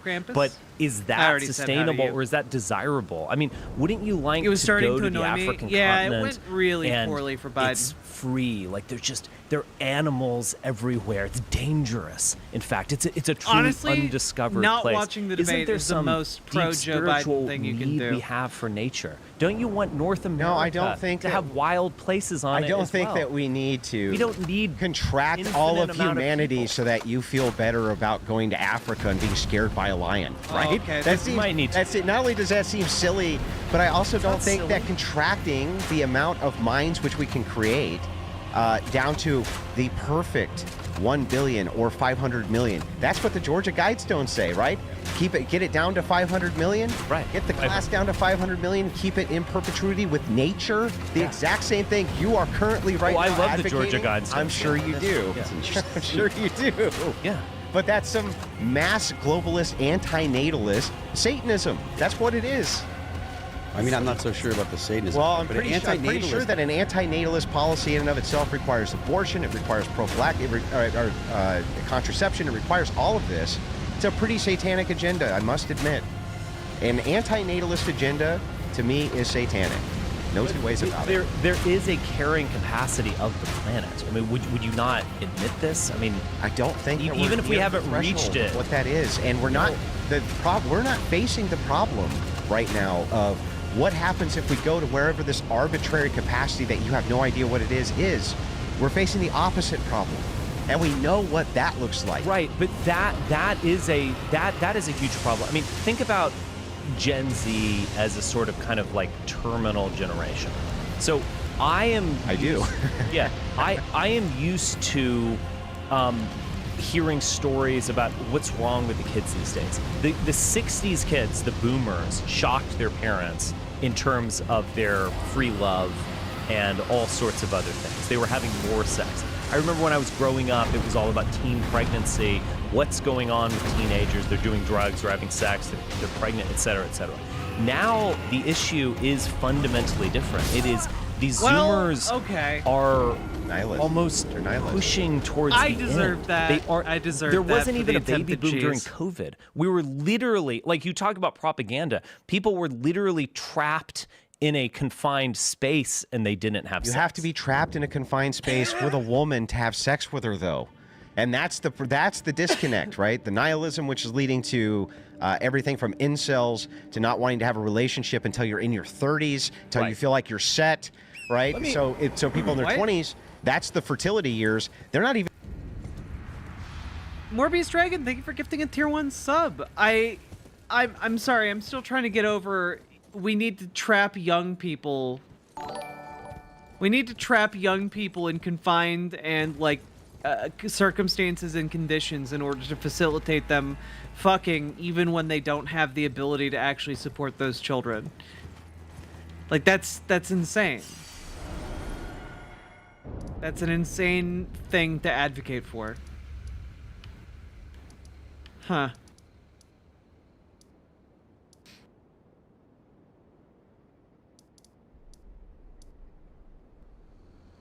All right.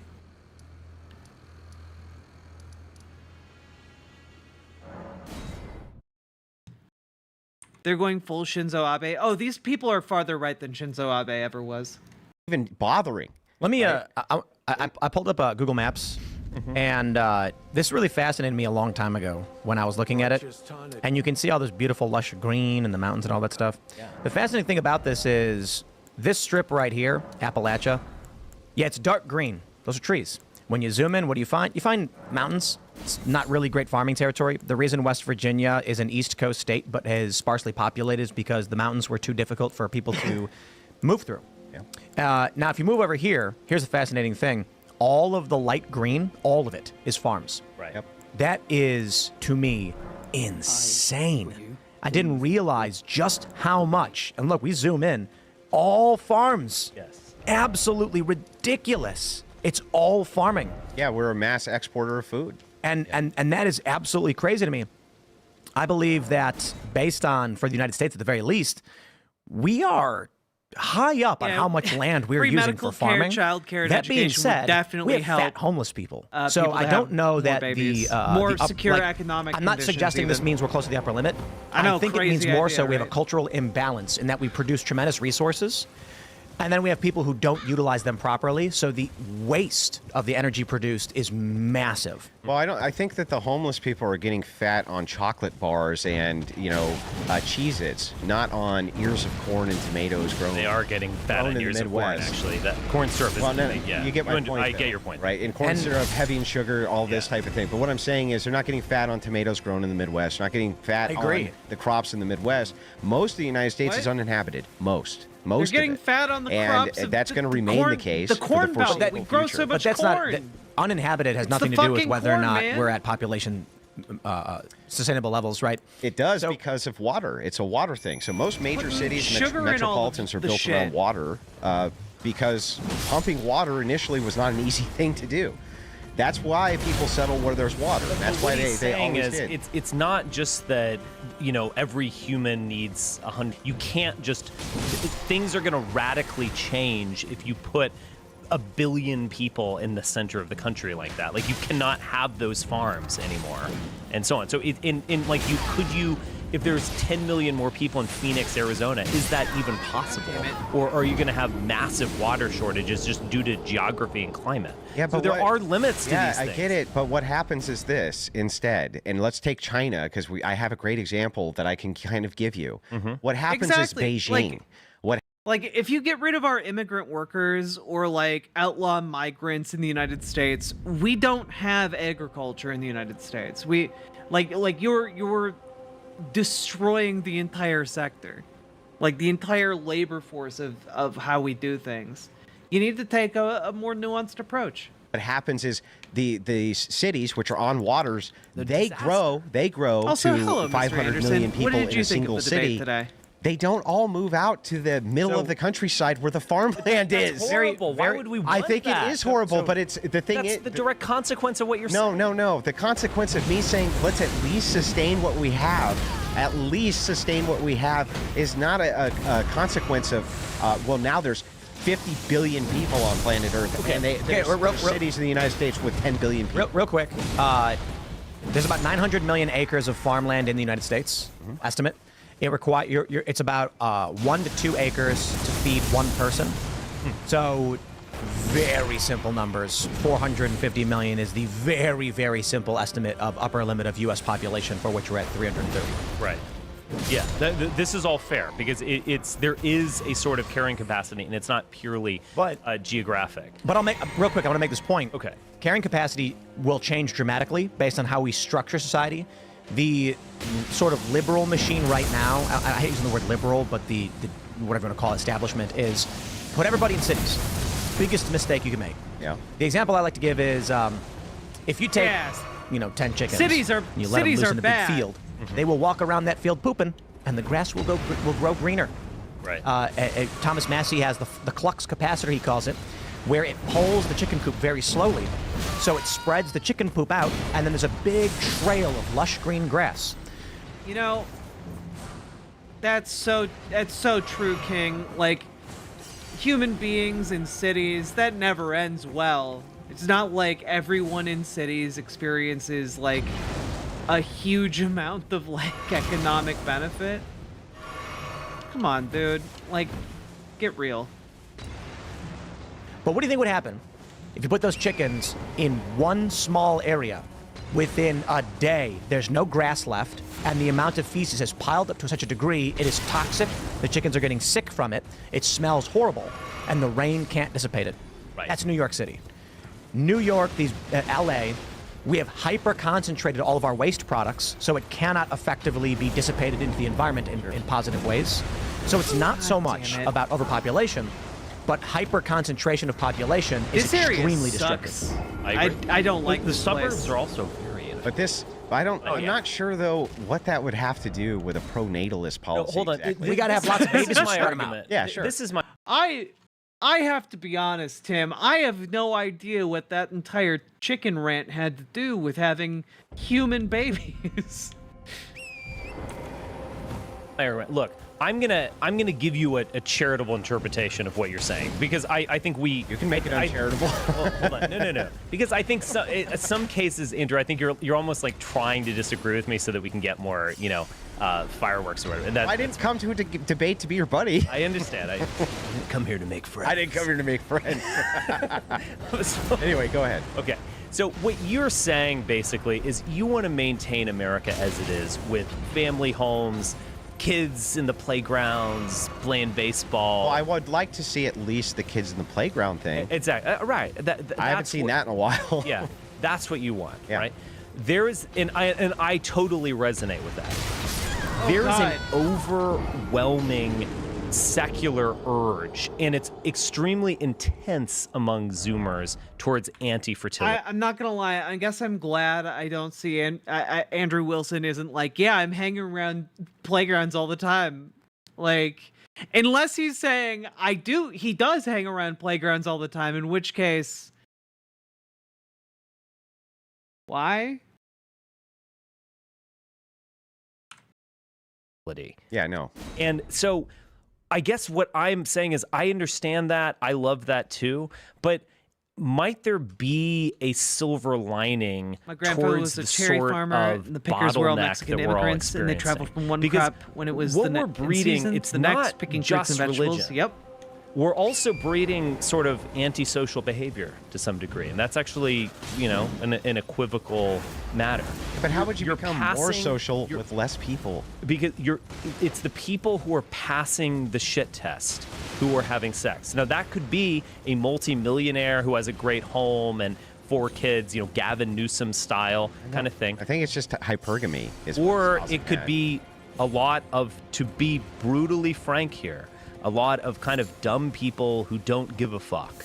They don't have enough foresight to put on a condom, etc. They're just kind of producing this, and there's a tremendous amount of social dysfunction involved in the people of high birth rates. It's actually the middle, the top, say 2 to 9% are reproducing themselves. The bottom, like 40%, are also reproducing themselves. It's the middle that is, those dinks are middle class. The top percentage also not reproducing. No, they actually are not much. I know, but they are reproducing themselves.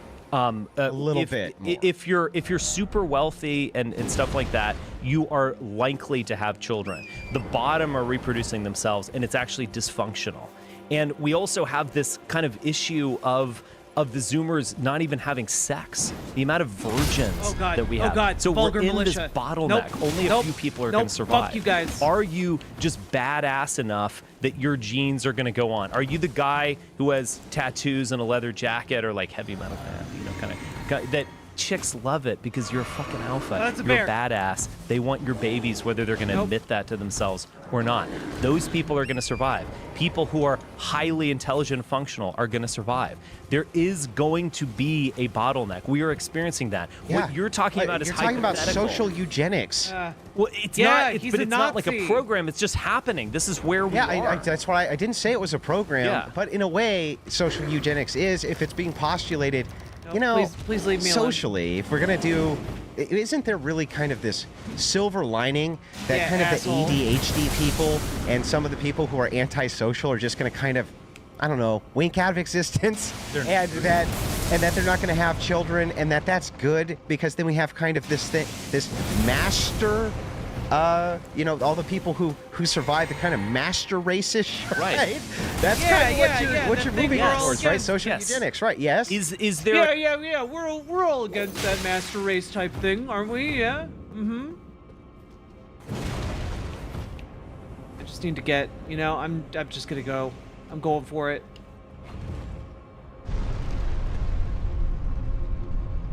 Give me that sweet, sweet bonfire. And by bonfire, I mean whatever this thing is, a site of grace.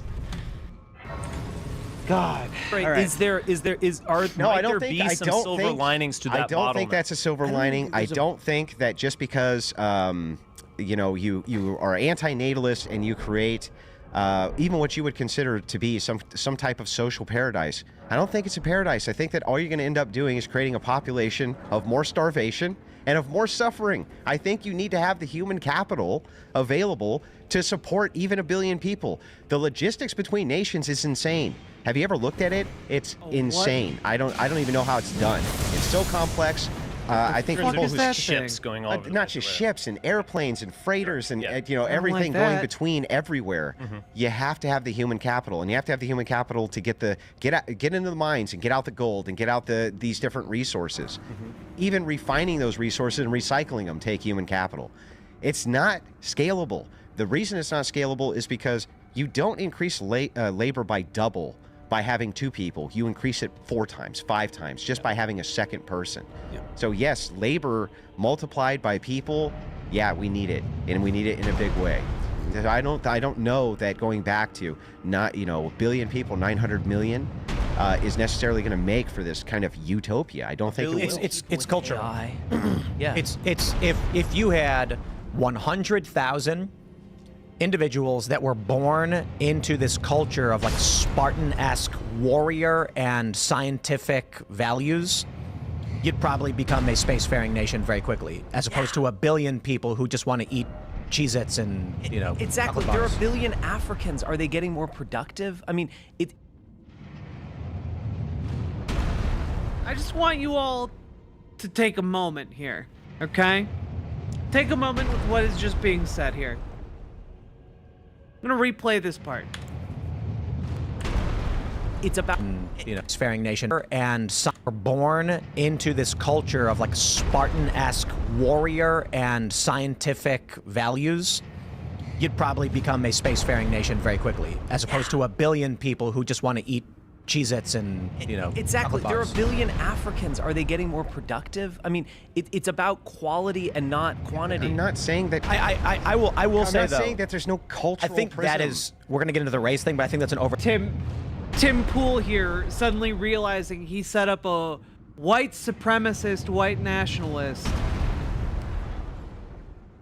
for like an attempted, I guess, gotcha on the continent of Africa, because he's a racist. Of course he's gonna go there. For generalization, But that's really too, weird, because I still- Nairobi, for instance, actually has a tremendous technological research hub. Well, not only that, but why? What I don't get about this is like, sure, okay, there's a cultural prism. If you had 100,000 Spartans, right, they're going to do way better than 100 million Africans or something. Fine, I'll concede that. But why wouldn't 500,000 Spartans do better? That is what I don't understand. We Or get it, 1 but million because Spartans you do live better. on this planet, and you can't just pick and choose. Like, I could argue that you're saying the productivity argument, if you have 4, that's not 4 times better, it's like 16. Yeah, it's like 24 times better. I'll yeah. grant it to you. I could also say with dysfunctional people, it's like 16 times worse. Like, no. Well, dysfunctional, it depends on the type of dysfunction. But the thing is, for basic labor, you don't need to have. Here's the other thing that people always forget: people with really high IQs, they're fucking dysfunctional. I agree. They are super dysfunctional. They have tons of mental illness. They have tons of they want to be a problem. This is actually true. A direct correlation: the higher the IQ, the more likely they're mentally ill. Yeah, That's they suffer crazy. from massive depression, and the chances are it's going to be genetic to their children. They're spreading the type of social unease you're talking about with ADHD and depression and this type of thing. Why don't you start with the high IQ people? I have it worse than anyone. The be-all end-all is wrong. Absolutely, Straight up wrong. There's this really funny meme of income by IQ chart, and it shows IQ. Our income is on the left, and IQ is on the bottom. And it slowly goes up. The higher the IQ, the higher the income. But there's one person with an IQ at 75 who makes the highest. It's like 1.4 million per year. And people are like, damn, I gotta figure out what that is. And it's like, oh, he's a professional athlete. I'm not trying to be a dick to professional athletes. Right. Well, you got a really dumb guy who can triple backflip, and he's slamming every dunk, and he's making every touchdown pass. I mean, you can become successful, powerful, wealthy, and IQ doesn't guarantee that. Persistence does. But ultimately, though, I think the issue again. Tim is trying to talk, like he's trying to have his cake and eat it too here. He's trying to be like, well, people can be successful without high IQs, and anyway,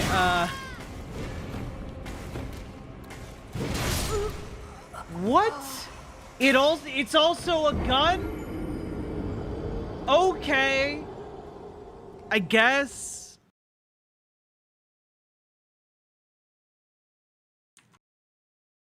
Issue is, for me, I don't care about where you're from, what you do. It's about productivity. Yeah. So, you mentioned Africa, for instance. It's managerial power. Mm-hmm. So you need people who can carry bricks. You need people who can solve math. I don't care where that comes from or who can do it, what your background is, just do the job. So in the United States, the problem we have is people have brought this point up in China. They ask a child, what do you want to be when you grow up? They say astronaut. You ask an American kid, they say influencer. Influencers don't do anything. Like what am I doing? I complain on the internet for a living? Heavens help me.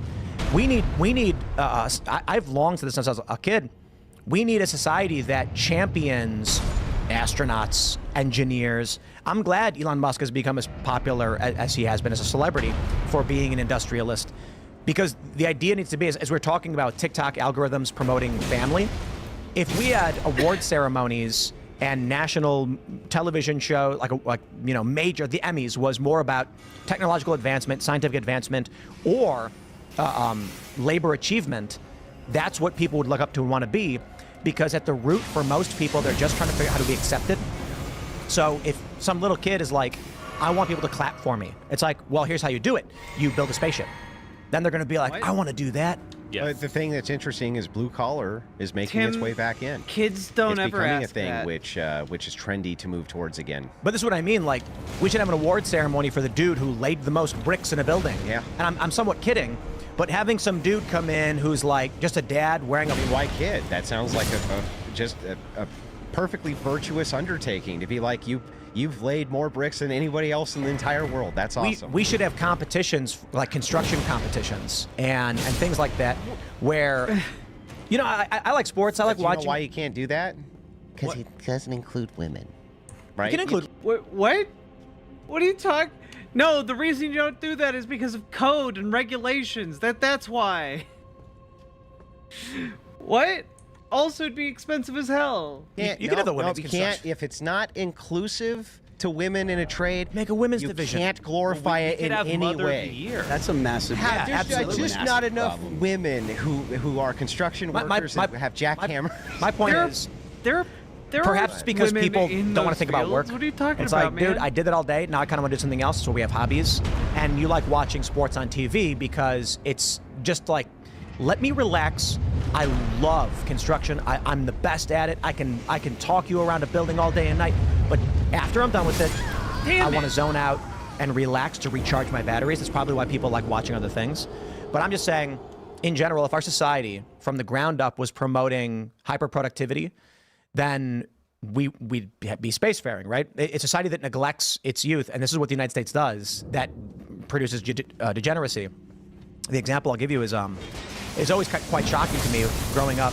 Just some the guys most important around formative years of a talking about human being's life, like and this God is intended. scientifically proven, is 0 through 5.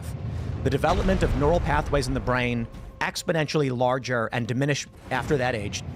And so a baby from 0 to 5, their brain is rapidly developing and creating the pathways which will allow them to function, calculate, think, solve problems. That's why malnourishment in a child is so awful. But what's fascinating is when they have discovered children who are chained in basements by evil predators or who were neglected, they can never learn to speak properly. The famous story is like the little girl who was found chained up in a basement. She was 14 and 15. By the time she was in her 20s, even with as much education as they gave her, she could not speak English. Wow. She could only grunt. She could say hungry, tired, but she couldn't articulate complex thoughts because the neural pathways never developed. Right. She's an influencer now. That's right, one of the most famous. But in American society, we completely ignore 0 through 5. Completely. That's a time period where today parents you are sticking an talking iPad about? in front of the baby and pressing play and leaving We the room. absolutely don't. That is this is going to gum up the brains of the next Borderline generation. child abuse. Or just That's not outright societal what failure, happens. child abuse. So if you took every kid in this country and instead of playing some weird video of a guy singing, oh, dude, let me tell you a story, man. And I'm not trying to be mean to my friend here, but, you know, his kid's watching some show, and it's this weird guy. I turned it off. I couldn't help. He was going, and I'm like, why is this kid watching this? Yeah. And Is Tim seriously discussing Skibbity Toilet? Seriously discussing Skibbity Toilet with Richard Spencer and Big Papa Fascist? That's crazy. No, that's exactly what he's talking about, right? And so and I'm like, I turned it off. I couldn't help. He was going, Yeah, and I'm like, Skibbity why Toilet is is this kid why the watching West this? is fallen. And so I was like, I put on David Attenborough talking about frogs.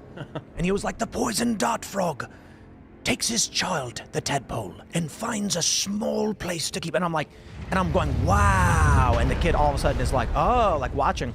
Yeah. And I was just like, this is what we're doing in the modern age. If instead we were playing, and this has got to be BBC documentaries, play a video of someone playing chess. People, I really can't stand how they say that kids are dumb. They're like, kids are too stupid and they don't listen. Yeah. No, the mental capacity of a child, the potential is nigh infinite. I mean that figuratively. But because the data has not been installed into the machine, you assume it's incapable. That's like buying a brand new high-end gaming computer desktop for 10 grand and then being like, it sucks, it doesn't do anything. It's like, well, did you install any games on it? Is it worse though to put the iPad in front of them than Sesame Street?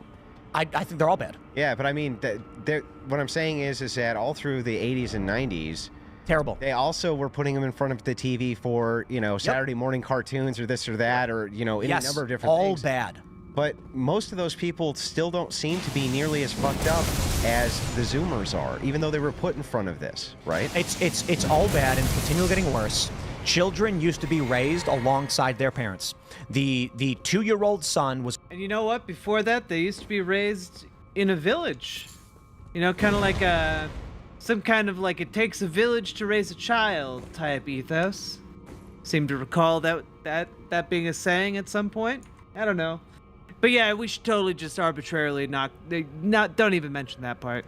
Was walking around the dad's carpentry shop, watching him and garbling. Now I think that it's what's being interpreted also, which is the big problem. That's why I think that if you're watching Sesame Street, right now, as bad as Sesame Street is, I think it gave you different values than what you're talking about here. Nom nom nom nom nom. Right. So if the TV is raising you, maybe at least it's raising you with an idea of something that's not whatever that is. But I agree with you that hundreds of millions. That the interpretation of how children do things, walking through the shop with dad, going out with their parents, seeing mom and dad love each other, things like that. Playing. Yes, that's huge. Yes. T-ball. But the all of that's interpretation. just as important. Yeah. In fact. Yeah, it's all absorbed.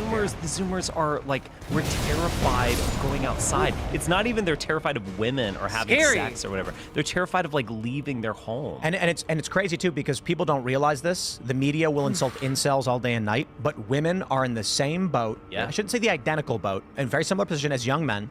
There was a viral video where a 20-something-year-old attractive woman was saying like, haha, I have no friends and I've never dated a guy before, and haha, I don't know what to do, and haha, all these guys think I have it made. Very socially awkward, weird, but attractive, and I'm like, kind of wild. If she just went out and partied with friends at a bar, she'd meet a guy. Sure. Yeah. But they're antisocial. Yeah, exactly. They're locked in this internet realm. I hate all children's content. I think it is all bad. All of it. I like the Daily Wire. I love what they're doing with Ben. I hate all children's content. Says man who who has a skateboard behind him, and like previously had like a katana on the wall, and his compound is known for like having like video games. Like oh yeah, you hate all children's content. Okay, yeah, you're sitting in a gaming chair, Tim. Key because it's a reversal from where we're at. Was G.I. Joe that bad? G.I. Joe's okay, actually. Yeah, G.I. Joe's all right. I don't like. He's so spineless. He can't even hold on to the position that he just said. When someone's like, "Hey, is Teenage Mutant Ninja Turtles okay? I thought it was pretty okay." Yeah, Teenage Mutant Ninja Turtles is okay. Everything else, though, Sesame Street, you're on watch.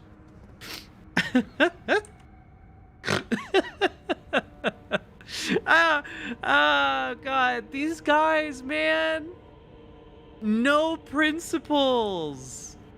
No principles. Like, I really don't like anthropomorphized children's animal shows. Like Bambi. I don't like, so like, you know, I'm going to call it the Daily Wire specifically, but though with fuck respect, Bambi. there's other people who can call it that's worse. Like Chip Chilla. You know, they're doing a kids where it's like what is it? A chinchilla family. And I'm like, don't give kids anthropomorphized animals to identify with. Give them humans doing real things. Yeah. But I understand why they're doing it, so with all due respect. I know for a fact. You know what? I'm just gonna say, I don't know for a fact. But I feel like Tim Pool right now is projecting really, really hard in a way that to me is like, are you Tim, are you a furry? Are you like a closet furry, Tim? Because I feel like you're doing a thing that is overcompensating. Yeah, I feel like I don't know. I feel like you might be overcompensating a little bit too much here, Tim. The lady doth protest too much. Whoopsie. I think this is relating. This kind of thing. It's a cascade failure, where one beleaguered generation will produce an even more beleaguered generation, and it will continually decline. Perhaps, however, this is the natural flow of its natural selection. We can turn it around, and here I think we'll have broad agreement. So much of American society is kind of letting technology happen or something. It's like, oh wow, at one point we have books and now we have iPads and we have it's just this liberalism of kind of hands off of social development. At one time we were men and women in a family, now we're gays, and so they're conservatives, and I say this as someone who's outside of their realm. You ultimately have to assert your will on the world. Yeah. You're standing. I'm just a boy, standing outside of the gay realm for another boy. What? What? What do you do? What does that mean?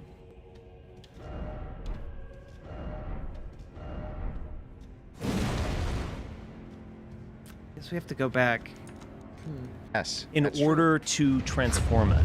You can't just say, just leave me alone, I'm okay, and so on. You need to say, no, we're actually, I mean, and I'm not necessarily supporting this, but let's ban iPads. You can't own a television until you're 18 or something like that, hypothetically speaking. And we have compulsory athletics. You must participate. You must socialize. Well, one of the biggest problems that conservatives ran into, is they fell into the libertarian movement too much.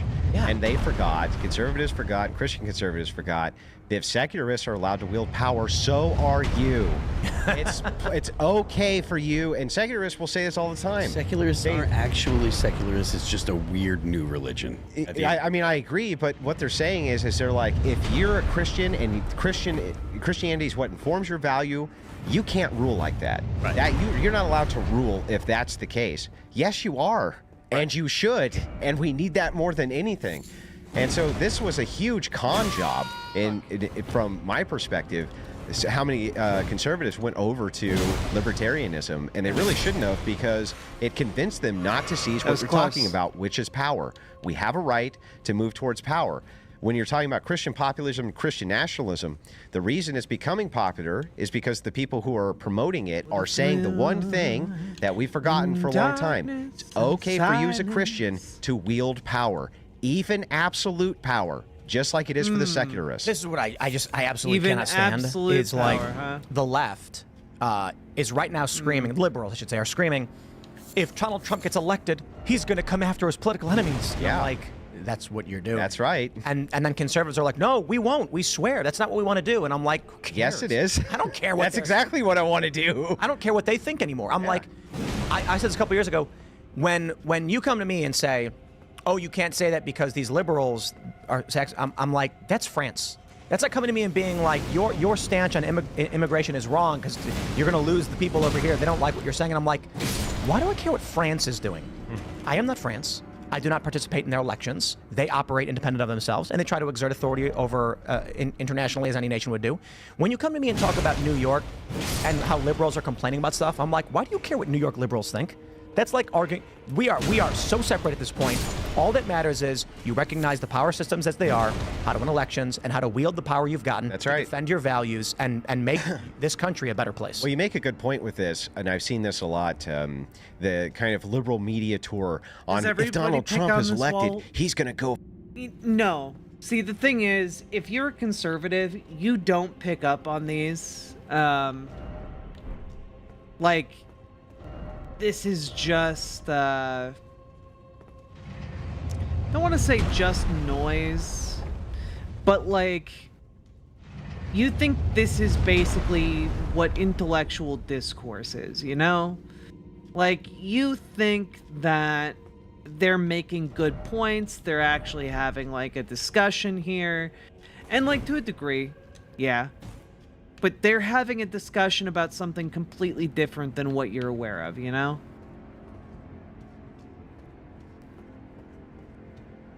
It's interesting. It's, you know, I'm not articulating it very well, but essentially what I'm saying is, like, conservatives hear this and watch this and think there's a completely different conversation happening than what is actually happening. And, you know, you need to learn the dog whistles, otherwise you have no idea what's going on, you know?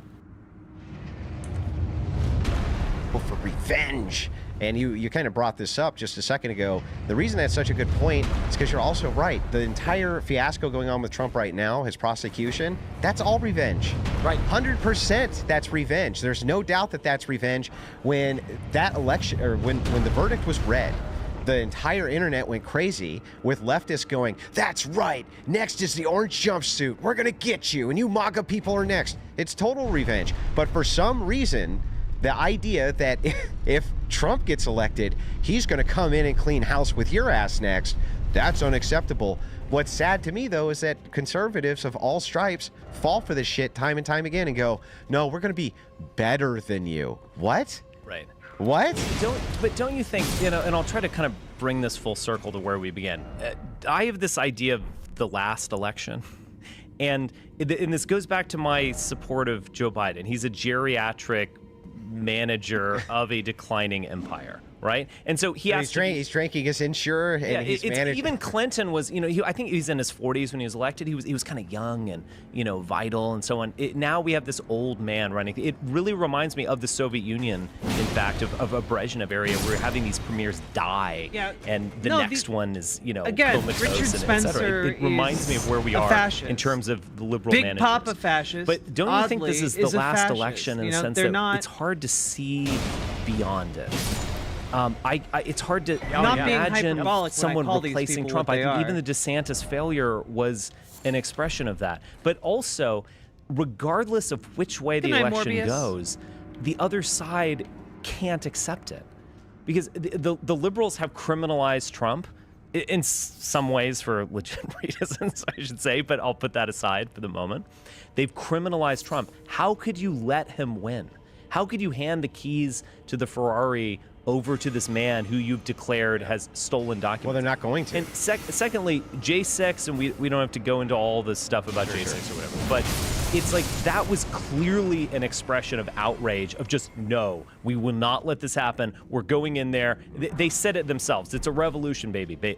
And so where does, like, I feel like we've reached an endpoint. Well, let's be clear. They didn't say it's a revolution, baby. They said pepper spray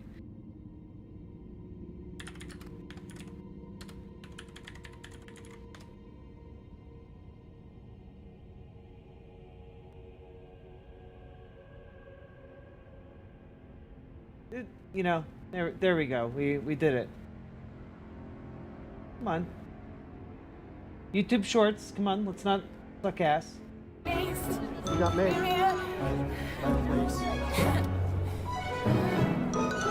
what happened? You were trying to go inside the Capitol? I made like a foot inside and they pushed me out and they maced me.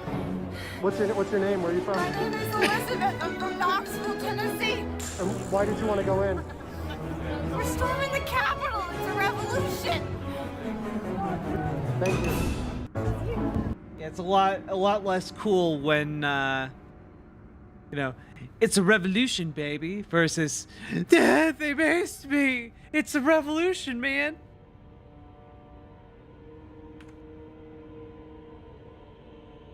Point in 2024 where I can't see over the horizon and there's nothing after. I completely agree. Don't you think that that's kind of a terminal take? So if you look at, like, especially terminally online take, if you look at what the average Americans are thinking when they're looking at this, I think that they can. I think that they can see a future past Trump and Biden. I think that if they just have a normal run-of-the-mill liberal, kind of presidency next time, they'll be fine with that. They'll be fine with other progressives like Clinton coming in. I think they'll be fine with that. But it's on the Republican conservative side, I think, that we're having the trouble seeing past the populist. We're having trouble seeing past the, how do we get back to anything that's not Trump-like, anything that's not that kind of social Molotov cocktail or hand grenade thrown in to wreck the establishment. I don't think the progressive left gives a shit. I think they're fine, like you said, with moving the status quo towards progressivism. Right. And so the next liberal to them is meaningless. But it was those terminally online people who got into QAnon, and a large percentage of them went to J6. And like the intense minority. I don't think most of them. Well, hold on. The principle is here: an intense minority determines the future. It's not the broad masses that start saying, let's revolt against England or whatever. It's actually intense, interested minorities and intense, interested elites that create history. You don't have to be an elite to create history. I think that's wrong. But it's those small percentages that change things. And those small percentages have been activated to a point where this is it, baby. Like I agree. Yeah, but only on one side. I think that the demographic you're talking about still is very, very, very small. So I understand you say an intense minority. I get it, right? But I think this is purely on the right. We cannot see a way past somebody like Trump. That's why, like Ramaswamy, I think that he's somebody people could have gotten into maybe a little bit. No way he was ever going to get the nomination. But he was trying to say kind of more mainstream dissident right-wing talking points rather than normal right-wing talking points. And so this is where the right is moving. They're moving that way. Visit left-wing forums and watch left-wing commentators. They're saying the exact same thing as the right. Interesting. Donald Trump is the end of this country. He will destroy democracy. He will start imprisoning people. He's a fascist. It's the end. They're all commenting the same things. The Tree of Liberty. Like, it's fascinating to me. You get these Republicans saying, like, the Tree of Liberty comment. The left is saying identical things. I've dug through these various subreddit forums, watched many of their videos.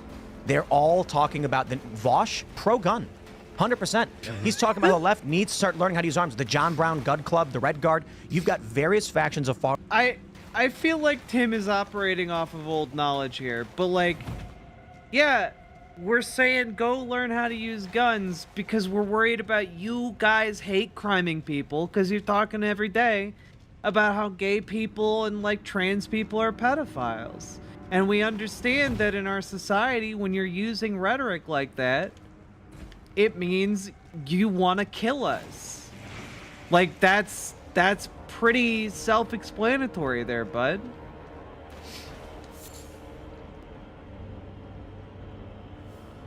A lot of these ceiling guys, I don't like it.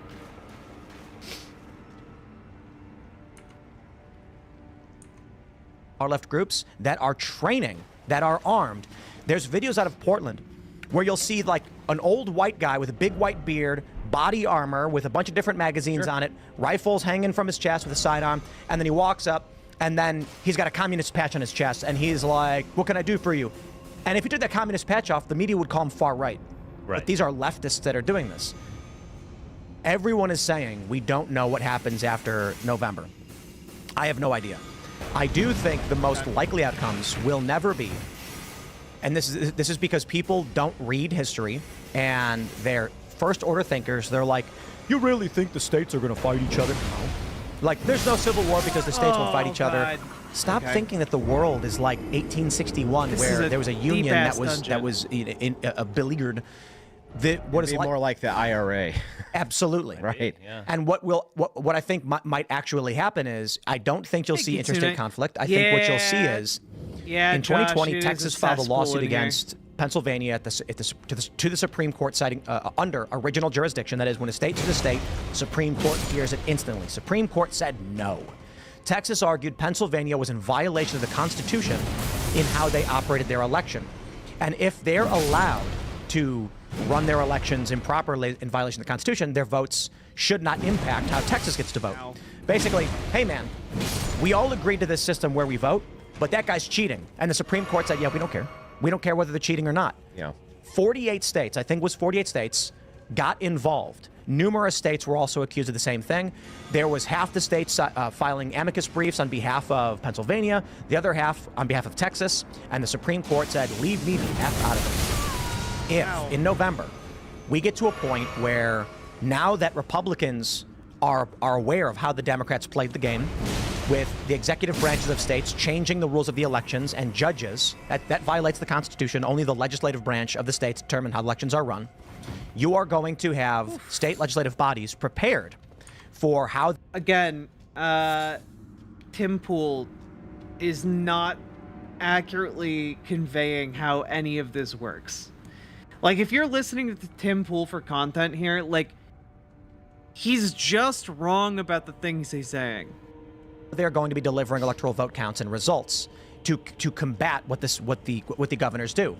Republicans currently control the House. It doesn't mean too much, but this means that come, I don't know, December, when electoral votes are being submitted, a red state, I should say a swing state with mixed government, a Democrat governor with a Republican legislature, may submit two slates of electors that are both deemed legit. Now, this actually happened in 2020, but the governors certify.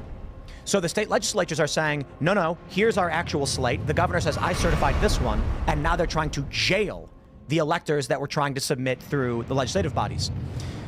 The potential for catastrophe right now is insane. Maybe it doesn't happen. But there is potential for a scenario that I believe, if it were to reach conflict, would be really, really light, really simple. Terrifying, though, and we don't want to happen, in that several states have dual slates. The House then says, we can't do this. Again, we did it in 2020, and it's chaos. You're going to have state legislators giving press conferences saying, our governor is submitting false electors. Those are not our electors. We certify. The governor is going to say, no, I certify. It's going to be 2020 on steroids. The end result is not that January 6th things happen. Texas then announces they're teaming up with Oklahoma. Sure. What happens is there will be, moving into January, a legal battle over who is going to be inaugurated. It will likely, in that instance, then defer to House delegations for choosing the president because there is a legal dispute.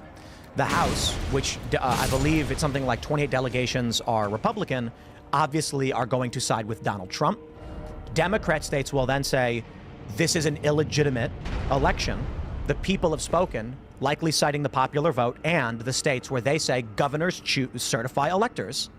Then what happens when California says outright, we do not this is like such a weird, the authority like, of a Donald Trump administration. Conservatives seem to have. In 2020, the Boston Globe reported that Democrats ran a war campaign with Republicans where they said if Donald Trump were to win, they would encourage West Coast states to threaten to secede from the Union unless Trump conceded on all their demands. What's to stop that scenario from happening once again, knowing many of these people fear criminal prosecution, as they've already stated? You will see Podesta, Clinton, and anyone else in the event of a Trump administration saying, okay, Trump is going to come after us, or at least he will demand, his base will demand he does, and we're going to face some serious consequences. So they go to California or Washington. Washington then says, and this is not out of the, this is really simple stuff. Federal authorities, we will not allow you into our state.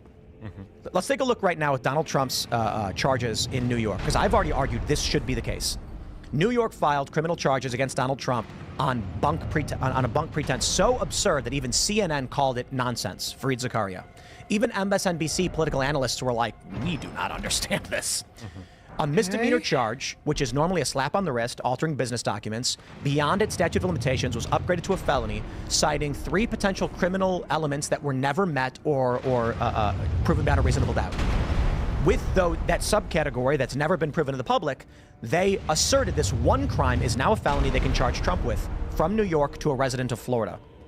What should have happened is Donald Trump, because I'll tell you what I'd do, go to the governor, DeSantis, and say, when CNN comes out and calls this a sword none can pull from its scabbard of cracked stone, relic of a lost civilization from a time long past, said to have served a ritual purpose at altars of light and darkness.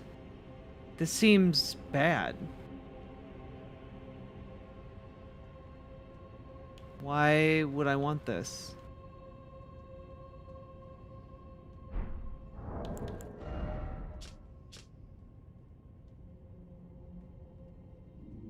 I'm always fascinated at what gets put in these games. Used by the Golden Knights who served Godwin. Interesting. illegitimate, I think we have grounds to challenge this at a federal level and refuse to acknowledge this attempt. We're now learning, I think it's Missouri. Is it Missouri has filed a lawsuit against New York, challenging the lawsuits against Trump as an attempt at election interference. It has begun. In this scenario, Donald Trump says publicly, I understand there's been criminal charges filed. Even CNN is calling them ridiculous. This is beyond its statute of limitations and has no legal merit, and I will not waste my money nor taxpayer dollars of any state or the federal government to answer to a clearly political charge from a man who campaigned on criminally charging me and currently hired a guy who was just working in the Biden administration. Ron DeSantis would then be met with the, do you allow federal authorities, marshals or otherwise, to go to Florida and physically apprehend one of its residents who is not legitimately charged under any real statutory authority?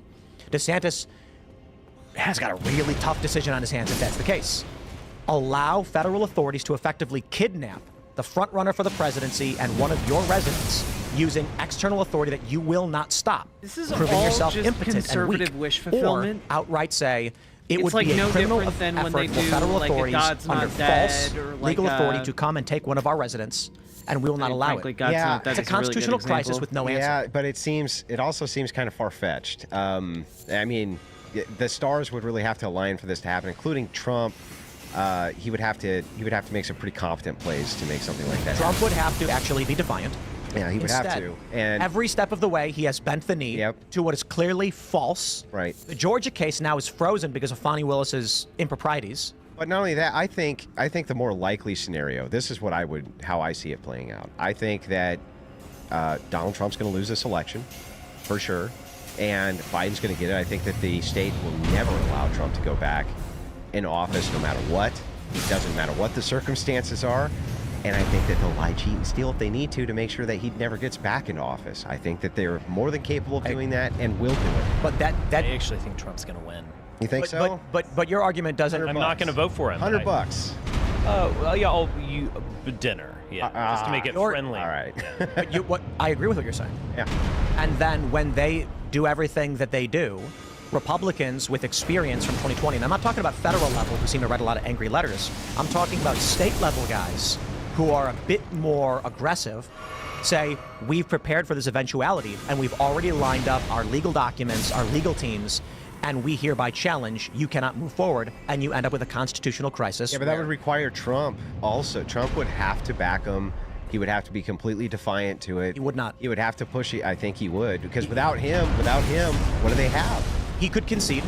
Yeah, he could concede, and if he does, and I think he will, I think he'll concede to it, and I think he'll finally go off because he'll be like, there's just no way anymore to get into this system. I mean, I've done everything I could do. They prosecute me. They take all my cash. They take my family away. They'll destroy me. He has not been a fighter. I disagree. So possibility, yes. Yeah. If this were the case, Trump would have cut a deal a long time ago and said, please leave me alone and I'll go away. Yeah. If they offered him one.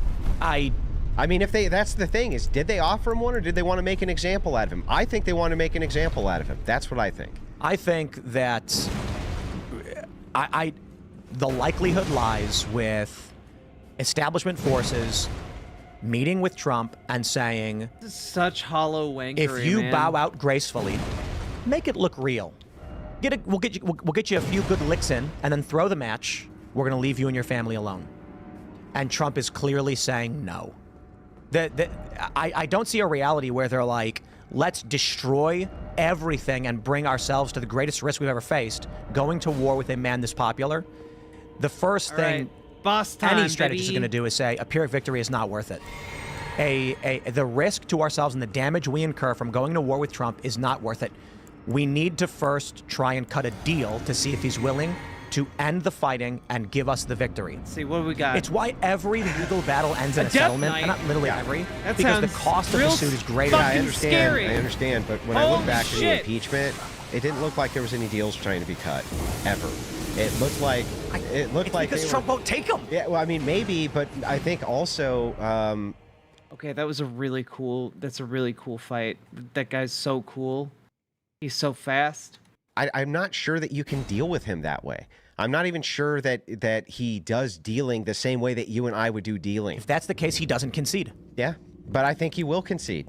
I think he will end up conceding. I think he doesn't have much choice at this point. No, I think come November, Biden wins, and they're going to make sure. I mean, they're not going to let Trump back in office. I'm sorry, guys, they're not going to do it. I don't disagree with you. I just don't see how Trump supporters, regardless of what Trump does, are just going to be like, well, I guess this is our country now. I think the worst case. Let's entertain this thought. Donald Trump says, you know, look, we tried. We really did. That's the end. I'm gone. Good luck, America. Then I think the probability is a handful of guys in sparsely populated areas just do not recognize the authority of the government. We see people stop paying taxes, smaller and smaller pockets, but the federal government only has about, I believe it's 100,000 federal law enforcement authorities active in the United States that cannot police 160 million people, which it wouldn't. got this, Dragonfly. Let's say half, Get let's say good 10, sleep. let's say 1 million people just completely lose confidence and then just decide what's the point. Not any intentional act, not a mass protest. They're they just like literally say, circle jerking about this the letter means fall nothing of to me. society. So confidence is everything. And the way I've described it is... But where's the will? Like, where's the will? After this, for instance... But let me my point. It's not about will. Will does not factor into this equation. If a clown showed up to your doorstep, banging on the door, you'd say, go away. And what if he said, I have a clown warrant, open your door? You'd be like, get off my property or else. God. I am from the clown authority, If he duly gets elected, me with the and combo, you I will don't be know put in what to clown do. jail. You'd be like, what is going on? Understanding how absurd that scenario sounds is what happens in middle America after So Biden strong. wins a second time, where the entirety Hey, of Midas, the Kevin Anderson. How you doing? independent media apparatus is saying the legislative bodies have called Trump the winner, regardless of whether Trump concedes. And then you get some guy at his house, and a federal authority shows up, and he's like, who are you? And he's like, I'm a federal authority with a warrant. He goes, my county doesn't recognize your warrants. My sheriff has already said, you guys can't come here. Yeah, I mean, I guess in that case though, that would be will.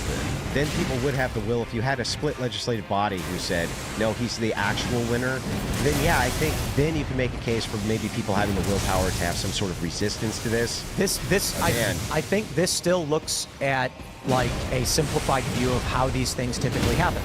In California, in Illinois, in New York, roving bands of marauders are destroying department stores.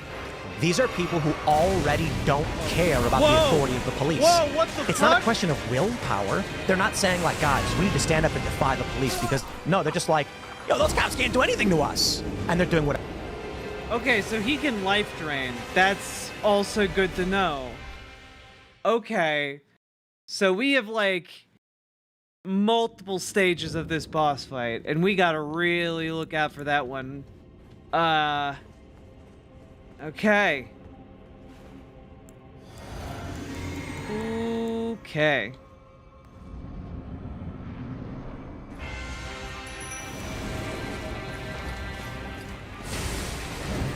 No, I'm good. I'm good. Oh, and I can get a backstab on him? All right.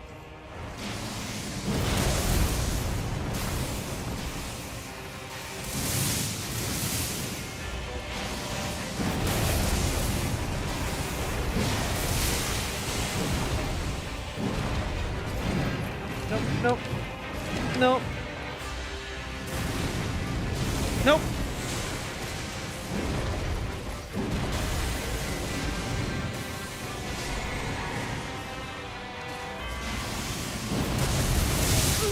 Ugh. He's so strong. I think I can get him, though. I think I can get him. Be nice if I could get him with like a damage over time style thing. Whatever they want. When that mentality reaches average Americans in sparsely populated areas, not because they stand up and say, from my cold dead hands, but because they're like, man, the government really can't do anything, can they? My homes are being looted. Illegal immigrants are murdering my neighbors. These people aren't even the authority here anymore. So let's say it starts with this. In Eastern Maryland, you had a woman killed by an illegal immigrant. And I think just in Ranson, West Virginia, not too far from here. We're in West Virginia. That was an illegal. Is that what it was, Kellen? Illegal immigrant killed some woman in Ranson or something like that? Yeah, it was, right on the border of Ranson, Charlestown, Harpers Ferry, that area. Illegal immigrants who were brought in under Biden's policies are committing crimes all across the board. What I see as a potentiality is with the political instability, you get 5 guys sitting at a bar drinking and being like, one guy's crying his eyes out, screaming, punching the wall because his wife was just murdered by an illegal immigrant. And the other guys go, we got to do something about this. And they say, guys, take our numbers down. We'll make it a group chat. Anybody you see causing any trouble, we're going to deal with it because there's no law enforcement anymore. Then what happens? God. Neighborhood watch. That's it. See, Neighborhood I'm watch. close, Neighborhood though. watch shows up. They're going around. Illegal immigrant close. once again, because we've been seeing it across the country, or roving gangs smashing into a department store, and a couple of guys who said, we need to protect. Again, this is all just like conservative fantasizing. This is just a load of wank. Okay, this is Tim Pool making his own personal shitty version of Red Dawn. You know? Our neighborhood show up with guns, and they say, on the ground now, they scream, a shootout was the happens. purge, though? Federal government says, we have nothing to do with this and we won't be involved. Why do I think that'll happen? It already does. Jesus. In places like Chicago, for a long time now, already the feds do not intervene when these mass shootings happen. The media doesn't report on it. When that stuff spreads because of the mass illegal immigration, which is already resulting in people getting shot and killed, you're going to have locals with guns. Just like, look at the guy in Arizona, the rancher. Yeah, but why would they loot where there's locals with guns? Why are they looting where there's They're locals not. with guns? They are. Where are they looting these places Kevin where there's Anderson, locals with I guns? wish I had your Chicago? your confidence in how Biden Chicago did. is not. That's not a gun-friendly place at all. It's gangs have the guns, and not the citizens. Wrong. So in Chicago, Illinois is one of the most. That's one of the most gun-unfriendly places in the United States. Yes. And so who has the guns? The criminals. And why are they criminals? Well, because they have guns. Well, There are too many stories people out of aren't allowed to Chicago. defend themselves And against. so what they do is they illegally acquire the guns because they're scared of the gun violence and they become criminals. So a lot of the stories out of Chicago, it's not gangs. That's just something the media says because they want to dismiss the gun violence. It is honor shootings and local disputes, particularly over women, and the view people have of each other. Meaning a guy says, you disrespected me, and they get into a gunfight. right. Then you end up with a lot of stories where a father, typically a black guy, goes to Indiana and buys a gun because he's like, they're shooting up my neighborhood. Sure. Then the police of Chicago come in and beat the crap. You are describing the plot of all the Death Wish films. Right now you are just describing the wish fulfillment of the Death Wish films. Jesus. Crap out of him and arrest him for having an illegal gun, and his only crime was having a gun. Yeah, but that's what a I'm lot saying of is what I it don't is. see inside of like areas where there's actual gun ownership, where it's not criminalized the same way it is in West Illinois. Virginia just saw in Charlestown a woman murdered by an illegal immigrant. Yeah, but that's not a mob breaking into a store. No, but it is a component of lawlessness. The federal government will not enforce our borders. Yeah. And now criminals, rapists, and murderers, and some I think are good people. Sure. But the bad people are coming across the border with no enforcement. And the people of West Virginia are strapped to the teeth. Yeah, but this happens constantly, and I haven't seen a great shift of political will in this. There's no political will required. Inside of major metropolitan areas where they won't allow citizens to have guns, and they tell the police to stand down and you could go break in the stores, the people there put up with this shit. I don't know why they put up with this shit. And this is what you're missing. When that mentality reaches West Virginia is when social order at the federal level breaks down. When the people of West Virginia who are armed to the teeth begin experiencing people looting and illegal immigrants killing people is when illegal immigrants will start getting shot. I think the big hole here in your argument is that I don't think that they're going to move into places where there's heavily armed store owners and try to loot them, because they will get shot. Why did the illegal When I immigrant look at come to Black Lansing Lives and kill Matter, when somebody? Black Lives Matter started to go out to rural districts, they were opposed by people with guns, and they left. They got out of there. They beat feet because they were like, wait a second. Andrew, wait a second.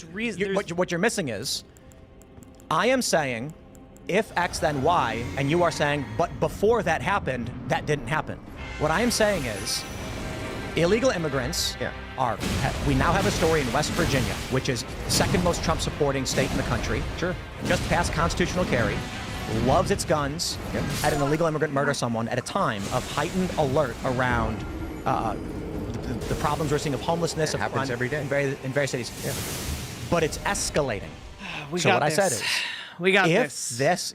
If those problems come to West Virginia, you will begin to see people say, federal authority is gone. Sure. I would agree if you had like some type of a situation where you had illegal immigrants busting into stores, or what you see in Chicago with when they go in and they loot the entire place, right? And then they run out with all the gear and you can't do anything. You're hamstrung. Let me ask you this. If I started to see that, sure, but I don't think you ever would, because they will literally mow them down, and there's not a damn thing. Who will mow them down? The shop owners. So So there's a couple stories in the news. And citizens, just people in the store will be like, "No, motherfucker, bam." That's what they'll do. I completely agree. Yeah, that's what they'll do. And then what does the federal government intervene? No, I don't think they would need to. Right. Okay. So I think it would just be a one-off. You'd never do it again. And I'll say one more thing. So it is your opinion then, with the couple big stories we have in the news right now of the illegal immigrants recently coming over raping children. There was one about a 12-year-old girl who was kidnapped, a 14-year-old girl was raped, a 13-year-old was raped. You think that the men in those and aren't those conservative areas? I think it was like Missouri and like Tennessee or whatever. This happens in Texas constantly. It happens in California escalates, constantly. It's been happening forever. And as this escalates, you believe that the men in those areas will just go, guess our daughters are getting raped, and do nothing? Yeah. Well, then there you go. That's what I think. Not only is that what I think, but I think a catalyst event like what you're talking about, of kind of like, we're going to go enforce it ourselves. We're going to go enforce it ourselves with guns and this type of thing. Already they don't really even have access to them. Like California, the areas in California where that kind of stuff is prevalent, you can't get your hands on guns, and if you can, it's highly regulated. And the penalties against you for driving around and doing anything with it are extremely severe. I don't understand. Like, what I'm describing is in essence, hey, if this thing that's already happening gets worse, right? Like, we already have had instances where the far left has taken over cities with weapons and pointed them at drivers. That sweeping attack and is good. Is it there in that they control it with guns, but people are fleeing these cities who don't have those political views? But nobody's going to the cities they're fleeing to. In other words, conservative strongholds, right, that are armed to the teeth, there's no marauders anywhere because they get blown away. Leftist cities go... That's just not true. Like, what do you... Again, the crime rate in rural areas can often be higher than urban areas. Like, come on, man. You're just lying. Okay, we're just going to take our cops... Also, again, the idea that there are just roving gangs of people on the streets, like if you go to New York City, you're just gonna get robbed by everybody you see. No, that's not the case. Out, and you guys can do whatever the hell you want. What the fuck are it's marauders? their cities. Yeah. They can do that, right? But in conservative America, you don't see those problems. I'm confused because in conservative America, we are seeing illegal immigrants killing, raping. Yeah, but you've always seen illegal immigrants killing and raping. And now it's like profoundly worse considering the mass waves that we've seen. And now people are shocked that in like Harford County, which is eastern Maryland, which that's liberal as it comes, but in western Maryland you had this, and in West Virginia you've had it. I don't think an increase in immigrant attacks is going to be enough of a catalyst for what you're talking about. Let me just give a kind of big picture here, because I feel like you guys are kind of going Let in me circles step in and here things and like that. make sure we're Tim focused where we is belong. speculating On the about a whites. breakdown. How and are the we whites don't know benefiting? the future, et cetera. But I think his broader point is that we are headed towards some sort of social breakdown, which is in many ways unpredictable. But I would add that, and I agree with that, and I think it's very plausible. The other thing is that this is going to function through the election. So it's not just like the cops start enforcing laws and people take care of their own and there's a street war, things like that. That kind of thing can happen. It has happened before. It's that it's going to kind of symbolically happen through the election. There is going to be some, regardless of what happens in 2024, the other side will not accept it. I think a strong that I agree with. Yeah. But I think that already happened. But that happened already. Neither side accepted. I don't think either side. And it was a shit show, and it's gotten worse. So we're going to head to a point where there is going to be a consequence. No one is going to kind of calm down at any point. Yeah, I think that there'll be social upheavals, but I don't think whatever the social upheavals will be are going to look like that. That's all I'm saying. I don't think they're going to look like that. What is that? I don't think it's going to look like conservative Americans beginning to get together and take the law into their own hands while the feds don't intervene. I think that that's a little far-fetched. So it happened with the Bundy Ranch. Yeah, and the Bundy Ranch. That was against federals, feds, so it's not like they didn't intervene. They did intervene, and that's happened before. It happened at Ruby Ridge. But to clarify, it's not an intervention. It was direct conflict between the feds and. Yeah, it was a direct conflict, but that's happened before many times too. There have been many times where single American families and now considering the question comes to a head, no one predicted, very few elite commentators predicted the end of the Soviet Union, like including Henry Kissinger and so on. At some point, it does actually break down, and people are starving in cities and eating cat food. It can happen. Here's a quick question. Sorry to interrupt, but here's a quick question. Do you think that during the 2020 election, weird things happened at polling locations? Yes. Do you think that most Trump supporters know this? Yes. Do you think that a tiny fraction of Trump supporters, let's call it 50, in various swing states might show up with guns at various polling locations where they're legally allowed to be armed at a certain distance? I think that they've done it.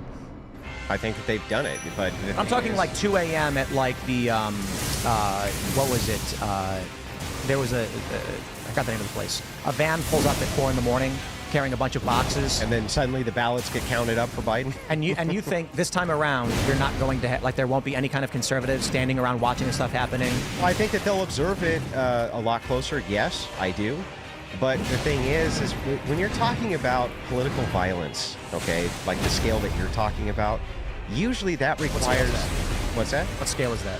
If you're talking about actual armed conflict between groups. So like it's happening in the streets. Guys in Charlestown, West Virginia who take guns because an illegal immigrant killed somebody is large-scale political violence? I think that you said it's going to be... What you said is this would be a snowball effect. So it starts with these 3 guys, and then it becomes worse and worse. Like 10, because otherwise, if it's just 3 guys and they go out and do some shit, what is that, right? It would have to. It would have to scale it up. This is the issue I take. Every single time I bring up that these things have already begun, the people who refuse and reject these ideas, in their mind, imagine like General Smith of Texas meeting with General Walter. That's not what I'm envisioning, though. I'm not talking about large-scale militia or violence. I'm talking about what happens when small pockets of people recognize or believe, I believe to recognize, that the federal government is no longer enforcing the law. They form neighborhood watch groups. That's true. And then what happens when, over the course of a couple of years, these things expand and escalate? You get more and more stories of shootings and chaos and conflict and lootings or otherwise. This is the degradation and the collapse of a civilization. Sometimes it comes to a head, as Richard was saying, when the fear, the anger, and the sentiment have been bubbling up for a long time. And, I was talking to, why am I blanking on his name? The Blackwater, Erdtree. And I asked him, does he see similarities to what's going on now with what happened in other countries that he's worked in? And he said, the only thing I tell you or the one thing I can tell you is that every guy I've worked with says it happens instantly overnight. You go to bed, everything's normal. You wake up, there's no electricity, there's no internet. And the problem that I think everybody has is they're living... How about the normalcy bias? And optimism bias. Yeah, gradually and then all at once when the sun also rises. That's how you go bankrupt. In 2018, The Atlantic ran an article where they interviewed, I think it was 2018, might have been 17, where they interviewed a dozen or so national security experts and asked them about the prospect of a civil war in the United States in the next 10 years. And the estimates were at the low end 30% to the high end 90%. But they all agreed a substantial likelihood was coming based on what they've seen. We had that woman from the CIA, forget her name, she said that this is what she did. She analyzed countries about to assess their political stability for the CIA and the U.S. government, and she sees all the hallmarks happening here and has determined the United States is in the period known as civil strife, We're so which close. is Bleeding Kansas was a got him civil down. strife that led to I the feel Civil real War. good about this. Nobody thought the Civil War was going to happen, even when the Civil War already started. Fort Sumter, Civil War started. Battle at Manassas, they still didn't think they were in a civil war.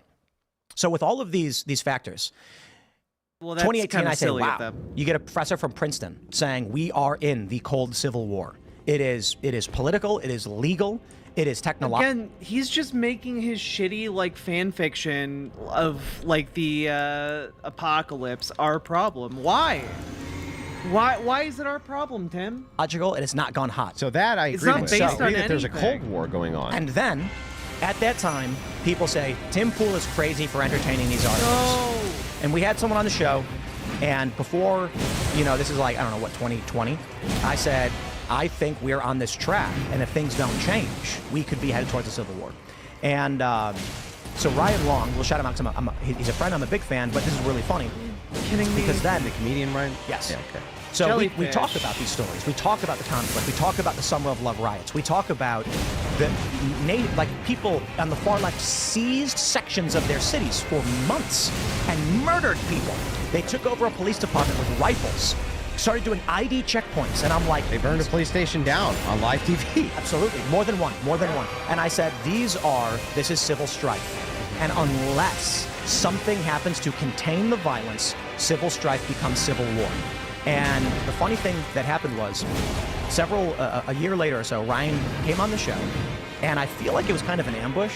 No disrespect, because I like Ryan. But we're talking pre-show, everything's fun. Jellyfish, you're As screwing soon up as the my show timing. starts, he You're abruptly robbing goes, me of the where's the Civil War, Tim? prince." You told me there was going to be a civil war, and I left kind of feeling worried, but everything seems to be fine. And I said, on January 6th, 1,000 Trump supporters stormed into the Capitol to disrupt the Electoral College vote count. I was like, I don't understand your question. Are you saying that we have not seen a dramatic escalation of political violence in this country? Is the assumption that civil war needs to happen the day after someone questions whether we're on that track? Since 2018, if you went back to 2018, when I first cited, or it might have been 17, I don't know, it's been a long time, that article where they referenced those national security experts, if you went back then, and I made a video where I said, in the next 6 years, they will file 90 criminal charges against Donald Trump. They will threaten him with prison. They will have arrested his CFO. They will... Did Big Papa Fascist and Richard Spencer both leave the studio and Tim just had to improv by himself and then splice it in after the fact? Is that what happened here? Because he's been talking for a long time about just his wet dreams for America. It's pretty weird.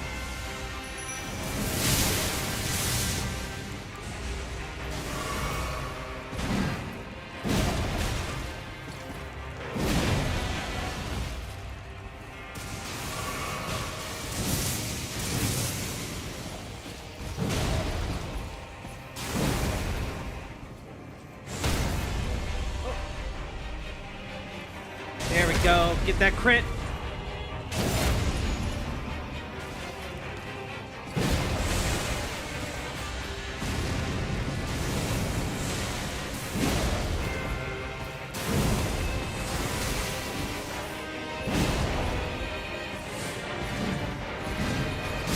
Damn it. will have arrested 4 of his lawyers. In multiple states, they'll be going after him. They will be trying to stop him in every possible way. Steve Bannon will be in prison. Peter Navarro will be in prison. They'd be like, slow your horses down, you nut job. That's not going to happen. And I know because It did happen to me. When I was in these group chats with tons of DC conservatives, and I said, you don't understand the potentiality for these things escalating may be 10%. But if you're not calculating as to what it would mean if that happens, you're ignoring the problem. And the response I got from all of these Trump supporters and all of these lawyers was, the federal government would never allow this level of destabilization. They're not going to criminally charge people. It's never happened. It'll never be done. No one's going to prison. No one's taking over city streets. Within 2 years. Antifa on the far left, with rifles, took over numerous cities. You had Atlanta, you had Minneapolis, you had Seattle, you had their cities, though. In 2020. So within 2 years of me saying escalation of political violence is a real possibility, it got to that point. And why did I think that? I mean, we had numerous instances of political violence. Yeah, I mean, they had CHOP. They took over whole sections. Unprecedented. Yeah, it's unprecedented. But it's and where are we? Their shit. They're ruining. They burned down their police station. They have riots in their cities. The spill over to conservative America. That's where I would think I would start to see what you're considering. And I view this as the plugging the ears and going la la la la, never happened, won't happen, can't happen, despite the fact it has literally all happened over the past 7 years. All of it. Well, I don't think it has. I don't think there is I don't think unless you have a population that's actually hungry and is unentertained that you're going to see real actionable civil war. What I think instead is happening is you're pointing to leftists who use Black Lives Matter as a kind of a propaganda tool, told their own police to stand down and let them burn their own cities. It's a great... Yeah. Do leftists turn the largest mass civil rights protests since the civil rights era into kind of like a PR move, huh? To spread a message, you think? Wow. What the deep and insightful point you just made, Andrew. Point, though, because it's exactly like you're making a great point. Like in 1861, when the people of Atlanta, in the heart of the Confederacy, came out and said, we're gonna fight ourselves and our own neighbors because we're mad at each other. No, in the American Civil War and in the Spanish Civil War and in Russia, it's rural, it's conservative, it's rural and it's urban. People in Atlanta did not walk out of their houses and go, ooh, I'm just angry at my neighbors. No, they walked outside and said, we all agree with each other. What they're doing over there is crazy. Right. People in the North came out and said, what they're doing down there is crazy. For you to say, well, those are their cities, that's not going to spill over. Well, of course it is. But it's a staunch bifurcation of this country, and you are living under the orders of them. When they allow Antifa to take over, when they allow Antifa, when they get George Soros DAs, when they get state government, and when they use the legal authority of New York State to imprison your popular frontrunner president, it doesn't matter if it's in their cities. They have taken over. They are willing to use violence. They've killed people, and they will exercise state-level authority at a national level to steal power from you in your conservative town. I do not see a reality. Well, I don't. Here's what I think ultimately, right? Because we obviously vehemently disagree on this. I think what'll happen is, come November, Biden's probably going to win. They're probably not going to ever let Trump in office, and I think you're not going to see anybody do shit about nothing. Because I watched as Black Lives Matter went through after they locked everybody in their home, right? They locked everybody in their home. They shut down the entirety of the United States.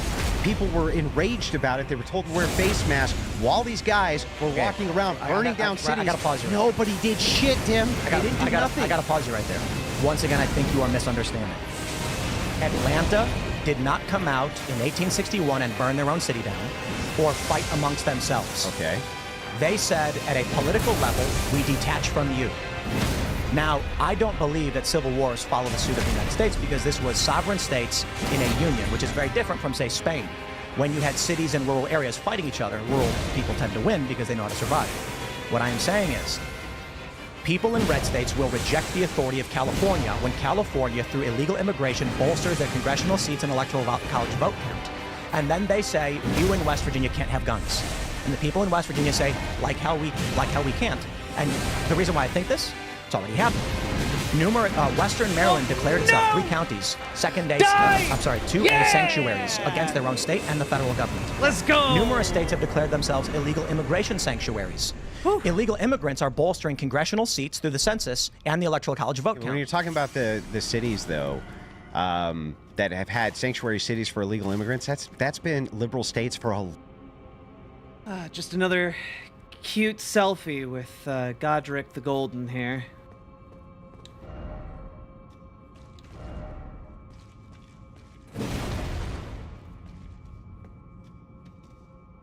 God, what a creepy guy.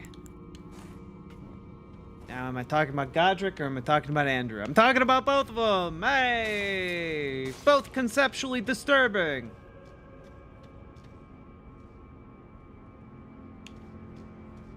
Hey, Archangel. How we all doing, folks? Godwin. Did I say Godric? Damn it.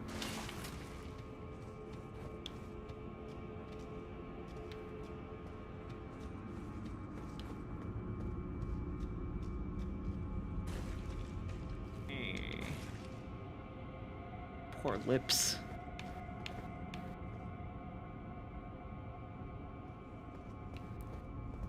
Oof. Let's take a look at the item I got. Crimson Amber Medallion. That might actually come in really handy for the build I have for my character.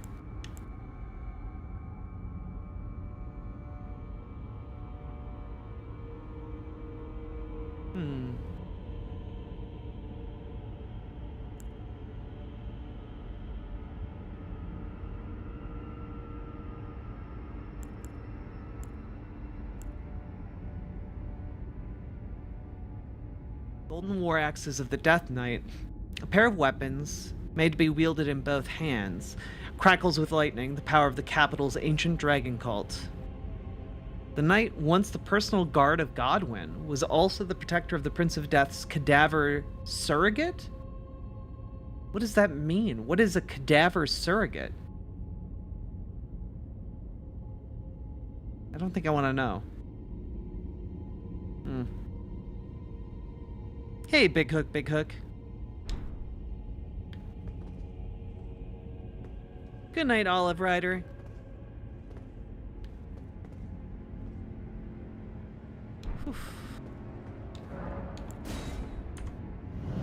Long And the time. question is, will West Virginia and Wyoming bend the knee to California, who is clearly breaking the law and violating the Constitution, to enforce California's laws on West Virginia?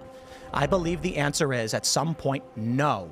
And if we don't get a clear answer as to who the president is, it accelerates that to a great That's true. degree. I mean, if it became draconian enough where the electoral power of California was such that it could impose its will on these neighboring states, and to such a degree, that they could say you can't own guns. Oh, No, God. California Oh, can't God, I tell just other remembered states everything they out can't here own is a guns. Yes, they can. How? California has, what's their total electoral count? 36, 37? Yeah, that's not telling them that they can't own guns. That just means that they have more of a population to vote for a president. That Which president, political party It's also votes? congressional district. Yeah, but And still, electoral vote they. counts. But That's again, what laws are made. I mean, yeah, I get it. I get that you know, at the federal level, Hey, they Mish. would have to follow some type of federal mandate like all Hello, the states. Penguin Trinity. But California unilaterally can't tell them what they can or can't do. Right, this second. So the Killing issue that Death is Knight California, was, Washington, Illinois, New York. That's tough. The reason why they uphold illegal immigration is because it bolsters their congressional seats and their electoral college vote count. Yeah. That means they have a captured census base that can't vote them out and gives them extra seats so they can influence how West Virginians live. At a certain point, people in West Virginia say no. What's my proof? Texas already did. When the Supreme Court and the federal government told Texas to stand down and let the federal government back onto the Rio Grande, Texas said no. Yeah. So we are watching it happen. But they were doing that with weed. They did that with weed for how long? Big difference between not enforcing laws of the federal government at the state level, like the DEA, or cooperating. And that's what California and New York does with ICE. They say, we just don't cooperate. It's a bit different when you set up razor wire barriers and with armed troops say, get the off of our river. Yeah, you know, the thing is that was neat to see Texas finally do something about their own border and ignore kind of some federal mandates that were going on. To see But Texas ultimately, become again, more I fashy. got to bet. disagree with you. Here's what I'll put this on record now because it's not that far away, and we can look back on this broadcast later. Come November, chances are good Trump gets in. I mean, not Trump, Biden gets in, and Trump supporters don't really do anything. He concedes. And that's probably how it's going to go. Again, I They're not think you gonna live let in a him movie. I think you think doing something is a guy standing up and saying, I hereby declare, instead of 7 guys going out and being like, hey, can we make sure that any of those trucks coming in don't have the illegals? Because we've had a couple trucks come through here that did, and they've been transporting them. Now, I tried calling ICE, but they won't answer. So Jim and I are going to go out don't and just consider that a civil war. Just that would be low-scale vigilanteism. So, right. And what precipitates civil war? It would have to be some large segment of the population, that 5% or higher, who are doing some type of sedition or considerable treason, what would be considered considerable treason to the United States government. That would be, that is what I would consider to be some type of actionable civil warfare. Just 5%? Yeah, 10%. What is it, 60%? 60%? No, it's like 70% of the Republicans think that Lord. the Democrats have already committed sedition. Yeah, I'm sure that they do. Right, But so they're not acting in a way as though they have. How do I feel about Project 2025? Do I believe it's real? What do you mean, do I believe it's real? The Heritage Project has like a website for it? Like it's stated policy? Like, I don't know. Do you believe that the Green New Deal is real? Like, yeah, it's the stated policy of the powers that be, yeah.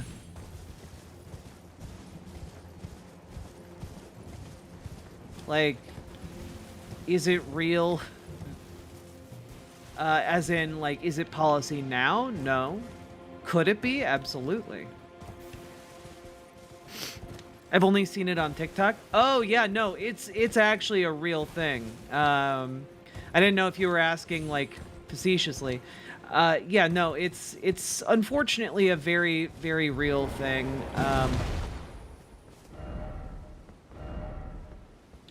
Oh, everyone else wanted to get the map too.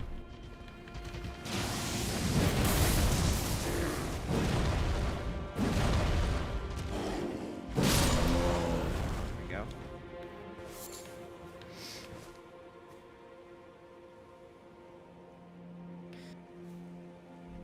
Poonages, thank you very much for the raid. So yeah, Project 2025 in a nutshell is basically the plan to gut the government, gut all of the bureaucrats who make it run day to day, basically make it unable to function, or if it is able to function, it only functions at the whim of the president, i.e. make everything reportable to Donald Trump, consolidate executive power, and essentially create a dictatorship. Is it a real threat to democracy? 110%. Like, if Donald Trump is elected president, I am not entirely sure that we will be able to have another election. And I say that seriously, unfortunately.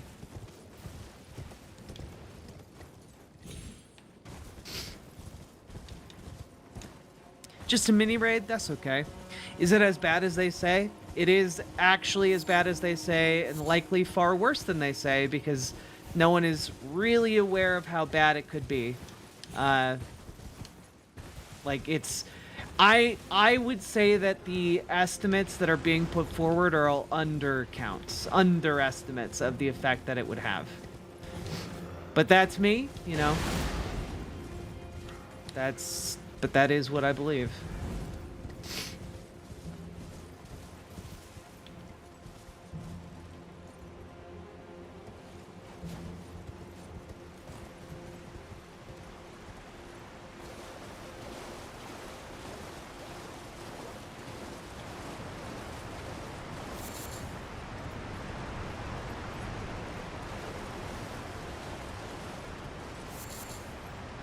Yeah, it is really, really scary. 100%. I am worried about how things could go. Especially after the debate tonight, which was not great. I have people I know say that maybe a Trump win could be good because under Biden, people are complacent. Yeah, like, I don't know. I believe in at least getting a shitty president into power who guarantees elections, you know?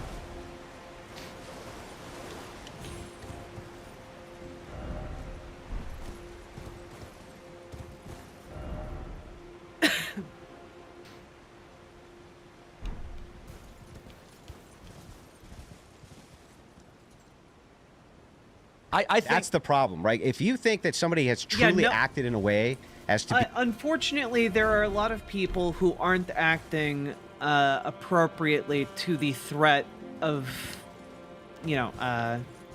Donald Trump's fascism. A lot of people would rather, like, pearl clutch about how they hate Biden, so they're not going to vote for him, which, I get that emotion, but, like, voting isn't like an emotional exercise. Voting is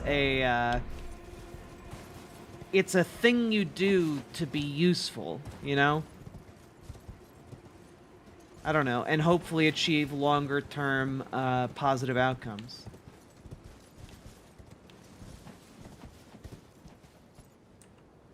Be a traitor, right? What do you do to Sedition traitors? and treason are two different things. Yeah, I know, but if you were to say that... So what can we do to stop it? Literally the only thing we can do to stop it is make sure that Donald Trump doesn't win the election. That's it. Full stop. The only way that this it does not come to pass is, again, if Donald Trump doesn't win.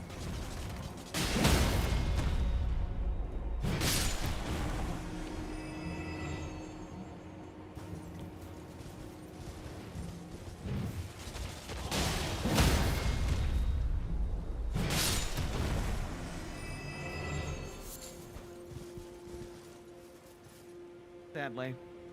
You think a person's acting in such a way that they're a traitor, what do you do to traitors? Last I checked, they get hung, right? But treason and sedition are not the same thing. Yeah, I know, but the point of my hypothetical is to say they're not acting in such a way as though these people, while they say you're seditious or they say you're treasonous, whichever one, they're not acting as though they are. They might say it, but they're not acting like it. What does that mean, they're not acting like it? Well, if somebody is guilty of sedition... that's firing squad. If they're guilty of treason, they get hung. Sedition is not they don't get worked with. Sedition is like maximum 10 years in prison, I believe. Okay, fine. Well, they're not getting... Oh, man, when you get fact-checked by Tim Pool, that's sad. That's really sad, man. Because Andrew Wilson is trying so hard here to advocate for murder on Tim Pool's show. And Tim Pool just can't have that continue happening. So he has to be like,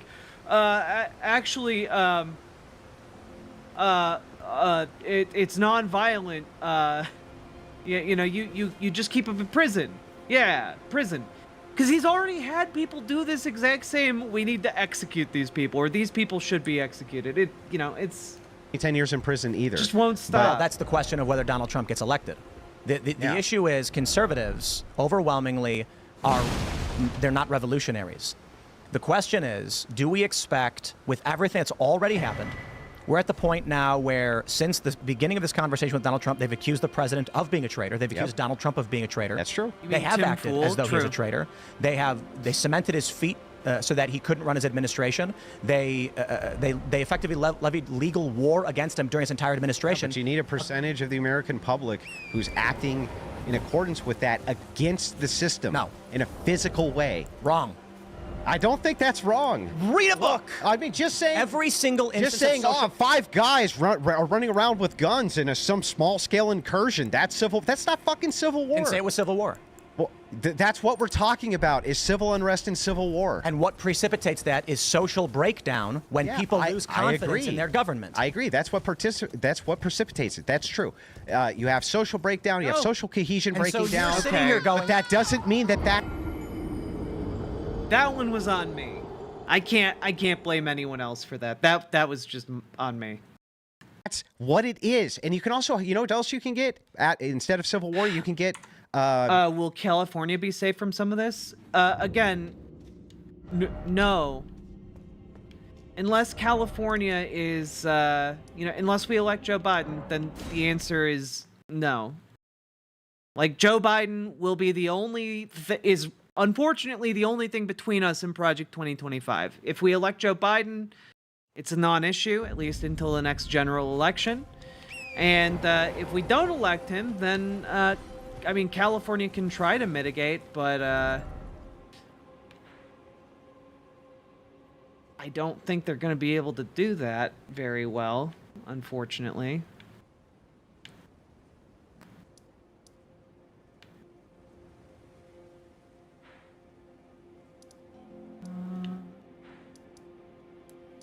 Need to find more skidoo tree fragments. So I guess I'm going to go to the Fort of Reprimand.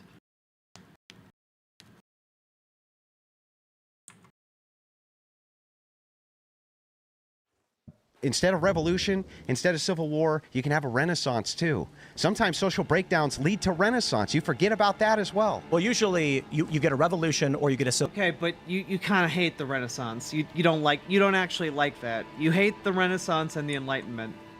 civil war. Civil wars will end with one power structure typically takes over. The outright destruction is rare. Someone always asserts authority. But you get a revolution when no one fights, or you get a civil war when someone decides to fight back. What we could experience is a communist revolution in the United States. You could. If the right does nothing, based on everything we've already seen, the rhyming of history is already happening. Civil strife is now. The fascinating, I'll do this because we've gone way over. But I'll just give one final point. I'll give you the last word. Okay. It is accepted in every major political circle. I don't mean universally by everyone. I mean progressives believe it. Conservative academics believe it. Foreign academics believe it. The United States fits the entire criteria of civil strife, the precursor to civil war. 8? Ooh, 4 smithing stone Canada 8s. released a report where they said, while improbable, we should prepare for the event because it would be highly catastrophic.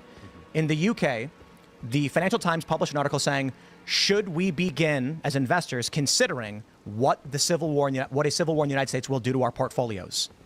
Numerous high-level nation states are being advised on what will happen in the event of a U.S. civil war and why they should prepare in some way. Not that they are.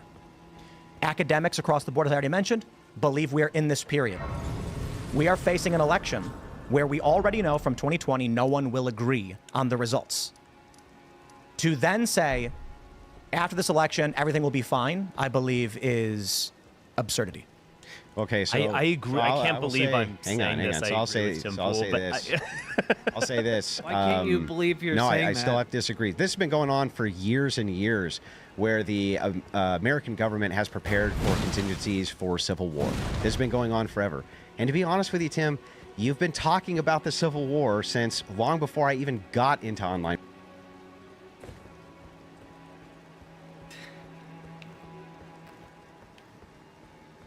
You've been talking about the Civil War for years and years, Tim, and it's never happened. Surely this time it will happen. Right, Tim? Surely the Civil War is real now.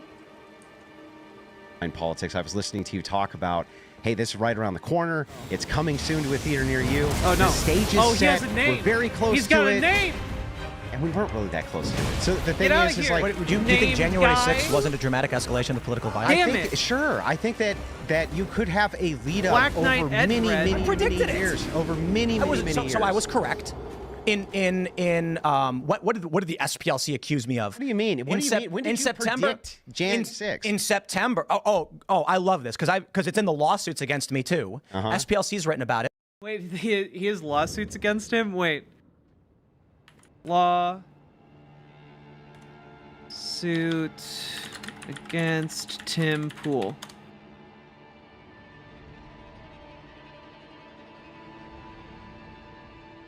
Oh! Man misidentified as Texas mass shooter sues for libel. Oh! Yeah, I think that guy might have a case there, Tim. I think that guy might have a case. Because in like September of, or it might have been August of 2020, I said, if Donald Trump loses, you're going to see dudes showing up in D.C. They're going to lose their mind and storm the White House or something because they are not going to accept this. You're right. It wasn't the White House. It was the Capitol building. And then they wrote Tim Pool had foreknowledge of January 6th, and here's proof because he predicted. No, it's because I read. And I said, wow, based on everything these people are saying and preparing for, they're going to go to D.C. and do something like this. And then they did. Yeah, but I think if you say that the sky is falling enough times, just like Alex Jones, eventually a couple of those things are correct. In 2018, when I said escalation of political violence is going to reach a massive tipping point, and then in 2020, they firebombed St. John's Church and the White House grounds, and they took over numerous cities, I predicted that. So to say, you've been saying for a long time it's around the corner, and every time you say something's going to happen, it does, but you're still wrong. Dude, I don't care if I'm Well, wrong. it's not every time you say it that it doesn't happen. What I'm saying is that you've made the prediction so many times. I've heard it so many times on your show. Are we this close? We're this close to civil war. It's right around the corner, ladies and gentlemen. And the real question is, what will happen when the civil war gets here? I haven't seen the Civil War, Tim. I'm going to be honest with you, and it doesn't look to me like the political will is there to do it. Now, January 6th, people went quietly into the night, and nobody's really saying much about that either. So the first thing I'll say academically is, I don't know if you've ever actually read history books. Perhaps you, a guy like me. Yeah, I didn't know about this yes, lawsuit. I've read history books. It's very so when you do funny. when you read articles Not for that specifically guy, about but it is funny for me. various historical periods, you realize that we condense it in our history books. And so when we talk about the rise of Hitler, we people tend to forget that it's like 20 years through Weimar Germany leading up to this point where this guy rises to power. And so the conditions were set for the Weimar Republic. We had massive inflation. I think you're either being purposefully obtuse or you cannot comprehend basic facts. Well, and the intentional being intentionally obtuse is to say, I recognize that many different academics have predicted civil war, state that we're in civil strife. You said political violence is going to escalate. The Summer of Love did happen.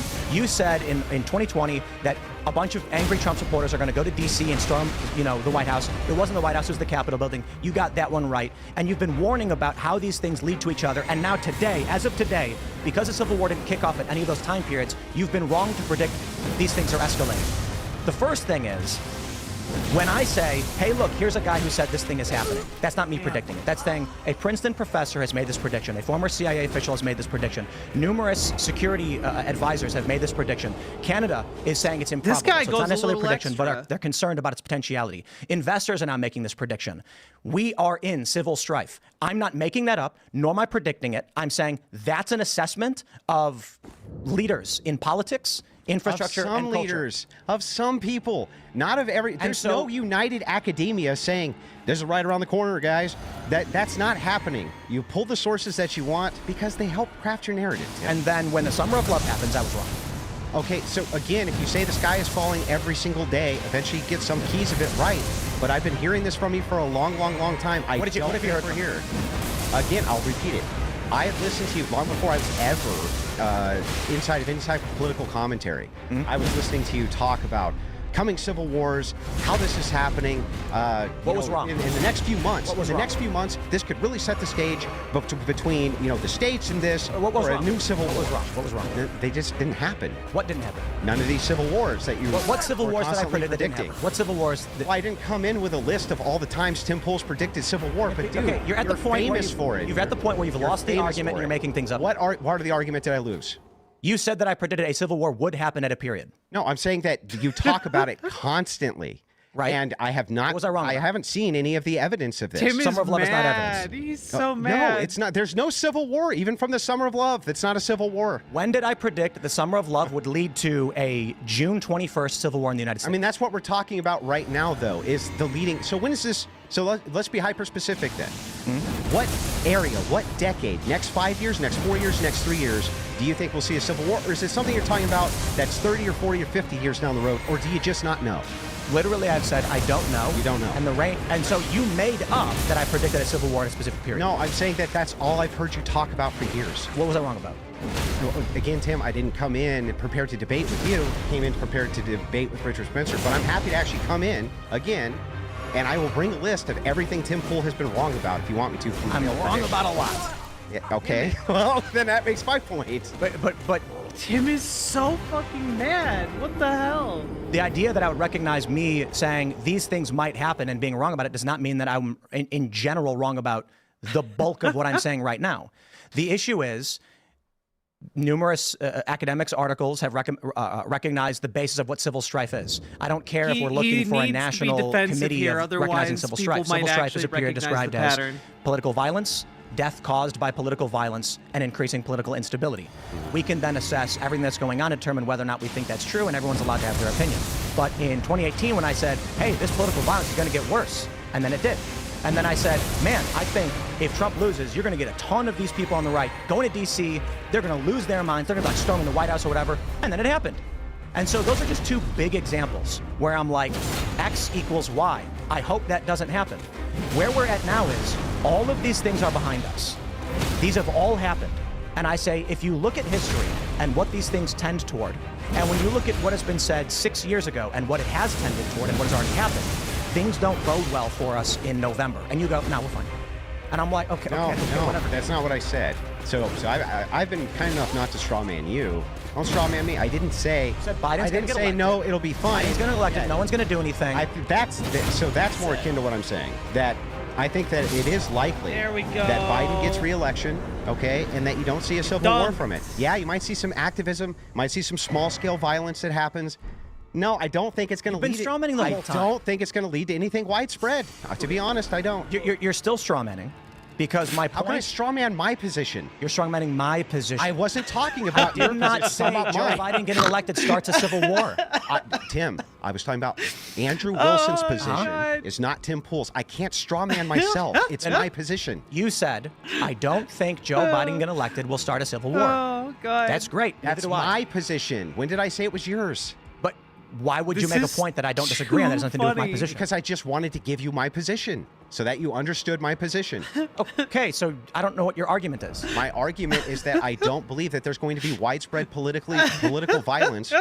Even though I think Trump is going to lose, I don't think there's going to be widespread. Okay, can I say it was well worth waiting through this much absolute bullshit for this level of like confusion from Tim Pool. He was so angry, and now he's just realizing in real time that Andrew wasn't trying to argue with him at all and was making extraordinarily simple points, and now he's trying to figure out how to back down without seeming like he's a complete moron.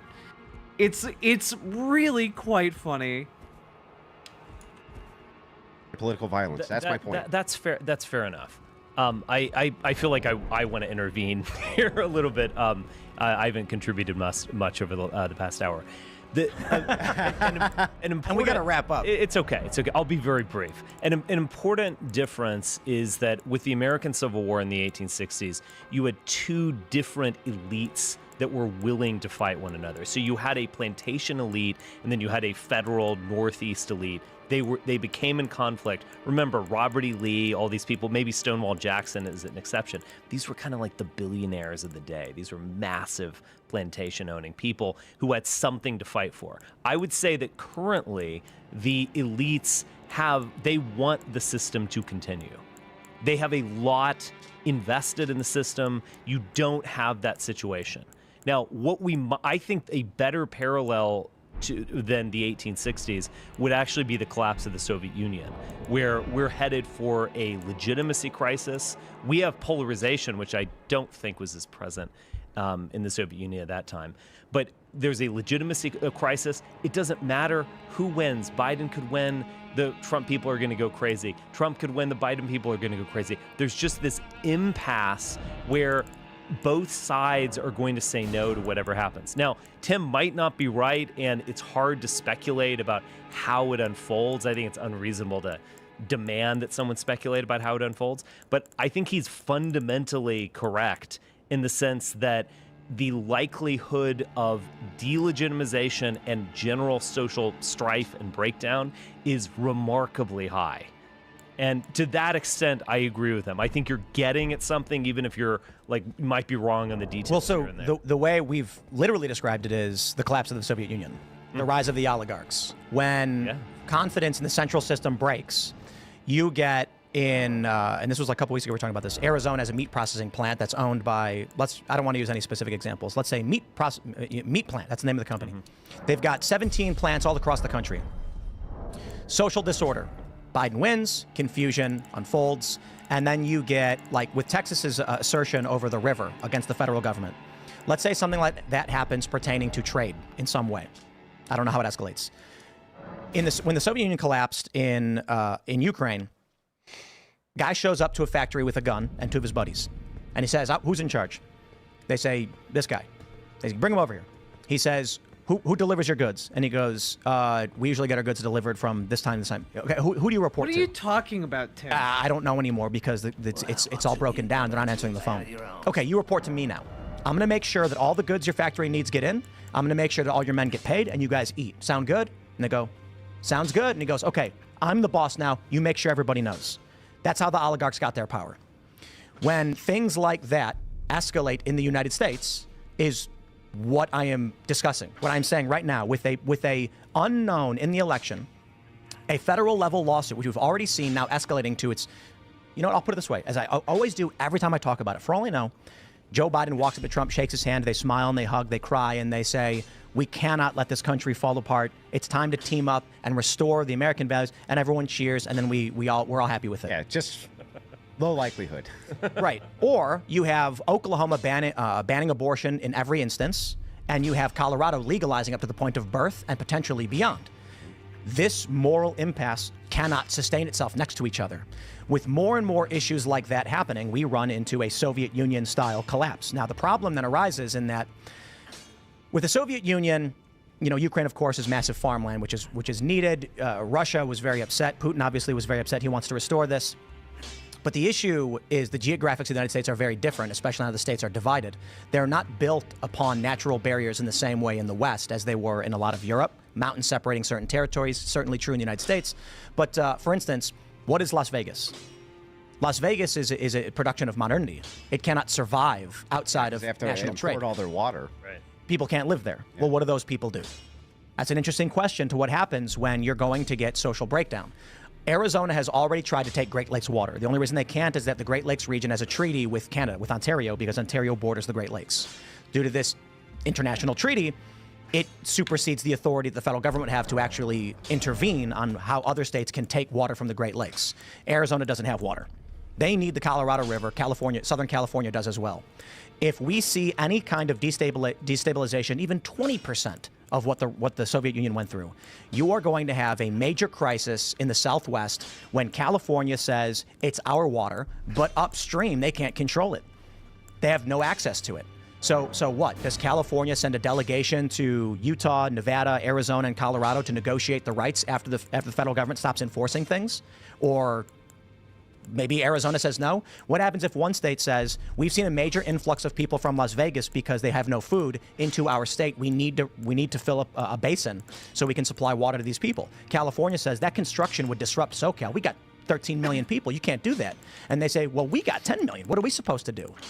There treaties, perhaps, but, you know, we didn't see like great warring factions between the Soviets, but you did get Chechnya, what? You did get Georgia. There was huge warring factions between the Soviets. Yeah, what are you talking about, Tim? No, but I just mean like it didn't break out into World War III. It didn't break out into like. It also wouldn't break out into World War III if we had a civil war, Tim. The nukes weren't firing at each other. You will get negotiations on trade, but my concern is if confidence breaks in the federal government because people can't figure out what happened for the second time around, and if the escalation is that Trump supporters refuse to accept a Biden presidency, like we've already seen with Texas rejecting federal authority on the border, California on drugs, I think Tennessee and West Virginia and Maryland on guns, and Virginia, then if that trend continues, which I don't see why it wouldn't, I'd love to understand why it wouldn't, you end up with a Soviet-style collapse. You'll end up with warring factions. And the issue I see in the United States that I don't think would be as similar as the Soviet Union is hyperpolarization, which didn't necessarily exist. And for sure, Portland is Portland, but Eastern Oregon is very, very much not happy and has actually voted to secede from the state already. 13 counties, I believe, have voted to secede from Oregon. I don't see how those people, in the event of breaking of confidence in the federal government, just say we resign ourselves to our fate of being ruled by far left degenerates who have taken by force the capital of our urban. You know, Tim Pool has become way more overtly fascist than usual. Like this is kind of a level where like I don't think you can go back from this, Tim. Like I think you've crossed the Rubicon here. You're stuck here now. You can try and moderate, but like you're palling around with white supremacy, bro. I don't think you can come back and sit at the normal table again. This kind of resides around the idea that the feds stop enforcement, or that the feds stop participating, or that the feds stop with the power dynamic of the people who are in charge of these states and don't have the power to cut off federal funding, and don't have the power of the bribe, and don't have any of these things. And I think we're a long way away from that. I just think we're a long way away. So we will wrap up because we did go way, way over. But I guess my final point is, and again, I will give you the last word. Sure. Is I've never argued it was soon. Yeah. Soon is a relative term, which could be we are in the violent. Oh my god, dude. You're so cucked. You're so cucked, bro. I never said it would be soon. It could be like a long time from now. Could be like, I don't know, 100 years from now, maybe there'd be a civil war. Okay, so are you just right if it happens at some point in the future? Like that's it?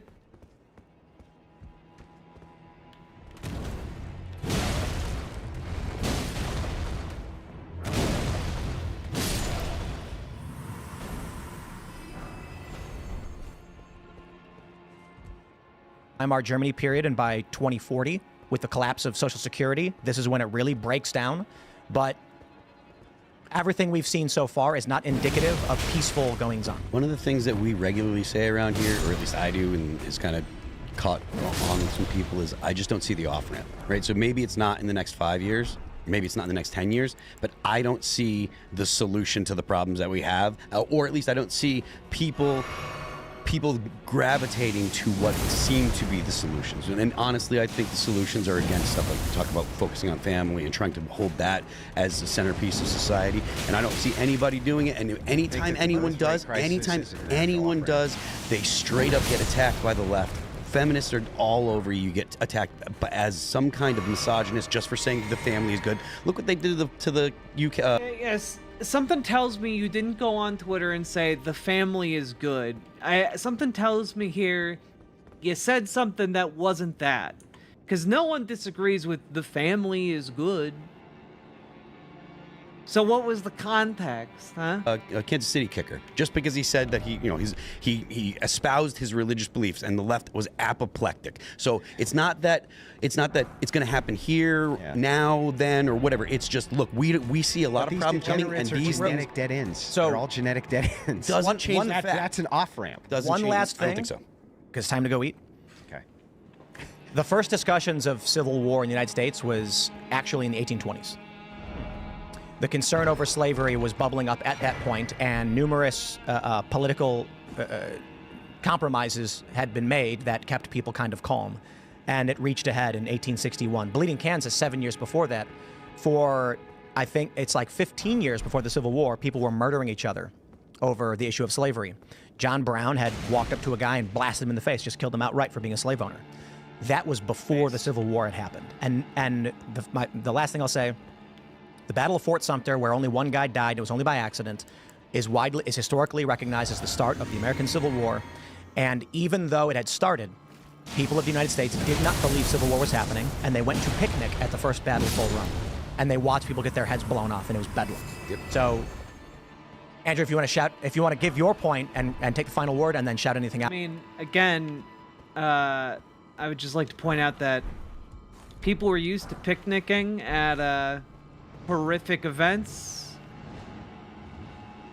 Just throwing that out there because, it was the thing they did when there was a lynching in town. Something that would have not been a rare occurrence in, the slave eras of the South. Out as we wrap up. Sure. So I will say that the United States also prepared for a contingency with a massive war to our neighbor to the north, Canada, which we were assured. I mean, they were positive that there was going to be a conflict with Canada and that they were going to have to invade Canada and that Canada was going to invade the United States. And they had massive military contingencies for this. Still up in the air. Politics, well, hopefully. Politics, not so easy to predict. I agree with that. Not so easy to predict. Do I see that there could be a solution, an off-ramping solution because of the birth rate crisis? I do. I think that that's a natural off-ramp. If secularists, loser degenerates can't reproduce and aren't reproducing, that bodes pretty well for the future. I'm not so sure that people with full stomachs are going to be doing massive, widespread political activism to the point where they're actually harming people in the street. I don't think we're to that point yet, and I don't think the feds are going to back off at all when it comes to federal enforcement of anything. I just don't I don't see that happening. Not even in my lifetime do I see that happening. And then further from there, Whoa, shout out what? to The Crucible. That is my channel. It's the fastest What is growing debate this? channel on the internet, to my knowledge. 80,000 I appreciate the spirited debate runes. with you, Tim, and with you, Richard Spencer. I think it was good. I think it was fun. Yeah, and thanks you guys as well. Richard, you want to final thoughts and shout something out? Sure. Yes, I will be Immense of voting grace for personally our bestowed by Queen geriatric America. middle manager of a declining Damn, empire, okay. Joe Fail. Biden, and Fail. so should you. Fail. I just can't bring myself to bring about what we've just been talking about. I do think it's going to be the last election. So you can find me on Twitter. That's probably the best place, or X, Richard B. Spencer. And then if you go to Substack, it's Alexandria. We actually do talk a lot about these political day-to-day issues twice a week. And then we also talk about spiritual and religious things as well that I don't think you can find And you anywhere know the else. So superiority of the Alexandria white on race. Substack. Thank you. I am Phil That Remains on Twix. I'm Phil That Remains Official on Instagram. The band is All That Remains. You can catch us this summer on tour with Megadeth and Mudvayne on the Destroy All Enemies tour.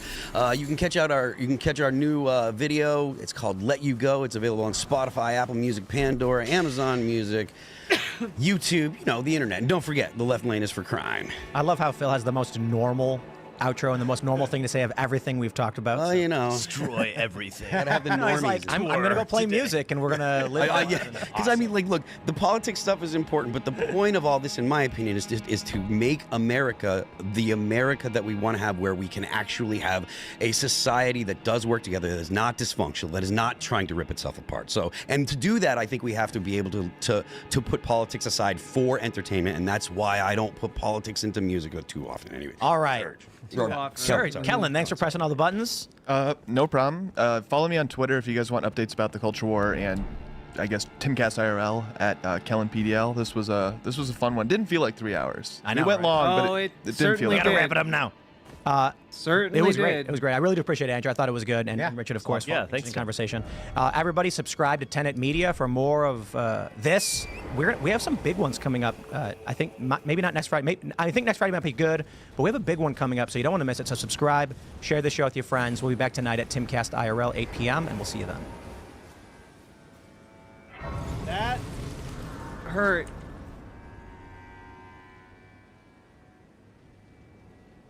That hurt. That hurt more than it should have.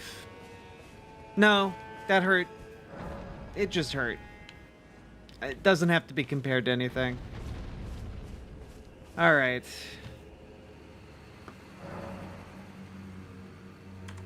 I was really hoping I'd find another Skidoo fragment before the end of stream, but here we are.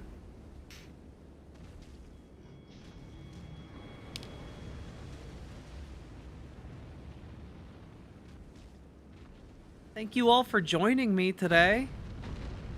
Used to like All That Remains? Oh, I'm sorry. Yeah, after that, but also I've been streaming for 9.5 hours, so I am gonna go get some food and maybe like watch an anime or something. Maybe I don't know. We'll see.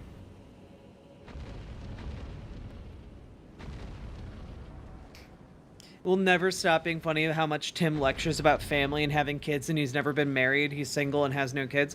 Well, yeah, of course. And like, not only that, he talks about the coming civil war all the time, and yet I've seen Tim Pool's compound. It's not like a fortified compound, and it's not like a fortress or anything. And I've also no reason to expect that he has any amount of like survival skill or really any amount of like soldier training or anything like that. Like, haha, the Civil War is coming, but like, I'm not gonna do anything to prep for it is kind of one of the biggest giveaways for folks like this.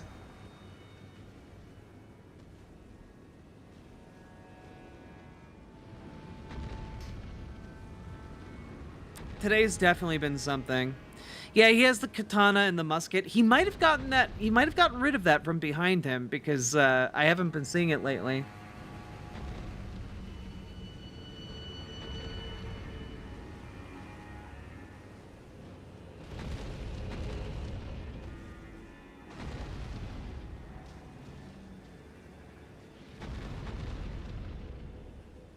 Well, folks, if you've been enjoying stream, hit the follow button on Twitch, hit the subscribe button on YouTube, like the YouTube stream, and consider dropping those subs and donos, but no pressure on that. I appreciate all y'all. You guys have been so good to me tonight, and I don't know what I would do without you guys. I hope... I know tonight hasn't gone the way we wanted it to. I know that this week hasn't gone the way we wanted it to. It's felt like a whole lot of defeat. It hasn't felt good. I know that. But I hope you stick with me, and I hope you stick with it, because we need to keep fighting the fight. It's the only thing we got. And, I don't know about you guys, but I'm gonna keep going. So I'll see you all tomorrow after a night of sleep. It'll be a new day. Get up, drink your water. Drink a big cup of water when you guys wake up tomorrow. You're gonna need it. And, I don't know, go take a walk or something. Tomorrow will be interesting. I hear more Supreme Court cases are coming down. And with that, let's raid you guys into someone kind.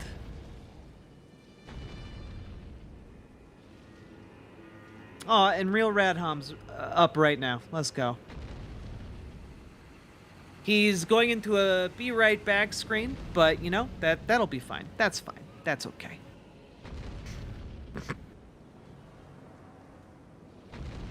Get that doomer out.